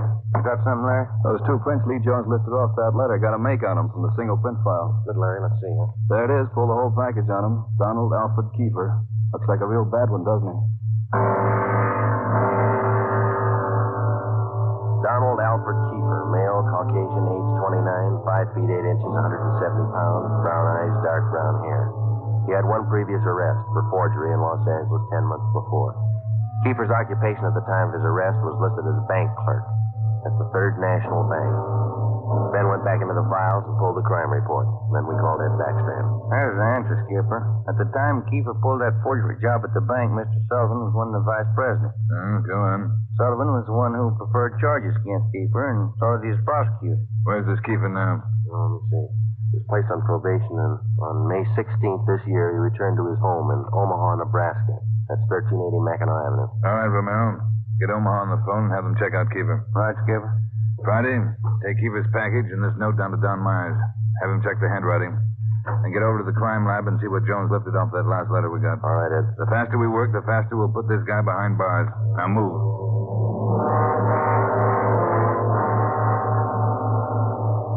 How's the writing compared, Don? What'd you find? Yeah, looks good. See here? Slants as crosses, double oops as L's, open A's, pressure on the downstroke. Donald Kiefer, Wolf, same handwriting. Lifted 3 prints off this last note, Joe. Brought them out to the iodine fume gun. They match with the first. Thanks, Lee. Did you find anything else? I don't know if it'll help you much. We examined the paper for watermarks and texture. Both notes are written on the same kind of paper. Impressions show both pieces of paper from the same tablet. Checked the density of the carbon and the pencil he used. Both specimens match. Same pencil.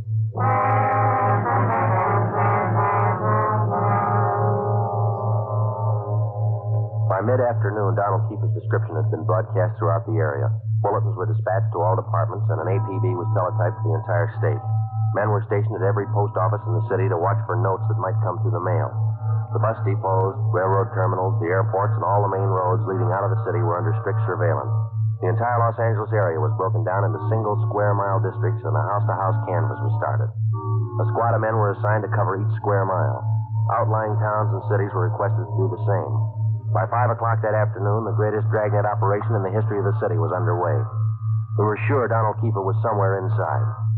At 12 minutes past 5, Ben got the call back from the Omaha police.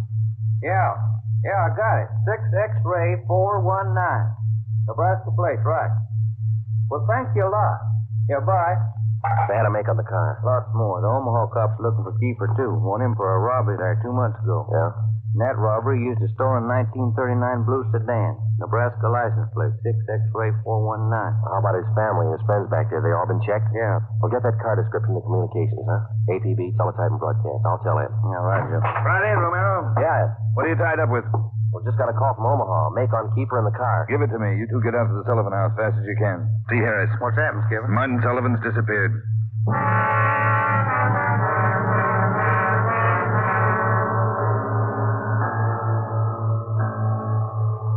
Harris, how'd it happen? About 3 this afternoon, Mr. Sullivan got a phone call. Said he had to go down to the bank. I went with him. He had me wait in the reception room, and he went in his office. After waiting 10 minutes, I got suspicious and went in. He was gone. That's it. Did he get any more money? This morning, $5,000. Did you get the serial numbers off the bills? Yeah. Shouldn't have let him get out of my sight. Forget it. Right now, we've got to find out where he's gone to meet Kiefer. Did you talk to Mrs. Sullivan about it, Harris? She says she doesn't know anything about it. Let's try her again. Come on, let's go inside. Hi, fellas. Hi. Where's Mrs. Sullivan, Dave? Back in the sitting room, lying down. Doctor's with her. Come on. What time you got, Ben? 6:35. I'll get it. Hello? Well, where are you? Oh. Where are you now? Where are you now? We'll be right out. That was Martin Sullivan. He met with Kiefer up in Laurel Canyon. Did he get his daughter back? Yeah. Wrapped in newspapers.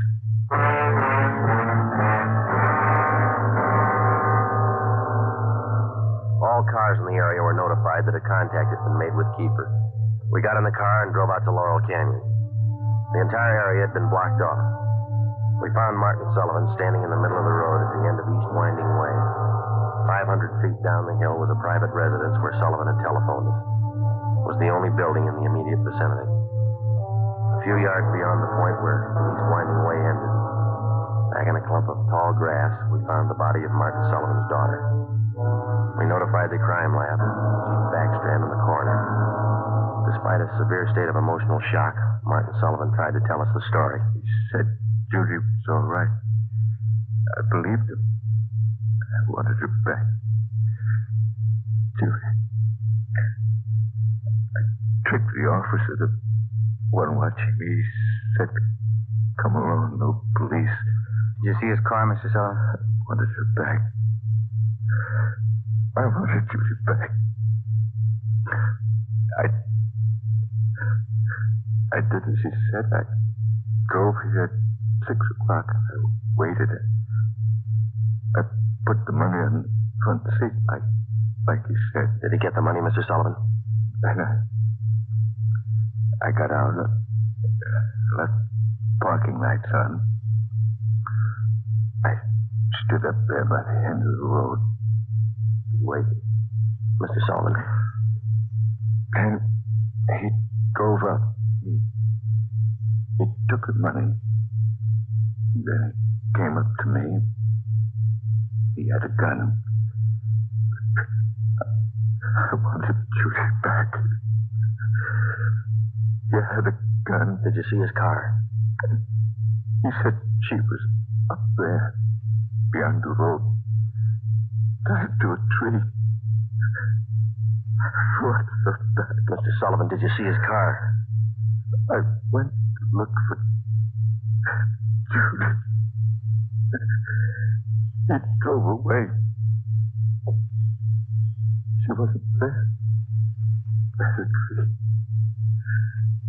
Couldn't find her. On the way back, I saw her bundle on the way back.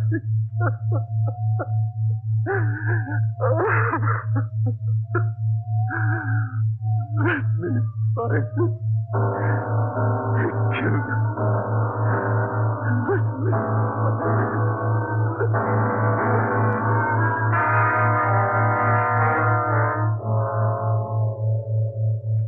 Before he went into a state of complete collapse, we showed Martin Sullivan a picture of Donald Alfred Kiefer. He definitely identified him. The information was immediately relayed back to Central Division, rebroadcast to the entire police radio system. A teletype was dispatched to sheriff's offices, and communications were sent to police stations throughout the country. The house-to-house search throughout the entire city intensified.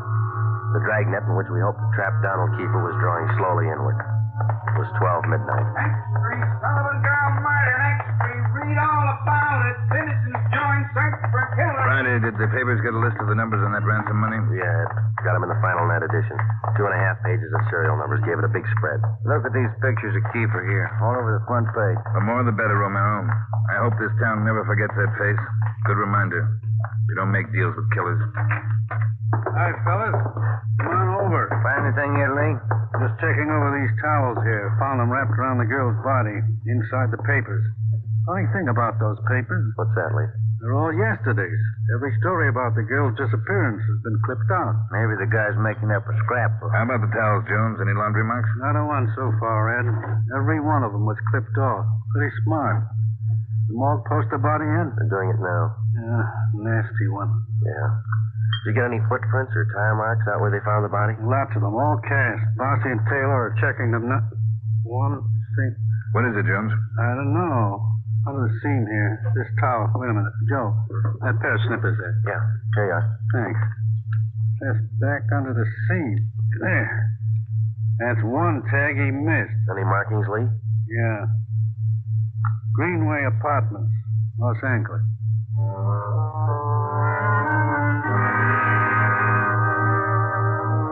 One look at the apartment was enough. In an adjoining garage, we found the car which Kiefer had used, a blue sedan. Nebraska license plate 6X-ray 419. When we got back to the office, Chief Backstrand immediately issued a cancellation of the want order for the blue sedan, and then he ordered a detail of men to stake out the car in the event Kiefer decided to come back for it. Here's the coroner's report, Joe. Oh, let's see it. Cause of death, strangulation. Time of death, Monday, October 18th, approximately 2 p.m. 1 hour after he grabbed her? That can't be right. Skipper in his office? No, he's out for a minute.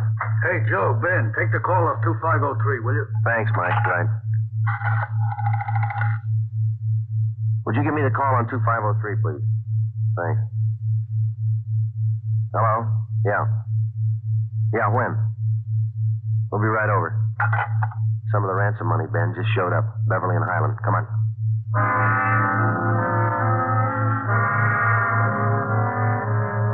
The man's name was Ralph Donahue. He operated a used car lot on the corner of Beverly and Highland. He told us that early that morning he sold a dark blue late model coupe to a man who gave his name as Fred Sims. The man paid for the car in cash. Donahue told us that he checked the serial numbers on the bills after the man had driven away. Serial numbers check out, Joe, every one of them. If I only thought to look, officer, and you know I generally do. I'm the suspicious kind anyway, but, this morning I must have been asleep. You got the full description on the car, Ben? Yeah, Joe. All right, let's get it on the air right away. I saw his mug in the paper while I was waiting for you. Too late. Sorry. Yeah, thanks.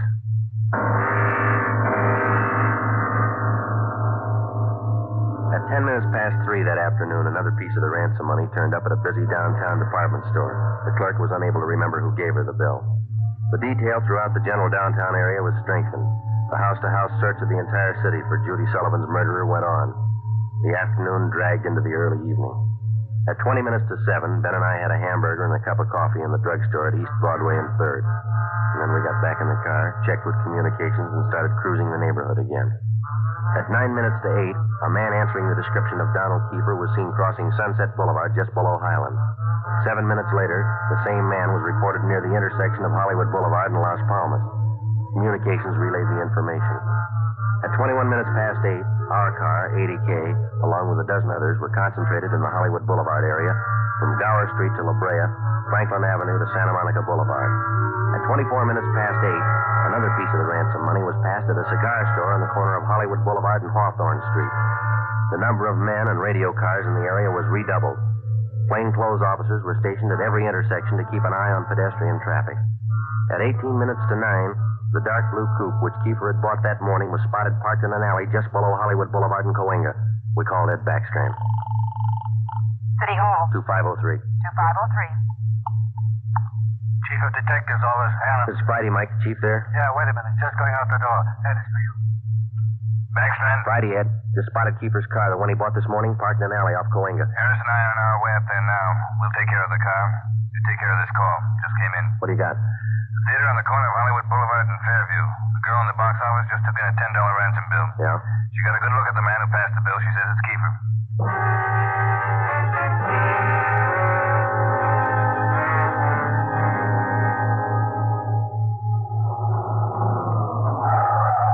All right, Ben, come on. Yeah. You've got the list of serial numbers? Right here. Let's check at the window. Yes, sir. How many, please? Police officers. Sergeant Romero, Sergeant Friday. Oh, yes, sir. Mr. Rayburn, the police are here. Would you step around to the side door, Sergeant? Yes, ma'am. Margie, relieve Francis for a minute. Francis, come here. Bring that $10 bill with you. Sharp girl, officer, that Francis. Sharp. Here it is, Mr. Rayburn. All right, Sergeant. There you are. $10 bill and the list of serial numbers. Check out all right, Ben?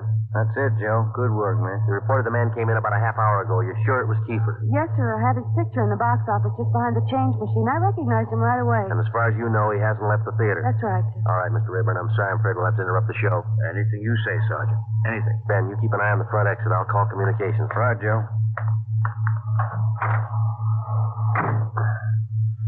80K to Control 4. 80K to Control 4.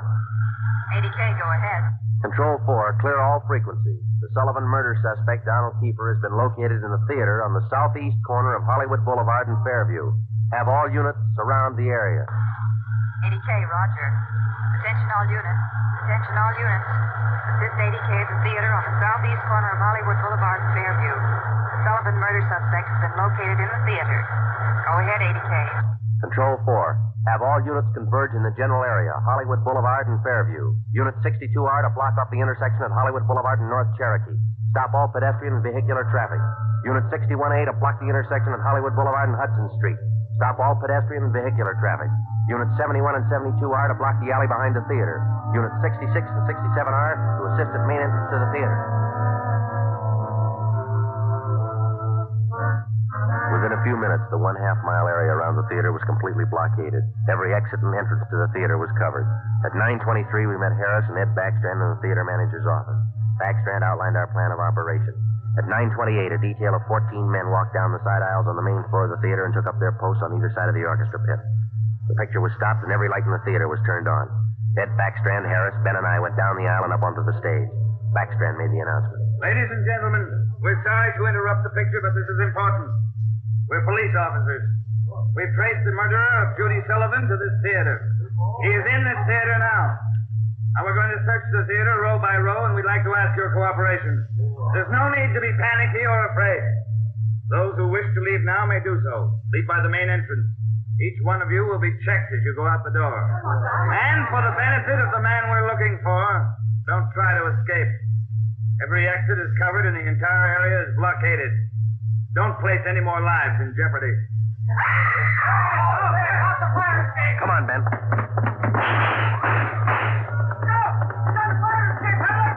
Backstage, Joe. We can make it from there. All right, let's go. Come on, hustle it, Ben. Yeah. The next building. You'll probably try to jump for it. All right, watch it. I think this door leads out to the roof. There he goes. All right, keeper, hold it. Don't shoot, I give up. Throw your gun down. Over here. Don't shoot. Don't. Let's get him. All right, coppers.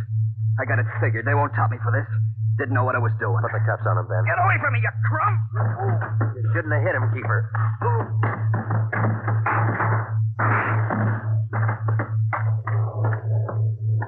All right, Ben. Try the cuffs now. Yeah. Come on, let's get him in out of the rain. What's the hurry? Why spoil a good rain?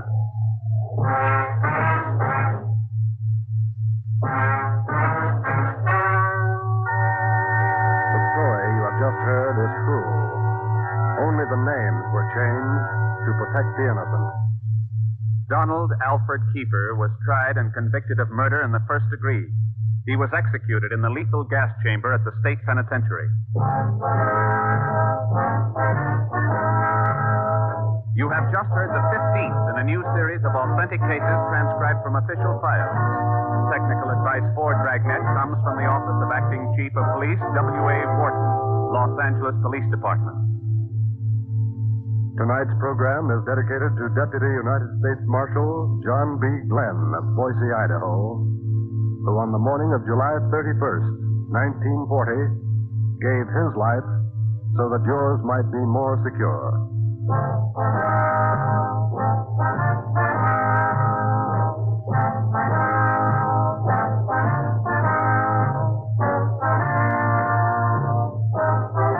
Dragnet came to you from Los Angeles.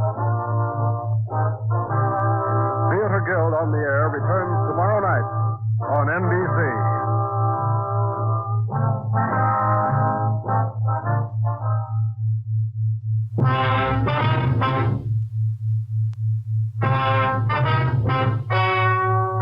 Ladies and gentlemen, the story you are about to hear is true. Only the names have been changed to protect the innocent. NBC brings you Dragnet.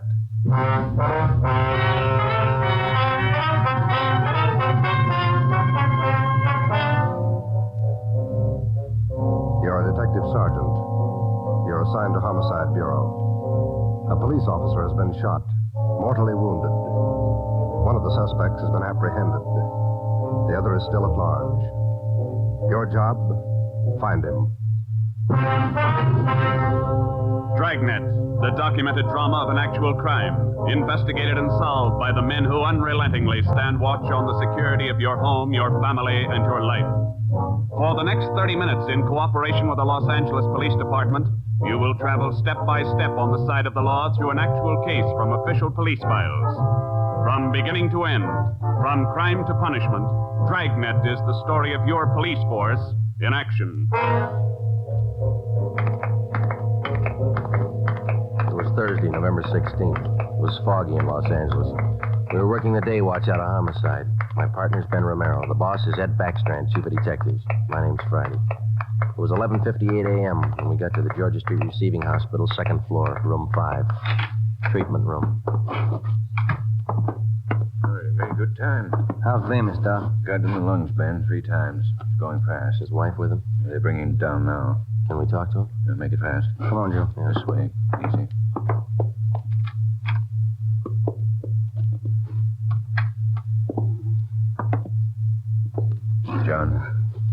John, it's Friday and Romero.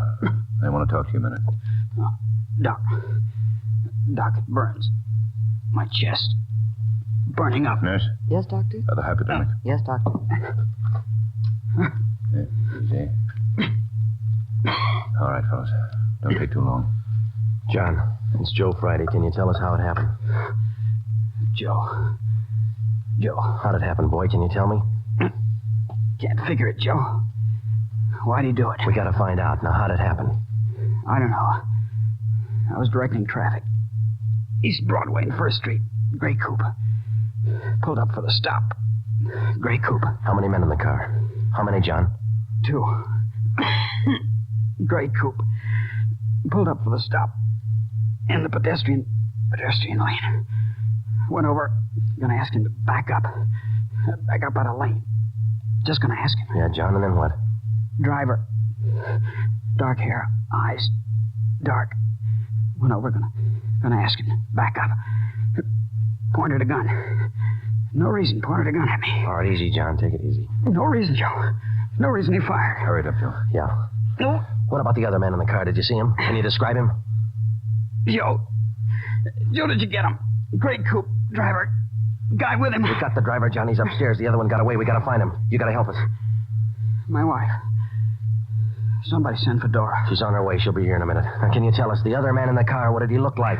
Gray coupe. What did he look like? Don't press him, Joe. Gray coupe. The driver. Pointed a gun.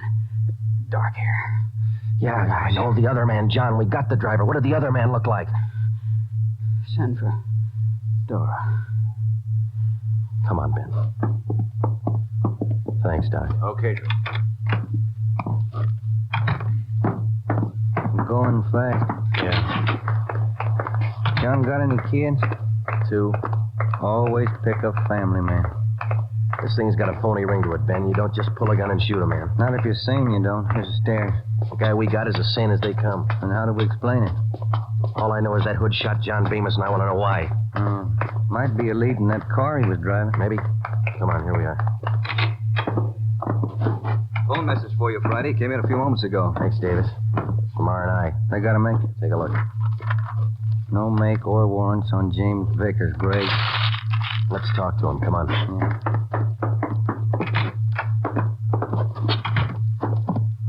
Minor wound, Joe. Bullet penetrated the fleshy part of his hand. Didn't touch the bone. Thought this guy had an arm wound, too. Just a neck bend. That officer you shot, Vickers, he's dying. Is he? He's a family guy. Got a wife, 2 kids. Has he? Why did you shoot him, Vickers? Ask him. We did. Then you know the reason. Said there wasn't any reason. That's right. Look, we're going to make you on this, Vickers. You know that, don't you? I don't know anything. Why'd you shoot him? Shut up. Why'd you shoot him? Joe. Yeah. Davis? Yeah? Stay with him. Fine. Doc, get us an MT slip on this guy, will you? We'll be back in a minute. Come on. All right, Joe. Have it ready. Too big punk. Easy, Joe. Oh, easy nothing. I've seen too many good cops like Bemis cut down by punks like that Vickers. Getting mad won't help. Come on, down the stairs. Back to see Bemis? Why?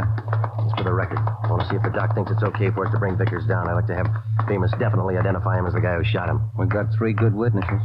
The identification for Bemis will clinch it. I want to see Vickers get everything he's earned when he goes to court. Here we are. Yeah.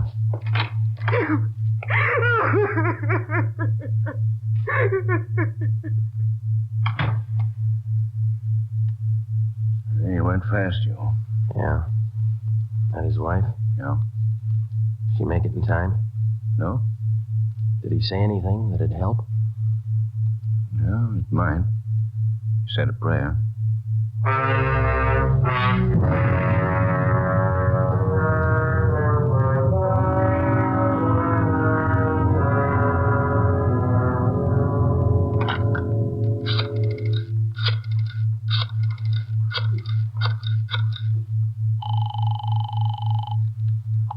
City Hall. 2625. 2625. Auto records, Crowley.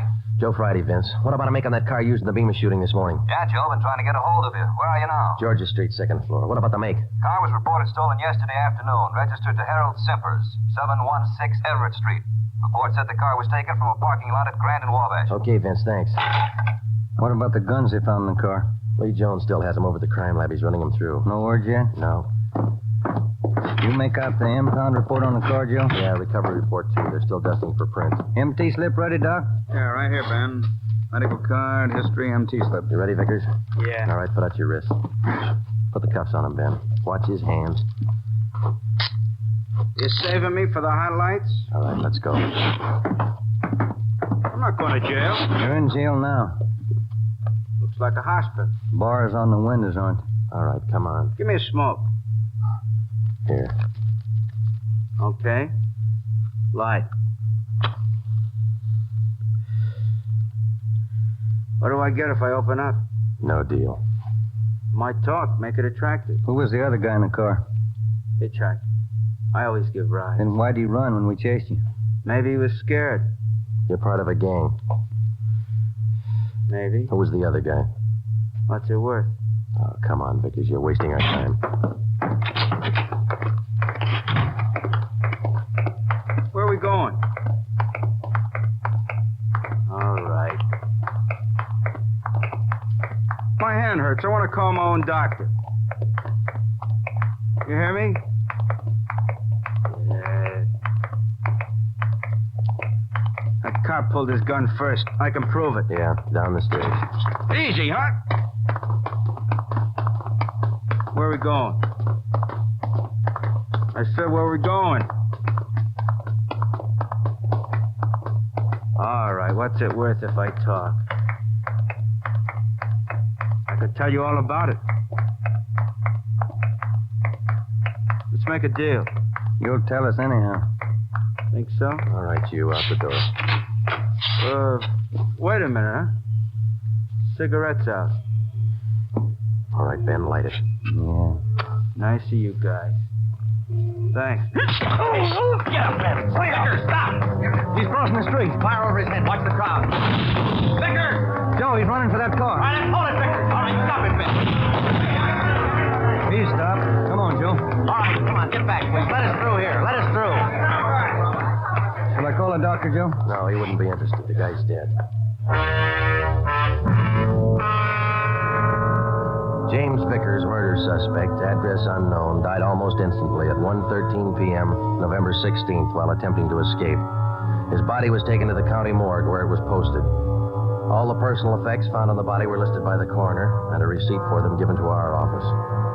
At 8:35 the next morning, Ben and I met with Chief of Detectives Ed Backstrand. Those 4 guns they found in the car Vickers was driving. They're all U.S. Army property. Where were they stolen from, Skipper? I don't know. Each one of the guns is stamped U.S. Army, that's all. Well, that makes it easy. The coroner find anything on the body? Nothing to tell us why Vickers decided to kill a traffic cop. What did Bemis say before he died? He was on traffic duty yesterday morning down at East Broadway and First. At 10:35, a gray coupe pulled up for a stop sign. Vickers was driving. Bemis started over to tell him to back up out of the pedestrian zone. Vickers pulled a gun and shot him. How'd they catch Vickers? Chased him 3 miles before he piled into a lumber truck. The guy with him got away. Fine. Checked R&I. No make or warrants on Vickers. Kickback's not in on his fingerprint. All right. What's your guess, Friday? I don't have one, Ed. Vickers could have been hopped up. Doc Stanley over at Georgia Street said no. He checked it. Wait a minute. Backstrand. Yeah, hold on. For you, Friday. Sure, thanks. Friday talking. Yeah. Yeah, good. Be right over, Lee. We're in business, Ed. Crime Lab just found Vickers' address.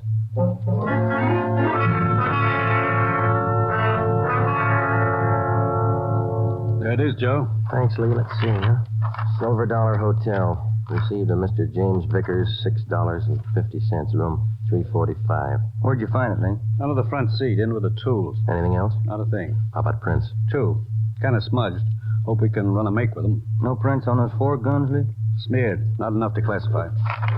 Yeah, this is it, Ben. That's all we got. Come on, let's see if we can make it pay off. We located the Silver Dollar Hotel on East Grand between 16th Street and Pico. It was an old-type frame building with a brightly colored neon sign jutting out over the sidewalk just above the dark entrance. The manager's name was Luther Gage. We showed him a picture of James Vickers. He definitely identified him as one of his former tenants. He told us that Vickers had stayed at the hotel 1 week in room 345 and that he had checked out 2 days ago. Was Vickers staying here alone, Mr. Gay? Yes, alone. Quiet man. Did he have any visitors? Maybe. Wouldn't know. Paid his bills, spent most of his time away from the hotel. Good tenant. Did Vickers have any friends here in the hotel? Maybe. Fell in the room next to Mr. Vickers. He still lives here. 2 of them used to be kind of thick. Can we look at that room Vickers stayed in, Mr. Gage? Let's see. Yes, it's still vacant. All right, this way. This man Vickers was friendly with. What's his name, Gage? Knight. Raymond Knight. Room 343. Is he in his room now? No. Went out about 8 this morning. Here's the elevator. How well would you say Knight and Vickers knew each other? Couldn't say. Good tenants, both of them. Pay their bills. Did they go out together? Seem to know each other well? Wouldn't know. I don't pry. Look, this case involves murder, Mr. Gage. We told you that. We'd appreciate your cooperation. Cooperation don't pay the rent, Sergeant. 3rd floor. This way. Here, 345. Open it up.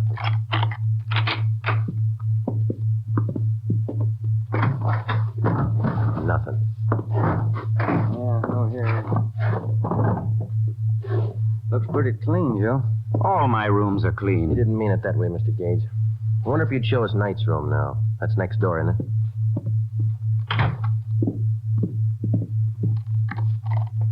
I don't know about this. Poking into other people's rooms. Not regular. Neither's murder. Come on, let's go.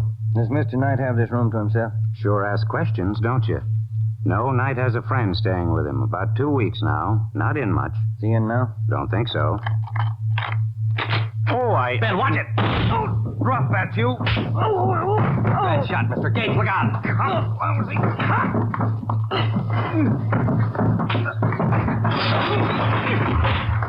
Come on, get up!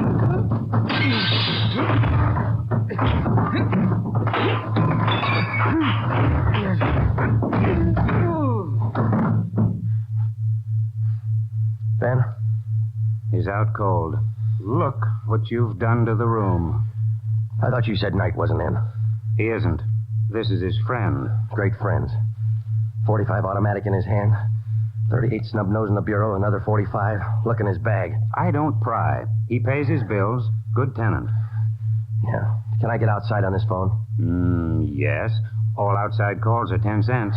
Yeah. Here. Have to keep the books straight. Sure you do. Who's going to pay for the damage? Ask Mr. Knight's friend here. Well, say... Why worry? He pays his bills. Good tenant. I called Ed Backstrand, and he sent out a special detail to stake out the hotel and bring in Raymond Knight if and when he returned. Ben and I drove to the Georgia Street Receiving Hospital, where Doc Stanley patched up the cut on Ben's scalp and treated Raymond Knight's friend for simple cuts and bruises. From papers found in his wallet and in the hotel room, he was identified as Frank Gannon, 9896 Wasatch Street, Kansas City, Missouri. When we got to headquarters, we had Gannon taken to the interrogation room where we questioned him briefly. He told us that he was a self-employed watch salesman and that he was in the city on a business trip. He admitted friendship with Knight, but not with Vickers. We booked him at the county jail for assault with intent to commit murder. The 3 guns found in the hotel room were turned over to the crime lab. We reported back to the office. Joe, my head's pounding like mad. That Gannon's a mean one. Yeah, it's a nasty crack. I got some aspirin in my desk. Might help. Yeah. Hi, boys. Rough day? I don't get much rough already. Message for you on the desk. Now I'm gonna eat. Starving. Right, Tracy. What is it, Joe? Jones got a make on those prints he lifted off the car. Let's see. Yeah, something else in there on James Vickers. Wanted 10-14-43, desertion, U.S. Army. That could account for those stolen Army guns. Yeah. What about the make on those prints Lee found? Let's take a look. Vance Taylor's. Good solid record. 4 burglaries, 2 armed robberies, 2 assaults. Wait a minute. Here's the mama sheet. Mm-hmm. All right. Born so-and-so, age 36, height. Alias John Fields, Harold Grant, Tom Bissell, Hey. Yeah, alias Raymond Knight. The other man who rode in the car with James Vickers the morning he shot down traffic officer Bemis finally had been identified. Vance Taylor, alias Raymond Knight. Well, that still didn't explain the unprovoked murder.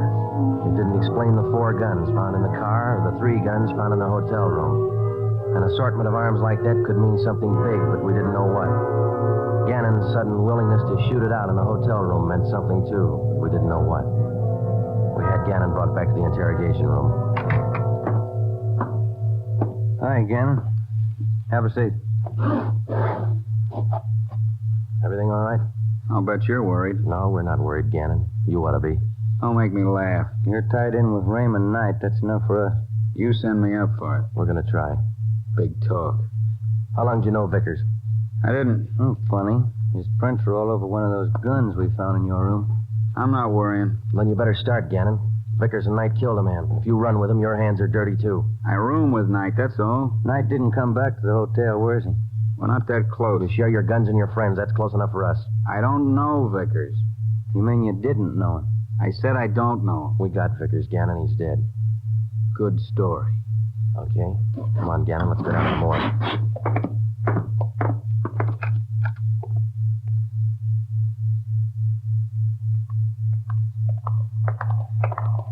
Down this way, Joe. Cold today, isn't it? Yeah, it's damp. Bad sinus weather. Now, what is all this? Never seen a corpse before? No, I'm not in this. Take me back. I don't want to look. You can close your eye. Take me back. I don't want to look. Here we are, fellas. Slam 45. This way, Gannon. I get sick. I don't want to look. Throw back the sheet, Fred. Take a good look, Gannon. No, he's Knight's friend. I'm not in it. Who is in it? I don't know. Take me out. I'm sick. All right, Fred. Thanks. Okay, boys.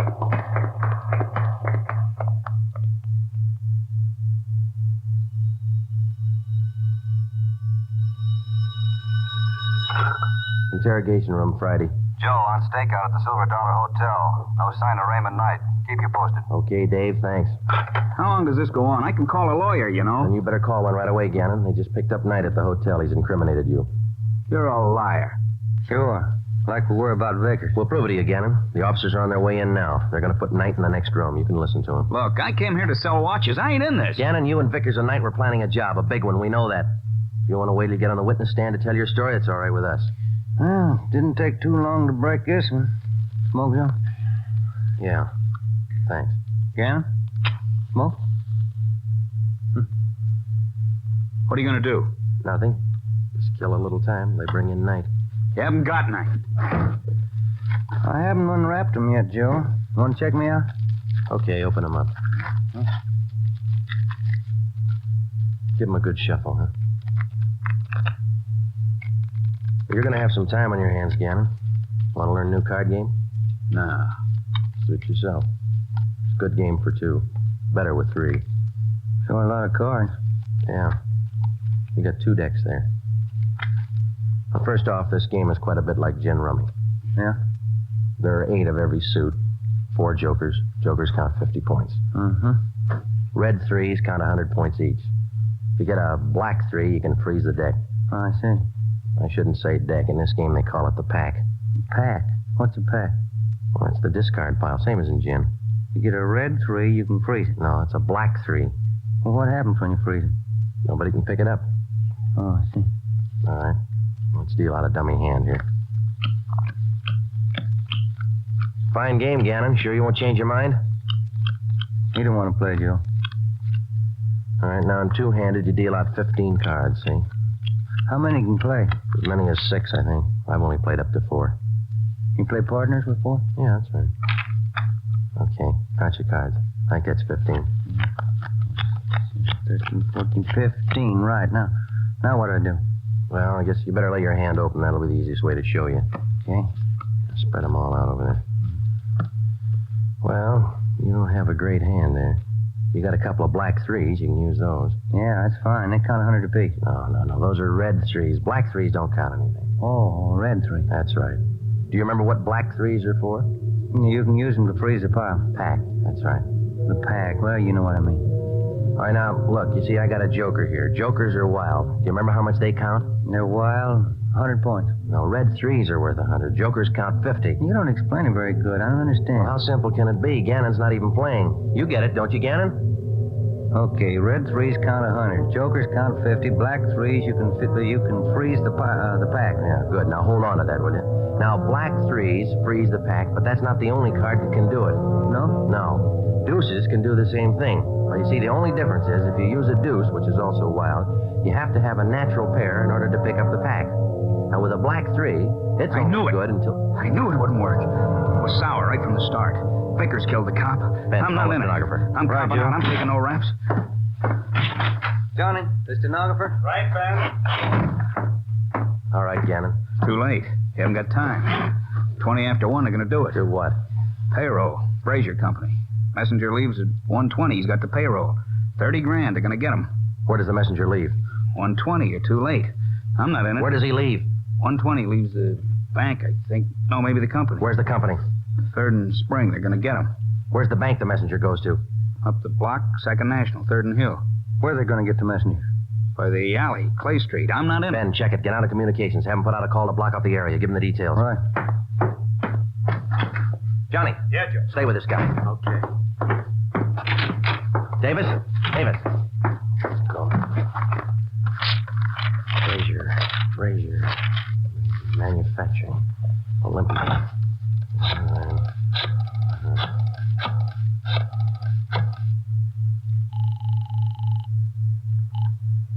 Good afternoon, Brazier Manufacturing Company. Give me your payroll division. This is a police department emergency. What's that, sir? Your payroll division. It's an emergency. One moment, sir.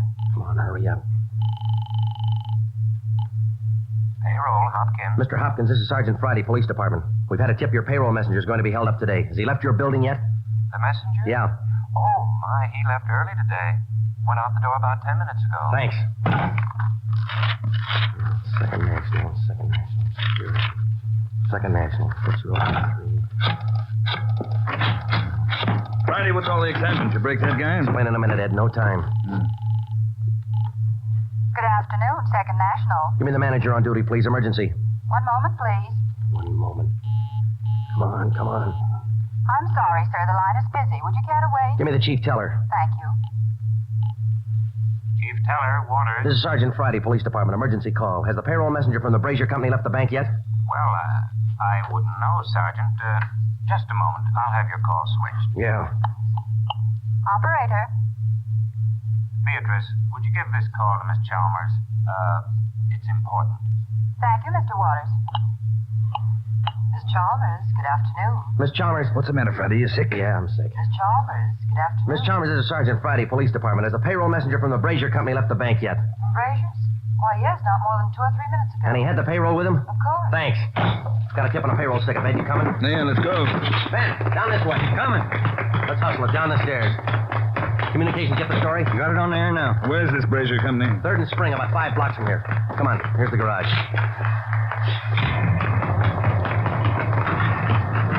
All right, come on, hit it. Let's make time. Get the radio on. Just warming up. All units. Attention all units. On 3rd Street, corner of Clay Alley, 211. A bank messenger. Suspects are headed west on Clay Alley. Suspects are armed. Code 3. 11R. Take the call. Cars are closing in fast. 4th Street up ahead, Ben. Might meet him at this end of Clay Alley. Hold on.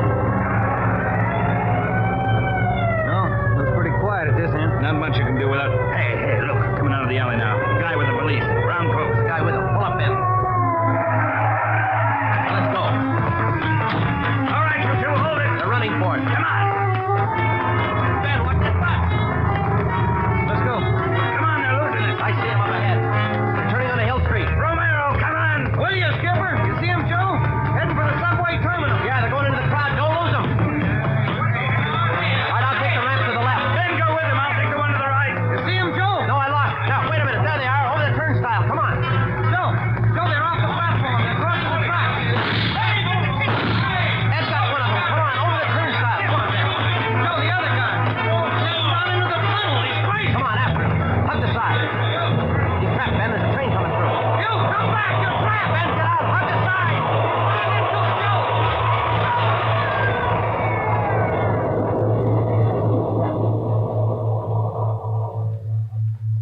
You all right, Joe? Yeah. You? Mm-hmm. You want to check? No, I don't think it's any use. Yeah. Well, let's go. Wonder why he tried so hard, Joe. I don't know, Ben. Some people are like that. You can blow the whistle all you want. They never know when to stop.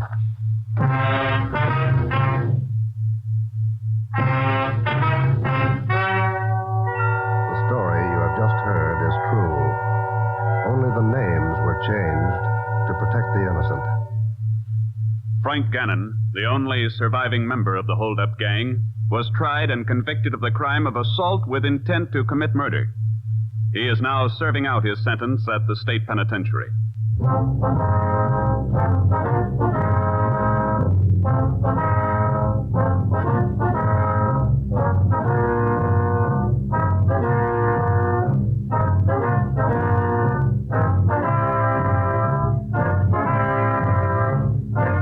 Your tune for the stars on NBC.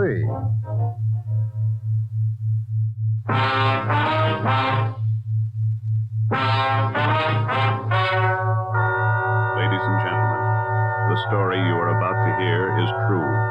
Only the names have been changed to protect the innocent. NBC brings you Dragnet.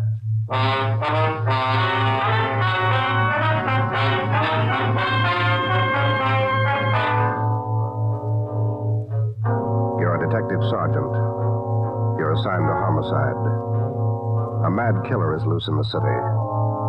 In every instance, he leaves the murder weapon behind. There are no fingerprints, no clues to the killer's identity. Your job, get him. Dragnet, the documented drama of an actual crime, investigated and solved by the men who unrelentingly stand watch on the security of your home, your family, and your life. For the next 30 minutes, in cooperation with the Los Angeles Police Department, you will travel step by step on the side of the law through an actual case from official police files. From beginning to end, from crime to punishment, Dragnet is the story of your police force in action. It was Tuesday, June 3rd. It was warm in Los Angeles. We were working the day watch out of homicide. My partner's Ben Romero. The boss is Ed Backstrand, chief of detectives. My name's Friday. I was off duty reporting back in on an emergency call. It was 3:57 a.m. when I got to the basement of the city hall. The carpool. Let's go, Friday.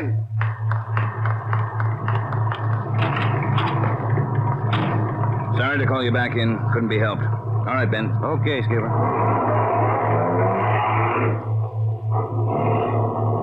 What's up, Ed? Double murder. When? I don't know. Found out about it, 40 minutes ago. Got any ideas? Roughly same M.O. Was that 6413 Norwich, Skipper? No, 6430. What do you mean, the same M.O.? The same guy. Brickbat killer. How many does this make? Counting tonight, 4. We got anything at all? Smudged fingerprint we can't even classify. Sounds like a smart operator. We gotta get him. If we have to shake down the city from one end to the other. Big job, Skipper. Big killer.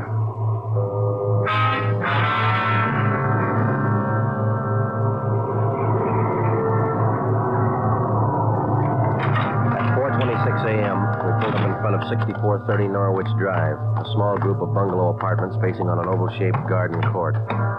2 uniformed officers were stationed at the door to the apartment. Hi, Chief. Hiya, fellas. We went inside. Wellberg from Homicide was waiting for us. This way. In here. Well, there they are. Yeah. Mother, daughter. Joe, on the floor beside the bed. Yeah, a red brick.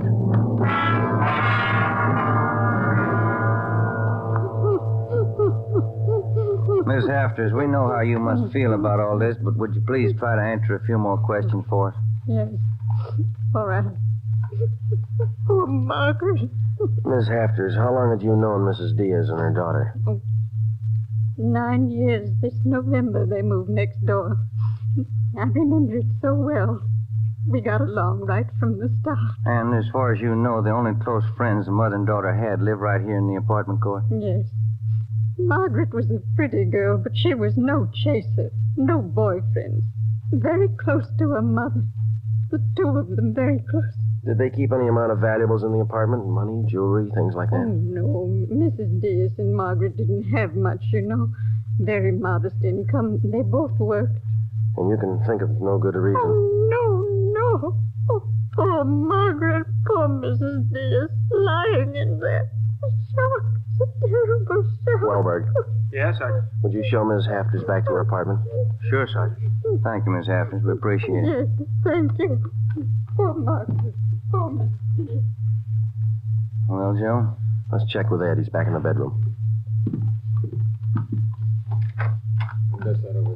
You get anything from the neighbors? The usual, Ed. No jealous boyfriends, ex-husbands, nothing like that. Boys find any evidence yet, Skipper? I'm still working on it. You got any theories? Well, we know the killings were all done by the same guy. Cuts the same pattern out of the window screen. Cuts the same pattern with a glass cutter out of the window. Reaches in and flips the locks. All right, where's that leave us? And before he gets inside, he makes sure there are only women in the house. That means he probably watches the house for a few days. Yeah. Once he gets inside, he wants only one thing, to kill. He's never taken any valuables. As far as we can tell, he's never searched for any. What kind of a man works like that? I think the guy's kill crazy. Hey, fellas. Yes, Donnie? Here's a break. 2 fair prints. 1 thumb, 1 forefinger. What'd you get, Pete? Only got 9 points. Not enough to go into court, but enough to make him. We'll know him when we get him. Yeah? Found the prints on the lens of the old lady's eyeglasses. Probably knocked him off the night table when he went after her. And when he was done, he put them back on the table. Yeah. Had blood on his hands, see? Yeah. That's funny, isn't it? Why would he go to the trouble of picking up the woman's glasses after he killed her? We'll ask him when we find him.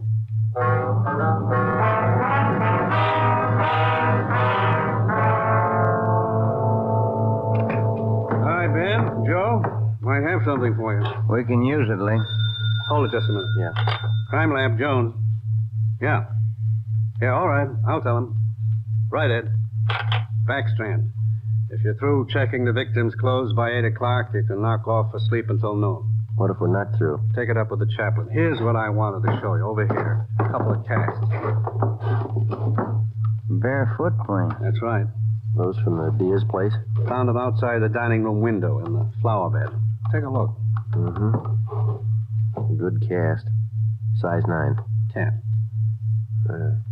Missing toe there, huh? Left foot, first toe. That's lucky. Well, then the guy took his shoes off before he went in that house. That's the way it looks. You leave any other prints, Lee? 3 with his shoes on. Here they are. Here. Yeah. How would you say the guy is built, Lee? Oh, from the impression, pretty heavy man. There's no full length of stride, or I might give you an idea of his height. How about the bricks, Lee? Here they are, all 3 of them. Used this one in the first murder, this one in the second, this one last night. Leaves them around like calling cards, and there's no way to check them. You'll never get a fingerprint off a common red brick like this, Ben. Surface is too rough. Well, we got an idea of his weight. We know that the first toe's missing from his left foot. That's something. More than we had yesterday. We can check that missing toe in the amputation file, Joe. Yeah. Well, we better get back. Pete ought to have those prints ready, too. Thanks a lot, Lee. Okay, fellas. Say, they post the bodies yet? Yeah, they're doing it now. Same as the first 2. The brain? Concussion, hemorrhage. They didn't have a chance. Hold it a minute. Crime Lab Jones. Sure, just a minute. Either one of you fellas. I'll get it, Joe. Okay. Yeah, Romero. Yeah. Good, we'll be right over. They got a make on those 2 fingerprints.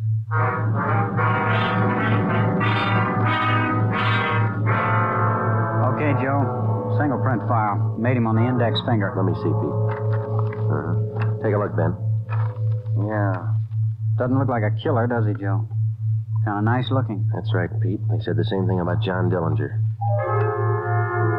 The name at the top of the make sheet read Carlos Richard Monterey, male, Caucasian, age 19, height 5 feet 11 inches, weight 165 pounds, dark brown hair, dark brown eyes.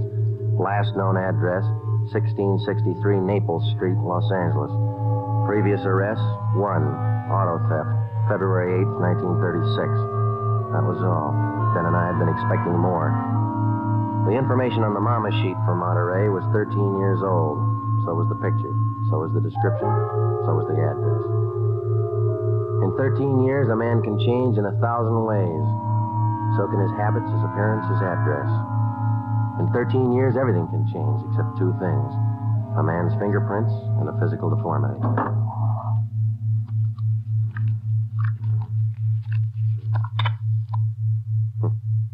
Missing toe on left foot.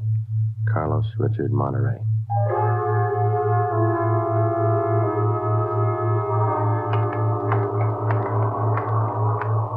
Here it is, Joe. 1663 Naples. Yeah, come on.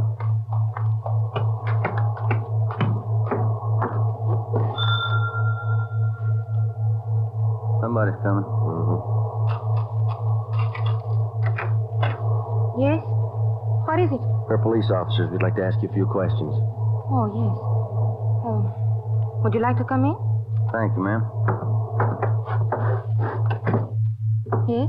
Would you mind telling us your name? Monterey. Isabel Monterey. What is it you want? You're married? Yes. My husband is Francisco Monterey. Would you explain why you are here? We thought you might be able to help us. We're looking for a man named Carlos Monterey.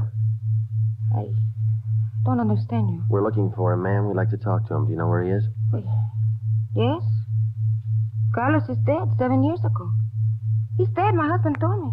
And does your husband know Carlos, or did he know him? He was his brother. What about your husband's parents, Miss Monterey? Where are they? They're both dead. Sometime now.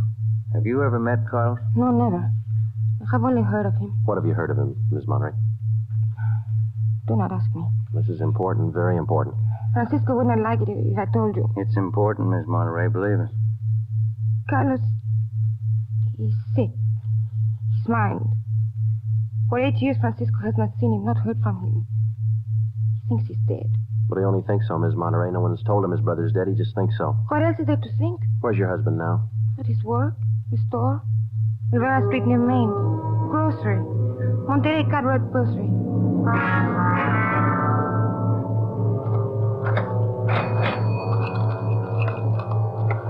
Here's your change. Thank you, Mrs. Myers. Now, look, officers, you know how it is. You don't like to let these things get out. That's why I trust you. You can trust us, Mr. Monterey. We just want to check on a few things. Oh, fine. Always glad to help out if I can. Well, can you tell us if your brother was ever in a mental institution in his life? Oh, I know there was nothing wrong. 1923. Got a little bad, so Ma and Dad had to put him away for a while, just till he calmed down. I remember the day. Sometimes. Dumb, stupid kid. What do he know? Standing there by himself in the train, crying. Public nurse. Stupid way he cried. What do you do? I cried too. I was only 10, Sergeant.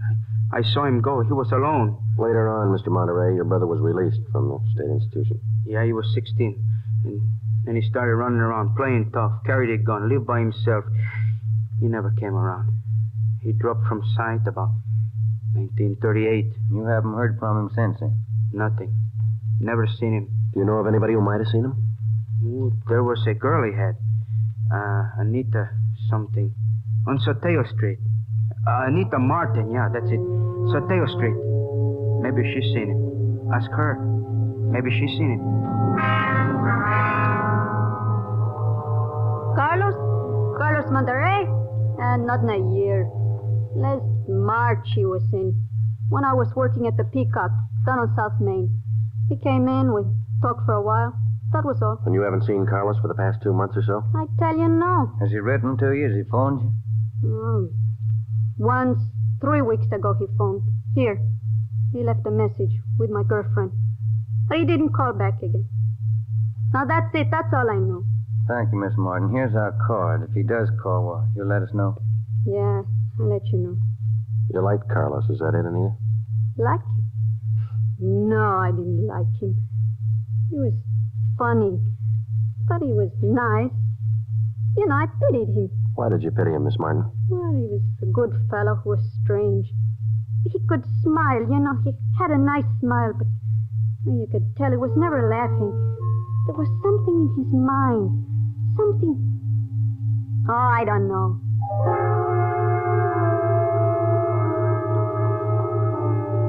At least a year, closer to 2, I haven't seen Carlos. No letters, not a card, nothing. He was in the East the last time I heard. When was that? A year ago, January. I was in here. He sent me a calendar. Sometimes he could get along fine, very well. Other times, terrible. He couldn't keep him down. How'd he manage to stay out of jail that way, Vicente? I don't know. Sometimes he should have been in jail 5 times over. You say you don't know of anybody who might have a recent picture of Carlos, a snapshot? No. No one I can think of. Okay, Vincente, here's our card. If you do think of somebody, let us know, will you? It'll help. Sure, glad to. If I hear of anybody. What kind of a day is it outside? Hot? Hot.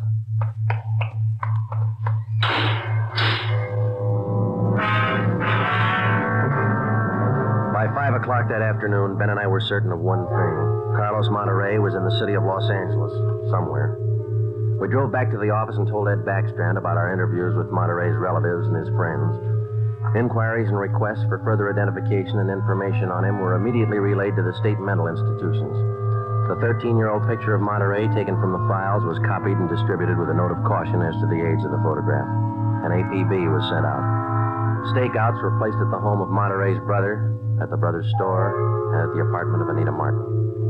A special detail of 300 men was ordered to join the Dragnet already in operation.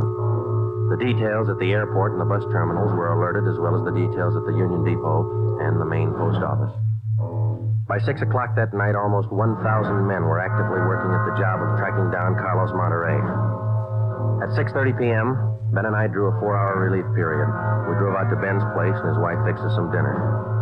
At 10:30 that night, we reported into the office, picked up Ed Backstrand, and we drove out to join the manhunt.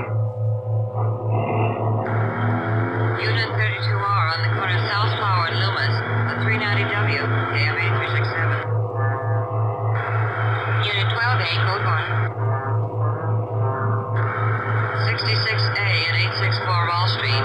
See them out about a 507, AM 8367. Unit 42, 5430 East Grand, apartment 10, 311, KMA 367. We cruised with the Dragnet operation until 5 o'clock that morning. Ben and I took turns driving.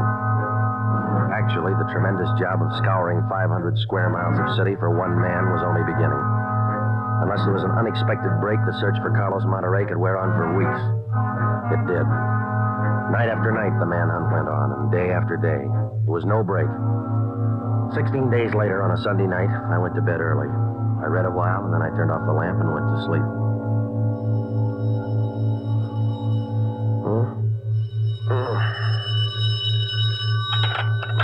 Hello?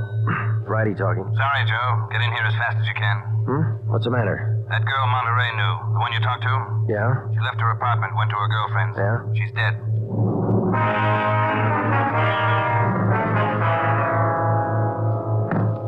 There it is. Ordinary red brick. Found it by the body. How long's she been dead, Skipper? Well, she was seen alive about an hour and a half ago. Got 3 bare footprints, good length of stride. Found them down in the lot beside the house. What do they look like? Same guy. First toe missing from the left foot. The same weight impression. Should be about 5'11". That checks out with what you got, doesn't it? All right, so it's the same guy. What about those shoes we found, Lee? Yeah, they correspond. They were impregnated with foreign matter. What'd you find? Particles of lettuce leaf, dry onion skin, traces of red cabbage. Maybe a vegetable counter. Maybe. What about the city wholesale market down on Front Street? What about any market in Los Angeles? No, Lee, that wholesale market is big enough to hide anybody. Hundreds of transients work in there. Some of them even sleep there.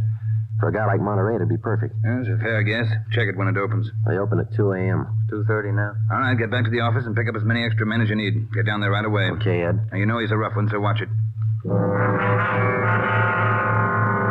On Monday, June 23rd, at 2 minutes past 3 a.m., we pulled up at the city wholesale produce market. With the exception of 54 police officers in plain clothes who mingled with the buyers and sellers, business went along as usual. The market itself covered almost 3 square blocks in the lower part of the downtown area. It was divided off into hundreds of individual stalls by flimsy wooden partitions. To make the search even tougher, the place was crowded. For the first 45 minutes, we had the men circulate at random through the crowd on the chance that one of them might spot Carlos Monterey from the 13-year-old picture. It didn't happen.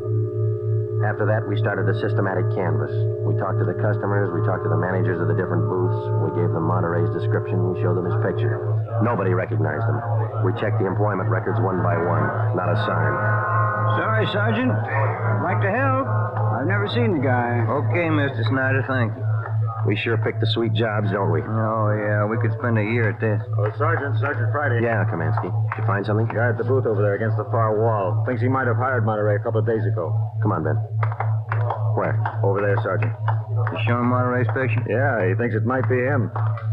Mr. President, this is Sergeant Romero, Sergeant Friday. Yes, I told your boy, Sergeant. This fellow Carlos, I hired him to help last Thursday. Big rush for me now, so I hired him. You sure he's the man? In the picture? Think so. A little older, maybe. Oh, but I know faces. He's the man. You're looking for him? You say you hired this man last Thursday? That's right. It's a big rush for me now in the morning. I hired him Thursday. He worked Thursday, Friday, Saturday. But he don't show up this morning, so I got no use. Too many men to pick from. He don't show up, I let him go. What kind of work did he do for you? Same as he did for Schiller down there. Heavy work. Moving the stores, cleaning up. What kind of produce does Schiller handle, Mr. Francinetti? Fancy, very fancy vegetables. Choice. New potatoes, expensive red onions. Schiller sells to the big hotels. Does Schiller handle brown onions, Mr. Francinetti? Oh, only the best. Big dealer at the Schiller. Sells it to the big hotels. How long has this Carlos been working around the market? Oh, I don't know. Is it just like the rest? First he worked for me, then Largo Massini, then a Schiller. Hey, why are you looking so hard for him? He stole something? He murdered somebody. Him? Mamma mia, murder? Do you have any idea where Carlos lives? Well, me? No. And if he comes back here, I tell him to get out. I got nothing to do with this trouble. No, you'll tell him nothing, Mr. Presidente. Here's our card. If you see Monterey again, call us. Say nothing to him. Oh, sure. I remember. Joe, call the chief at the office, will you? Message just came in. Thanks, Al. Come on, Ben. Yeah, there's a phone booth. See? No, I don't. Where? Straight ahead, little to the left. Oh, yeah. You got a nickel? Let's see. Oh, yeah. Yeah, there you are.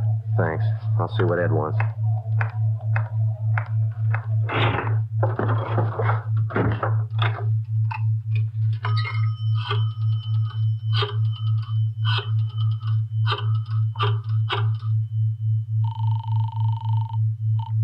City Hall. 2511. 2511. Chief of Detectives Office, Helen. Hi, Mike. Ed there? Ed, take it on extension 2, will you? Backstrand talking. Friday, Ed. Move fast on this one, Joe. What's up? Main post office. Carlos Monterey picked up a letter there less than 5 minutes ago.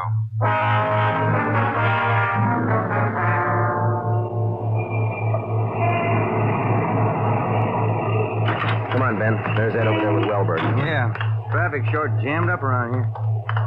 Hi, Ed. Friday, Romero. You all set, Wellberg? All set, Chief. Spring Street to San Pedro. Sunset the first. Got it covered. Good. What's the story? Post office detail tipped us off. 5 minutes after 8, a man answering Carlos Monterey's description picked up a letter at the general delivery window. That was 16 minutes ago. Who spotted him? Sam Lane. Got a look at him just as he was leaving the window. Called to him to stop, but Monterey ran. Lane called me, and we threw a net over the area for 6 blocks around. And Monterey's still somewhere inside this area? I don't know how he could have gotten out. What's next? Well, I'll give him an hour to break for it. After that, we start a house-to-house search of the whole area. Stop all pedestrian and vehicular traffic for identification. You're going to jam up the depot traffic. That's cheaper than murder, Romero. Get going. The first hour we counted off in 5-minute segments. Like Backstrand, we felt close enough to Monterey to touch him, but he still wasn't there.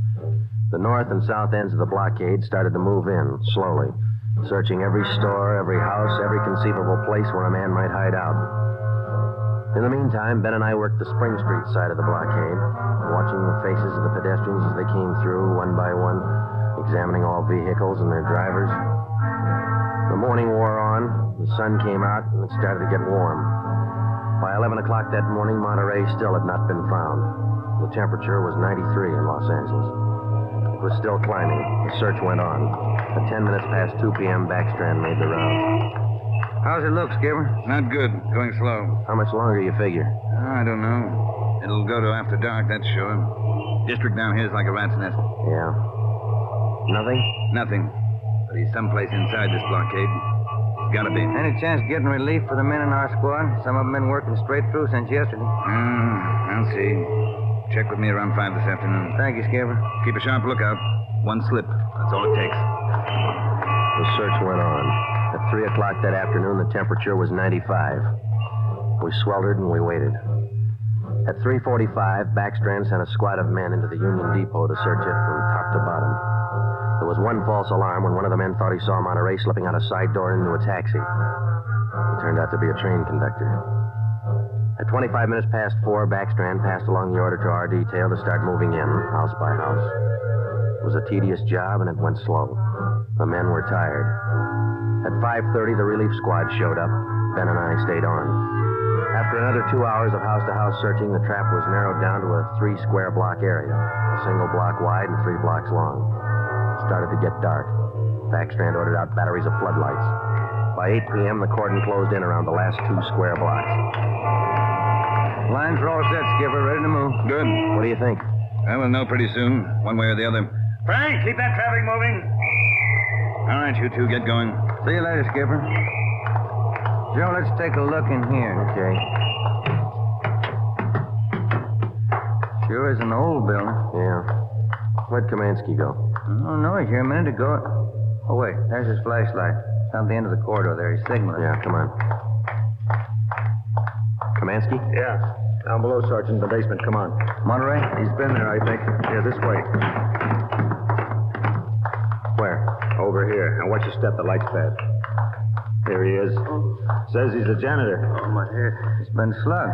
All right, come on. How'd it happen? Can you tell us? Yeah, a big man hit me. I came down to empty the baskets. He hit me and ran.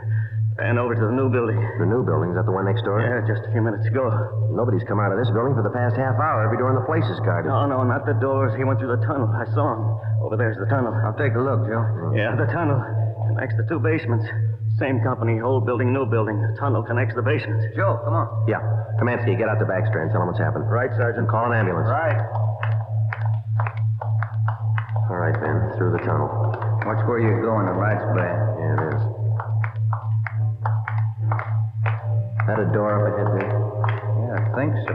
Yeah. Let's go.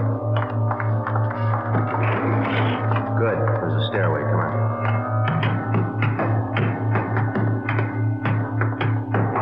Watch the doors. Joe, the elevator. They're both on the 3rd floor. Let's head for the stairs. Ben, come on.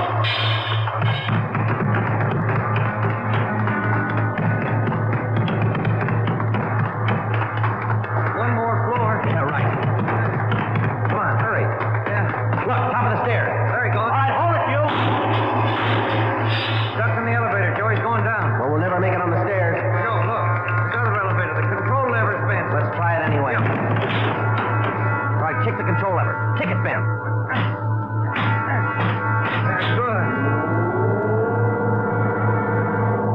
Ben. Knock the lever back. Come on, quick. Yep. What's the matter? The door's jammed. We're going fast. All right, let's kick it. Here. There, that does it. Can you reach the door control? Wait just a minute. I'll see. Yeah. Okay. Well, he's still in the building. Both elevators are here now? Yeah. Down the hall, Ben. The office on the left, I think. Yeah. Okay, here we are. All right, keep clear of the door. All right, Monterey, put on that gun and come on out. I'll kill you! I'll kill all of you! All of you! Okay, Joe, let's take it. Watch it, Ben. He's throwing everything he can get his hands on. I'll kill you! Come on! I'll kill you! Get away! Come on, you! All right, Monterey. Come on, you! Okay, Ben, take him. Yep.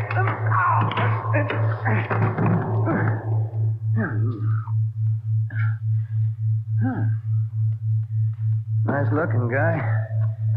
Clean cut. Yeah. Doesn't figure, does it? What's that? My wife would say he doesn't look like a killer, does he? What's a killer supposed to look like? The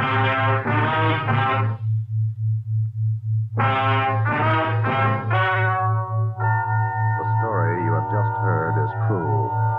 Only the names were changed to protect the innocent. Carlos Monterey was examined by 5 different psychiatrists appointed by the Superior Court and was found to be sane. He was tried and convicted of murder in the first degree. He was executed in the lethal gas chamber at the state penitentiary.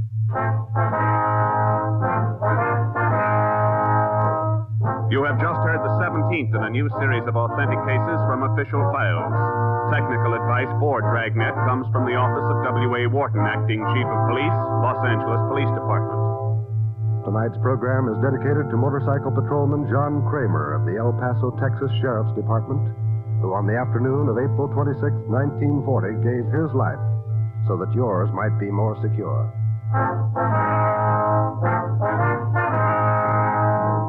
Dragnet came to you from Los Angeles.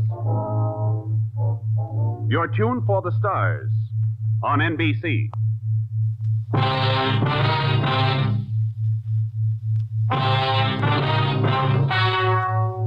Ladies and gentlemen, the story you're about to hear is true. Only the names have been changed to protect the innocent. NBC brings you Dragnet.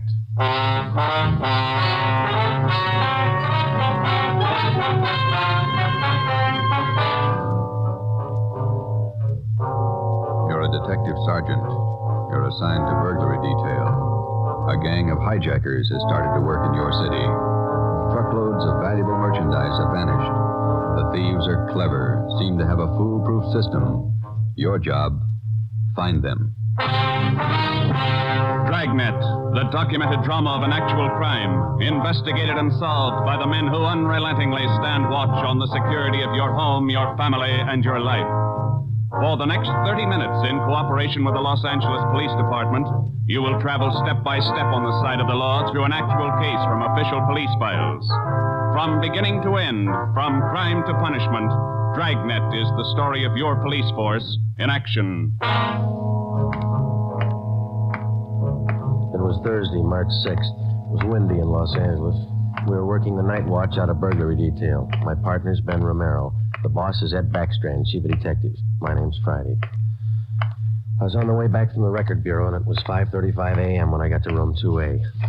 Interrogation room. Read this to him, Ben. Yeah. 2,600 dozen nylon stockings, 45 bolts of silk, 58 cases imported perfume. Where are you dumping this stuff, Laval? That's what we want to know. I told you the truth. I have nothing to do with it. I don't know anything about it. What was this stolen waybill doing in the cab of your truck? How many times do I have to tell you? I don't know. Your fingerprints are all over it. You must have carried it there. I didn't carry it there. Somebody's out to frame me. How many in the hijack gang, Laval? I'm not in a hijack game. I told you I don't know. When are you going to let me go? Who's the head of the gang? I don't know any head of the gang. I want to get out of here. You're covering for somebody. I'm not covering for anybody. You take the rap for all this, you're going to have a beard down to your knees by the time you get out. I'm not taking any rap. Then let's have it. I'm tired. $42,000 worth. You know who took it. You know where it is. They could have disappeared anywhere. On their way from the east to the 1,000 places. Nothing was missing from those shipments when they came in on the train. Everything was there when they were unloaded at the warehouse. Then I don't know. I don't know. Every dollar's worth was accounted for when it was loaded on the truck. Well, where is it now? I'm tired. We've been here all night. Let me read it for you again. 2,600 dozen nylon stockings, 45 bolts of silk, 58 cases imported perfume. And you're trying to tell us somebody hijacked all that from the trucks without you knowing it? The trucks were loaded at the warehouse. We went out to eat. We came back, got in the trucks, delivered the stuff, and that's all I know. And while you were out eating, the receipts for the load disappeared, too. Is that right, Laval? I don't know where the waybills are. The shipping truck, that's his job. We talked to him. He says one of you could have taken the waybill. Well, then he's lying. I didn't take him. Then what was this waybill doing in the cab of your truck? I told you, I don't know. Somebody's trying to frame me. Why? I don't know. Somebody, I don't know why. Then you better come up with an answer, mister. Look, I'm tired. We've been here since 6 o'clock last night. We're all tired. Who are you covering for? What are you trying to build? Any of that coffee left, Ben? It's cold. It's all right. You want some, Laval? No.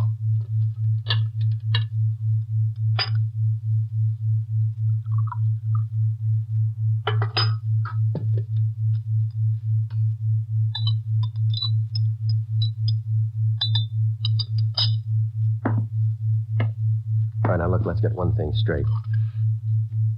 We've been here all night. We can be here all day, tomorrow, the day after that, and the day after that. Yeah. We got enough to make you on this. You know that. And we're going to stay with you to tell us the truth. Everything. I've told you all I'm going to tell you. We stay here for 6 months. You got it all. This your home phone, Hillside 8321. That's right, 8321. What time's your wife get up, Laval? What do you mean? Ben, get an outside line. Yeah. You're not going to call my home. It's Hillside 8321, Ben. Outside, please. Don't do that. Don't. Not my wife. Please. All right. Ask the questions again. This time I'll give you the answers. Thomas Laval was 38 years old. He was a well-respected man in his community. Sometimes it's like that. You can question a man for hours, and he'll never give you any information. But somewhere in every man's makeup, there's a weak point. We were lucky enough to find Laval's. He told us that he would give us the locations where the hijacked goods were hidden. He told us the addresses were written on the ledge of a windowsill on the 7th floor of the Teamsters Union Hall. It was 8:30 a.m. On the 7th floor, is that right? Yeah. Do me a favor. Don't make it too big. Well, look, we have to walk through the hiring hall before we get to the elevators in the back. Yeah? These handcuffs. They'll see them, all the guys in the hall. They know me. Can't you take them off my wrists till we get in the elevator? Sorry, Laval. Well, I won't try anything, but don't make me walk in front of them with these on. Sorry. Just till we get in the elevator. Can't you do that? I don't want the guys to see me. Well, here's my overcoat, Laval. I'll drape it over your hands here, and they won't see the cuffs. There you are. Come on.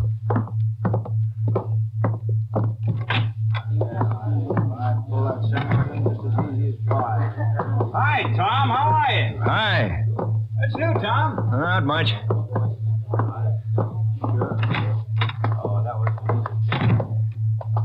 Let's take the elevator. Yeah.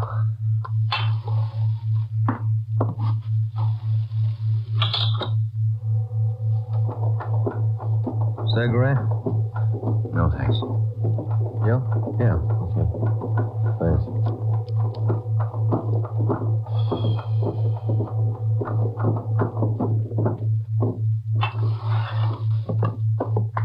It's down this way. Let me show you. To the left. Window up ahead. Yeah, this one. I don't see anything on the windowsill. It's on the outside. Open the window and let me check. Yeah. Let me see here. Ben, grab him. He's trying to jump. Hey, get back here. Get back. I told you, you hear? Let me go. Get him, Joe. Can't hold him. He's pulling me out. Hold on, Ben. Grab me. Joe. He's slipping. Try, Joe. Hold on. He's kicking loose. I can't hold him. Hold him, Joe. Ben!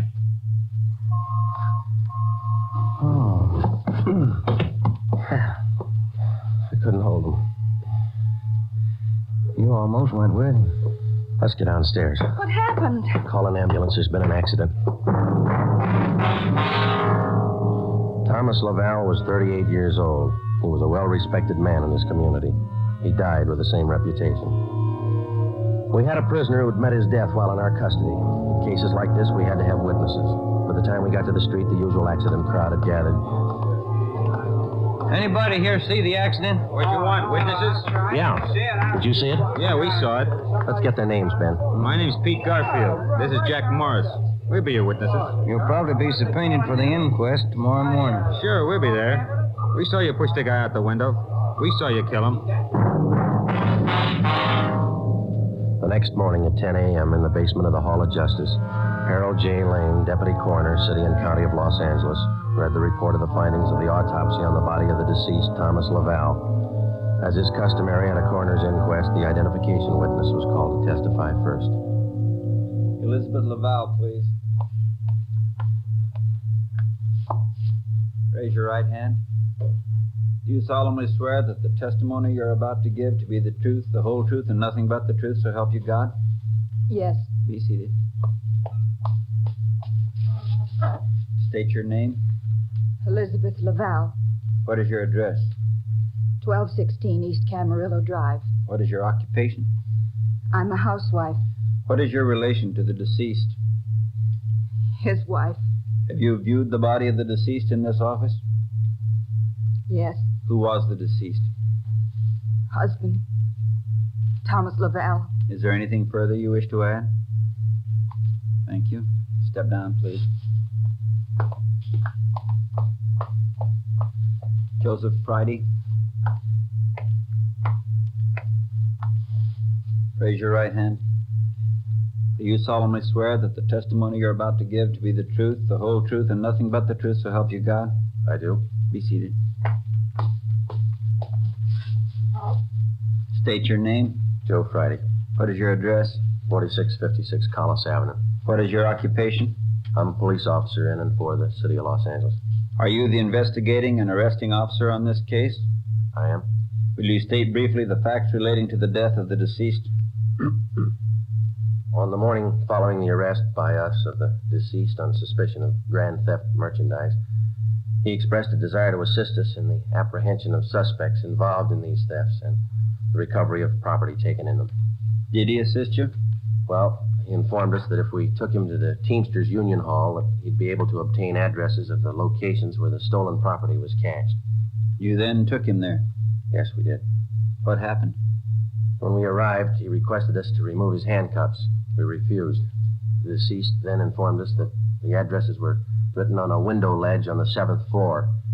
When we arrived at the window, under the pretense of searching for the addresses, he threw himself over the ledge. I grabbed his left leg to restrain him, but he kicked loose. Did you at any time have any idea that the deceased planned such action? I did not. What did you do then? We immediately went to the location of the body and had an ambulance dispatched. Do you have anything further to state? No, I have not. Are there any questions from the jury? That's all, Officer Friday. Step down. Peter Garfield. Raise your right hand. Yeah. Do you solemnly swear that the testimony you're about to give to be the truth, the whole truth, and nothing but the truth, so help you God? Yeah. Be seated. State your name. Pete Garfield. What is your address? 1654 North Pico. What is your occupation? Truck driver. Down at General Warehouse. Did you know the deceased? Yeah. How did you know him? I worked with him. And that cop's a liar, and so's his buddy sitting over there. Please confine the testimony of this inquest to facts. Were you present at the time the deceased met his death? Told you I was. And those two cops pushed Tom out of the window. Where were you at the time the deceased was pushed or jumped from the window? Jack and I just left the Union Hall. We were going out the front door when it happened. What attracted your attention? I heard him scream. When I looked up, Tom was falling. That cop was standing at the window watching him. Did you see the officer push him? Yes, I saw him. Did I understand you to say you were on the street outside the building at the time? Yeah.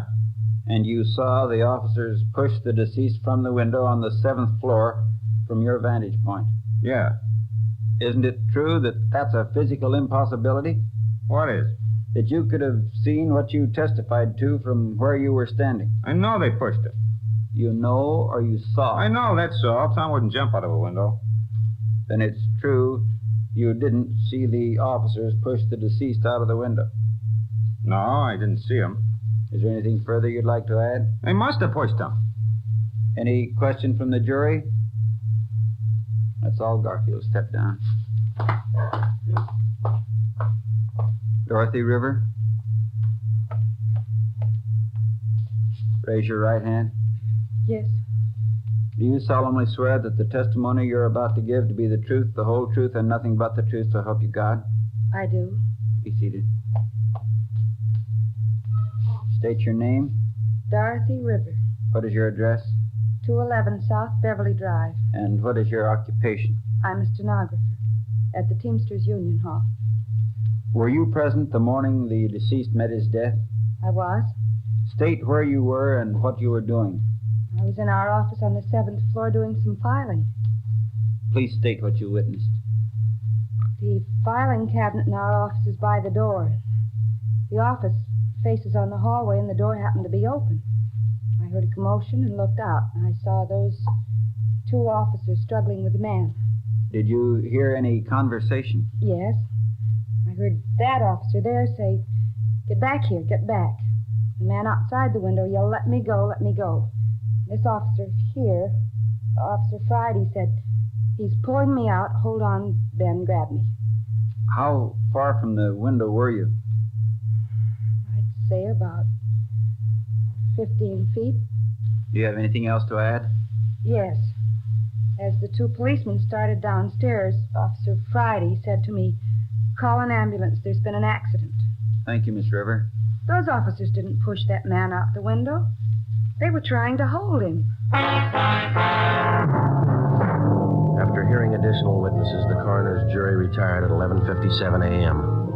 8 minutes later, they returned with their decision. The deceased met his death voluntarily and by his own actions. The homicide detail continued the investigation of Laval's death. A week went by. With homicide working one side, we hoped that they might turn up additional leads in the hijacking case. Nothing turned up. It seemed that with the death of Thomas Laval, our leads came to an abrupt stop. On Tuesday morning, March 16th at 9 a.m., we got a call from Chief of Detectives Ed Backstrand. Now, once more, what about the waybills on these shipments? You checked them? Everything we could. Talked to everybody and handled them. And talk to them some more. $42,000 in merchandise doesn't just disappear. Now, who's the last one to handle those waybills? The warehouse shipping, sir. The bills were signed and stamped. 2 hours after he filed them in his desk, they disappeared. What about the truck drivers? You checked them out? Talked to all of them. Nothing so far. Nothing was missing from those shipments until they left the warehouse. Is that right? Yeah. And somewhere in between the warehouse and the delivery points, $42,000 worth of goods disappeared. Somebody's got to be hijacking those loads. We know that, but how do we get to it? Maybe they're working alone. Maybe they're working with the truck drivers. It's one of the others. Got to be. Just hadn't lost Laval. Well, you lost him. That doesn't close the case. You got a suggestion? Yeah, I got a suggestion. Crack it.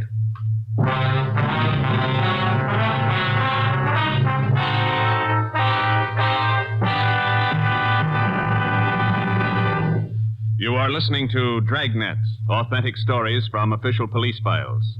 And now, an important announcement. Ladies and gentlemen, we are pleased to announce that starting next Thursday, October 6th, Dragnet will be brought to you by Fatima Cigarettes. We'd like to take this opportunity to thank you, the listener, for your excellent response to our efforts in bringing you these weekly authentic presentations of actual cases from official files. Your letters are the only indications we have that Dragnet is a source of your listening pleasure.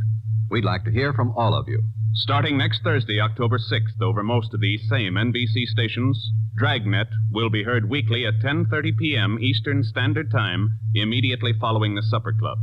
Check your newspaper for local release time.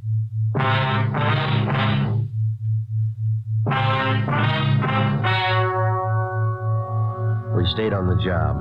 Another week went by. No leads. We spent so much time at the general warehouse where the merchandise disappeared that we almost got to be a part of the crew. We got to know everybody.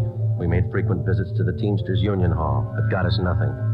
On Wednesday, March 26th, we reported in for work at 8 a.m. Friday, Romero. Yeah, Skipper? You fooled around just long enough. They hijacked another load last night. $38,000. What outfit? Same, General Warehouse. Who's your contact down there? Ray Hobart, shipping clerk. I'll hop down there right now and get the details. Right, Ed. There are two ways to solve this thing. Yeah? You can get those hijackers now or wait till General Warehouse goes out of business. Get on it.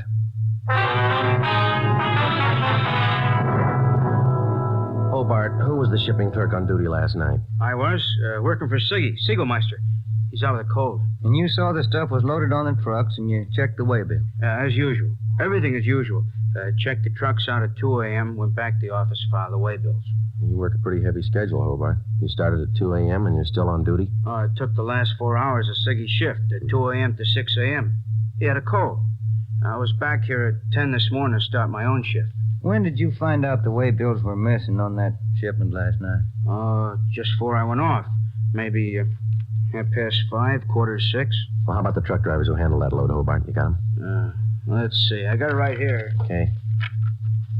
Here you go, Sergeant. Jack Morris and Pete Garfield.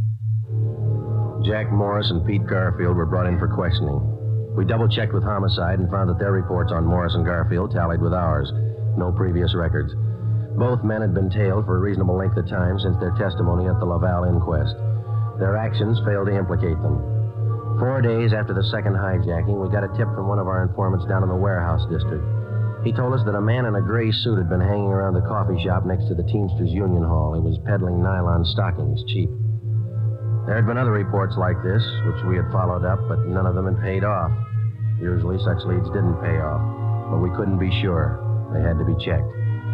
At a few minutes before 5 that afternoon, we found the nylon salesman in the gray suit in the back booth of the coffee shop adjoining the Union Hall.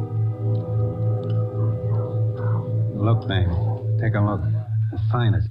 You can't do better. 51 gauge nylon. Look good, huh? Sure do, don't they, Joe? Yeah, they do. We've been looking for you, Max. Some of the guys in the Union Hall said that you'd be around. Sure, I saw lots of these around the hall. Truck drivers, just like you, buying them like crazy. Good deal. Sure looks like it, man. How many pair can we have? Many as you want. 4 bits a pair, you name it. You got a couple of dozen for us? Couple of dozen? No, not on me, but I can get them. Many as you want. Well, we're kind of in a hurry. Can you get them for us fast? Couple of dozen. Better make it 3 dozen, huh, Joe? Yeah, if you want. 3 dozen. Can you get them now? Couple of hours I can get them. Same quality. Want to meet me here? Oh, I don't know. We wanted them for tonight. My wife's birthday, you know. Well, maybe an hour and a half. How's that? 3 dozen, meet you here. Oh, look, Mac, maybe we're both heading the same direction. Can't we go with you and pick up the nylon? Save time for all of us. No, I don't think so. No. Can't you wait? Hour and a half? How's that? Ever find a better buy? I'm sorry, Mac. I wish we had the time. Well, where do you have to go to pick up these nylons? Oh, way out. Sunset Boulevard near Fairfax. Can't you wait? I'll make it fast. Well, can't we pay you and then go out and pick them up ourselves? Huh? No. Don't work that way. No. Can't you wait here? I'll make it fast. We ought to be home now, Joe. Yeah, I'm sorry, mister. We'll have to skip it. Yeah, maybe we can pick up something on the way home, Ben. Candy or something. Wife likes candy. Now, look, fellas, I don't want to see you lose out on this deal. I'll meet you halfway. How you mean? Look, together we'll go out to Sunset and Fairfax, huh? Near the place. You wait there at the hamburger stand. And in 5 minutes, I'll bring you the stuff, okay? Oh, I don't know. We're late already, but... All right, it's a deal. I'll call the wife and tell her we're going to be a little later. 3 dozen, is that right? 3 dozen of the best. You can't do better. All right, I'll be back in just a minute. $253.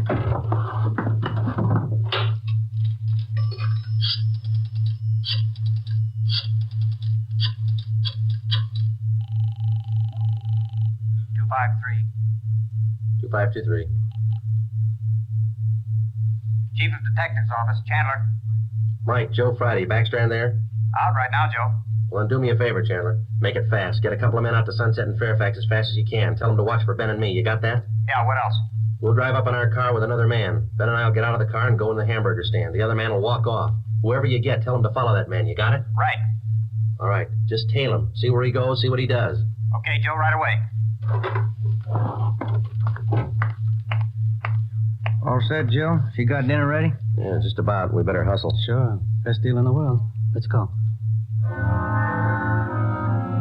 At 5 minutes to 6, we pulled up at the corner of Sunset Boulevard and Fairfax. It was almost dark. Ben and I got out of the car and started over for the hamburger stand on the corner. We caught a glimpse of Barcy and Kaplan, one of our detective cars, parked in a gas station on the opposite corner. They had their eyes on our man. When the traffic signals changed, the man crossed the street and headed down Fairfax. Barcy and Kaplan waited a minute, and then they took off after him. He turned at the next corner and disappeared from sight. Ben and I ordered a cup of coffee, and we sat down to wait. At 6:30, we were still waiting. At 7:05, I went across the street to the drugstore and called the office. Barcy and Kaplan hadn't been heard from. Their car, 105K, was not acknowledging calls. I had my call switched from communications to Backstrand's office. Well, they lost him Friday. I don't know how they lost him, but they lost him. Well, who's out there now? Sullivan and Whitney took a detail out there. They're combing the neighborhood right now. Well, how did it happen? A man just doesn't disappear into thin air. That's what I keep telling you about that stuff that's been hijacked. The search for the nylon salesman went on all that night and most of the next day. From his description, we ran a make on him. No previous record. He had disappeared completely. We were right back where we'd started from. The only thing we could do was to start backtracking, re-questioning the people at General Warehouse, the truck drivers, the shipping clerks. We kept a close check on Garfield and Morris, and we went back to the only possible lead still remaining, Mrs. Laval. She could tell us nothing more than we already knew. When we left her, we started on the neighbors for the second time around. For the rest of the day, we canvassed the immediate neighborhood. We got as many opinions of the Lavals as they had neighbors. At 3:30 that afternoon, we visited with Miss Gertrude Langster, a 50-year-old maiden lady who lived almost directly across the street from the Laval house. She'd been out of town the first time we covered the neighborhood. The old saying goes, Sergeant, there's no fool like an old fool. Oh, say, if I told you the chances I had when I was a girl. Yeah, but we just... not truck drivers like that Laval man, God rest his soul, but fine, wealthy men, bankers, lawyers. Templeton Grant, you remember him? No, ma'am. I was engaged to him once. Butterfly waist, that's what he used to call me. Well, I was slim in those days. Would you like to see some pictures of me as a girl? No, thank you, ma'am. We'd just like to ask you a few questions, that's all. Could you tell us if the Lavals had many visitors to their house in the past 6 months or so? Oh, my, no. Funniest thing, I am the nosy type, Sergeant. I like to know everything that goes on around my neighborhood, and you can take my word for it, the Lavals never had visitors. You know, Sergeant Friday, you remind me of a young man I used to be engaged to just a few years ago. Yes, Miss Langston. Now, would you tell us, please, did you have any reason to think that there was something a little out of the ordinary about the Laval? Oh, little out of the ordinary, he says, but my dear man, yes. Here he was, a truck driver, and there she was with a home furnished like the Astors. Why, I even used to see him cart some of the things home in that car, his beautiful things, rugs and glassware, bolts of fabric. Oh, gorgeous. And he'd bring these things home after work. Is that it, Miss Langston? Anytime. Day or night, weekends, anytime. Mm-hmm. After 4, Joe, we better call office. Yeah. Now, are you sure of all that you've told us, Miss Langster? Sure. Oh, my dear man, of course I'm sure. I watched him week after week. Well, thank you. Won't you stay for a cup of tea? I'll have Josephine fix it. Josephine? No, thank you, ma'am. Well, then, perhaps a glass of sherry? Thank you, no. But there is something. Yes? I wonder if we could use your phone, please. Oh, yes. In the hall, next to the umbrella stand. Thank you, ma'am.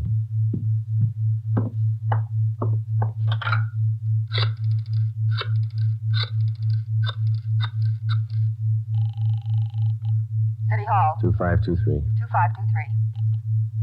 Backstrand. Friday, Ed. Nothing much here. Well, there's something here. Barcy and Kaplan just called. Pete Garfield left his house half an hour ago. Then he picked up Morris. What's so unusual about that? Nothing, except the guy driving the car is the little man in the gray suit, the nylon salesman. Barcy and Kaplan are tailing him. Where are they now? Headed north out Riverside Drive. There's nothing out there but a golf course and a lot of riding stables. I don't care what they do for recreation. Go get them. With red light and siren, it took us 12 minutes to pick up Barcy and Kaplan on Riverside Drive. At 4:23 p.m., we pulled up in front of the Blue Pony riding stables. Barcy and Kaplan's car was overturned just beyond the driveway leading up to the riding academy. Kaplan's hurt. I called an ambulance. They rammed us. What kind of a car are they in? They switched. They're driving a 12-ton Bulldog semi. Which way they head? Going north. Got a 3-minute lead on you. Pneumatic commercial, Adam 653. Let's go, Ben.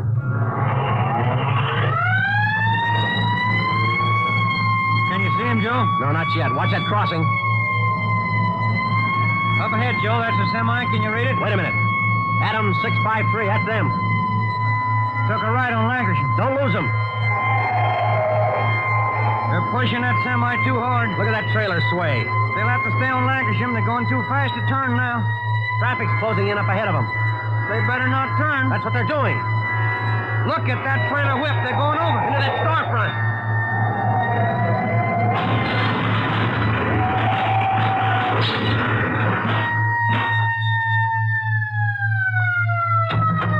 Come on, Ben.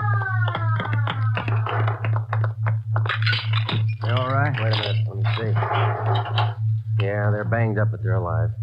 There they are, Joe. Yeah? Garfield, Morris, little man, and the gray suit. It's funny, isn't it? What's that? Garfield's gonna swear we pushed that truck through that window.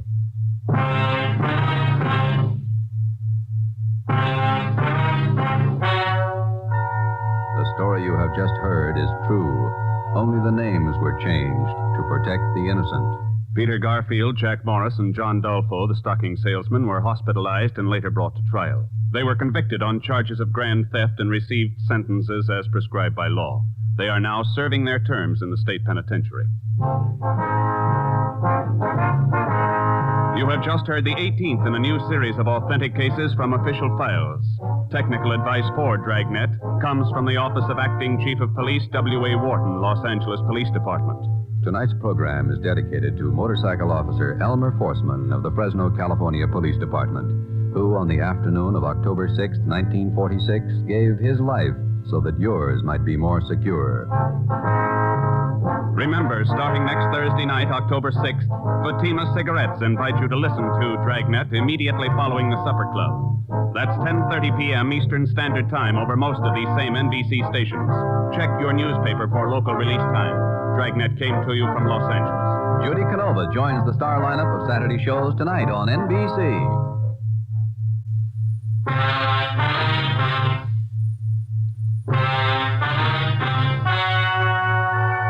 Ladies and gentlemen, the story you are about to hear is true. Only the names have been changed to protect the innocent. Fatima Cigarettes, best of long cigarettes, brings you Dragnet.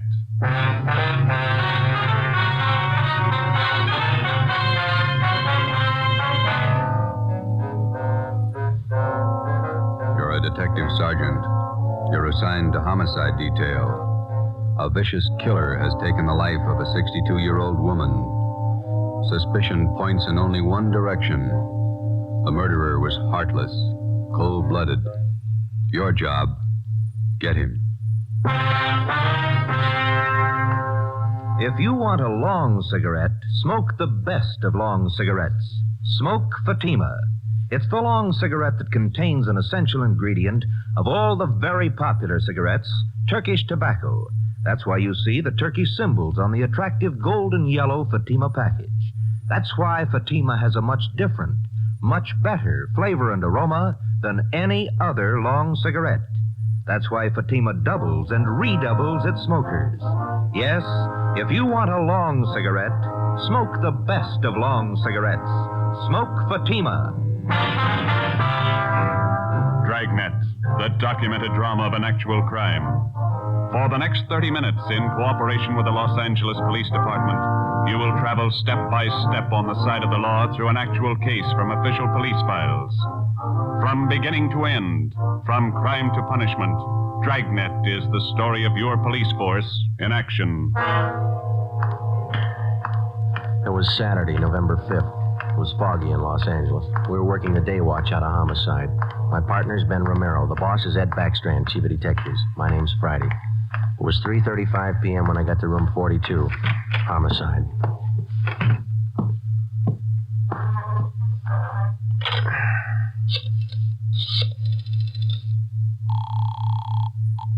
Long distance. This is Friday in homicide. I'd like to place a call to Mr. Frank Rinard in Murphy, Idaho. The number's 761. Frank Rinard, Murphy, Idaho, 761. Yeah, that's right. The call's been cleared with the business office. All right. Do you want me to call you back, Sergeant? No, I'll hang on. Okay, I'll place it for you.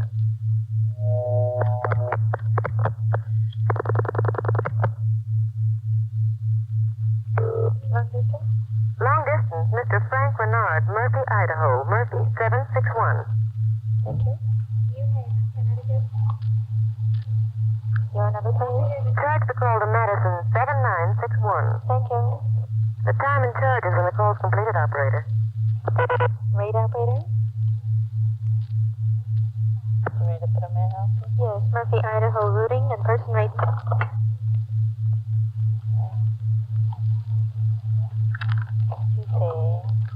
N-A-M-P-A, Napa. Hi. How many numbers? 4, 3. All right. 160, thank you.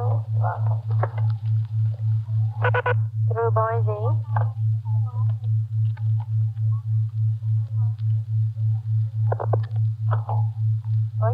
I'm calling Napa.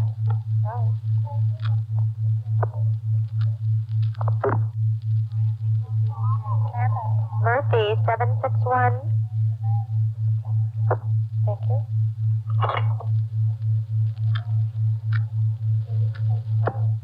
Keep ringing, 761. They're ringing the number, Sergeant. Okay, thanks.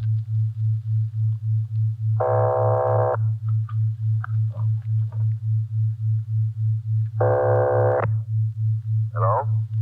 Mr. Frank Rinard, please. Los Angeles calling.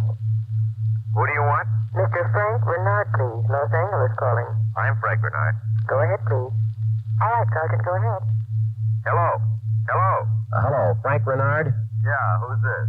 This is Sergeant Friday, Los Angeles Police Department. Got an urgent message for you. For me? Well, what's the matter? Your wife, Dolores, asked me to call you. Something's happened to your mother. What do you mean? What's happened? I better let your wife tell you. She wants you back in Los Angeles right away. Look, what's this all about? I can't leave my job now. You better come. Your mother's been murdered.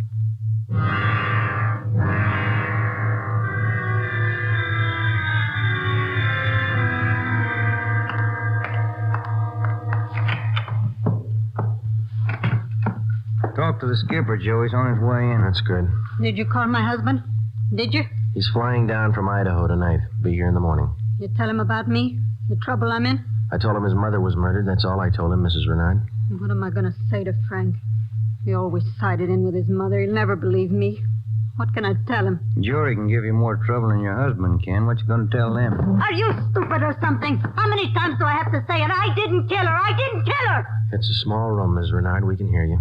Sit down, please. I won't sit down. You're not pinning this on me because I didn't do it. Anybody could have killed the old hag, but I didn't. Will you sit down, please? I don't have to take this. I'm no tramp. Keeping me in here, asking me questions. I told you all I know. Look, you're in a bad spot. I hope you realize that. I didn't kill her. Ms. Renard, how long have you and your mother-in-law been living together in the house on Chavez Road? Since Frank took the job up in Idaho. About 6 months. He said it'd be better for me while he was away living with her. Your neighbors told us you didn't get along very well with your mother-in-law. That's right, I didn't. She hated me, I hated her. You used to fight with her, is that right? You hit her. Only a couple of times. She called me dirty names. I hit her. She pulled me by the hair. I hated her like everything. I didn't kill her. Once more, Ms. Renard, would you mind telling us how you spent your time since early this morning, where you went, what you did, everything? I told you already everything. Will you tell us again, please? I got up about 8:45. I had a cup of coffee and then I got dressed. The old lady was on the back porch doing the washing. What did your mother-in-law do for a living? I told you. She took in washing. After I got dressed, I left the house. About 10 minutes after 9, I went downtown to the dentist. He filled a tooth for me. This one here, you can ask him. What time did you leave the dentist's office? About 10:15. Maybe 20 after. You can ask him. What'd you do after that? I walked around window shopping. Did you buy anything? Talk to anybody? I told you no. What time did you get home? 12:30. I went in the bedroom. The old lady was on the floor. Blood all over. I felt her heart. It wasn't beating. And is that when you got the blood on your dress? Yeah. Now that's all I'm going to say.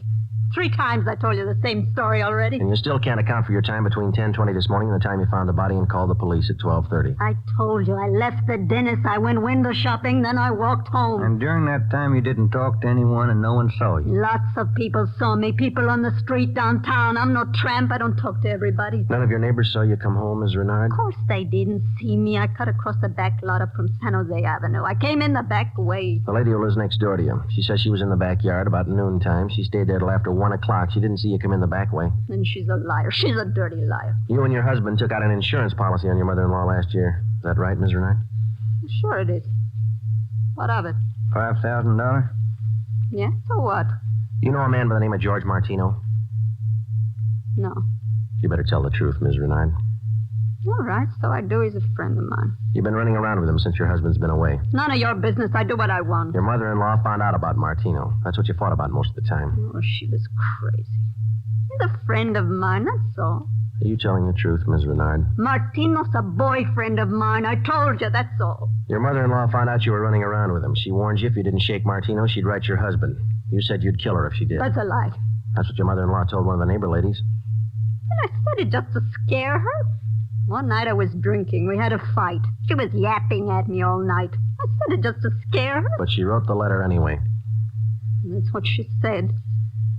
But I didn't kill her. You had the time, the motive, and the opportunity. It wasn't me. I didn't kill her.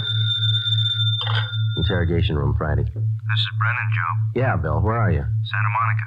Picked up George Martino.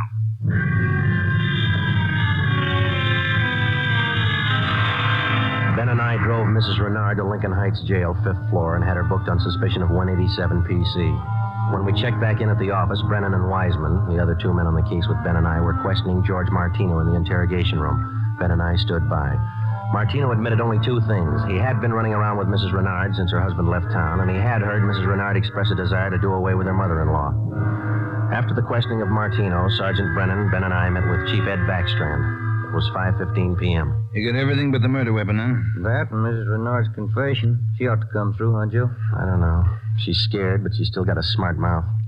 What about Martino, Brennan? You think he had a hand in it? I don't think so. We spent most of the afternoon talking to him. He hasn't got the guts. We took a statement. And does he have an alibi? Solid. What was the cause of death? Strangulation, multiple fractures of the skull. All the motives are with Mrs. Rinard, Chief. Pretty clear-cut job. No evidence of robbery or burglary, I guess. A couple of the dresser drawers in the bedroom were emptied on the floor and clothes tossed all around. Pretty obvious plan to make it look like burglary. Maybe. We found 3 $1 bills in plain sight. They were on the floor near the body. If a burglar went through the stuff, he wouldn't have missed that money. Then it shouldn't be too much trouble tying it up. Shouldn't be, Skipper. Friday and Romero, you follow the case through. Just a minute. Hello, Backstrand. Yeah? What? All right, I'll send him over. Lee Jones. Just finished checking the evidence at the crime lab. Yeah? He thinks Mrs. Renard's innocent.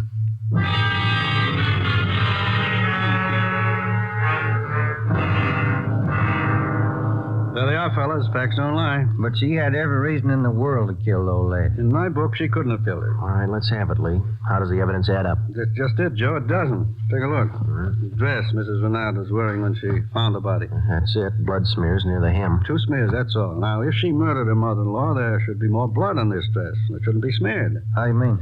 First of all, the manner in which the old lady was killed. Head was battered in. Must have bled profusely. No question about that. All right, go ahead. Whoever murdered the old lady must have stains all over their clothes. Here's the important part. Because of the nature of the wound, it would have stained in drops, not smears. Well, how can you tell the difference? Maybe these are drop stains on her desk. They're not. I checked them with a microscope. Only the higher ribs of the cloth are stained. The smears, nothing else. But a drop forms its own definite drop pattern and permeates the cloth, soaks in. Uh-huh. No signs of that on her dress. Not a one. Now, here's the silk scarf the old lady was strangled with. Yeah? Here's what I found in the knot tied in the scarf. A blonde hair, wavy.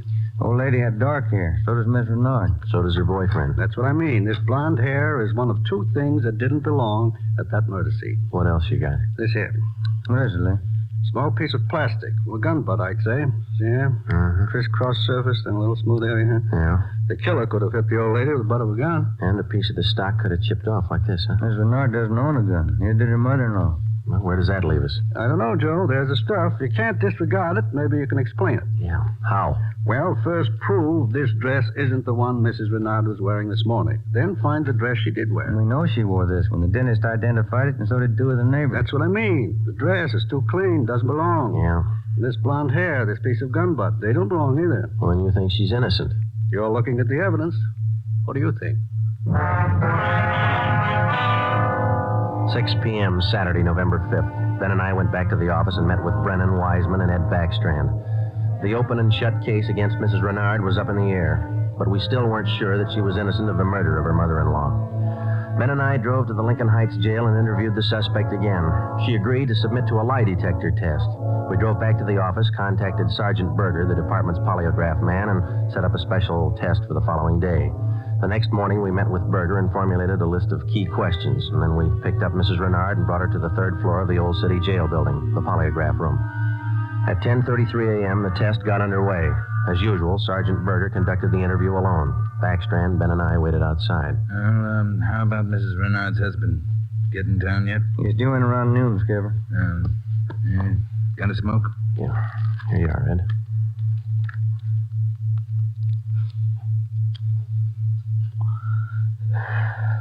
Yeah, thanks. What time is it now? 11:25. Here's Burger now. That's it, Ed. What'd you get? I can study the chart a little more. The results are pretty well defined, though. How's it look? No reaction to the key questions. What's your opinion? I don't think she did it.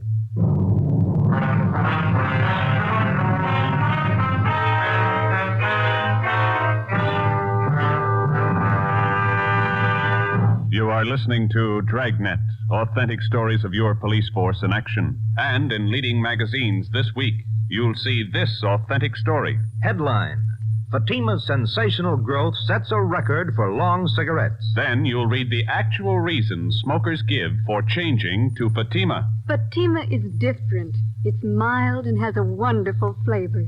Fatima's best. These are the words of Miss Pamela Bookman of New York, where Fatima has increased its smokers 132%. Fatima tastes much better than any other long cigarette. It's the best. Says Mr. James S. Winterhalter of Detroit, where Fatima smokers have increased 348%. I like the flavor, and Fatima is mild. It's the best long cigarette. That's the statement of Mrs. Mary C. Werdeman of Los Angeles, where Fatima has increased its smokers 545%. Yes, more and more long cigarette smokers every day agree. A change to Fatima is a change to the best. Enjoy Fatima yourself. Best of long cigarettes.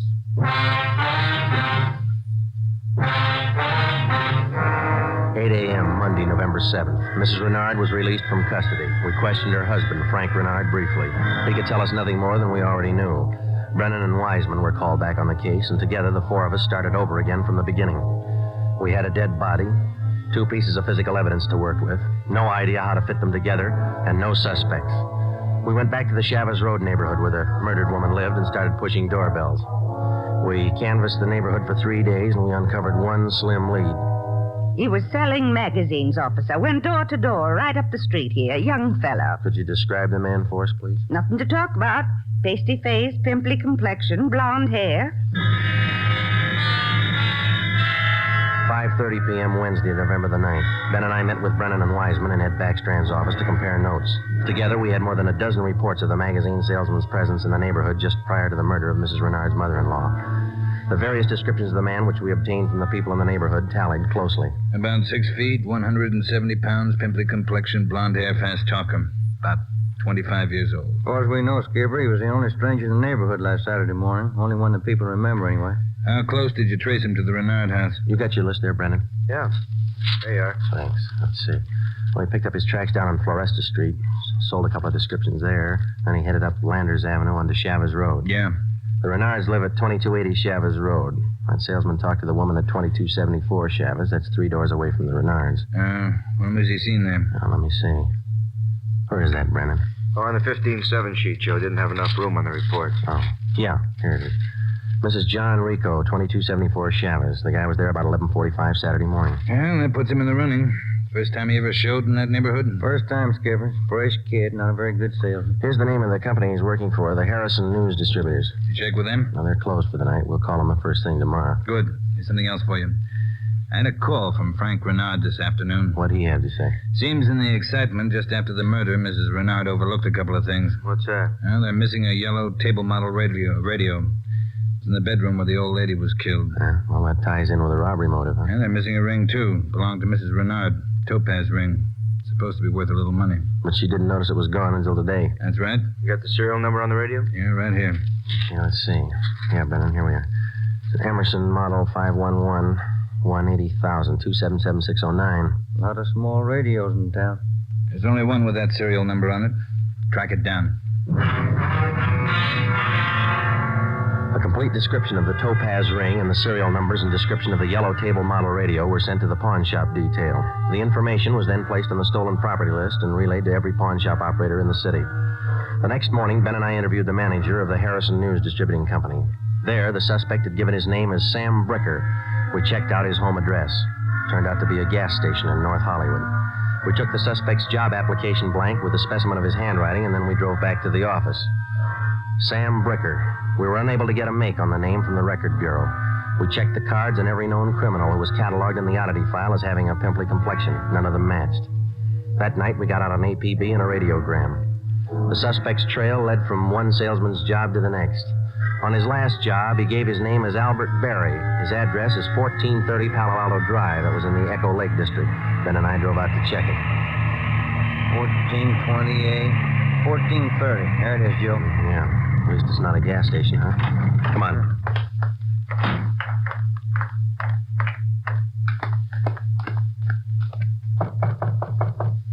Tiresome, huh? Yeah, I could stand a change. Yes, what is it? We're looking for an Albert Berry, ma'am. Does he live here? Mr. Berry, I'm sorry. He and his wife moved 4 days ago.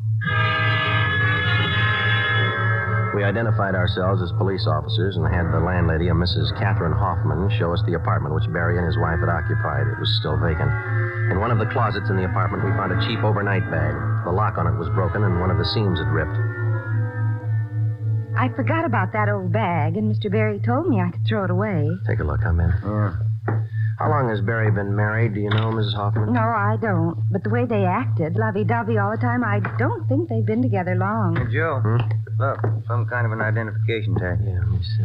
Get it up here. It's a tool disc, it looks like, doesn't it? Jameson Larrabee, Pittsburgh, Pennsylvania. You're not after Mr. Berry, are you, officer? Yes, ma'am, we are. Did he leave a forwarding address? I wish he did. I'm holding 3 letters for Mrs. Berry in my apartment right now. May we see them, please? Certainly. Would you step this way, please? My apartment's just across the hall. Yes, ma'am. Would you like a bottle of beer or something? No, ma'am, thanks. Let's see. I thought I put... Yes, here they are.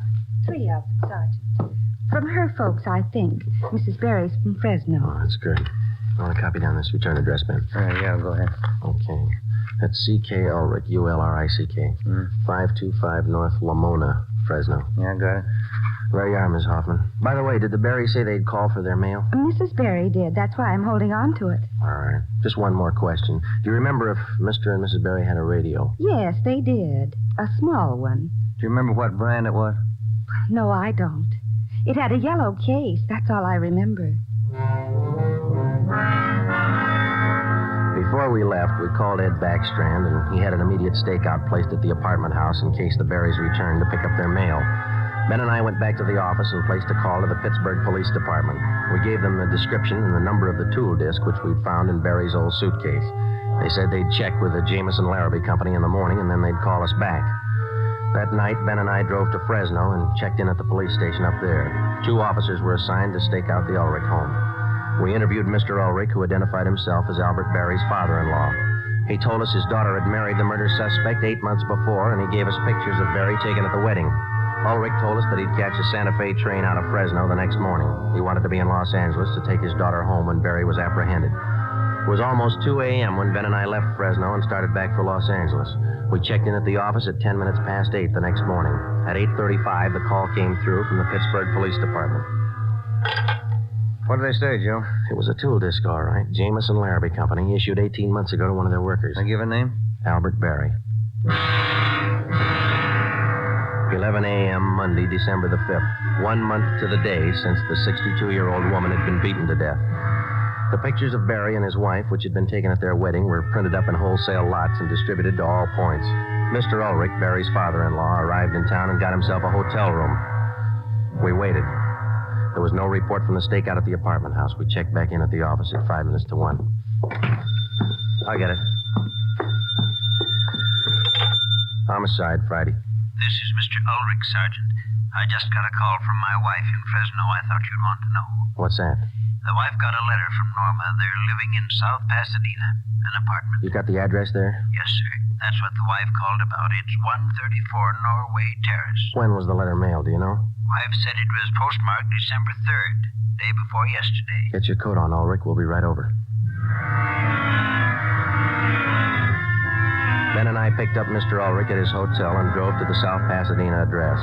Berry and his wife had the apartment on the top floor. Neither of them were at home. The landlord let us in with a pass key. In the bedroom, we found a small yellow radio. We checked the serial numbers. They matched. It was the same radio stolen from the Rinard house. In the bedroom closet, we found 2 suitcases. We checked through them. Nothing in this one, Joe. Oh, here we are. Look at these. What are they, Sergeant? A pair of plastic gun butts. Let's see, Joe. One of them's been chipped, see? Sergeant, somebody coming up the stairs. All right, let's get in the living room. Be quiet.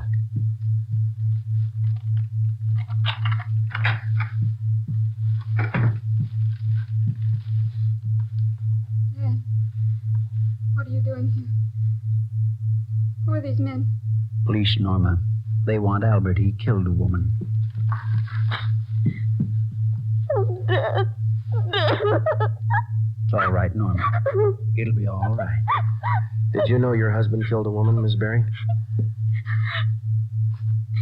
He just told me last Saturday.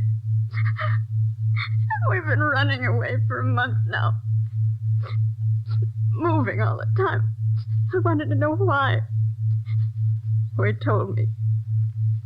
He said I was in it as much as he was. And I'm tired of running. Why did he kill her? Did he tell you that? He said he broke in the house. He didn't know anyone was home. The old woman was in the bedroom. She started to cry out. He had a gun. Hit her with it. Where's your husband now? I don't know. He said he'd come home for dinner. About 5. I bought the groceries. What time you got, Ben? 3:30. That ring you're wearing, Miss Berry. Did your husband give you that? Yes, why? What kind of a stone is that? Topaz. Bert gave it to me. Why? Nothing. We'll wait. 5 o'clock came and went. Berry failed to show. 5:30. Ulrich started to get nervous. 6 o'clock. 6:30. No sign of Berry. I went to the window and kept an eye on the street below. At 6:45, a light green Nash sedan pulled to a stop in front of the apartment house. A man got out and went into the main floor entrance. Bert. I'll let him in. All right. How long have you had the new car? A couple of days. Bert got it credit. What do you want me to do now? Does he have a key to the apartment here? He lost it. Okay, when he rings, let him in. Just act natural. Ben? Yeah. You cover me. I'll get the cuffs on him. Right.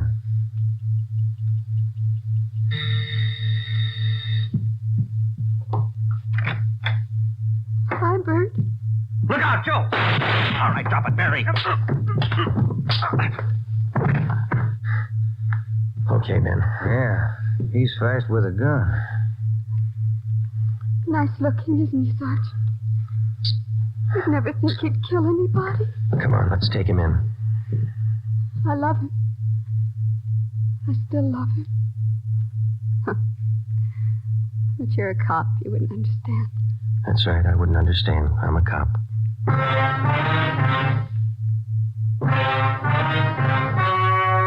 The story you have just heard was true. Only the names were changed to protect the innocent. On February 16th, 1947, trial was held in Superior Court, Department 82, City and County of Los Angeles, State of California. In a moment, the results of that trial.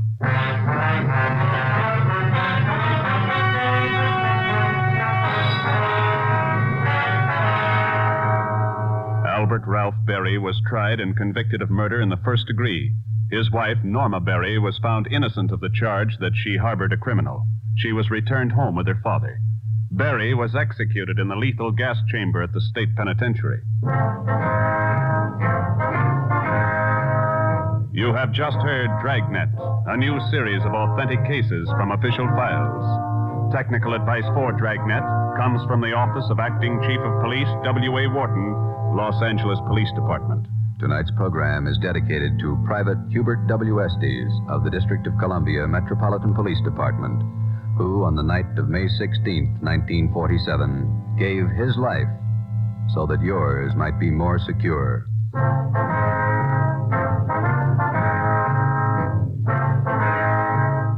For Fatima Cigarettes, best of long cigarettes, has brought you Dragnet, portion transcribed from Los Angeles.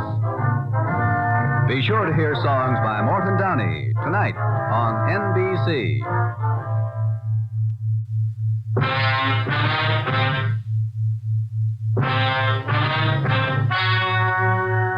Ladies and gentlemen, the story you're about to hear is true. Only the names have been changed to protect the innocent. Fatima Cigarettes, best of long cigarettes, brings you Dragnet.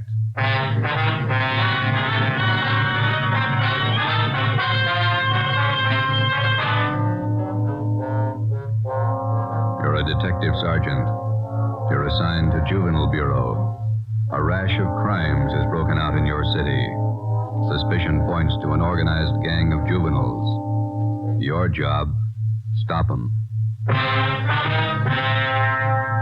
If you want a long cigarette, smoke the best of long cigarettes. Smoke Fatima. It's the long cigarette that contains an essential ingredient of all the very popular cigarettes, Turkish tobacco. That's why you see the Turkish symbols on the attractive gold and yellow Fatima package. That's why Fatima has a much different, much better flavor and aroma than any other long cigarette. That's why Fatima doubles and redoubles its smokers. Yes, if you want a long cigarette, smoke the best of long cigarettes. Smoke Fatima. Dragnet, the documented drama of an actual crime. For the next 30 minutes, in cooperation with the Los Angeles Police Department, you will travel step by step on the side of the law through an actual case from official police files. From beginning to end, from crime to punishment, Dragnet is the story of your police force in action. It was Sunday, March 27th. It was windy in Los Angeles. We were working the night watch out of Georgia Street Juvenile Bureau. My partner's Ben Romero. The boss is Ed Backstrand, chief of detectives. My name's Friday. I was on the way up from the Juvenile Bureau, and it was 11:25 p.m. when I got to the receiving hospital, room 5, the treatment room. Everything happens on Sunday nights, huh, Joe? Yeah. How's the kid making out, Doc? The one arm is cut up badly. Nothing fatal, though. How'd it happen? That's what I'd like to find out. Can I talk to him? If you want, don't press him, though. He's had a bad shock. All right.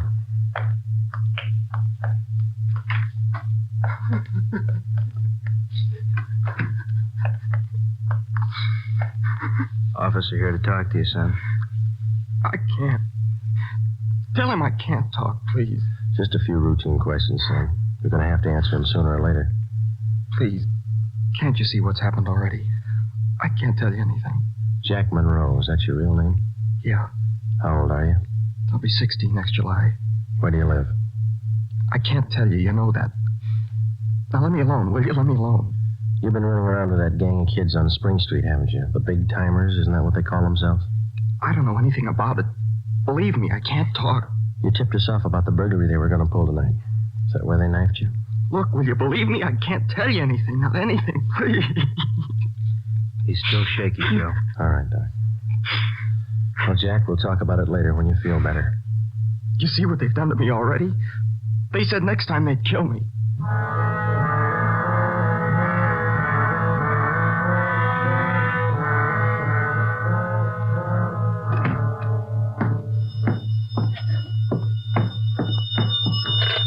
Juvenile Bureau, Friday.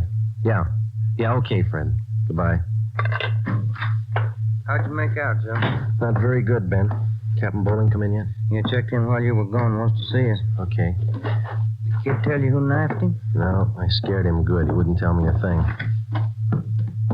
You get a line on the boy's parents, Friday? I got a hold of his father. He's on his way in. How's the boy? Bad knife wounds. Nothing fatal. You know the boy? Not till this afternoon, Captain. He tipped us off about a burglary a gang of young kids were supposed to pull tonight. Go through? No, but 2 hours ago, this Monroe kid was found in a vacant lot down on Olympic, cut up pretty bad. The gang must have pegged him. How long is it going to take you to break that up? Well, we're just starting to get a line on them, Bob. Must be nearly 100 in that gang. And every one of them working hard. Take a look at the pin map over here. The spot here, look at it. All the jobs pulled during the last month, huh? The last 5 weeks up to date. Red tabs for burglary, must be more than 100. The robberies, green pens, count them, at least 50. There's 5 more orange ones I added for the weekend. Auto thefts. You bet those kids are working hard. We got a lead on them. That's more than we had last week. You have to push it harder. Here's the big reason. This line of pins, brown and black. Purse snatchings. Purse snatching and rape. 26 of them in the past 5 weeks. They're pretty well concentrated in one area here. That's right. Now, what's the lead you're working on? Right there on the pin map, Captain. Huh? Well, these 2 blocks here, Bob, where Franco Alley intersects Spring Street. Well, what about it? Well, it's the only clear area for a dozen blocks around. There's not a colored pin on it, you see? Yeah. Now, all the rest of the pins, the robberies, burglaries, attacks, they all seem to branch out from this same spot right here in definite patterns. Franco Alley and Spring Street. You figure that's the focal point for the gang? Well, it's got all the marks. For instance? Well, we've been checking that neighborhood for a week. We got it narrowed down to one place. Right on the corner of Franco and Spring. What is it? It's a soda fountain. It's pretty typical. Only it stays open all night, and it gets a pretty good play from kids. A regular hangout, Captain. Pretty tough youngsters. None of them over 18. Who runs the place? A guy named Eddie Ramsey, small-time con man. Had a run-in with him when we worked bunco detail. I remember the name. Smart mouth. Tried to give us trouble when we talked to some kids in there last night. He's got a place set up for him in the back of the store, kind of a club room. He sounds like a good lead. What are you doing about it? Well, just a minute. Captain Bowling. Yeah? Who? Yeah, we'll be right down. The Monroe kid, his father's downstairs, cursing every one of us. What's his problem? Can't understand how his boy got into trouble. Come on, Ben, let's tell him.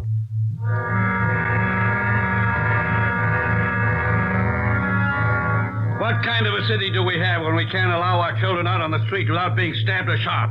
What's our great police force doing when this is going on? I'd like an answer if you got one. I demand an answer. We got an answer for you, Mr. Monroe. Will you sit down? My boy's lying in there in that hospital bed, cut to pieces.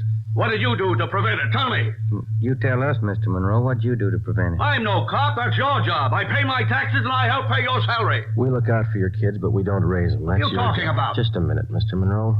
Answer me this. How old is your son, Jack? He's 16, I think. Why? You know what he does with his spare time? Where he spends his nights? Of course I do. He's at home. Some nights he goes to the library. Then you don't know much about your son, Mr. Monroe. For the past month, 4 nights out of 5, he's been hanging around with a gang down at a soda fountain on Spring Street. He's down there as late as 2 a.m. He says he goes to the library. How do I know? I'm a busy man. Did you know that your son is mixed up with that gang? He's not mixed up with a gang. A bunch of small-time thieves, but they're growing. They started with purse snatching, breaking in parked cars, burglarizing candy stores. You don't know what you're talking about. Wait a minute, please. Then they took up robbery, stealing cars, beating up girls, women, attacking them. You're crazy. Jack's not that kind. He's part of that gang, and right now we hold all of them responsible. My boy wouldn't do anything like that. He's a member of that gang, he told us. They're the ones that knifed him tonight. That's a lie.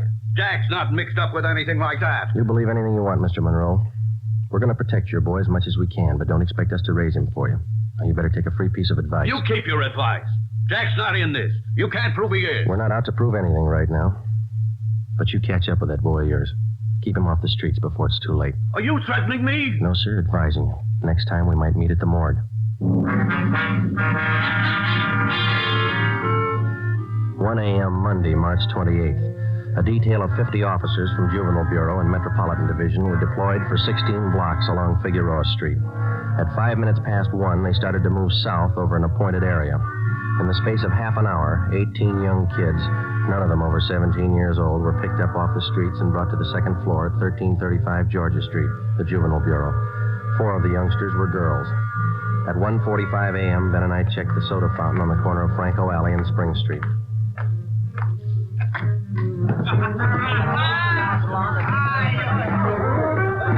Same bunch, Joe. Business as usual. Yeah, come on. Hey, Teddy, the Bulls. They're back again. Same guys. Go back and tell Eddie. Hey, look, why do you guys have to keep tracking us, huh? You'd think we were crooks or something. You were here the last time we checked in, Teddy. You ever go home? Sure, when I'm tired. I ain't tired. What's the matter? That's your money on the table there? Sure, it's my money. You want to borrow a buck? $28. That's a lot of money for a boy your age. You keep pretty late hours, son.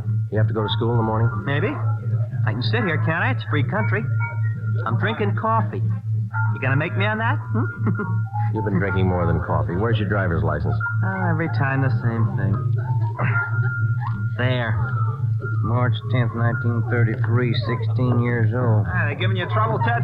Eddie's on his way out. What's your name? Jones. Clyde Jones. Huh, Ted?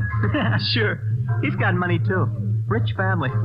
You can save the smart talk, boys. Any of your pals in the back room? What's the trouble now, Sergeant? How many times a week do we get a checkup? Go ahead, Eddie. Read them off. We told you the last time, Ramsey. Clean up your place here or we'll ride your back till you do.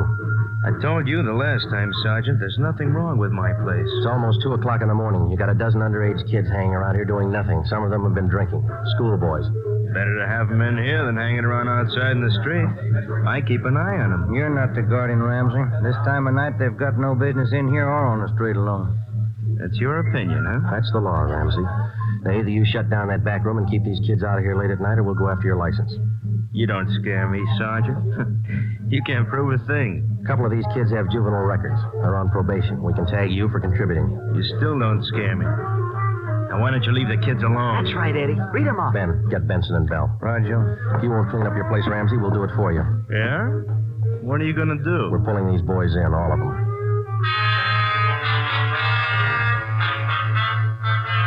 2:25 a.m. Monday, March 28th. The Dragnet operation had netted 30 juveniles, 26 boys, 4 girls. 24 of the children were between the ages of 16 and 17. They were lodged in the assembly room at the Georgia Street Juvenile Bureau. The other half dozen were 13 and 15-year-olds. They were taken to the juvenile hall at 1369 Henry Street. At 2:43 a.m., we met with Captain Bowling. They're all checked in, 30 of them. All right, in the morning we file petitions to have every one of these cases brought to the attention of the juvenile court. Make a note of it. Okay, Bob. For the kids with records, ask for detention from the probation department. Right. We'll call their parents in the morning. Call them now. They've got some explaining to do.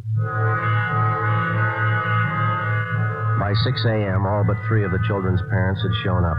To most of them, it was nothing new. Their kids had been there before. They'd be there again. They took the lecture from the juvenile officers calmly. As long as it didn't mean trouble for them, they wouldn't worry. When they got their children home, they would reprimand them, not for running the streets, but for being picked up by the police.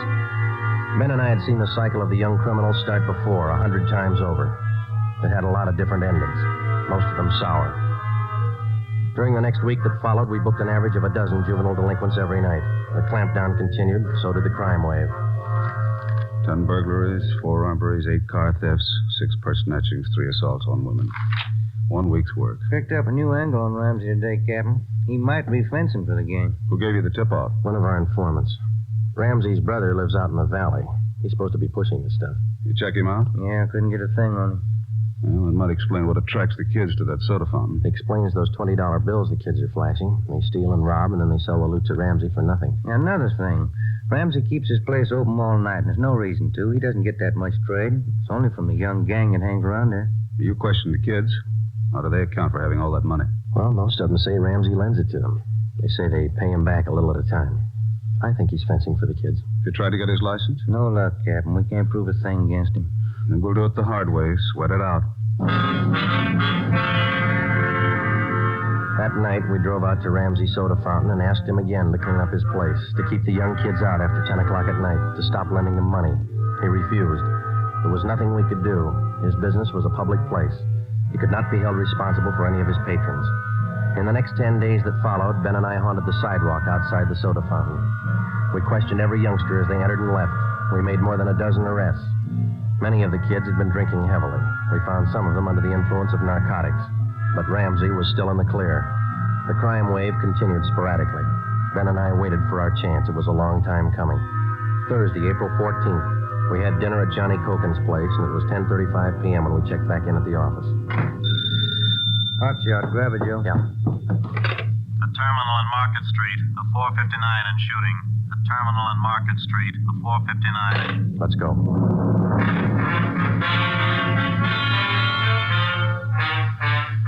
He was approximately 5 feet 4 inches tall, 125 pounds, brown hair, brown eyes, slight build, fair complexion. He was wearing blue jeans and a corduroy jacket. We found him between a row of packing cases at the rear of the warehouse at Terminal and Market Streets. There was a single bullet hole in his forehead just above the left eye. There was a .38 revolver near his right hand. The watchman told us how it happened. He broke in the back of the warehouse, Sergeant. He wanted to shoot it out with me. Here's his ID card. Fell out of his pocket. Teddy Cameron, age 15. Dear God. A kid. I didn't know, Sergeant. He didn't either. He thought he was grown up.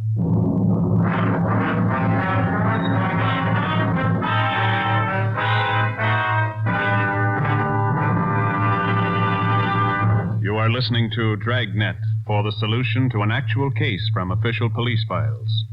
Now, here's the solution to many of your Christmas shopping problems. If your friends smoke a long cigarette, give the best of long cigarettes. Give Fatima, and all is well. Fatima. The long cigarette that contains an essential ingredient of all the very popular cigarettes, Turkish tobacco. Give Fatima, and all is well. Fatima. The cigarette that has a much different, much better flavor and aroma than any other long cigarette. Give Fatima, and all is well. Fatima. The cigarette that has doubled and redoubled in popularity. Here are the authentic reports. New York Division. Fatima sales up 132%. Chicago Division. Fatima sales up 453%. Los Angeles Division. Fatima sales up 545%. More and more smokers agree Fatima is the best of long cigarettes. So enjoy Fatima yourself and give Fatima for Christmas in the attractive golden yellow carton. Everyone who smokes Fatima says that this great new long cigarette is the best of all long cigarettes.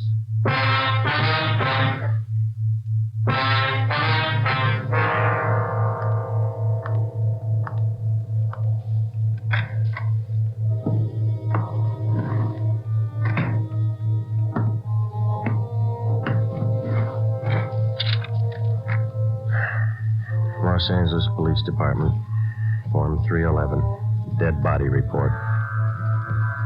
Type, gunshot. DR number 437695. Victim, Theodore Cameron. Residence address, 960 Charter Street. Date and time of death, Thursday, April 14th, 10:35 p.m. Place, Terminal and Market Streets, South State Warehouse.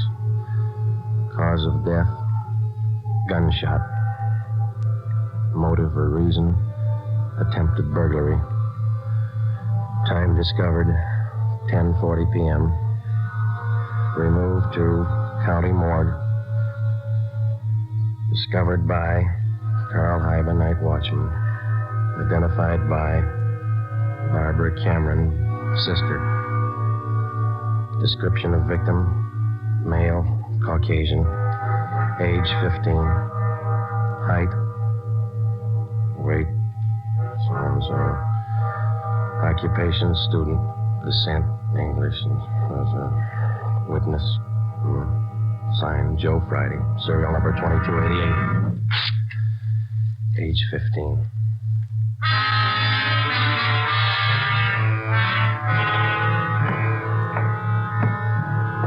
Ready, Joe? And Cameron Boy's sister, she's waiting in the next room. Yeah, let's go. She taking it hard? Yeah. Morning, Miss Cameron. Good morning. We won't keep you long, just a few routine questions. Yes, all right. Miss Cameron, how many are there in your family? There were three of us. Teddy, Mike, and me. Mother and father are dead. I work. Teddy and Mike go to school. Mike does. How old is your brother Mike, Miss Cameron? He's 14. You're the sole support of your two brothers? Yes. Do you have any idea who the boys were your brother Ted used to run around with? I don't know them by name. I remember seeing a couple of them once or twice. Mike would know, I think. He and Ted were pretty close, brothers. Do you know if Ted mixed with a gang of kids down on Spring Street? Maybe Mike would know that.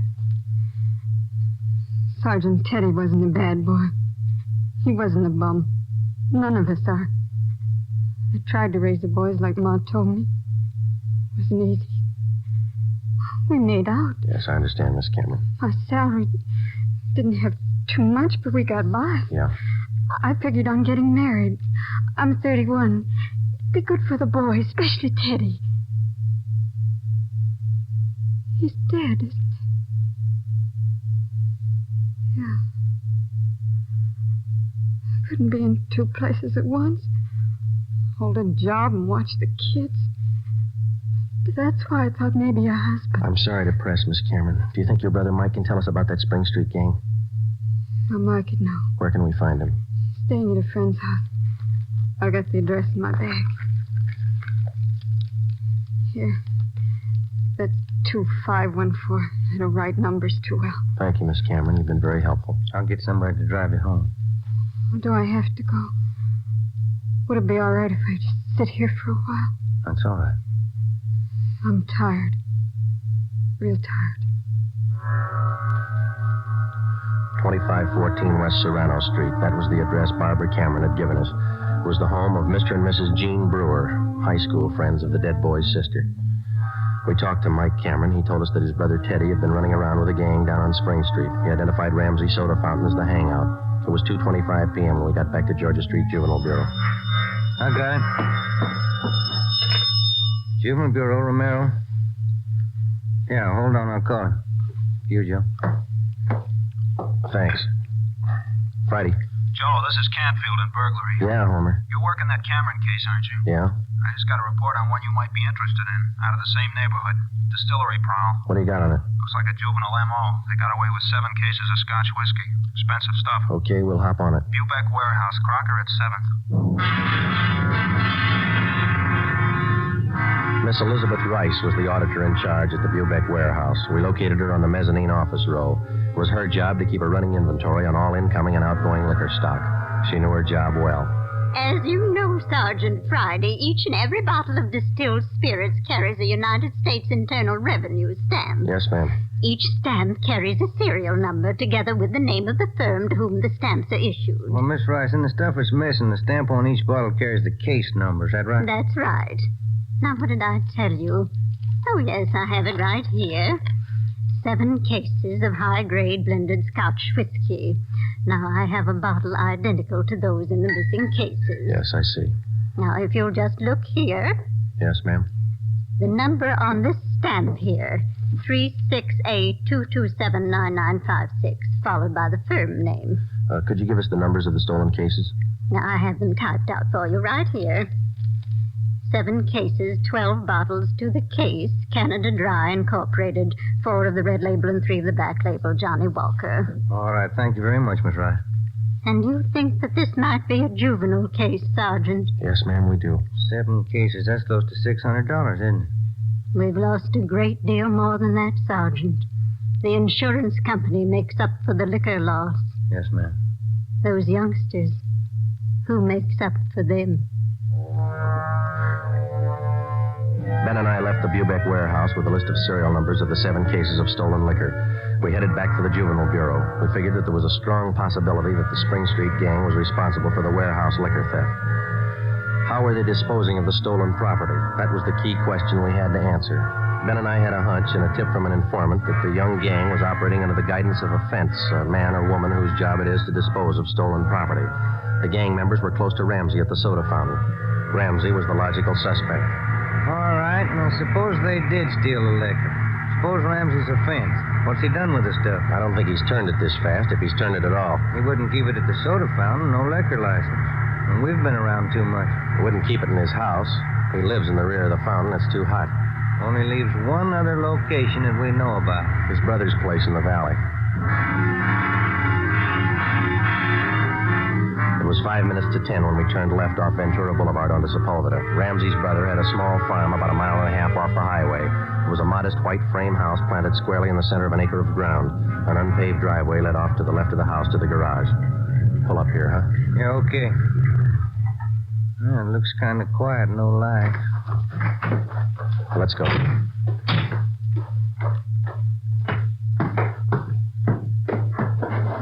Mud sticks to everything. Now, where's the doorbell? Oh, here it is. You got your flashlight? Yeah, what? Here's a note somebody left. Oh, it's on the bum again. Here, strike a match. Okay.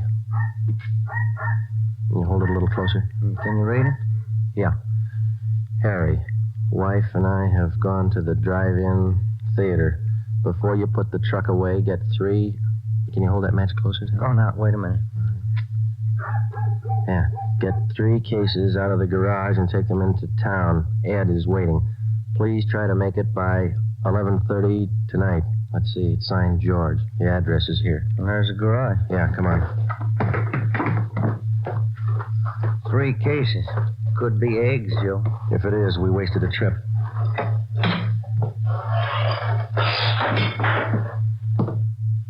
Oh, I'm out of matches, Joe. All right, here, use mine. What was that? Checking. Come on. See anything? No.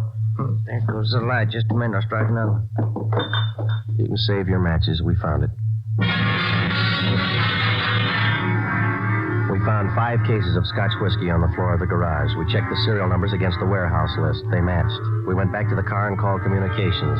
We had an immediate stakeout placed on George Ramsey's place, and then we headed back for the city. It was 11:20 p.m. when we got to the address we found on the note. Oh, it's about time, Harry. Hello, Ramsey. We can do without the music. What's your problem this time? Hey, you're almost out of scotch, Ramsey. Serial numbers check out, Joe. Sorry I can't offer you a drink. We're too old to drink here, aren't we, Ramsey? Where's your phone? You want to invite somebody? You can see we're out of booze. You got a phone? In the hall. Ben, call the office. Yeah. All right, what's it all about? We've been out to your brother's place. What happened to the other 2 cases? You drink them here? I gave it to the kids. What are you looking at me like that for, Sergeant? Anything wrong, Eddie? Party's over, kid.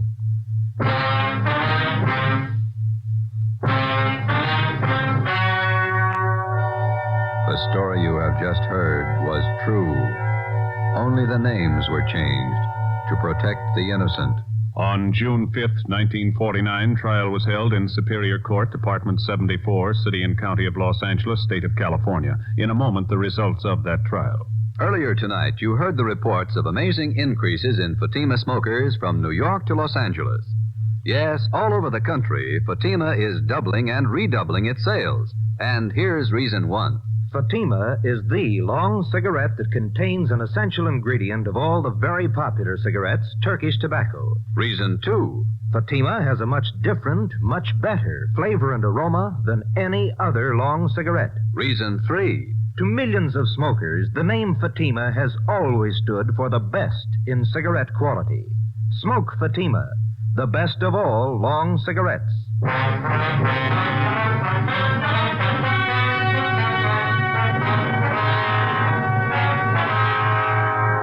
Edward and George Ramsey were tried and convicted in Superior Court of receiving stolen property.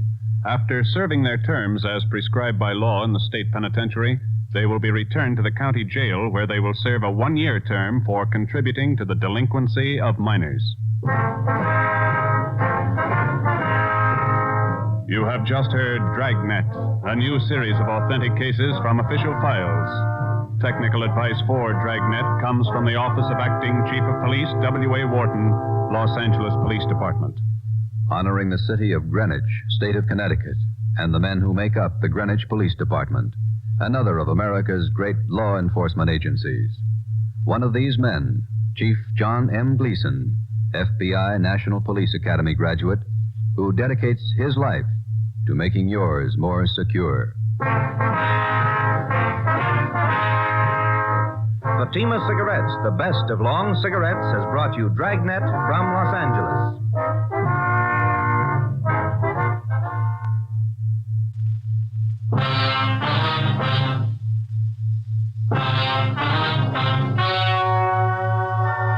Ladies and gentlemen, the story you're about to hear is true. Only the names have been changed to protect the innocent. Fatima Cigarettes, best of all long cigarettes, brings you Dragnet.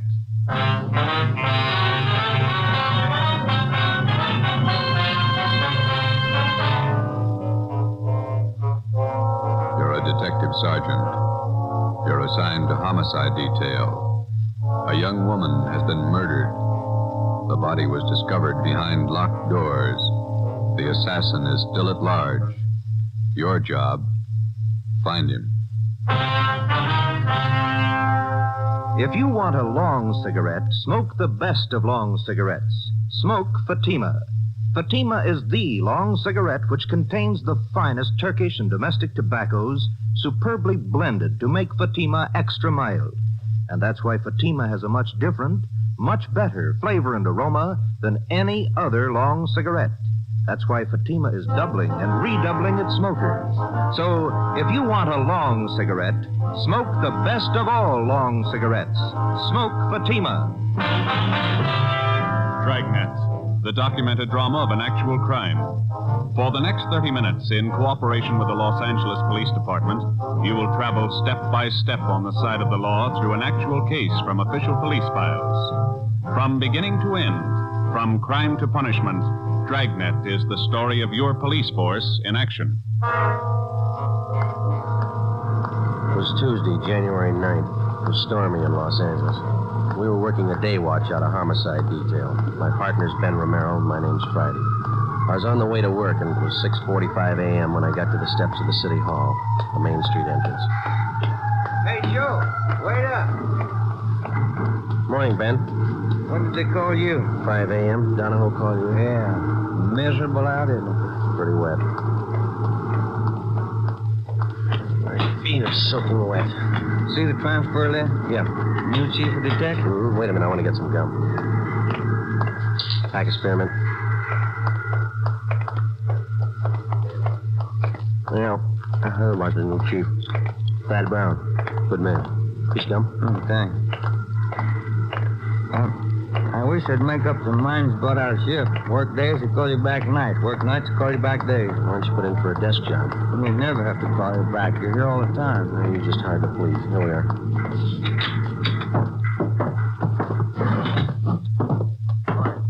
Keep what you said, Warren. Thanks, Egan. Gentlemen, sit down. That's a great way to start off as your new chief. Call you back on a rotten morning like this. I'm glad you got the job, Thad. Yeah, congratulations, Chief. It's hard to follow a man like Ed Backstrand. Gonna need your help. You got it. Here's why I called you back. Laura Barkley. With the dead body report, nightclub entertainer. Landlady found the body an hour ago. Who's covering? Burton and Anderson, they're out there now. Strangled, huh? Well, the lamp cord. Still trying to figure out how the guy got in the house. Doors and windows all locked. Yeah. The tact. That the motive? For now, yeah. I just came from there. I think there's more. Any reason? Her room wasn't prowled. Yeah? Just a hunch. Play it for me. Ben and I left Thad Brown's office, picked up Lieutenant Lee Jones at the crime lab, and drove to the West Adams district, number 16 Imperial Place, where the body of Laura Barkley had been found. It was an ornate frame structure done in Victorian style, at least 30 to 40 years old. Number 16 was on the ground floor. We went in. A narrow hallway led to the bedroom in the rear of the house. 2 gas jet fixtures, which had been converted to electricity, were the only illumination. This place has seen better days. Anybody else coming out, Lee? I see flash bulbs down there. They must be here already. Lieutenant, Friday, down this way. Hi, Burton. Hi. Photographer's covering the body position. Peterson's dusting for prints. Fred, shoot a couple of overheads. Don't make them all angle shots. Get up high, then move in close. Well, Chief was right. Room's in pretty good order. Did you talk to anybody, Burton? Landlady lives upstairs. Only 2 people living in the building. Mm-hmm. Did she tell you anything?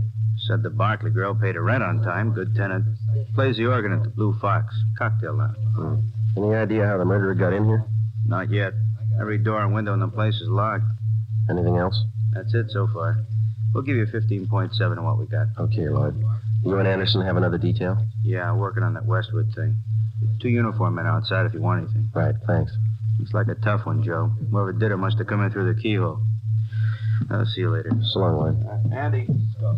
Peterson's dusting for prints. Nothing yet. Only piece of physical evidence so far, the lamp cord she was strangled with. I'll run it through downtown. Not a sign of a struggle. Maybe she wanted to die. Check the bathroom, will you, Ben? Yeah. I'll look around the kitchen. Hey, Pete, have you dusted the lamps yet? Not yet.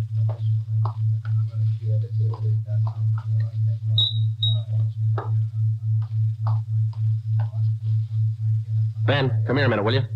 Ben. Yeah? Come in the kitchen, will you?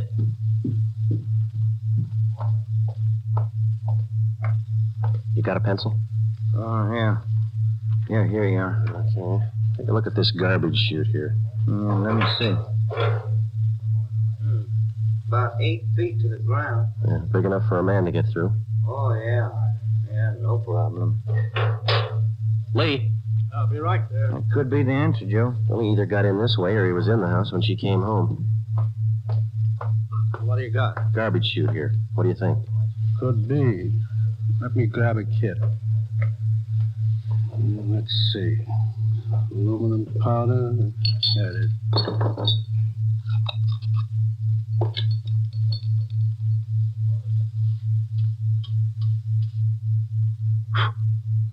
No.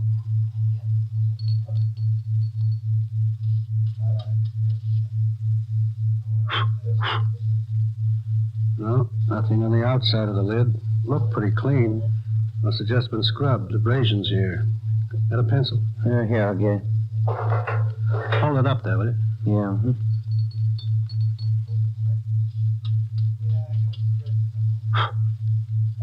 Yeah, there we go. Large prints. Unusually large. Big hands. Can I look inside the chute a minute, Lee? Go ahead. Watch that lid. Yeah, I will. Looks like it's blocked off upstairs. This thing hasn't been used for garbage for some time. Most of them were condemned a few years back. I'll get Fred to shoot these. Let's go in the living room. That desk been dusted, Lee? Yeah, it's clean. Go ahead.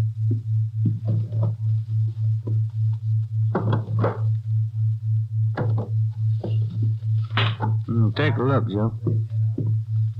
Yeah. Photographs. Hundreds of them. All men. Yeah, all different. Lee Jones and the crime lab crew finished up and went back to Central Division. 2 uniformed officers remained on duty at the scene of the crime. Thad Brown had men sent out to canvass the neighborhood. Ben and I went upstairs and talked with the landlady, a Mrs. Emma Smith. Yes? Police officers. You, Miss Smith? Yes. You're not the same officers I talked with before. No, ma'am. I wonder if we could ask you a few questions. I told the other officers everything I knew. We have to double check, Miss Smith. Who was the girl who lived in the apartment below, number 16?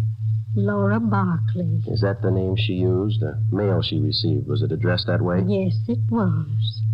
She was a very good tenant, Laura. No trouble with her at all. When did she move here? Oh, about 4 or 5 years ago. I have the rent receipts. I always save receipts. Did she always live by herself? Oh, yes. That apartment rents to one person only. Did she have many visitors, friends dropping in? None that I ever saw. Pretty much to herself, Laura. The men came yesterday and took it away. What's that, ma'am? The organ. Electric one. Laura rented it from a big downtown firm. Used to practice all the time. My, it was beautiful. Yeah. In the gloaming. She used to play that for me. Mrs. Smith, when did the men come and take the organ away? Yesterday, in the afternoon, about 4:30. Was Miss Barkley at home when they came? No, she wasn't. She left me a note to let them in, so I let them in. I never allow anyone in the apartment without a note. You know the name of the company where she rented the organ? The Braziers, it was called, down on South Spring. Well, didn't you think it was unusual that Miss Barkley didn't have any friends? Now, officer, I didn't say Laura didn't have any friends. What I said was that she didn't have any friends who came to see her here. She moved here from a hotel for women. That's the reference she gave me. I see. I wonder if you could give us the address of that hotel, please. I'll write it down for you. Thank you. Miss Smith, did you hear any unusual sounds in Miss Barkley's flat last night? Anything out of the ordinary? If I had, I would have called the police and we'd have saved a girl's life. No, thank you very much, Miss Smith. Here's her card. If there's anything you think of after we've gone, don't hesitate to call us. Thank you, I will. I hope you get the dirty men who killed Laura. We didn't say it was a man, Miss Smith. Well, isn't it always a man? Before we left Mrs. Emma Smith, we asked her about the garbage chute. She said it had not been in use for the last 4 years. We showed her the stack of photos. She could identify none of them. We drove back to Central Division. We checked Brazier's music store. The 2 men who moved the organ were checked out and cleared. We went to the Wynn Hotel for young ladies. They could tell us nothing. Laura Barkley's references were all good. We went back to the office and met with Chief of Detectives Thad Brown. You think he got in through the garbage chute? That's the way it looks, Chief. Went all over the apartment. If there's another way, we haven't found it. All right, you know how he got in. Who is he? We got out an APB on his M.O. Latent fingerprints are making a run on those prints we found. Got an idea about these pictures here. Most of them theatrical still. Show people. Frank Latour and his canine circus. To Laura, all my love, Frank. Tell you what you do. Here's a guy I checked with this morning. Bernard Carubian, theatrical booking agent, huh? Yeah, Barney's office is down in the Orpheum building, 8th and Hill. He booked her into the Blue Fox. See what he can tell you. Right. I'll grab the picture, Ben, huh? Oh, yeah. Well, you got more than you started with. Those fingerprints. We get a make on him, we'll be close to the guy. So was the Barkley girl. But he got away.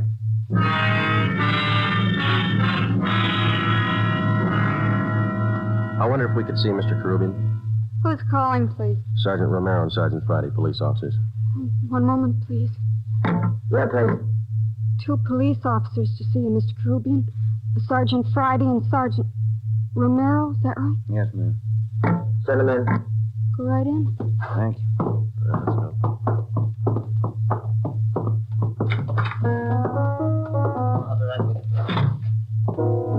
When them rosy roses bust through the snow, I'll be coming home on furlough again. When them General Sherman tanks are covered with ice, I'll be home for good, and won't that be nice? No. Spiced up as cornbread. Sit down, fellas. Thank you. Can I help you? I understand that you booked Laura Barkley. Yeah, that's right. I spoke with her. Got his name right here. Chief Thad Brown? That's right. He asked me about Laura. Too bad about that. Any clues? We're working on it, Mr. Carubian. What makes a person pull a stunt like that? Laura didn't have no enemies. She had one. Well, I don't know much about her, except I've been booking her for about 4 years. Good organist. Pretty fair voice, too. Got some pictures here. Why don't you take a look at them? Yeah, sure. Quite a stack. Yeah, old Frankie Latour and them dogs. Great act. I book 'em. Ricky Rogan, King of the Tap. Gus Orinoco and that singing seal of his. Yeah, I know all these people. I book 'em all. Did Laura Barkley work with all these people? One time or another, yeah. During the war, USO camp shows, you know. Do you know whether she was close to any of them? Well, come to think of it, she was. That Frankie Latour, crazy about them dogs of his. No, I mean the men themselves. Anybody that she seemed particularly interested in? Never heard her mention anybody. Pretty girl. Did you know her very well, Mr. Carubian? Only when she came in and out of town on an engagement. I'm a married man. Well, then you don't think there's anything to these pictures here of hers, huh? Well, I wouldn't say so. When you're on the road, you always collect photos of the people you work with. Souvenirs. Mm-hmm. Well, thank you very much, Mr. Carubian. Here's our card. You betcha. Yeah, I sure hope you catch the guy. Wonder why you picked on Laura. Sometimes they don't have a reason. When we left Bernard Carubian's office, we checked by the Blue Fox Cocktail Lounge. It was still early. The sign said open 5 p.m. It was 3:15. We went to the morgue in the basement of the Hall of Justice and looked at the coroner's report. The autopsy report stated that the cause of death for Laura Barkley was strangulation. We went to the second floor of the old city jail building, the crime lab. Nothing on the lamp cord. Standard UL 110 line. About anywhere. No prints. How about the chute, Lee? Went back there and rechecked. You were right. The guy got in through the garbage chute. Found more of the same prints along with some cloth impressions in the dust. Tell you anything? The guy was wearing some kind of tweed, Donegal, 15 to the inch. How about the size of a man, Lee? How big could he be to clear that chute? It had a 20-inch diameter. Almost any man could squeeze through that. Checked the ground level of the chute. Cement, no footprints. You don't have too much for it. I got one thing for you. What's that? I think I found your motive. And not the one listed on the report. Yeah?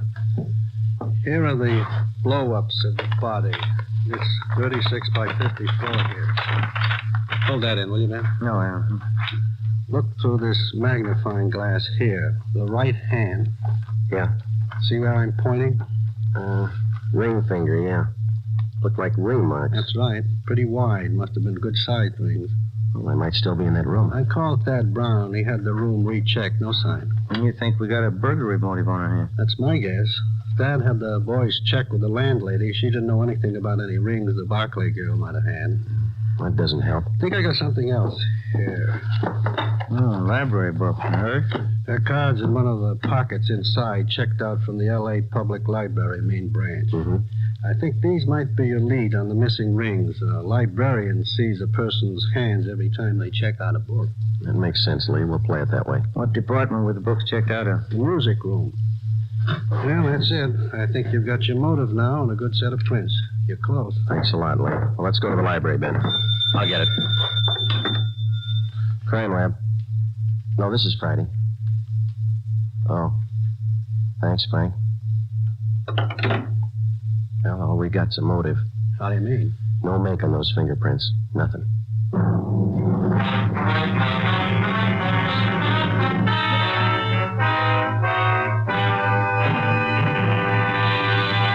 You are listening to Dragnet for the solution to an actual case from official police files.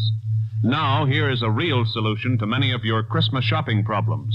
If your friends smoke a long cigarette, give the best of all long cigarettes, Fatima. Give Fatima for quality. The name Fatima has always stood for the best in cigarette quality. Give Fatima for flavor. Fatima has a much different, much better flavor and aroma than any other long cigarette. Give Fatima. They're extra mild. Yes, Fatima is the long cigarette which contains the finest Turkish and domestic tobaccos superbly blended to make Fatima extra mild. Yes, extra mild. So give Fatima for Christmas in the attractive golden yellow carton. It's the long cigarette that has doubled and redoubled its smokers. Yes, more and more smokers every day agree Fatima is the best of all long cigarettes. 4:30 p.m. Tuesday, January 9th. Heavy rain. Laura Barkley's murderer was still a free man. Ben and I were sure that whoever left their fingerprints on the inside of that garbage chute was the same man who murdered the Barkley girl. He had no previous record. His first crime, as far as we knew, was a killing, and the odds were all in his favor. The fingerprints gave us nothing. All we had left to lead us to the killer were 3 library books and a stack of old theatrical photos. The solution of most crimes for the working detective is method and persistence. When you have clues, you work with them. When you don't, you work your way to a logical conclusion as best you can. We went to the Los Angeles Public Library, the main branch. The librarians in the music room handle thousands of readers every week. None of them remembered Laura Barkley. We drove over to the Blue Fox Cocktail Lounge. We interviewed the manager, and he knew nothing of her personal life. We talked to Harry Schumann, the organist who had taken Laura Barkley's place. What would you like to hear, fellas? Police officers like to talk to you, man. How about Laura? That's right. All right, if I keep on playing? Manager wants full 15-minute sets. Oh, yeah, go ahead. That's all right. What can I tell you? How long have you known Miss Barkley? Oh, 4 or 5 years. It's a terrible thing. You got to get whoever did it. Yeah, we're going to try. Can you think of anybody that might have killed her? I know you ask that question of everybody. I don't know. Does anybody ever know for sure? Sometimes. Well, I don't know. When you think of a person, you never think who might murder her. Maybe you might know a few things about her that you could fill us in on. I'll try. She go in for jewelry much? Rings, things like that? Funny you should ask that. She was nuts for it. Good things. Rings? Had a couple of beauties. Diamonds they were, big stones. Cost $4,000. I know she used to put most of her money into those rings. She buy them on time? Yeah. I remember one night she was overjoyed. The night she paid them off. Cost a lot of dough. Can you describe those rings for us? Not too good. I can give you the name of the jeweler she bought them from. That'll do. Do you know anybody else that we might talk to? Don't know any of her friends. She was an only child. No living relatives that I know of. How about her landlady? Yeah. I guess that's it, Harry. Thank you. For what? I wish I could help more. If everybody had your attitude, we'd be out of a job. Before we left the Blue Fox, Harry Schumann gave us the address of Laura Barkley's jeweler. The next morning, we checked with the manager of the store, and he gave us a complete description of the 2 diamond rings which the dead girl had purchased. They were valued at $4,000. He gave us detailed drawings of the rings. We went back to the office, gave the information to burglary detail. An all-points bulletin was put out describing them. Pawn shops throughout the city and state were alerted to watch for the stolen rings. We had lunch with Chief Thad Brown at Costa's Cafe. Never mind, O'Mara. I'll get it. Oh, thank you, Chief. I'll get the tip. The stew was good. Grab some change for the cigarette machine. Thanks. Need any cigarettes, Joe? No, thanks, Thad.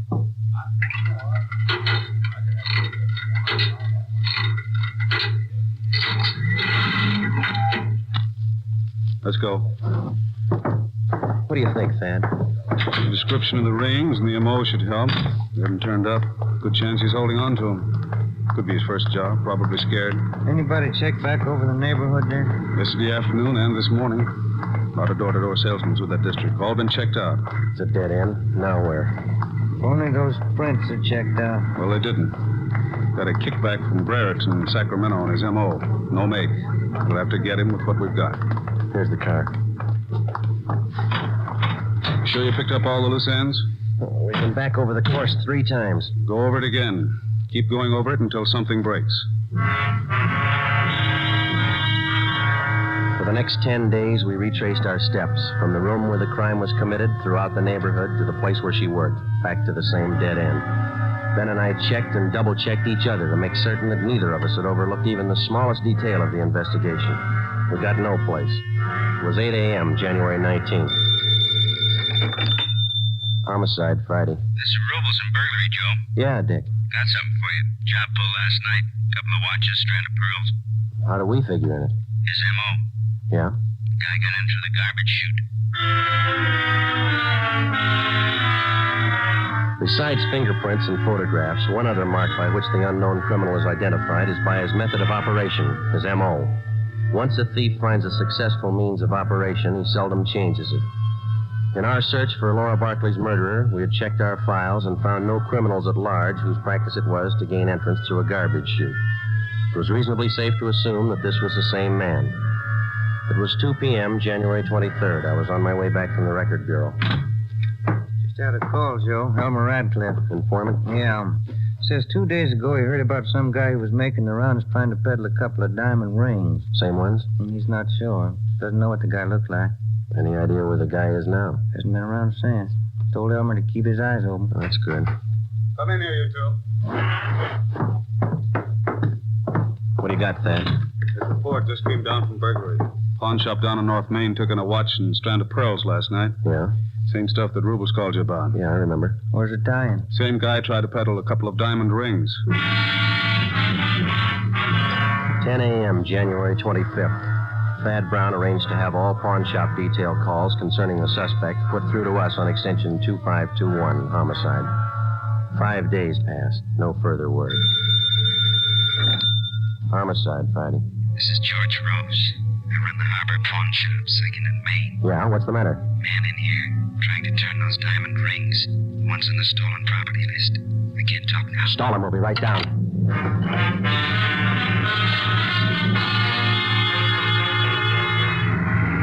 Come on, Ben, move it. Yeah? The next corner. There it is. Just up a block. Pull up. All right, let's go. Hell.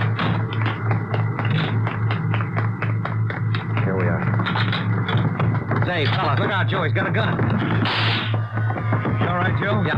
Out the back way. Let's get him. There he goes, up alley. Can you hit him? You didn't stop him. Watch it. Come on, Joe. He's turning onto spring. He ran into that cafeteria up the street. Come on, let's run. Where'd he go? You see him? Yeah, there he goes. He's headed for the kitchen. Come on. Stop that man! Stop him!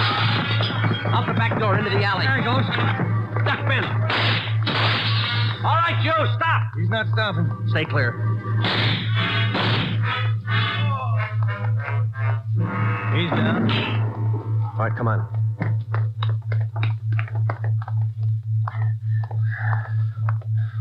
All right, get his guns. Yeah. You got him in the leg, Joe. Hit his head when he fell. All right, snap him on. Huh. Look on the little finger of his right hand. 2 diamond rings. Yeah. Doesn't make sense, does it? What's that? $4,000 worth of diamonds, and he's lying on a pile of garbage.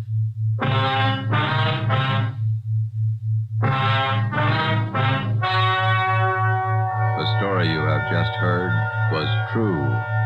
Only the names were changed to protect the innocent. On April 2nd, 1947, trial was held in Superior Court, Department 81, City and County of Los Angeles, State of California. In a moment, the results of that trial.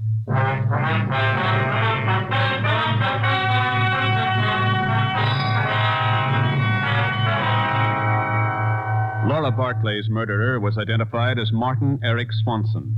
He was tried and convicted of murder in the first degree. His case was fought through the Supreme Court of California and in the United States Supreme Court. In both instances, his conviction was upheld. Last Friday morning, after a delay of 5 years, Martin Eric Swanson was executed in the lethal gas chamber at the state penitentiary.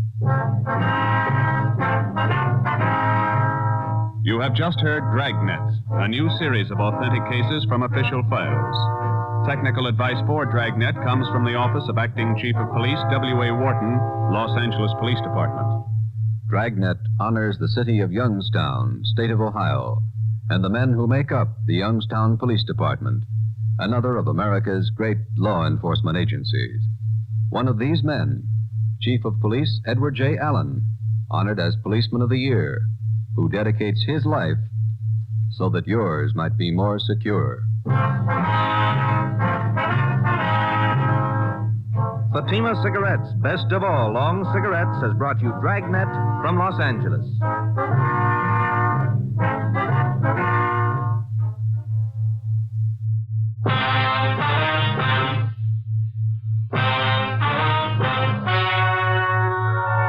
Ladies and gentlemen, the story you are about to hear is true.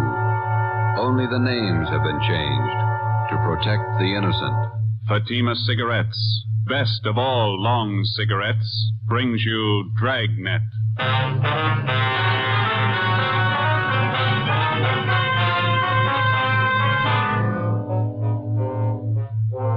You're a detective sergeant.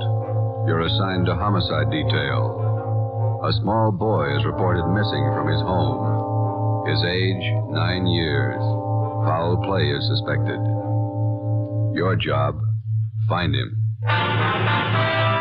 Dragnet, the documented drama of an actual crime. For the next 30 minutes, in cooperation with the Los Angeles Police Department, you will travel step by step on the side of the law through an actual case from official police files. From beginning to end, from crime to punishment, Dragnet is the story of your police force in action. It was Thursday, December 22nd. It was cold in Los Angeles.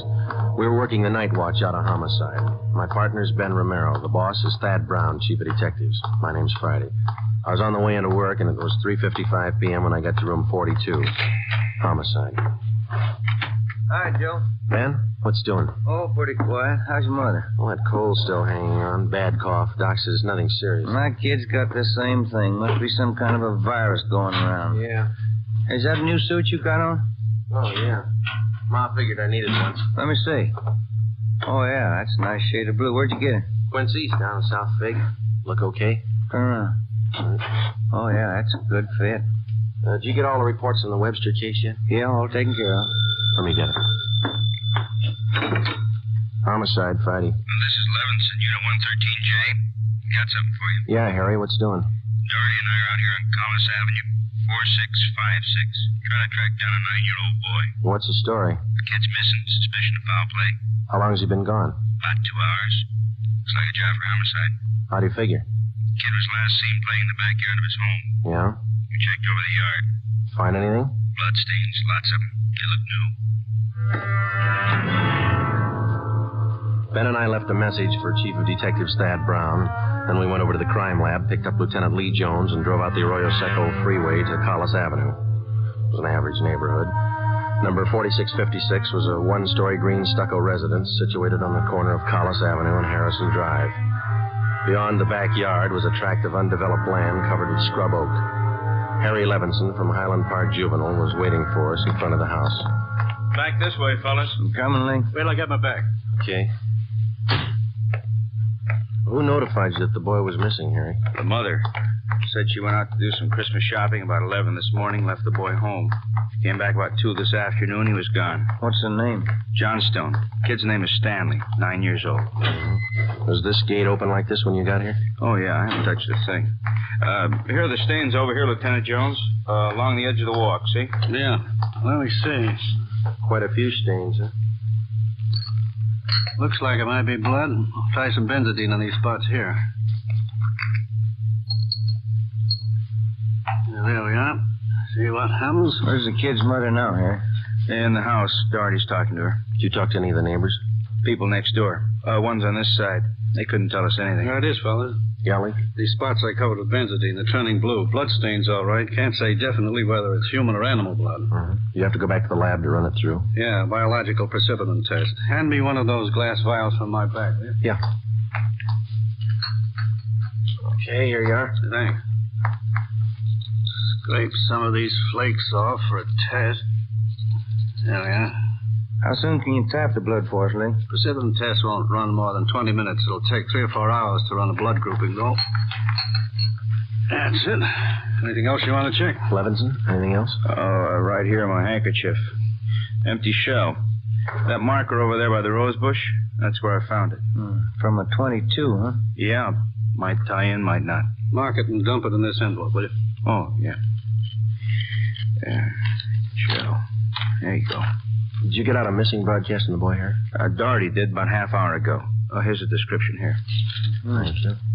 Mother know about the blood stains? No, we didn't tell her. She's worried enough already. And she has no idea what might have happened to her boy? No more than we do. She checked all her friends, relatives. We're covering the neighborhood. No trace so far. Not much to go on. Blood stains, empty cartridge. Could mean 100 things. Any ideas, Franny? Yeah, just one, and I don't like it.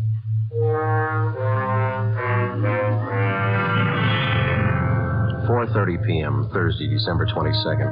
The neighborhood search for 9-year-old Stanley Johnstone continued. Lee Jones went back to the crime lab to start the precipitin test and the blood grouping. Levinson and his partner Doherty from Highland Juvenile stood by. We called Chief of Detectives Thad Brown, and he ordered up a special detail to aid in the search for the missing boy. Ben and I questioned the boy's mother, Mrs. Ruth Johnstone, a woman in her early 40s. She seemed fairly calm under the circumstances. Miss Johnstone, is your boy Stan in the habit of wandering off without telling you where he's going? No, he's not in the habit of wandering off, but he has done it before. When was the last time, Miss Johnstone? You don't have any children, do you, Sergeant Friday? No, I'm not married. Well, there comes that time in every young boy's life when he feels that it's time to leave home, to go out on his own. Usually happens somewhere around 8 to 10. I think I know what you mean. I got a boy. Well, then you know how it is. My husband and I scolded Stanley one day after school, and he was quite put out about it. He thought George and I were unfair. Packed a few of his things and left. How long was he gone? Oh, no time at all. About 2 hours. I was worried about him, but my husband said to leave him alone. Said every boy had to go through that stage. Well, then you think he's run away from home again this time? Yes, I think so. He's been gone about 4 hours now, and I have a funny feeling about it. Did you and his father have some misunderstanding with the boy recently? Well, that's just it. We haven't. I don't mind telling you now that we're talking about it. I am getting worried. Any place around that he might like to visit? Hobby shop, playground, where he might be? Yeah, there's Jensen's model shop and little Shanna Burrows, but I've already called them, and he hasn't been seen all day. I called all his friends. They have no idea where he is either. We'd like a list of all his friends and the places that he was known to frequent. Oh, yeah, all right, I'll get them to you. Where do you suppose he is? Where's your husband now, Miss Johnstone? Oh, he's at work. George works for the city. He's a fireman. What house is he stationed at? Engine Company 12. He's working the 8th platoon. He'll be home tomorrow morning. I haven't told him that Stanley's gone. Was there any chance that the boy might be down at the firehouse with his father? No. No, he seldom goes down there anymore. No, I don't think he's there. I'm awfully worried. May I call my husband? Certainly. Go right ahead.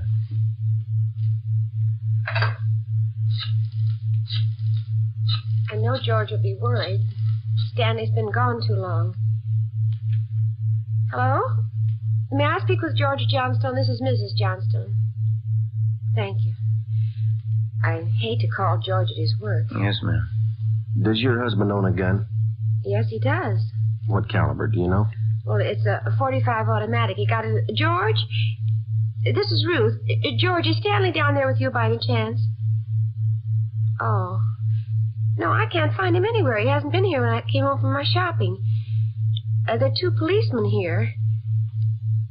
No, I said there are 2 policemen here. Oh, no, dear. I'll call you if we don't find him soon. All right, dear. Yes, you too. Goodbye. I didn't think he'd be with George. That .45, is that the only gun in the household? Well, yes. Why are you asking about guns? Has anything happened that you're not telling me about? No, ma'am. Just routine checking. We'll have to take a look at that .45, though, if you don't mind. Maybe I should tell you. We do have another gun in the house, but it's all wrapped up. George bought it for Stanley's Christmas present. May we see it, please? Well, yes. Will you have to unwrap it? Yes, I'm afraid so. I think I can reach it. We had to hide it. Now, let me see. There. Here's the paper it was wrapped in. Stanley must have found it. It's gone. See, here's the gift card and the box the gun came in, the rifle. Can I look at that box, ma'am? Thank you. How about it, Joe? .22 caliber. Thursday, December 22nd, 5:15 p.m. It was getting dark. The search for the missing boy continued. We checked the list of Stanley Johnstone's friends. None of them or their parents had any idea of his whereabouts. We talked with Levinson again. He had been in touch with the detail combing the neighborhood. They had found nothing. We went down to Collis Avenue and 10th Street, service station on the corner. 1 nickel, Joe? No, I got one. You watch for that, huh? Yeah.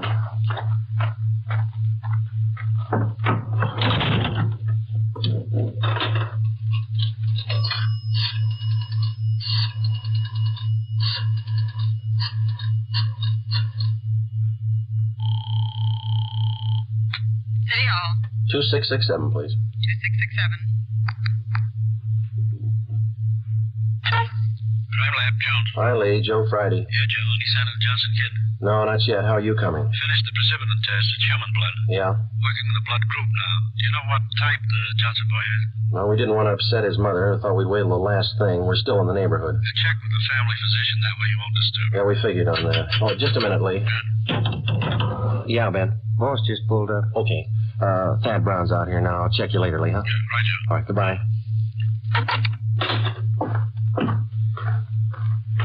Gentlemen, how's it going? Just checked with Lee Jones. Yeah, I know. It's human blood. What do you think? We talked with the boy's mother, Miss Johnstone. Found a gun missing. Yeah. Caliber's the same as the empty casing that Levinson found. 22. You said the gun was missing. Yeah, the Johnstones were going to give it to the boy as a Christmas present. They had it hidden, but it's gone now. Any idea who took it? Well, they left the Christmas wrapping behind. I think it was the kid. 22 rifle, huh? 9-year-old boy. When are they going to learn? First, it's carbide cannons on the 4th of July. The city issued ordinance after ordinance, but a few thousand kids around the country had to lose their eyes, fingers, hands before the parents gives us their full cooperation to outlaw them. I know what you mean. Sure you do. You and every other cop in the country became the heavies trying to clamp down on them. It's always the same story. This time it's guns for Christmas. I know what you're thinking, but we're not sure yet. Now listen, Friday, there's a city ordinance against giving a gun to a kid. You know that? Yes, I know that. There's a missing boy and a missing gun. There's blood on the ground and an empty shell. That's enough for me. We're going to stay with it. Something's got to break. Yeah. I hope it's not the hearts of that kid's parents. Oh, hi, Chief. I've been looking for you, Friday. What do you got, Harry? Found the gun.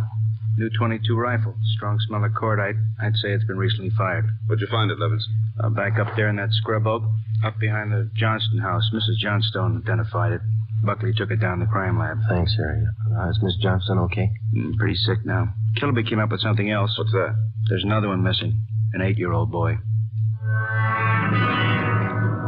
6:30 p.m. We talked with Officer Kilby about the other missing boy. He told us that his name was Stephen Moorheim, 8 years old. His family had just moved into the neighborhood, and it seemed that no one besides the Moorheim family knew that the boys played together. Mrs. Moorheim told us that Stephen told her that he was going out to play and that he'd be home by 6 o'clock for dinner. She told us that he was an unusually prompt boy and almost never overstayed his playtime. We got a description of the Moorheim boy and put out a missing broadcast. We called the Johnstone's family doctor.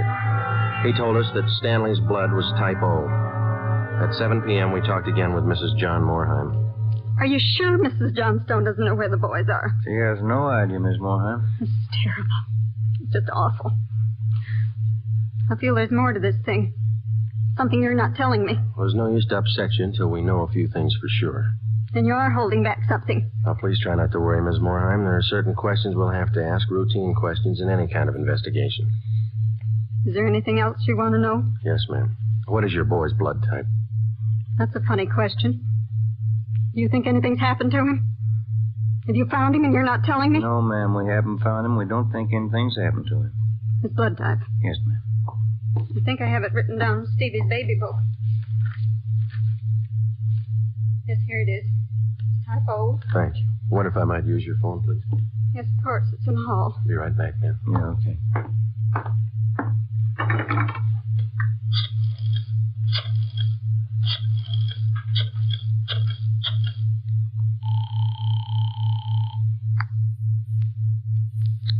City Hall. 2667, please. 2667.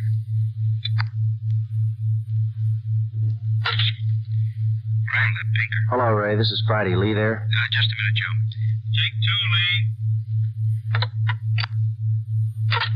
Joe speaking. Checking back, Lee. Did you get the blood types on the 2 missing boys? Yeah, both boys type O. So are the stains, Joe. Type O.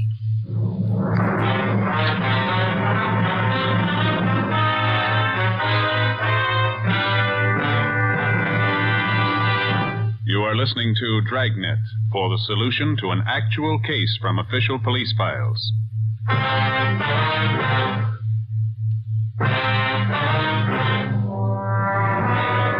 8 p.m., Thursday, December 22nd. Still no sign of either of the missing boys. Chief of Detectives Thad Brown went back to headquarters to direct the search from there. He dispatched another detail of 50 men to aid in the hunt for the missing youngsters. 8:30 p.m. It was getting colder. The citrus growers were warned to expect a freeze. We went up the block to see Mrs. Johnstone. Her husband had quit work early and returned home. We talked with him. He could tell us nothing more than we already knew. We still had not informed either of the families about the bloodstains and the empty cartridge casing which had been discovered in the backyard of the Johnstone home. It was more than possible that they had a right to know about our findings, but Ben and I felt that there was no cause to add to the distress of the two families at this time. If the two missing boys were found alive and well, then the bloodstains in the cartridge case would be of no concern to the relieved parents. At 8:40 p.m., Ben and I left the Johnstone house and went to the home of Mr. and Mrs. John Moorheim. Miss Moorheim, you said your husband worked at a market? Yes. He telephoned about 15 minutes ago and said he was closing up right away. He'll be here any minute. I do wish Stevie would call or come home. It's so cold out tonight. All he had on was a thin cotton jacket. Please try not to worry. We're doing everything we can. He's going to be all right. Stevie's father's such a sensitive man. He and the boy are so close. I know he's terribly upset. No, you're sure there's no place you might have forgotten? Someplace where the boy might be? No place. No. If anything happened to the boy, it'll just kill Joe. No. You sit still. I'll get it, Miss Moorheim. Joe? Hi, Harry. The Johnstone kid. He's been found.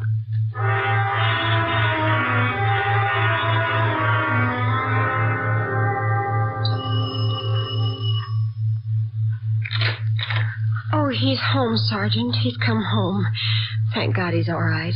Where's he been? Did he tell you? No, he didn't. His clothes were all dirty and he's acting strange. I've never seen him like this. How do you mean, Miss Johnson? Well, he just came in the front door and said, "Hello, Mom," and then he sat down in a chair and stared at the floor. He won't talk to his father or me. Do you mind if I talk to him? No, go ahead. I asked him about the little Moorheim boy, and he wouldn't tell me a thing. Where is he now? In the living room. Looks all right. Yes. Son, this is a police officer. He wants to talk to you. Now, don't be afraid, dear. He only wants to ask you some questions. Son. You see, Sergeant? Stanley, come on, look at me, son. Get your head up, youngster. Come on, now that's better. Had your mother pretty worried, you know that? You want to tell us where you've been? I wish you'd try to get him to eat a little something. You hear that, son?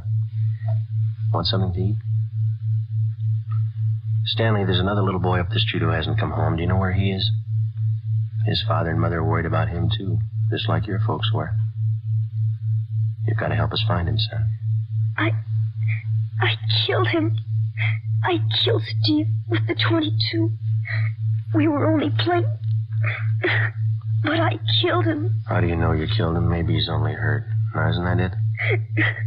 No, he's dead. I know he's dead. The gun went off. We forgot we put bullets in there. Where is he, Stanley? I hid him. I was scared. I didn't want anybody to find him. Where did you hide him, son? In a cave up on the hill. I didn't mean it. It was my pal. You want to show us where, son? Yes, I'll show you. Please don't send me to jail. 9:15 p.m., Thursday, December 22nd. 9-year-old Stanley Johnstone led the way up the hill behind the backyard of his home. He showed us the wagon he moved the body in. His father came along with us. About 50 feet from the crest of the hill, the boy pointed to a thicket of scrub oak. There we found a small cave holding the body of Stephen Morheim.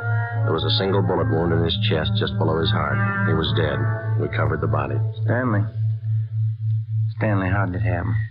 I knew my folks were going to give me the gun for Christmas. I knew where it was, and I got it. There was a box of bullets with it. Were you pointing the gun at Stephen? No, sir. No, sir, I wasn't. It was Steve's turn to play with it. I was chasing him. He tripped over the stump there in our backyard and fell. The gun hit him in the stomach, and it went off. Why do you think you killed him if you're telling us the truth? I'm telling the truth, honest. That's the truth. All right, I believe you, son, but why do you think you killed him? It was my gun. Steve would still be alive if I didn't go and get it. I should have waited till Christmas. It's all my fault. Where have you been all this time? In the cave with Steve. What were you doing in there, son? I was praying. I was praying for God to make him alive again.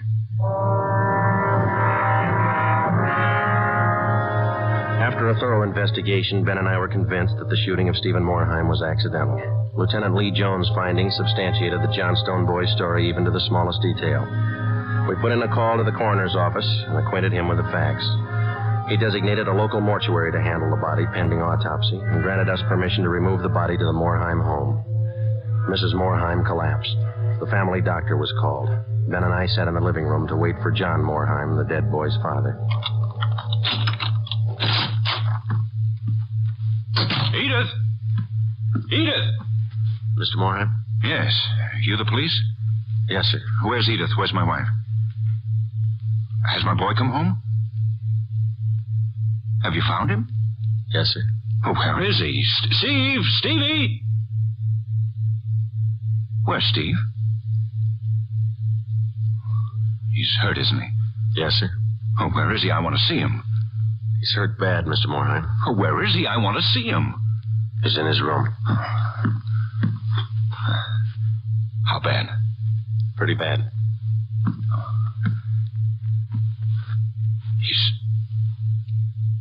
He's dead. All right if I go in. If you want to. Will you go with me? Sure. Don't make it any harder on yourself, Mr. Morheim. I want to see my boy.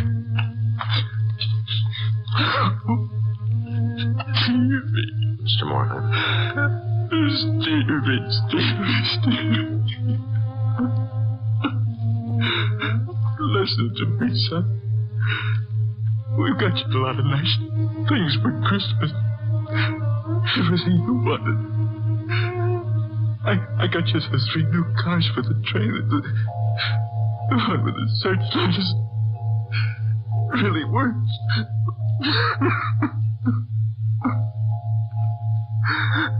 Son, you got that new switch you wanted to it. The little boy track.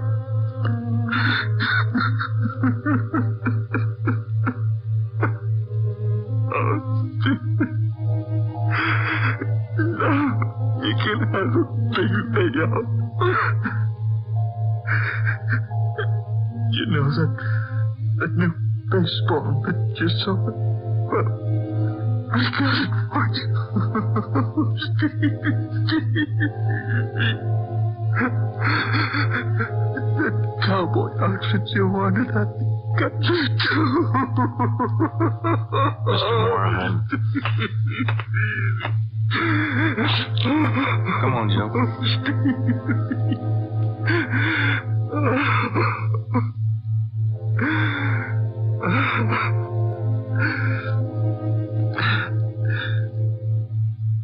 What happened? It was an accident. He was playing with Johnstone boy up the street. Playing with a gun. He went off. What was the other boy's name?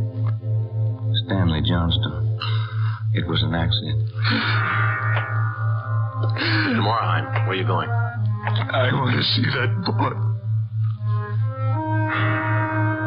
We had no idea what the dead boy's father had in mind. We didn't feel that we should try to restrain him. We went along with him up the street to the Johnstone home.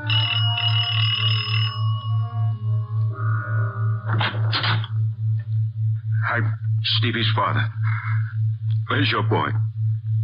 I'm sorry. Where's your boy? He's right here. Won't you come in? It's all right, Miss Johnstone. You the boy that was with Stevie? Yes, sir. What's your name? Stanley. Stanley. I know it wasn't your fault, Stanley. I wonder if you'd do something for me. Yes, sir. I've got a lot of nice presents for Stevie. I know he'd want you to have them. I want to give them to you. Christmas Eve. Mom? I think that would be a fine idea, son. Come on, Ben.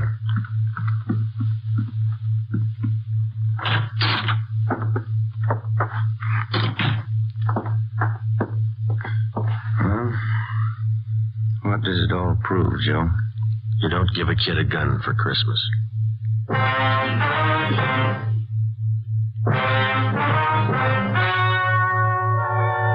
The story you have just heard was true. Only the names were changed to protect the innocent. On December 24th, 1948, a coroner's inquest was held in the county morgue, city and county of Los Angeles, state of California. In a moment, the results of that inquest.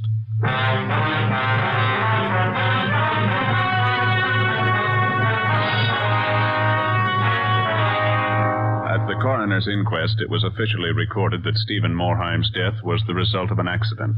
Stanley Johnstone, age 9, was absolved of any legal responsibility for his friend's death.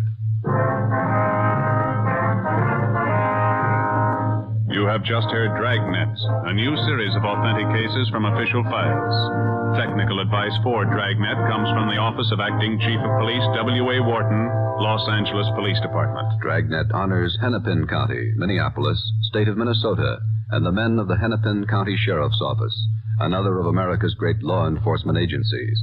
One of these men, Sheriff Ed Ryan, veteran police officer and department administrator, who dedicates his life to making yours more secure. Fatima Cigarettes, the best of all long cigarettes, has brought you Dragnet, portion transcribed from Los Angeles. Be sure to hear songs by Morton Downey tonight on NBC. Ladies and gentlemen, for a more authentic presentation, portions of the program you are about to hear were actually recorded on the scene.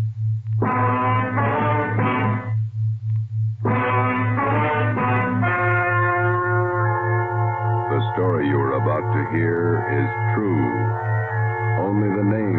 been changed to protect the innocent. Fatima Cigarettes, best of all long cigarettes, brings you Dragnet.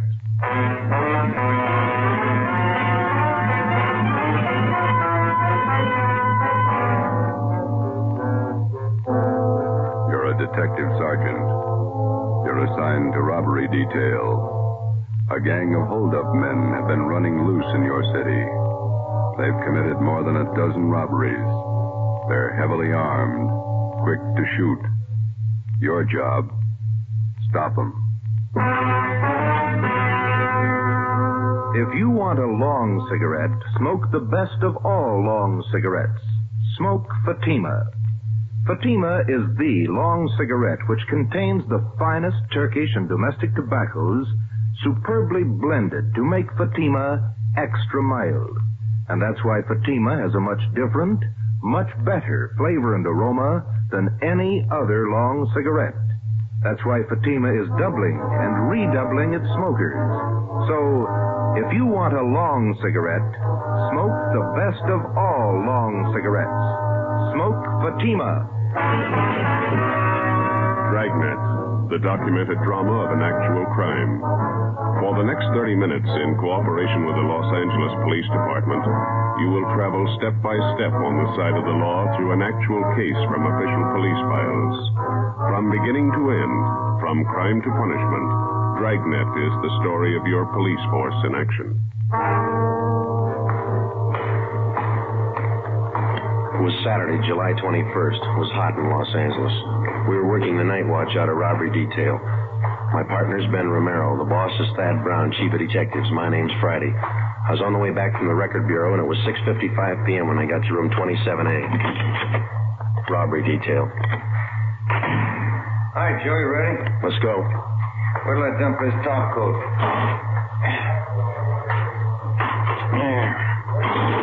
It's too hot out tonight for that. Yeah, the rest of the guys take off already? Yeah, we better hustle. How many men are working this thing tonight? Must be at least 50, covering every drugstore in the South Central area. Which one did we draw? Naomi in South Alameda, Rex Pharmacy. Yeah.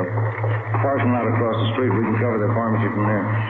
We better check out a Thompson from the business office first, huh? That's a good idea. We might as well be ready. They are. Who got the tip the gang was moving into the south end of town? Johnny Powers, one of his informants. Okay, here we are. Business office, Blair. Yeah, I'll take care of it. Thanks. Hey, Blair, do you want to check out a Thompson for us? Okay, Friday. Heavy duty? Yeah, kind of.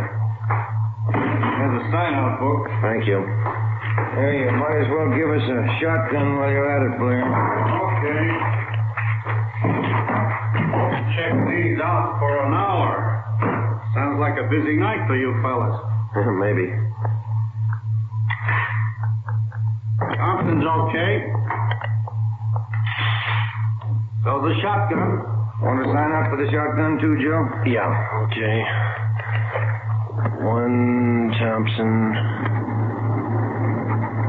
submachine gun, one shotgun. You got those serial numbers there, Blair? Yeah.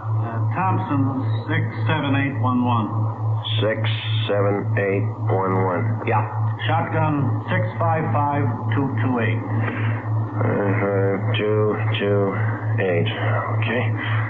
Signed, Joe Friday. Serial number 2288. Ben Romero. What's your serial number, Ben? 2633. Oh, yeah. 633. 6 shells for the shotgun, 50 shells for the Thompson, okay? All right, I'll sign for him. Okay. Gang's pretty rough, I understand. Gun heavy. Yeah, that's what they tell us. Okay. Here's the book, all signed. Okay. Here you go. A lot of firepower there. Yeah. Hope you don't have to clean them when we bring them back. We went down to the basement of the city hall, picked up our car, 80K, and drove out to Naomi and South Alameda Streets. We located the parking lot and pulled in. There were 4 other cars parked in the lot so we wouldn't be conspicuous. Ben and I got in the back seat out of the light. From our vantage point, we had a clear view of the entrance to the Rex Pharmacy across the street. We had the shotgun and the submachine gun on the seat beside us. We listened to the calls coming on the radio and we waited. 13J, stand by. There's no cooler here than it is in the office. Yeah. Hot and sticky, huh? Yeah. Paper says it's going to be worse tomorrow. Roll down your window, will you, and get some air in here? Yeah, The pharmacy isn't doing much business. Not more than a dozen people in there in the last hour. No soda fountain, I guess. Sure is hot. You have to talk about it, huh? It helps. What time you got? 10 minutes to 10. No smoke? No, thanks. Yeah, I'll get it. That gang's gonna show up here. Wish they'd get it over with. Fellas might have got a bum tip. Well, the gang hasn't missed a weekend for 2 months. I wonder how much time the average cop spends waiting. I don't know. Put it all together and make a fine vacation. What do we do, sit this out till the pharmacy closes? Yeah, 2 a.m. Sure is hot. Yeah. Midnight came and passed. The traffic on South Alameda thinned out.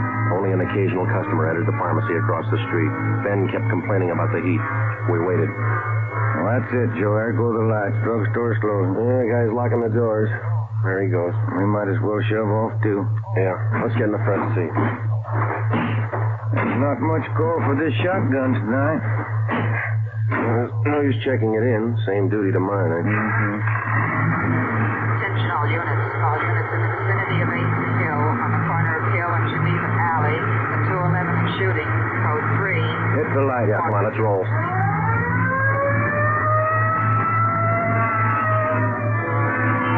Sunday, July 22nd, 2:15 a.m. Ben and I pulled up at the Merchant Security Trust Company on the corner of South Hill and Geneva Alley. 2 patrol cars were already on the scene, and 4 uniformed officers were trying to keep back a crowd of people who had gathered at the top of a flight of marble stairs, which led off the street, down one flight to the bank's ninth depository. At the bottom of the stairs, an elderly man was sprawled out, face down, his right arm twisted under him. The man was dead. Ben counted 5 bullet wounds in the victim's back. We interviewed the only witness, a young sailor. My name's Vasey, Sergeant. Don Vasey, quartermaster, 2nd class. Here's my ID card. You saw the shooting, Vasey? I was about a half block away. I just came out of the bar down the street there, the Top Hat. Yeah? Had a couple of beers, and I left, and I started walking back to the hotel. When was that? About 5 after 2. Go on. Well, before I got to the corner, I saw this man ahead of me. He crossed the street and headed over for the bank. Then this car pulled up, and some guys got out. They ran over to the man, and it looked like they were frisking him. Yeah? All of a sudden, I heard shots. The man ran for the stairs here, and it looked like he stumbled and fell. A bunch of guys jumped back in the car and drove away. What'd you do then? Well, I ran up to see what I could do for the old man. He was lying down there where he is now. Nothing I could do for him. I yelled for a cop. Did you get a look at the men in that car? No, I just saw him from a distance. 4 of them, maybe 5. What about the car? Did you see the license number? The last couple of numbers, that's all. 699. Couldn't see the rest. What was it, a coupe or sedan? A sedan, maroon color. It was a Pontiac, either a 1940 or 41. You sure about that? I used to own one back in Delaware, 1940 model. I sold it to my brother when I went in the Navy. I'm sure all right. And you're sure about the number of men in the car? Oh, yes, sir. 4 or 5, no more. I see, thanks. Well, will you drive back to the office with us and give us a full statement? Sure, Sergeant. Anything you say. You can wait in the car, Vasey. We won't be long. Sure. Well, what do you think? I don't know. Drugstore gang? Said there were 4 guys. Could be. No description. Maroon car. 3 numbers off the license plate. Pretty thin. Yeah. Looks like a hard summer.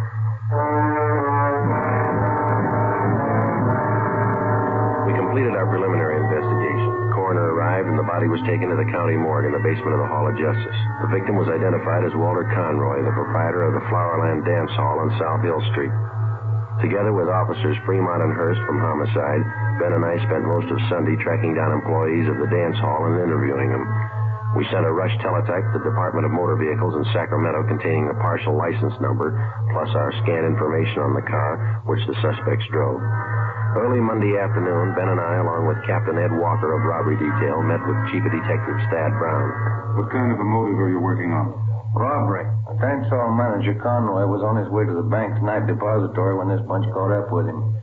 He had the night's receipts with him from Medanto. How much they got, Walker? $350. They missed over 1,000 Conroy had in an inside pocket. No idea who pulled the stick up? It could have been that drugstore gang. Why them?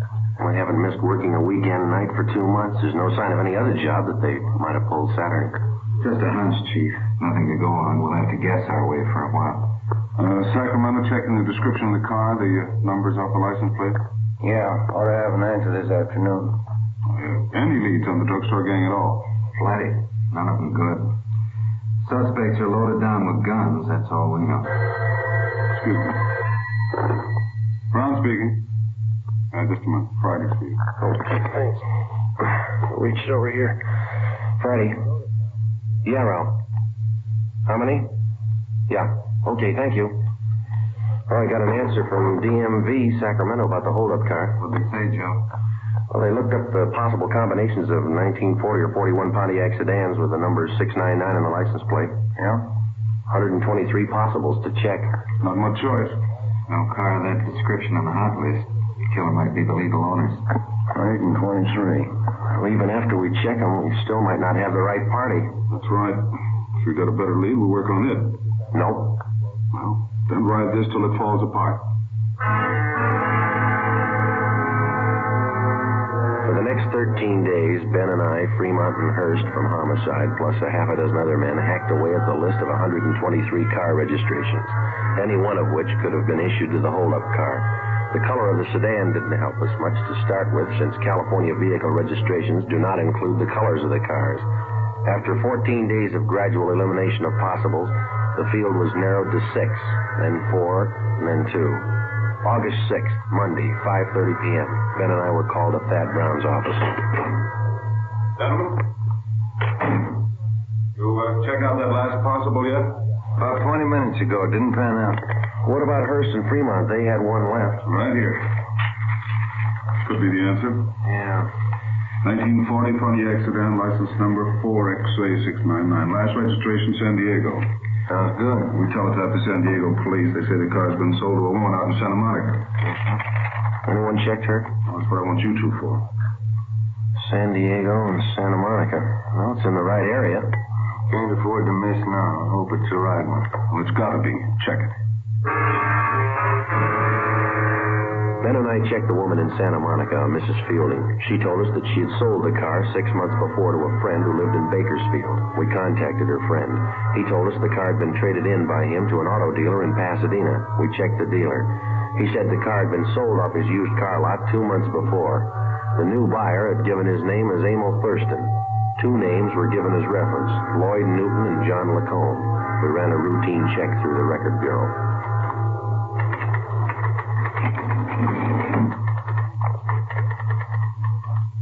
Ran them through, fellas. Here's the packages. Get a make for him? On all 3. What'd you find on Thurston? Let's see. Thurston, 2-time loser, second time up to Q on 5 counts of armed robbery. On parole from Quentin now. How about the other 2? Lacombe, let's see. Preston reformatory, 2 terms, went up 3 years ago, violation of Dyer Act. He's on parole, too. What about Newton? Did you make him? 2 terms in Oklahoma. They're looking for him now, on parole. Can I look at that just a minute, Frank? Sure. Let's have all 3 of them. Take a look, Ben. Each one of the mama sheets on these 3 guys. Yeah. Right here under General M.O. See? Mm-hmm. Thurston, heavily armed at time of arrest. Yeah. This one, Lacombe. Huh? Heavily armed. This one on Newton. Same thing. Gun happy. Yeah. Come on. At the time he purchased the car, suspect Emil Thurston listed his home address as 1517 North Hoover Avenue. Previous robbery victims positively identified Thurston and his companions.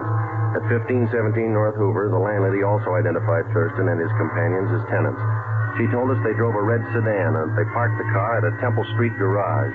An immediate stakeout was placed on the apartment house, and we started the canvass of Temple Street garages from Hoover Avenue down to Rampart Boulevard. At 4 p.m., Ben spotted the car in Donnelly's garage on Temple Street near Michigan Drive.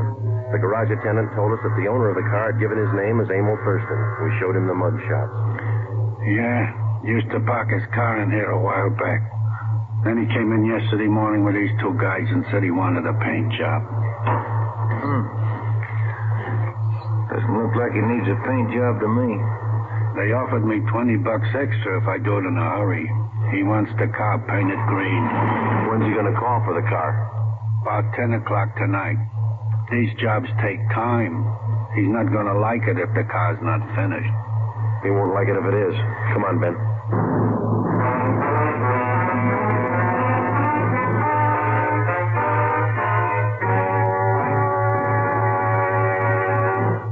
You are listening to Dragnet, authentic stories of your police force in action.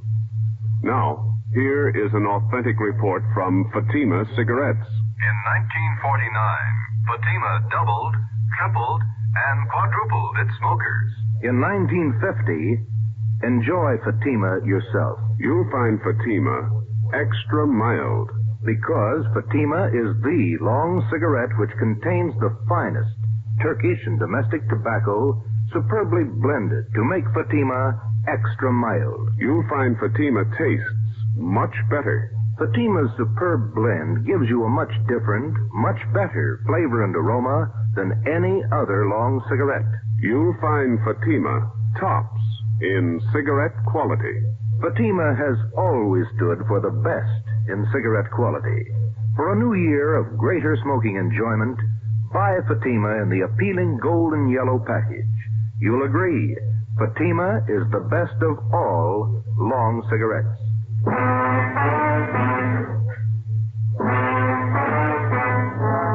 7 p.m. Tuesday, August 7th. Chief of Detectives Thad Brown and Captain Ed Walker swung the entire robbery detail into action. The stakeout at the apartment house on North Hoover continued. An additional detail of men was stationed in a vacant store on Temple Street directly opposite Donnelly's garage. Donnelly's garage was a small family outfit, and the only spot from which we could cover it thoroughly without being seen was from a large paint locker set up against the right wall. The garage man cleared enough room so that Ben and I could fit into the locker in a half-stoop position. 2 small latches were rigged up so that we could pull the doors closed from the inside. 4 ventilation holes at the top and bottom of the doors provided us with peepholes. At 8 o'clock that night, Ben and I took our places inside the locker. The trap was set. We waited. Can you see all right, Joe? Yeah. It's hot in here. Steel air. It's a tight fit. I'm getting a cramp in my shoulder. What time did that garage man say he closed? 11 o'clock. It's lousy paint smell. Stuff it. They had car pulling in. Can you see the driver? Wait a minute. It's nothing. Somebody getting gas. Hope they show up. Wouldn't want this to go on another night. Well, don't count on it. What's going to sleep? Why don't you stand still? What time you got? Let me see. Get the light on in here. 10 minutes to 9. Thanks. The popular conception of the working detective rarely includes a glimpse of his everyday run-of-the-mill duties. Filling out forms, conducting interviews, or waiting long, monotonous hours parked in a car or standing half-crouched in a garage paint locker. It's slow, dull, and tedious, and it's 95% of the police officer's job. By 10 o'clock that night, there was still no sign of Thurston and his friends. The cramped locker got more cramped with the passing minutes. The air was thick with paint fumes. We waited. At 10:55, a taxi pulled to a stop in front of the garage. 3 men got out. You see him, Joe? Wait till they step into the light. There's another guy still in the cab. Here he comes.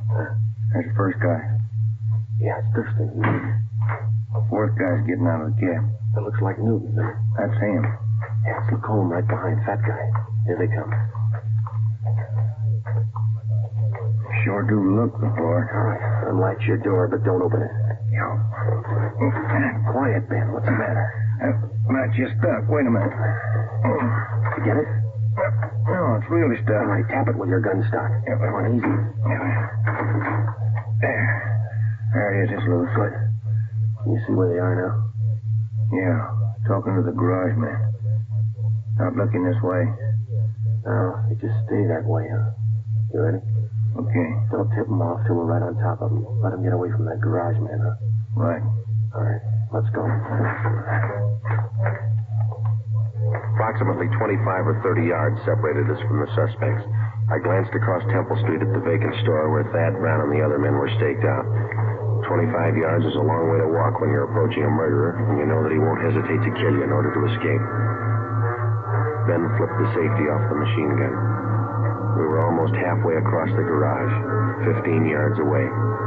Thurston turned and saw us. Look out, Joe! Stop! I got one of them! They ducked behind the car, went up the stairs, 3 of them. Come on! Riley, where they go? Up the stairs.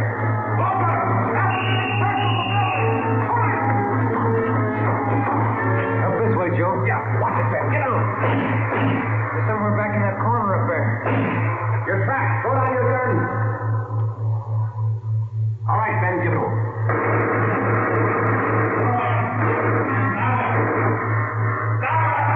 Throw down your guns. Throw them down. There's 3 of them. 6 of them. All right, now come on down with your hands behind your head. Cover me, Ben. I'll frisk them. Right. You up on the end. Get your hands in the back of your head. All right, stand still. All right, next one. Go on. Clean. All right, look home. Watch him, John. All right, you. Rest of you, stand back. Keep your hands up. You all right, Joe? Yeah. 2 more guns on him. All right, you two, hold it. Here comes the chief. Yeah, I'll get these guns together here. Lacombe, he's not much of a fighter. Not without a gun. The suspects were booked at different divisions to keep them separated. Emil Thurston and Lloyd Newton were taken to Hollenbeck Park and booked on suspicion of armed robbery and murder. John Lacombe was booked at Highland Park Jail on the same charges. The other suspect, who had been wounded in the escape attempt, was identified as Harold Steves, 19 years old. He was treated for a leg wound at Georgia Street Receiving Hospital and then transferred to the prison ward at the county hospital. During the next 2 days, each of the suspects was questioned individually. Thurston, Lacombe, and Newton would admit nothing. The 19-year-old Steves broke down and agreed to turn state's evidence. We took his statement to Chief of Detectives Thad Brown. Gentlemen, what did the boy tell you? Just about everything, boss. They pulled the drugstore holdups and they killed that dance hall owner, Walter Conroy. Which one of them? Well, the kid says Thurston shot him. He says Thurston's the gang leader. Good. You finally get a count on those guns you took off them? Yeah, 12 of them. Each one of them was ready to go, bullet in every chamber. Did you get a complaint from the DA's office yet? They were arraigned. Preliminary hearing set for Monday. Fine. You got them in jail. I'll put them in prison. The apprehension of the criminal doesn't mean the end of a case for a police officer. He spends just as much time helping to convict the criminal after he's caught. Evidence must be gathered and authenticated and presented to the district attorney's office. If confessions are possible, they must be obtained and put in order. The officer must also help out in formulating the case and in testifying at the trial of the suspect. On October 30th, almost 3 months after the Thurston gang was apprehended, they were brought to trial in Superior Court. It was a routine affair. Harold Steves took the stand and told the story of the gang's activities. The victims identified the suspects and testified to the robberies. Both Ben and I took the stand and testified to the arrest and possession of guns by the defendants. We received no cross-examination. On the morning of March 2nd, the case went to the jury. Ben and I had lunch with Lieutenant Rombo from robbery in the City Hall cafeteria, and it was 5 minutes past 1 when we got back to the office. Well, it sure was good soup today. Yeah, it was a nice lunch. You want to check the mail? I didn't yet. I'll get it. Robbery Friday. Yeah? When? Right. Lacombe and Thurston. They just broke jail. Within 7 minutes, a dragnet for the escaped criminals had been thrown around the entire city. Chief of Detectives Thad Brown directed the operation. At 14 minutes past 1, he called us to the photocopy room. The machines were turning out duplicate mugshots of Thurston and Lacombe for distribution at the rate of 1 every 4 seconds. You want us to stand by, Chief? For the moment, yeah. We got all the help we need on the street. How'd they pull the break, anyway? Slugged the deputy when he brought in their lunch. Used a steel leg from one of the benches in the prisoner's tank. Yeah? And they beat the deputy right into the ground, but he held on to Newton. He didn't get away. Well, how'd Thurston and Lacombe ever get out of the building? He's a real freak. They slugged the elevator man and got down to the basement. Right then, an ambulance crew was wheeling a body into the morgue. The attendant left the ignition keys in the ambulance. Shouldn't be too rough to track them if they're in an ambulance. Tougher than you think. How those copies coming, Frank? Fast as we can make them, Chief. Have another batch for you in a minute. You had any reports at all yet, boss? Couple. They're moving fast. Frank, you want to get that? I can't see in this dark room. Yeah, I'll get it. Yeah? Chief Brown in there? Yeah, come on in. Now, Walker, what do you got? Chiller dry, will it? Oh, yeah. Now, what do you got? Gas station out on Sunset. Lacombe and Thurston just held it up. We picked up our car in the City Hall garage and drove out to the service station on the corner of Sunset Boulevard and Lorraine Drive. Detectives Ruiz and Stromwall from robbery were already on the scene. The two escapees had abandoned the ambulance there, robbed the station of $56 in currency, and stolen a 1938 gray Packard coupe, license number 7 Robert 6336. We left the station and started to cruise the area. It was 1:55 p.m. Attention all units, attention all units. Get it up, Joe. 6380 North Sunset, a 211 in progress. 6380 North Sunset, a 211 in progress. Code 3. This is the 6100 block. Yeah, come on. 6380 North. Yes, look. Maybe. Push it.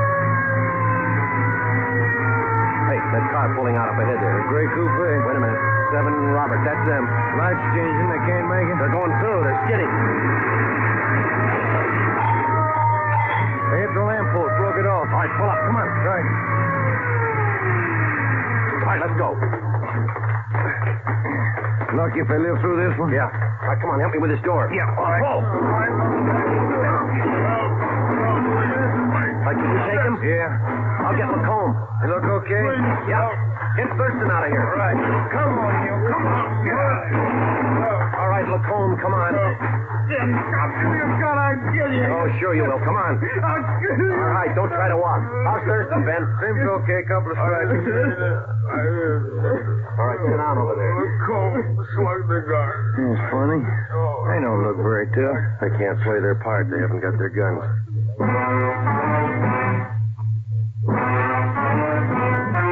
The story you have just heard was true.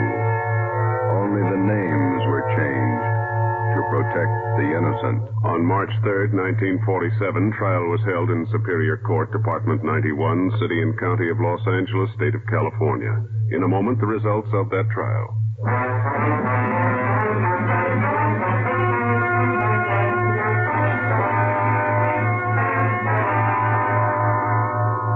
Emil Thurston, John Lacombe, and Lloyd Newton were convicted of first-degree murder and robbery and sentenced to life terms. For turning state's evidence, 19-year-old Harold Steves received special consideration. As a result of the jailbreak, Thurston and Lacombe were convicted of assault and escape. They are now serving life terms in the state penitentiary. You have just heard Dragnet, a new series of authentic cases from official files. Technical advice for Dragnet comes from the Office of Acting Chief of Police W.A. Wharton, Los Angeles Police Department. Dragnet honors the city of Pasadena, state of California, and the men who make up the Pasadena Police Force, another of America's great law enforcement agencies. One of these men, Chief of Police Clarence H. Morris, traffic specialist and veteran police administrator, dedicates his life to making yours more secure.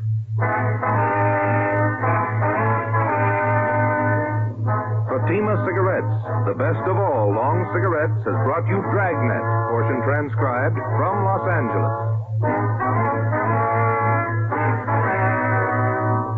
Be sure to hear songs by Morton Downey tonight on NBC.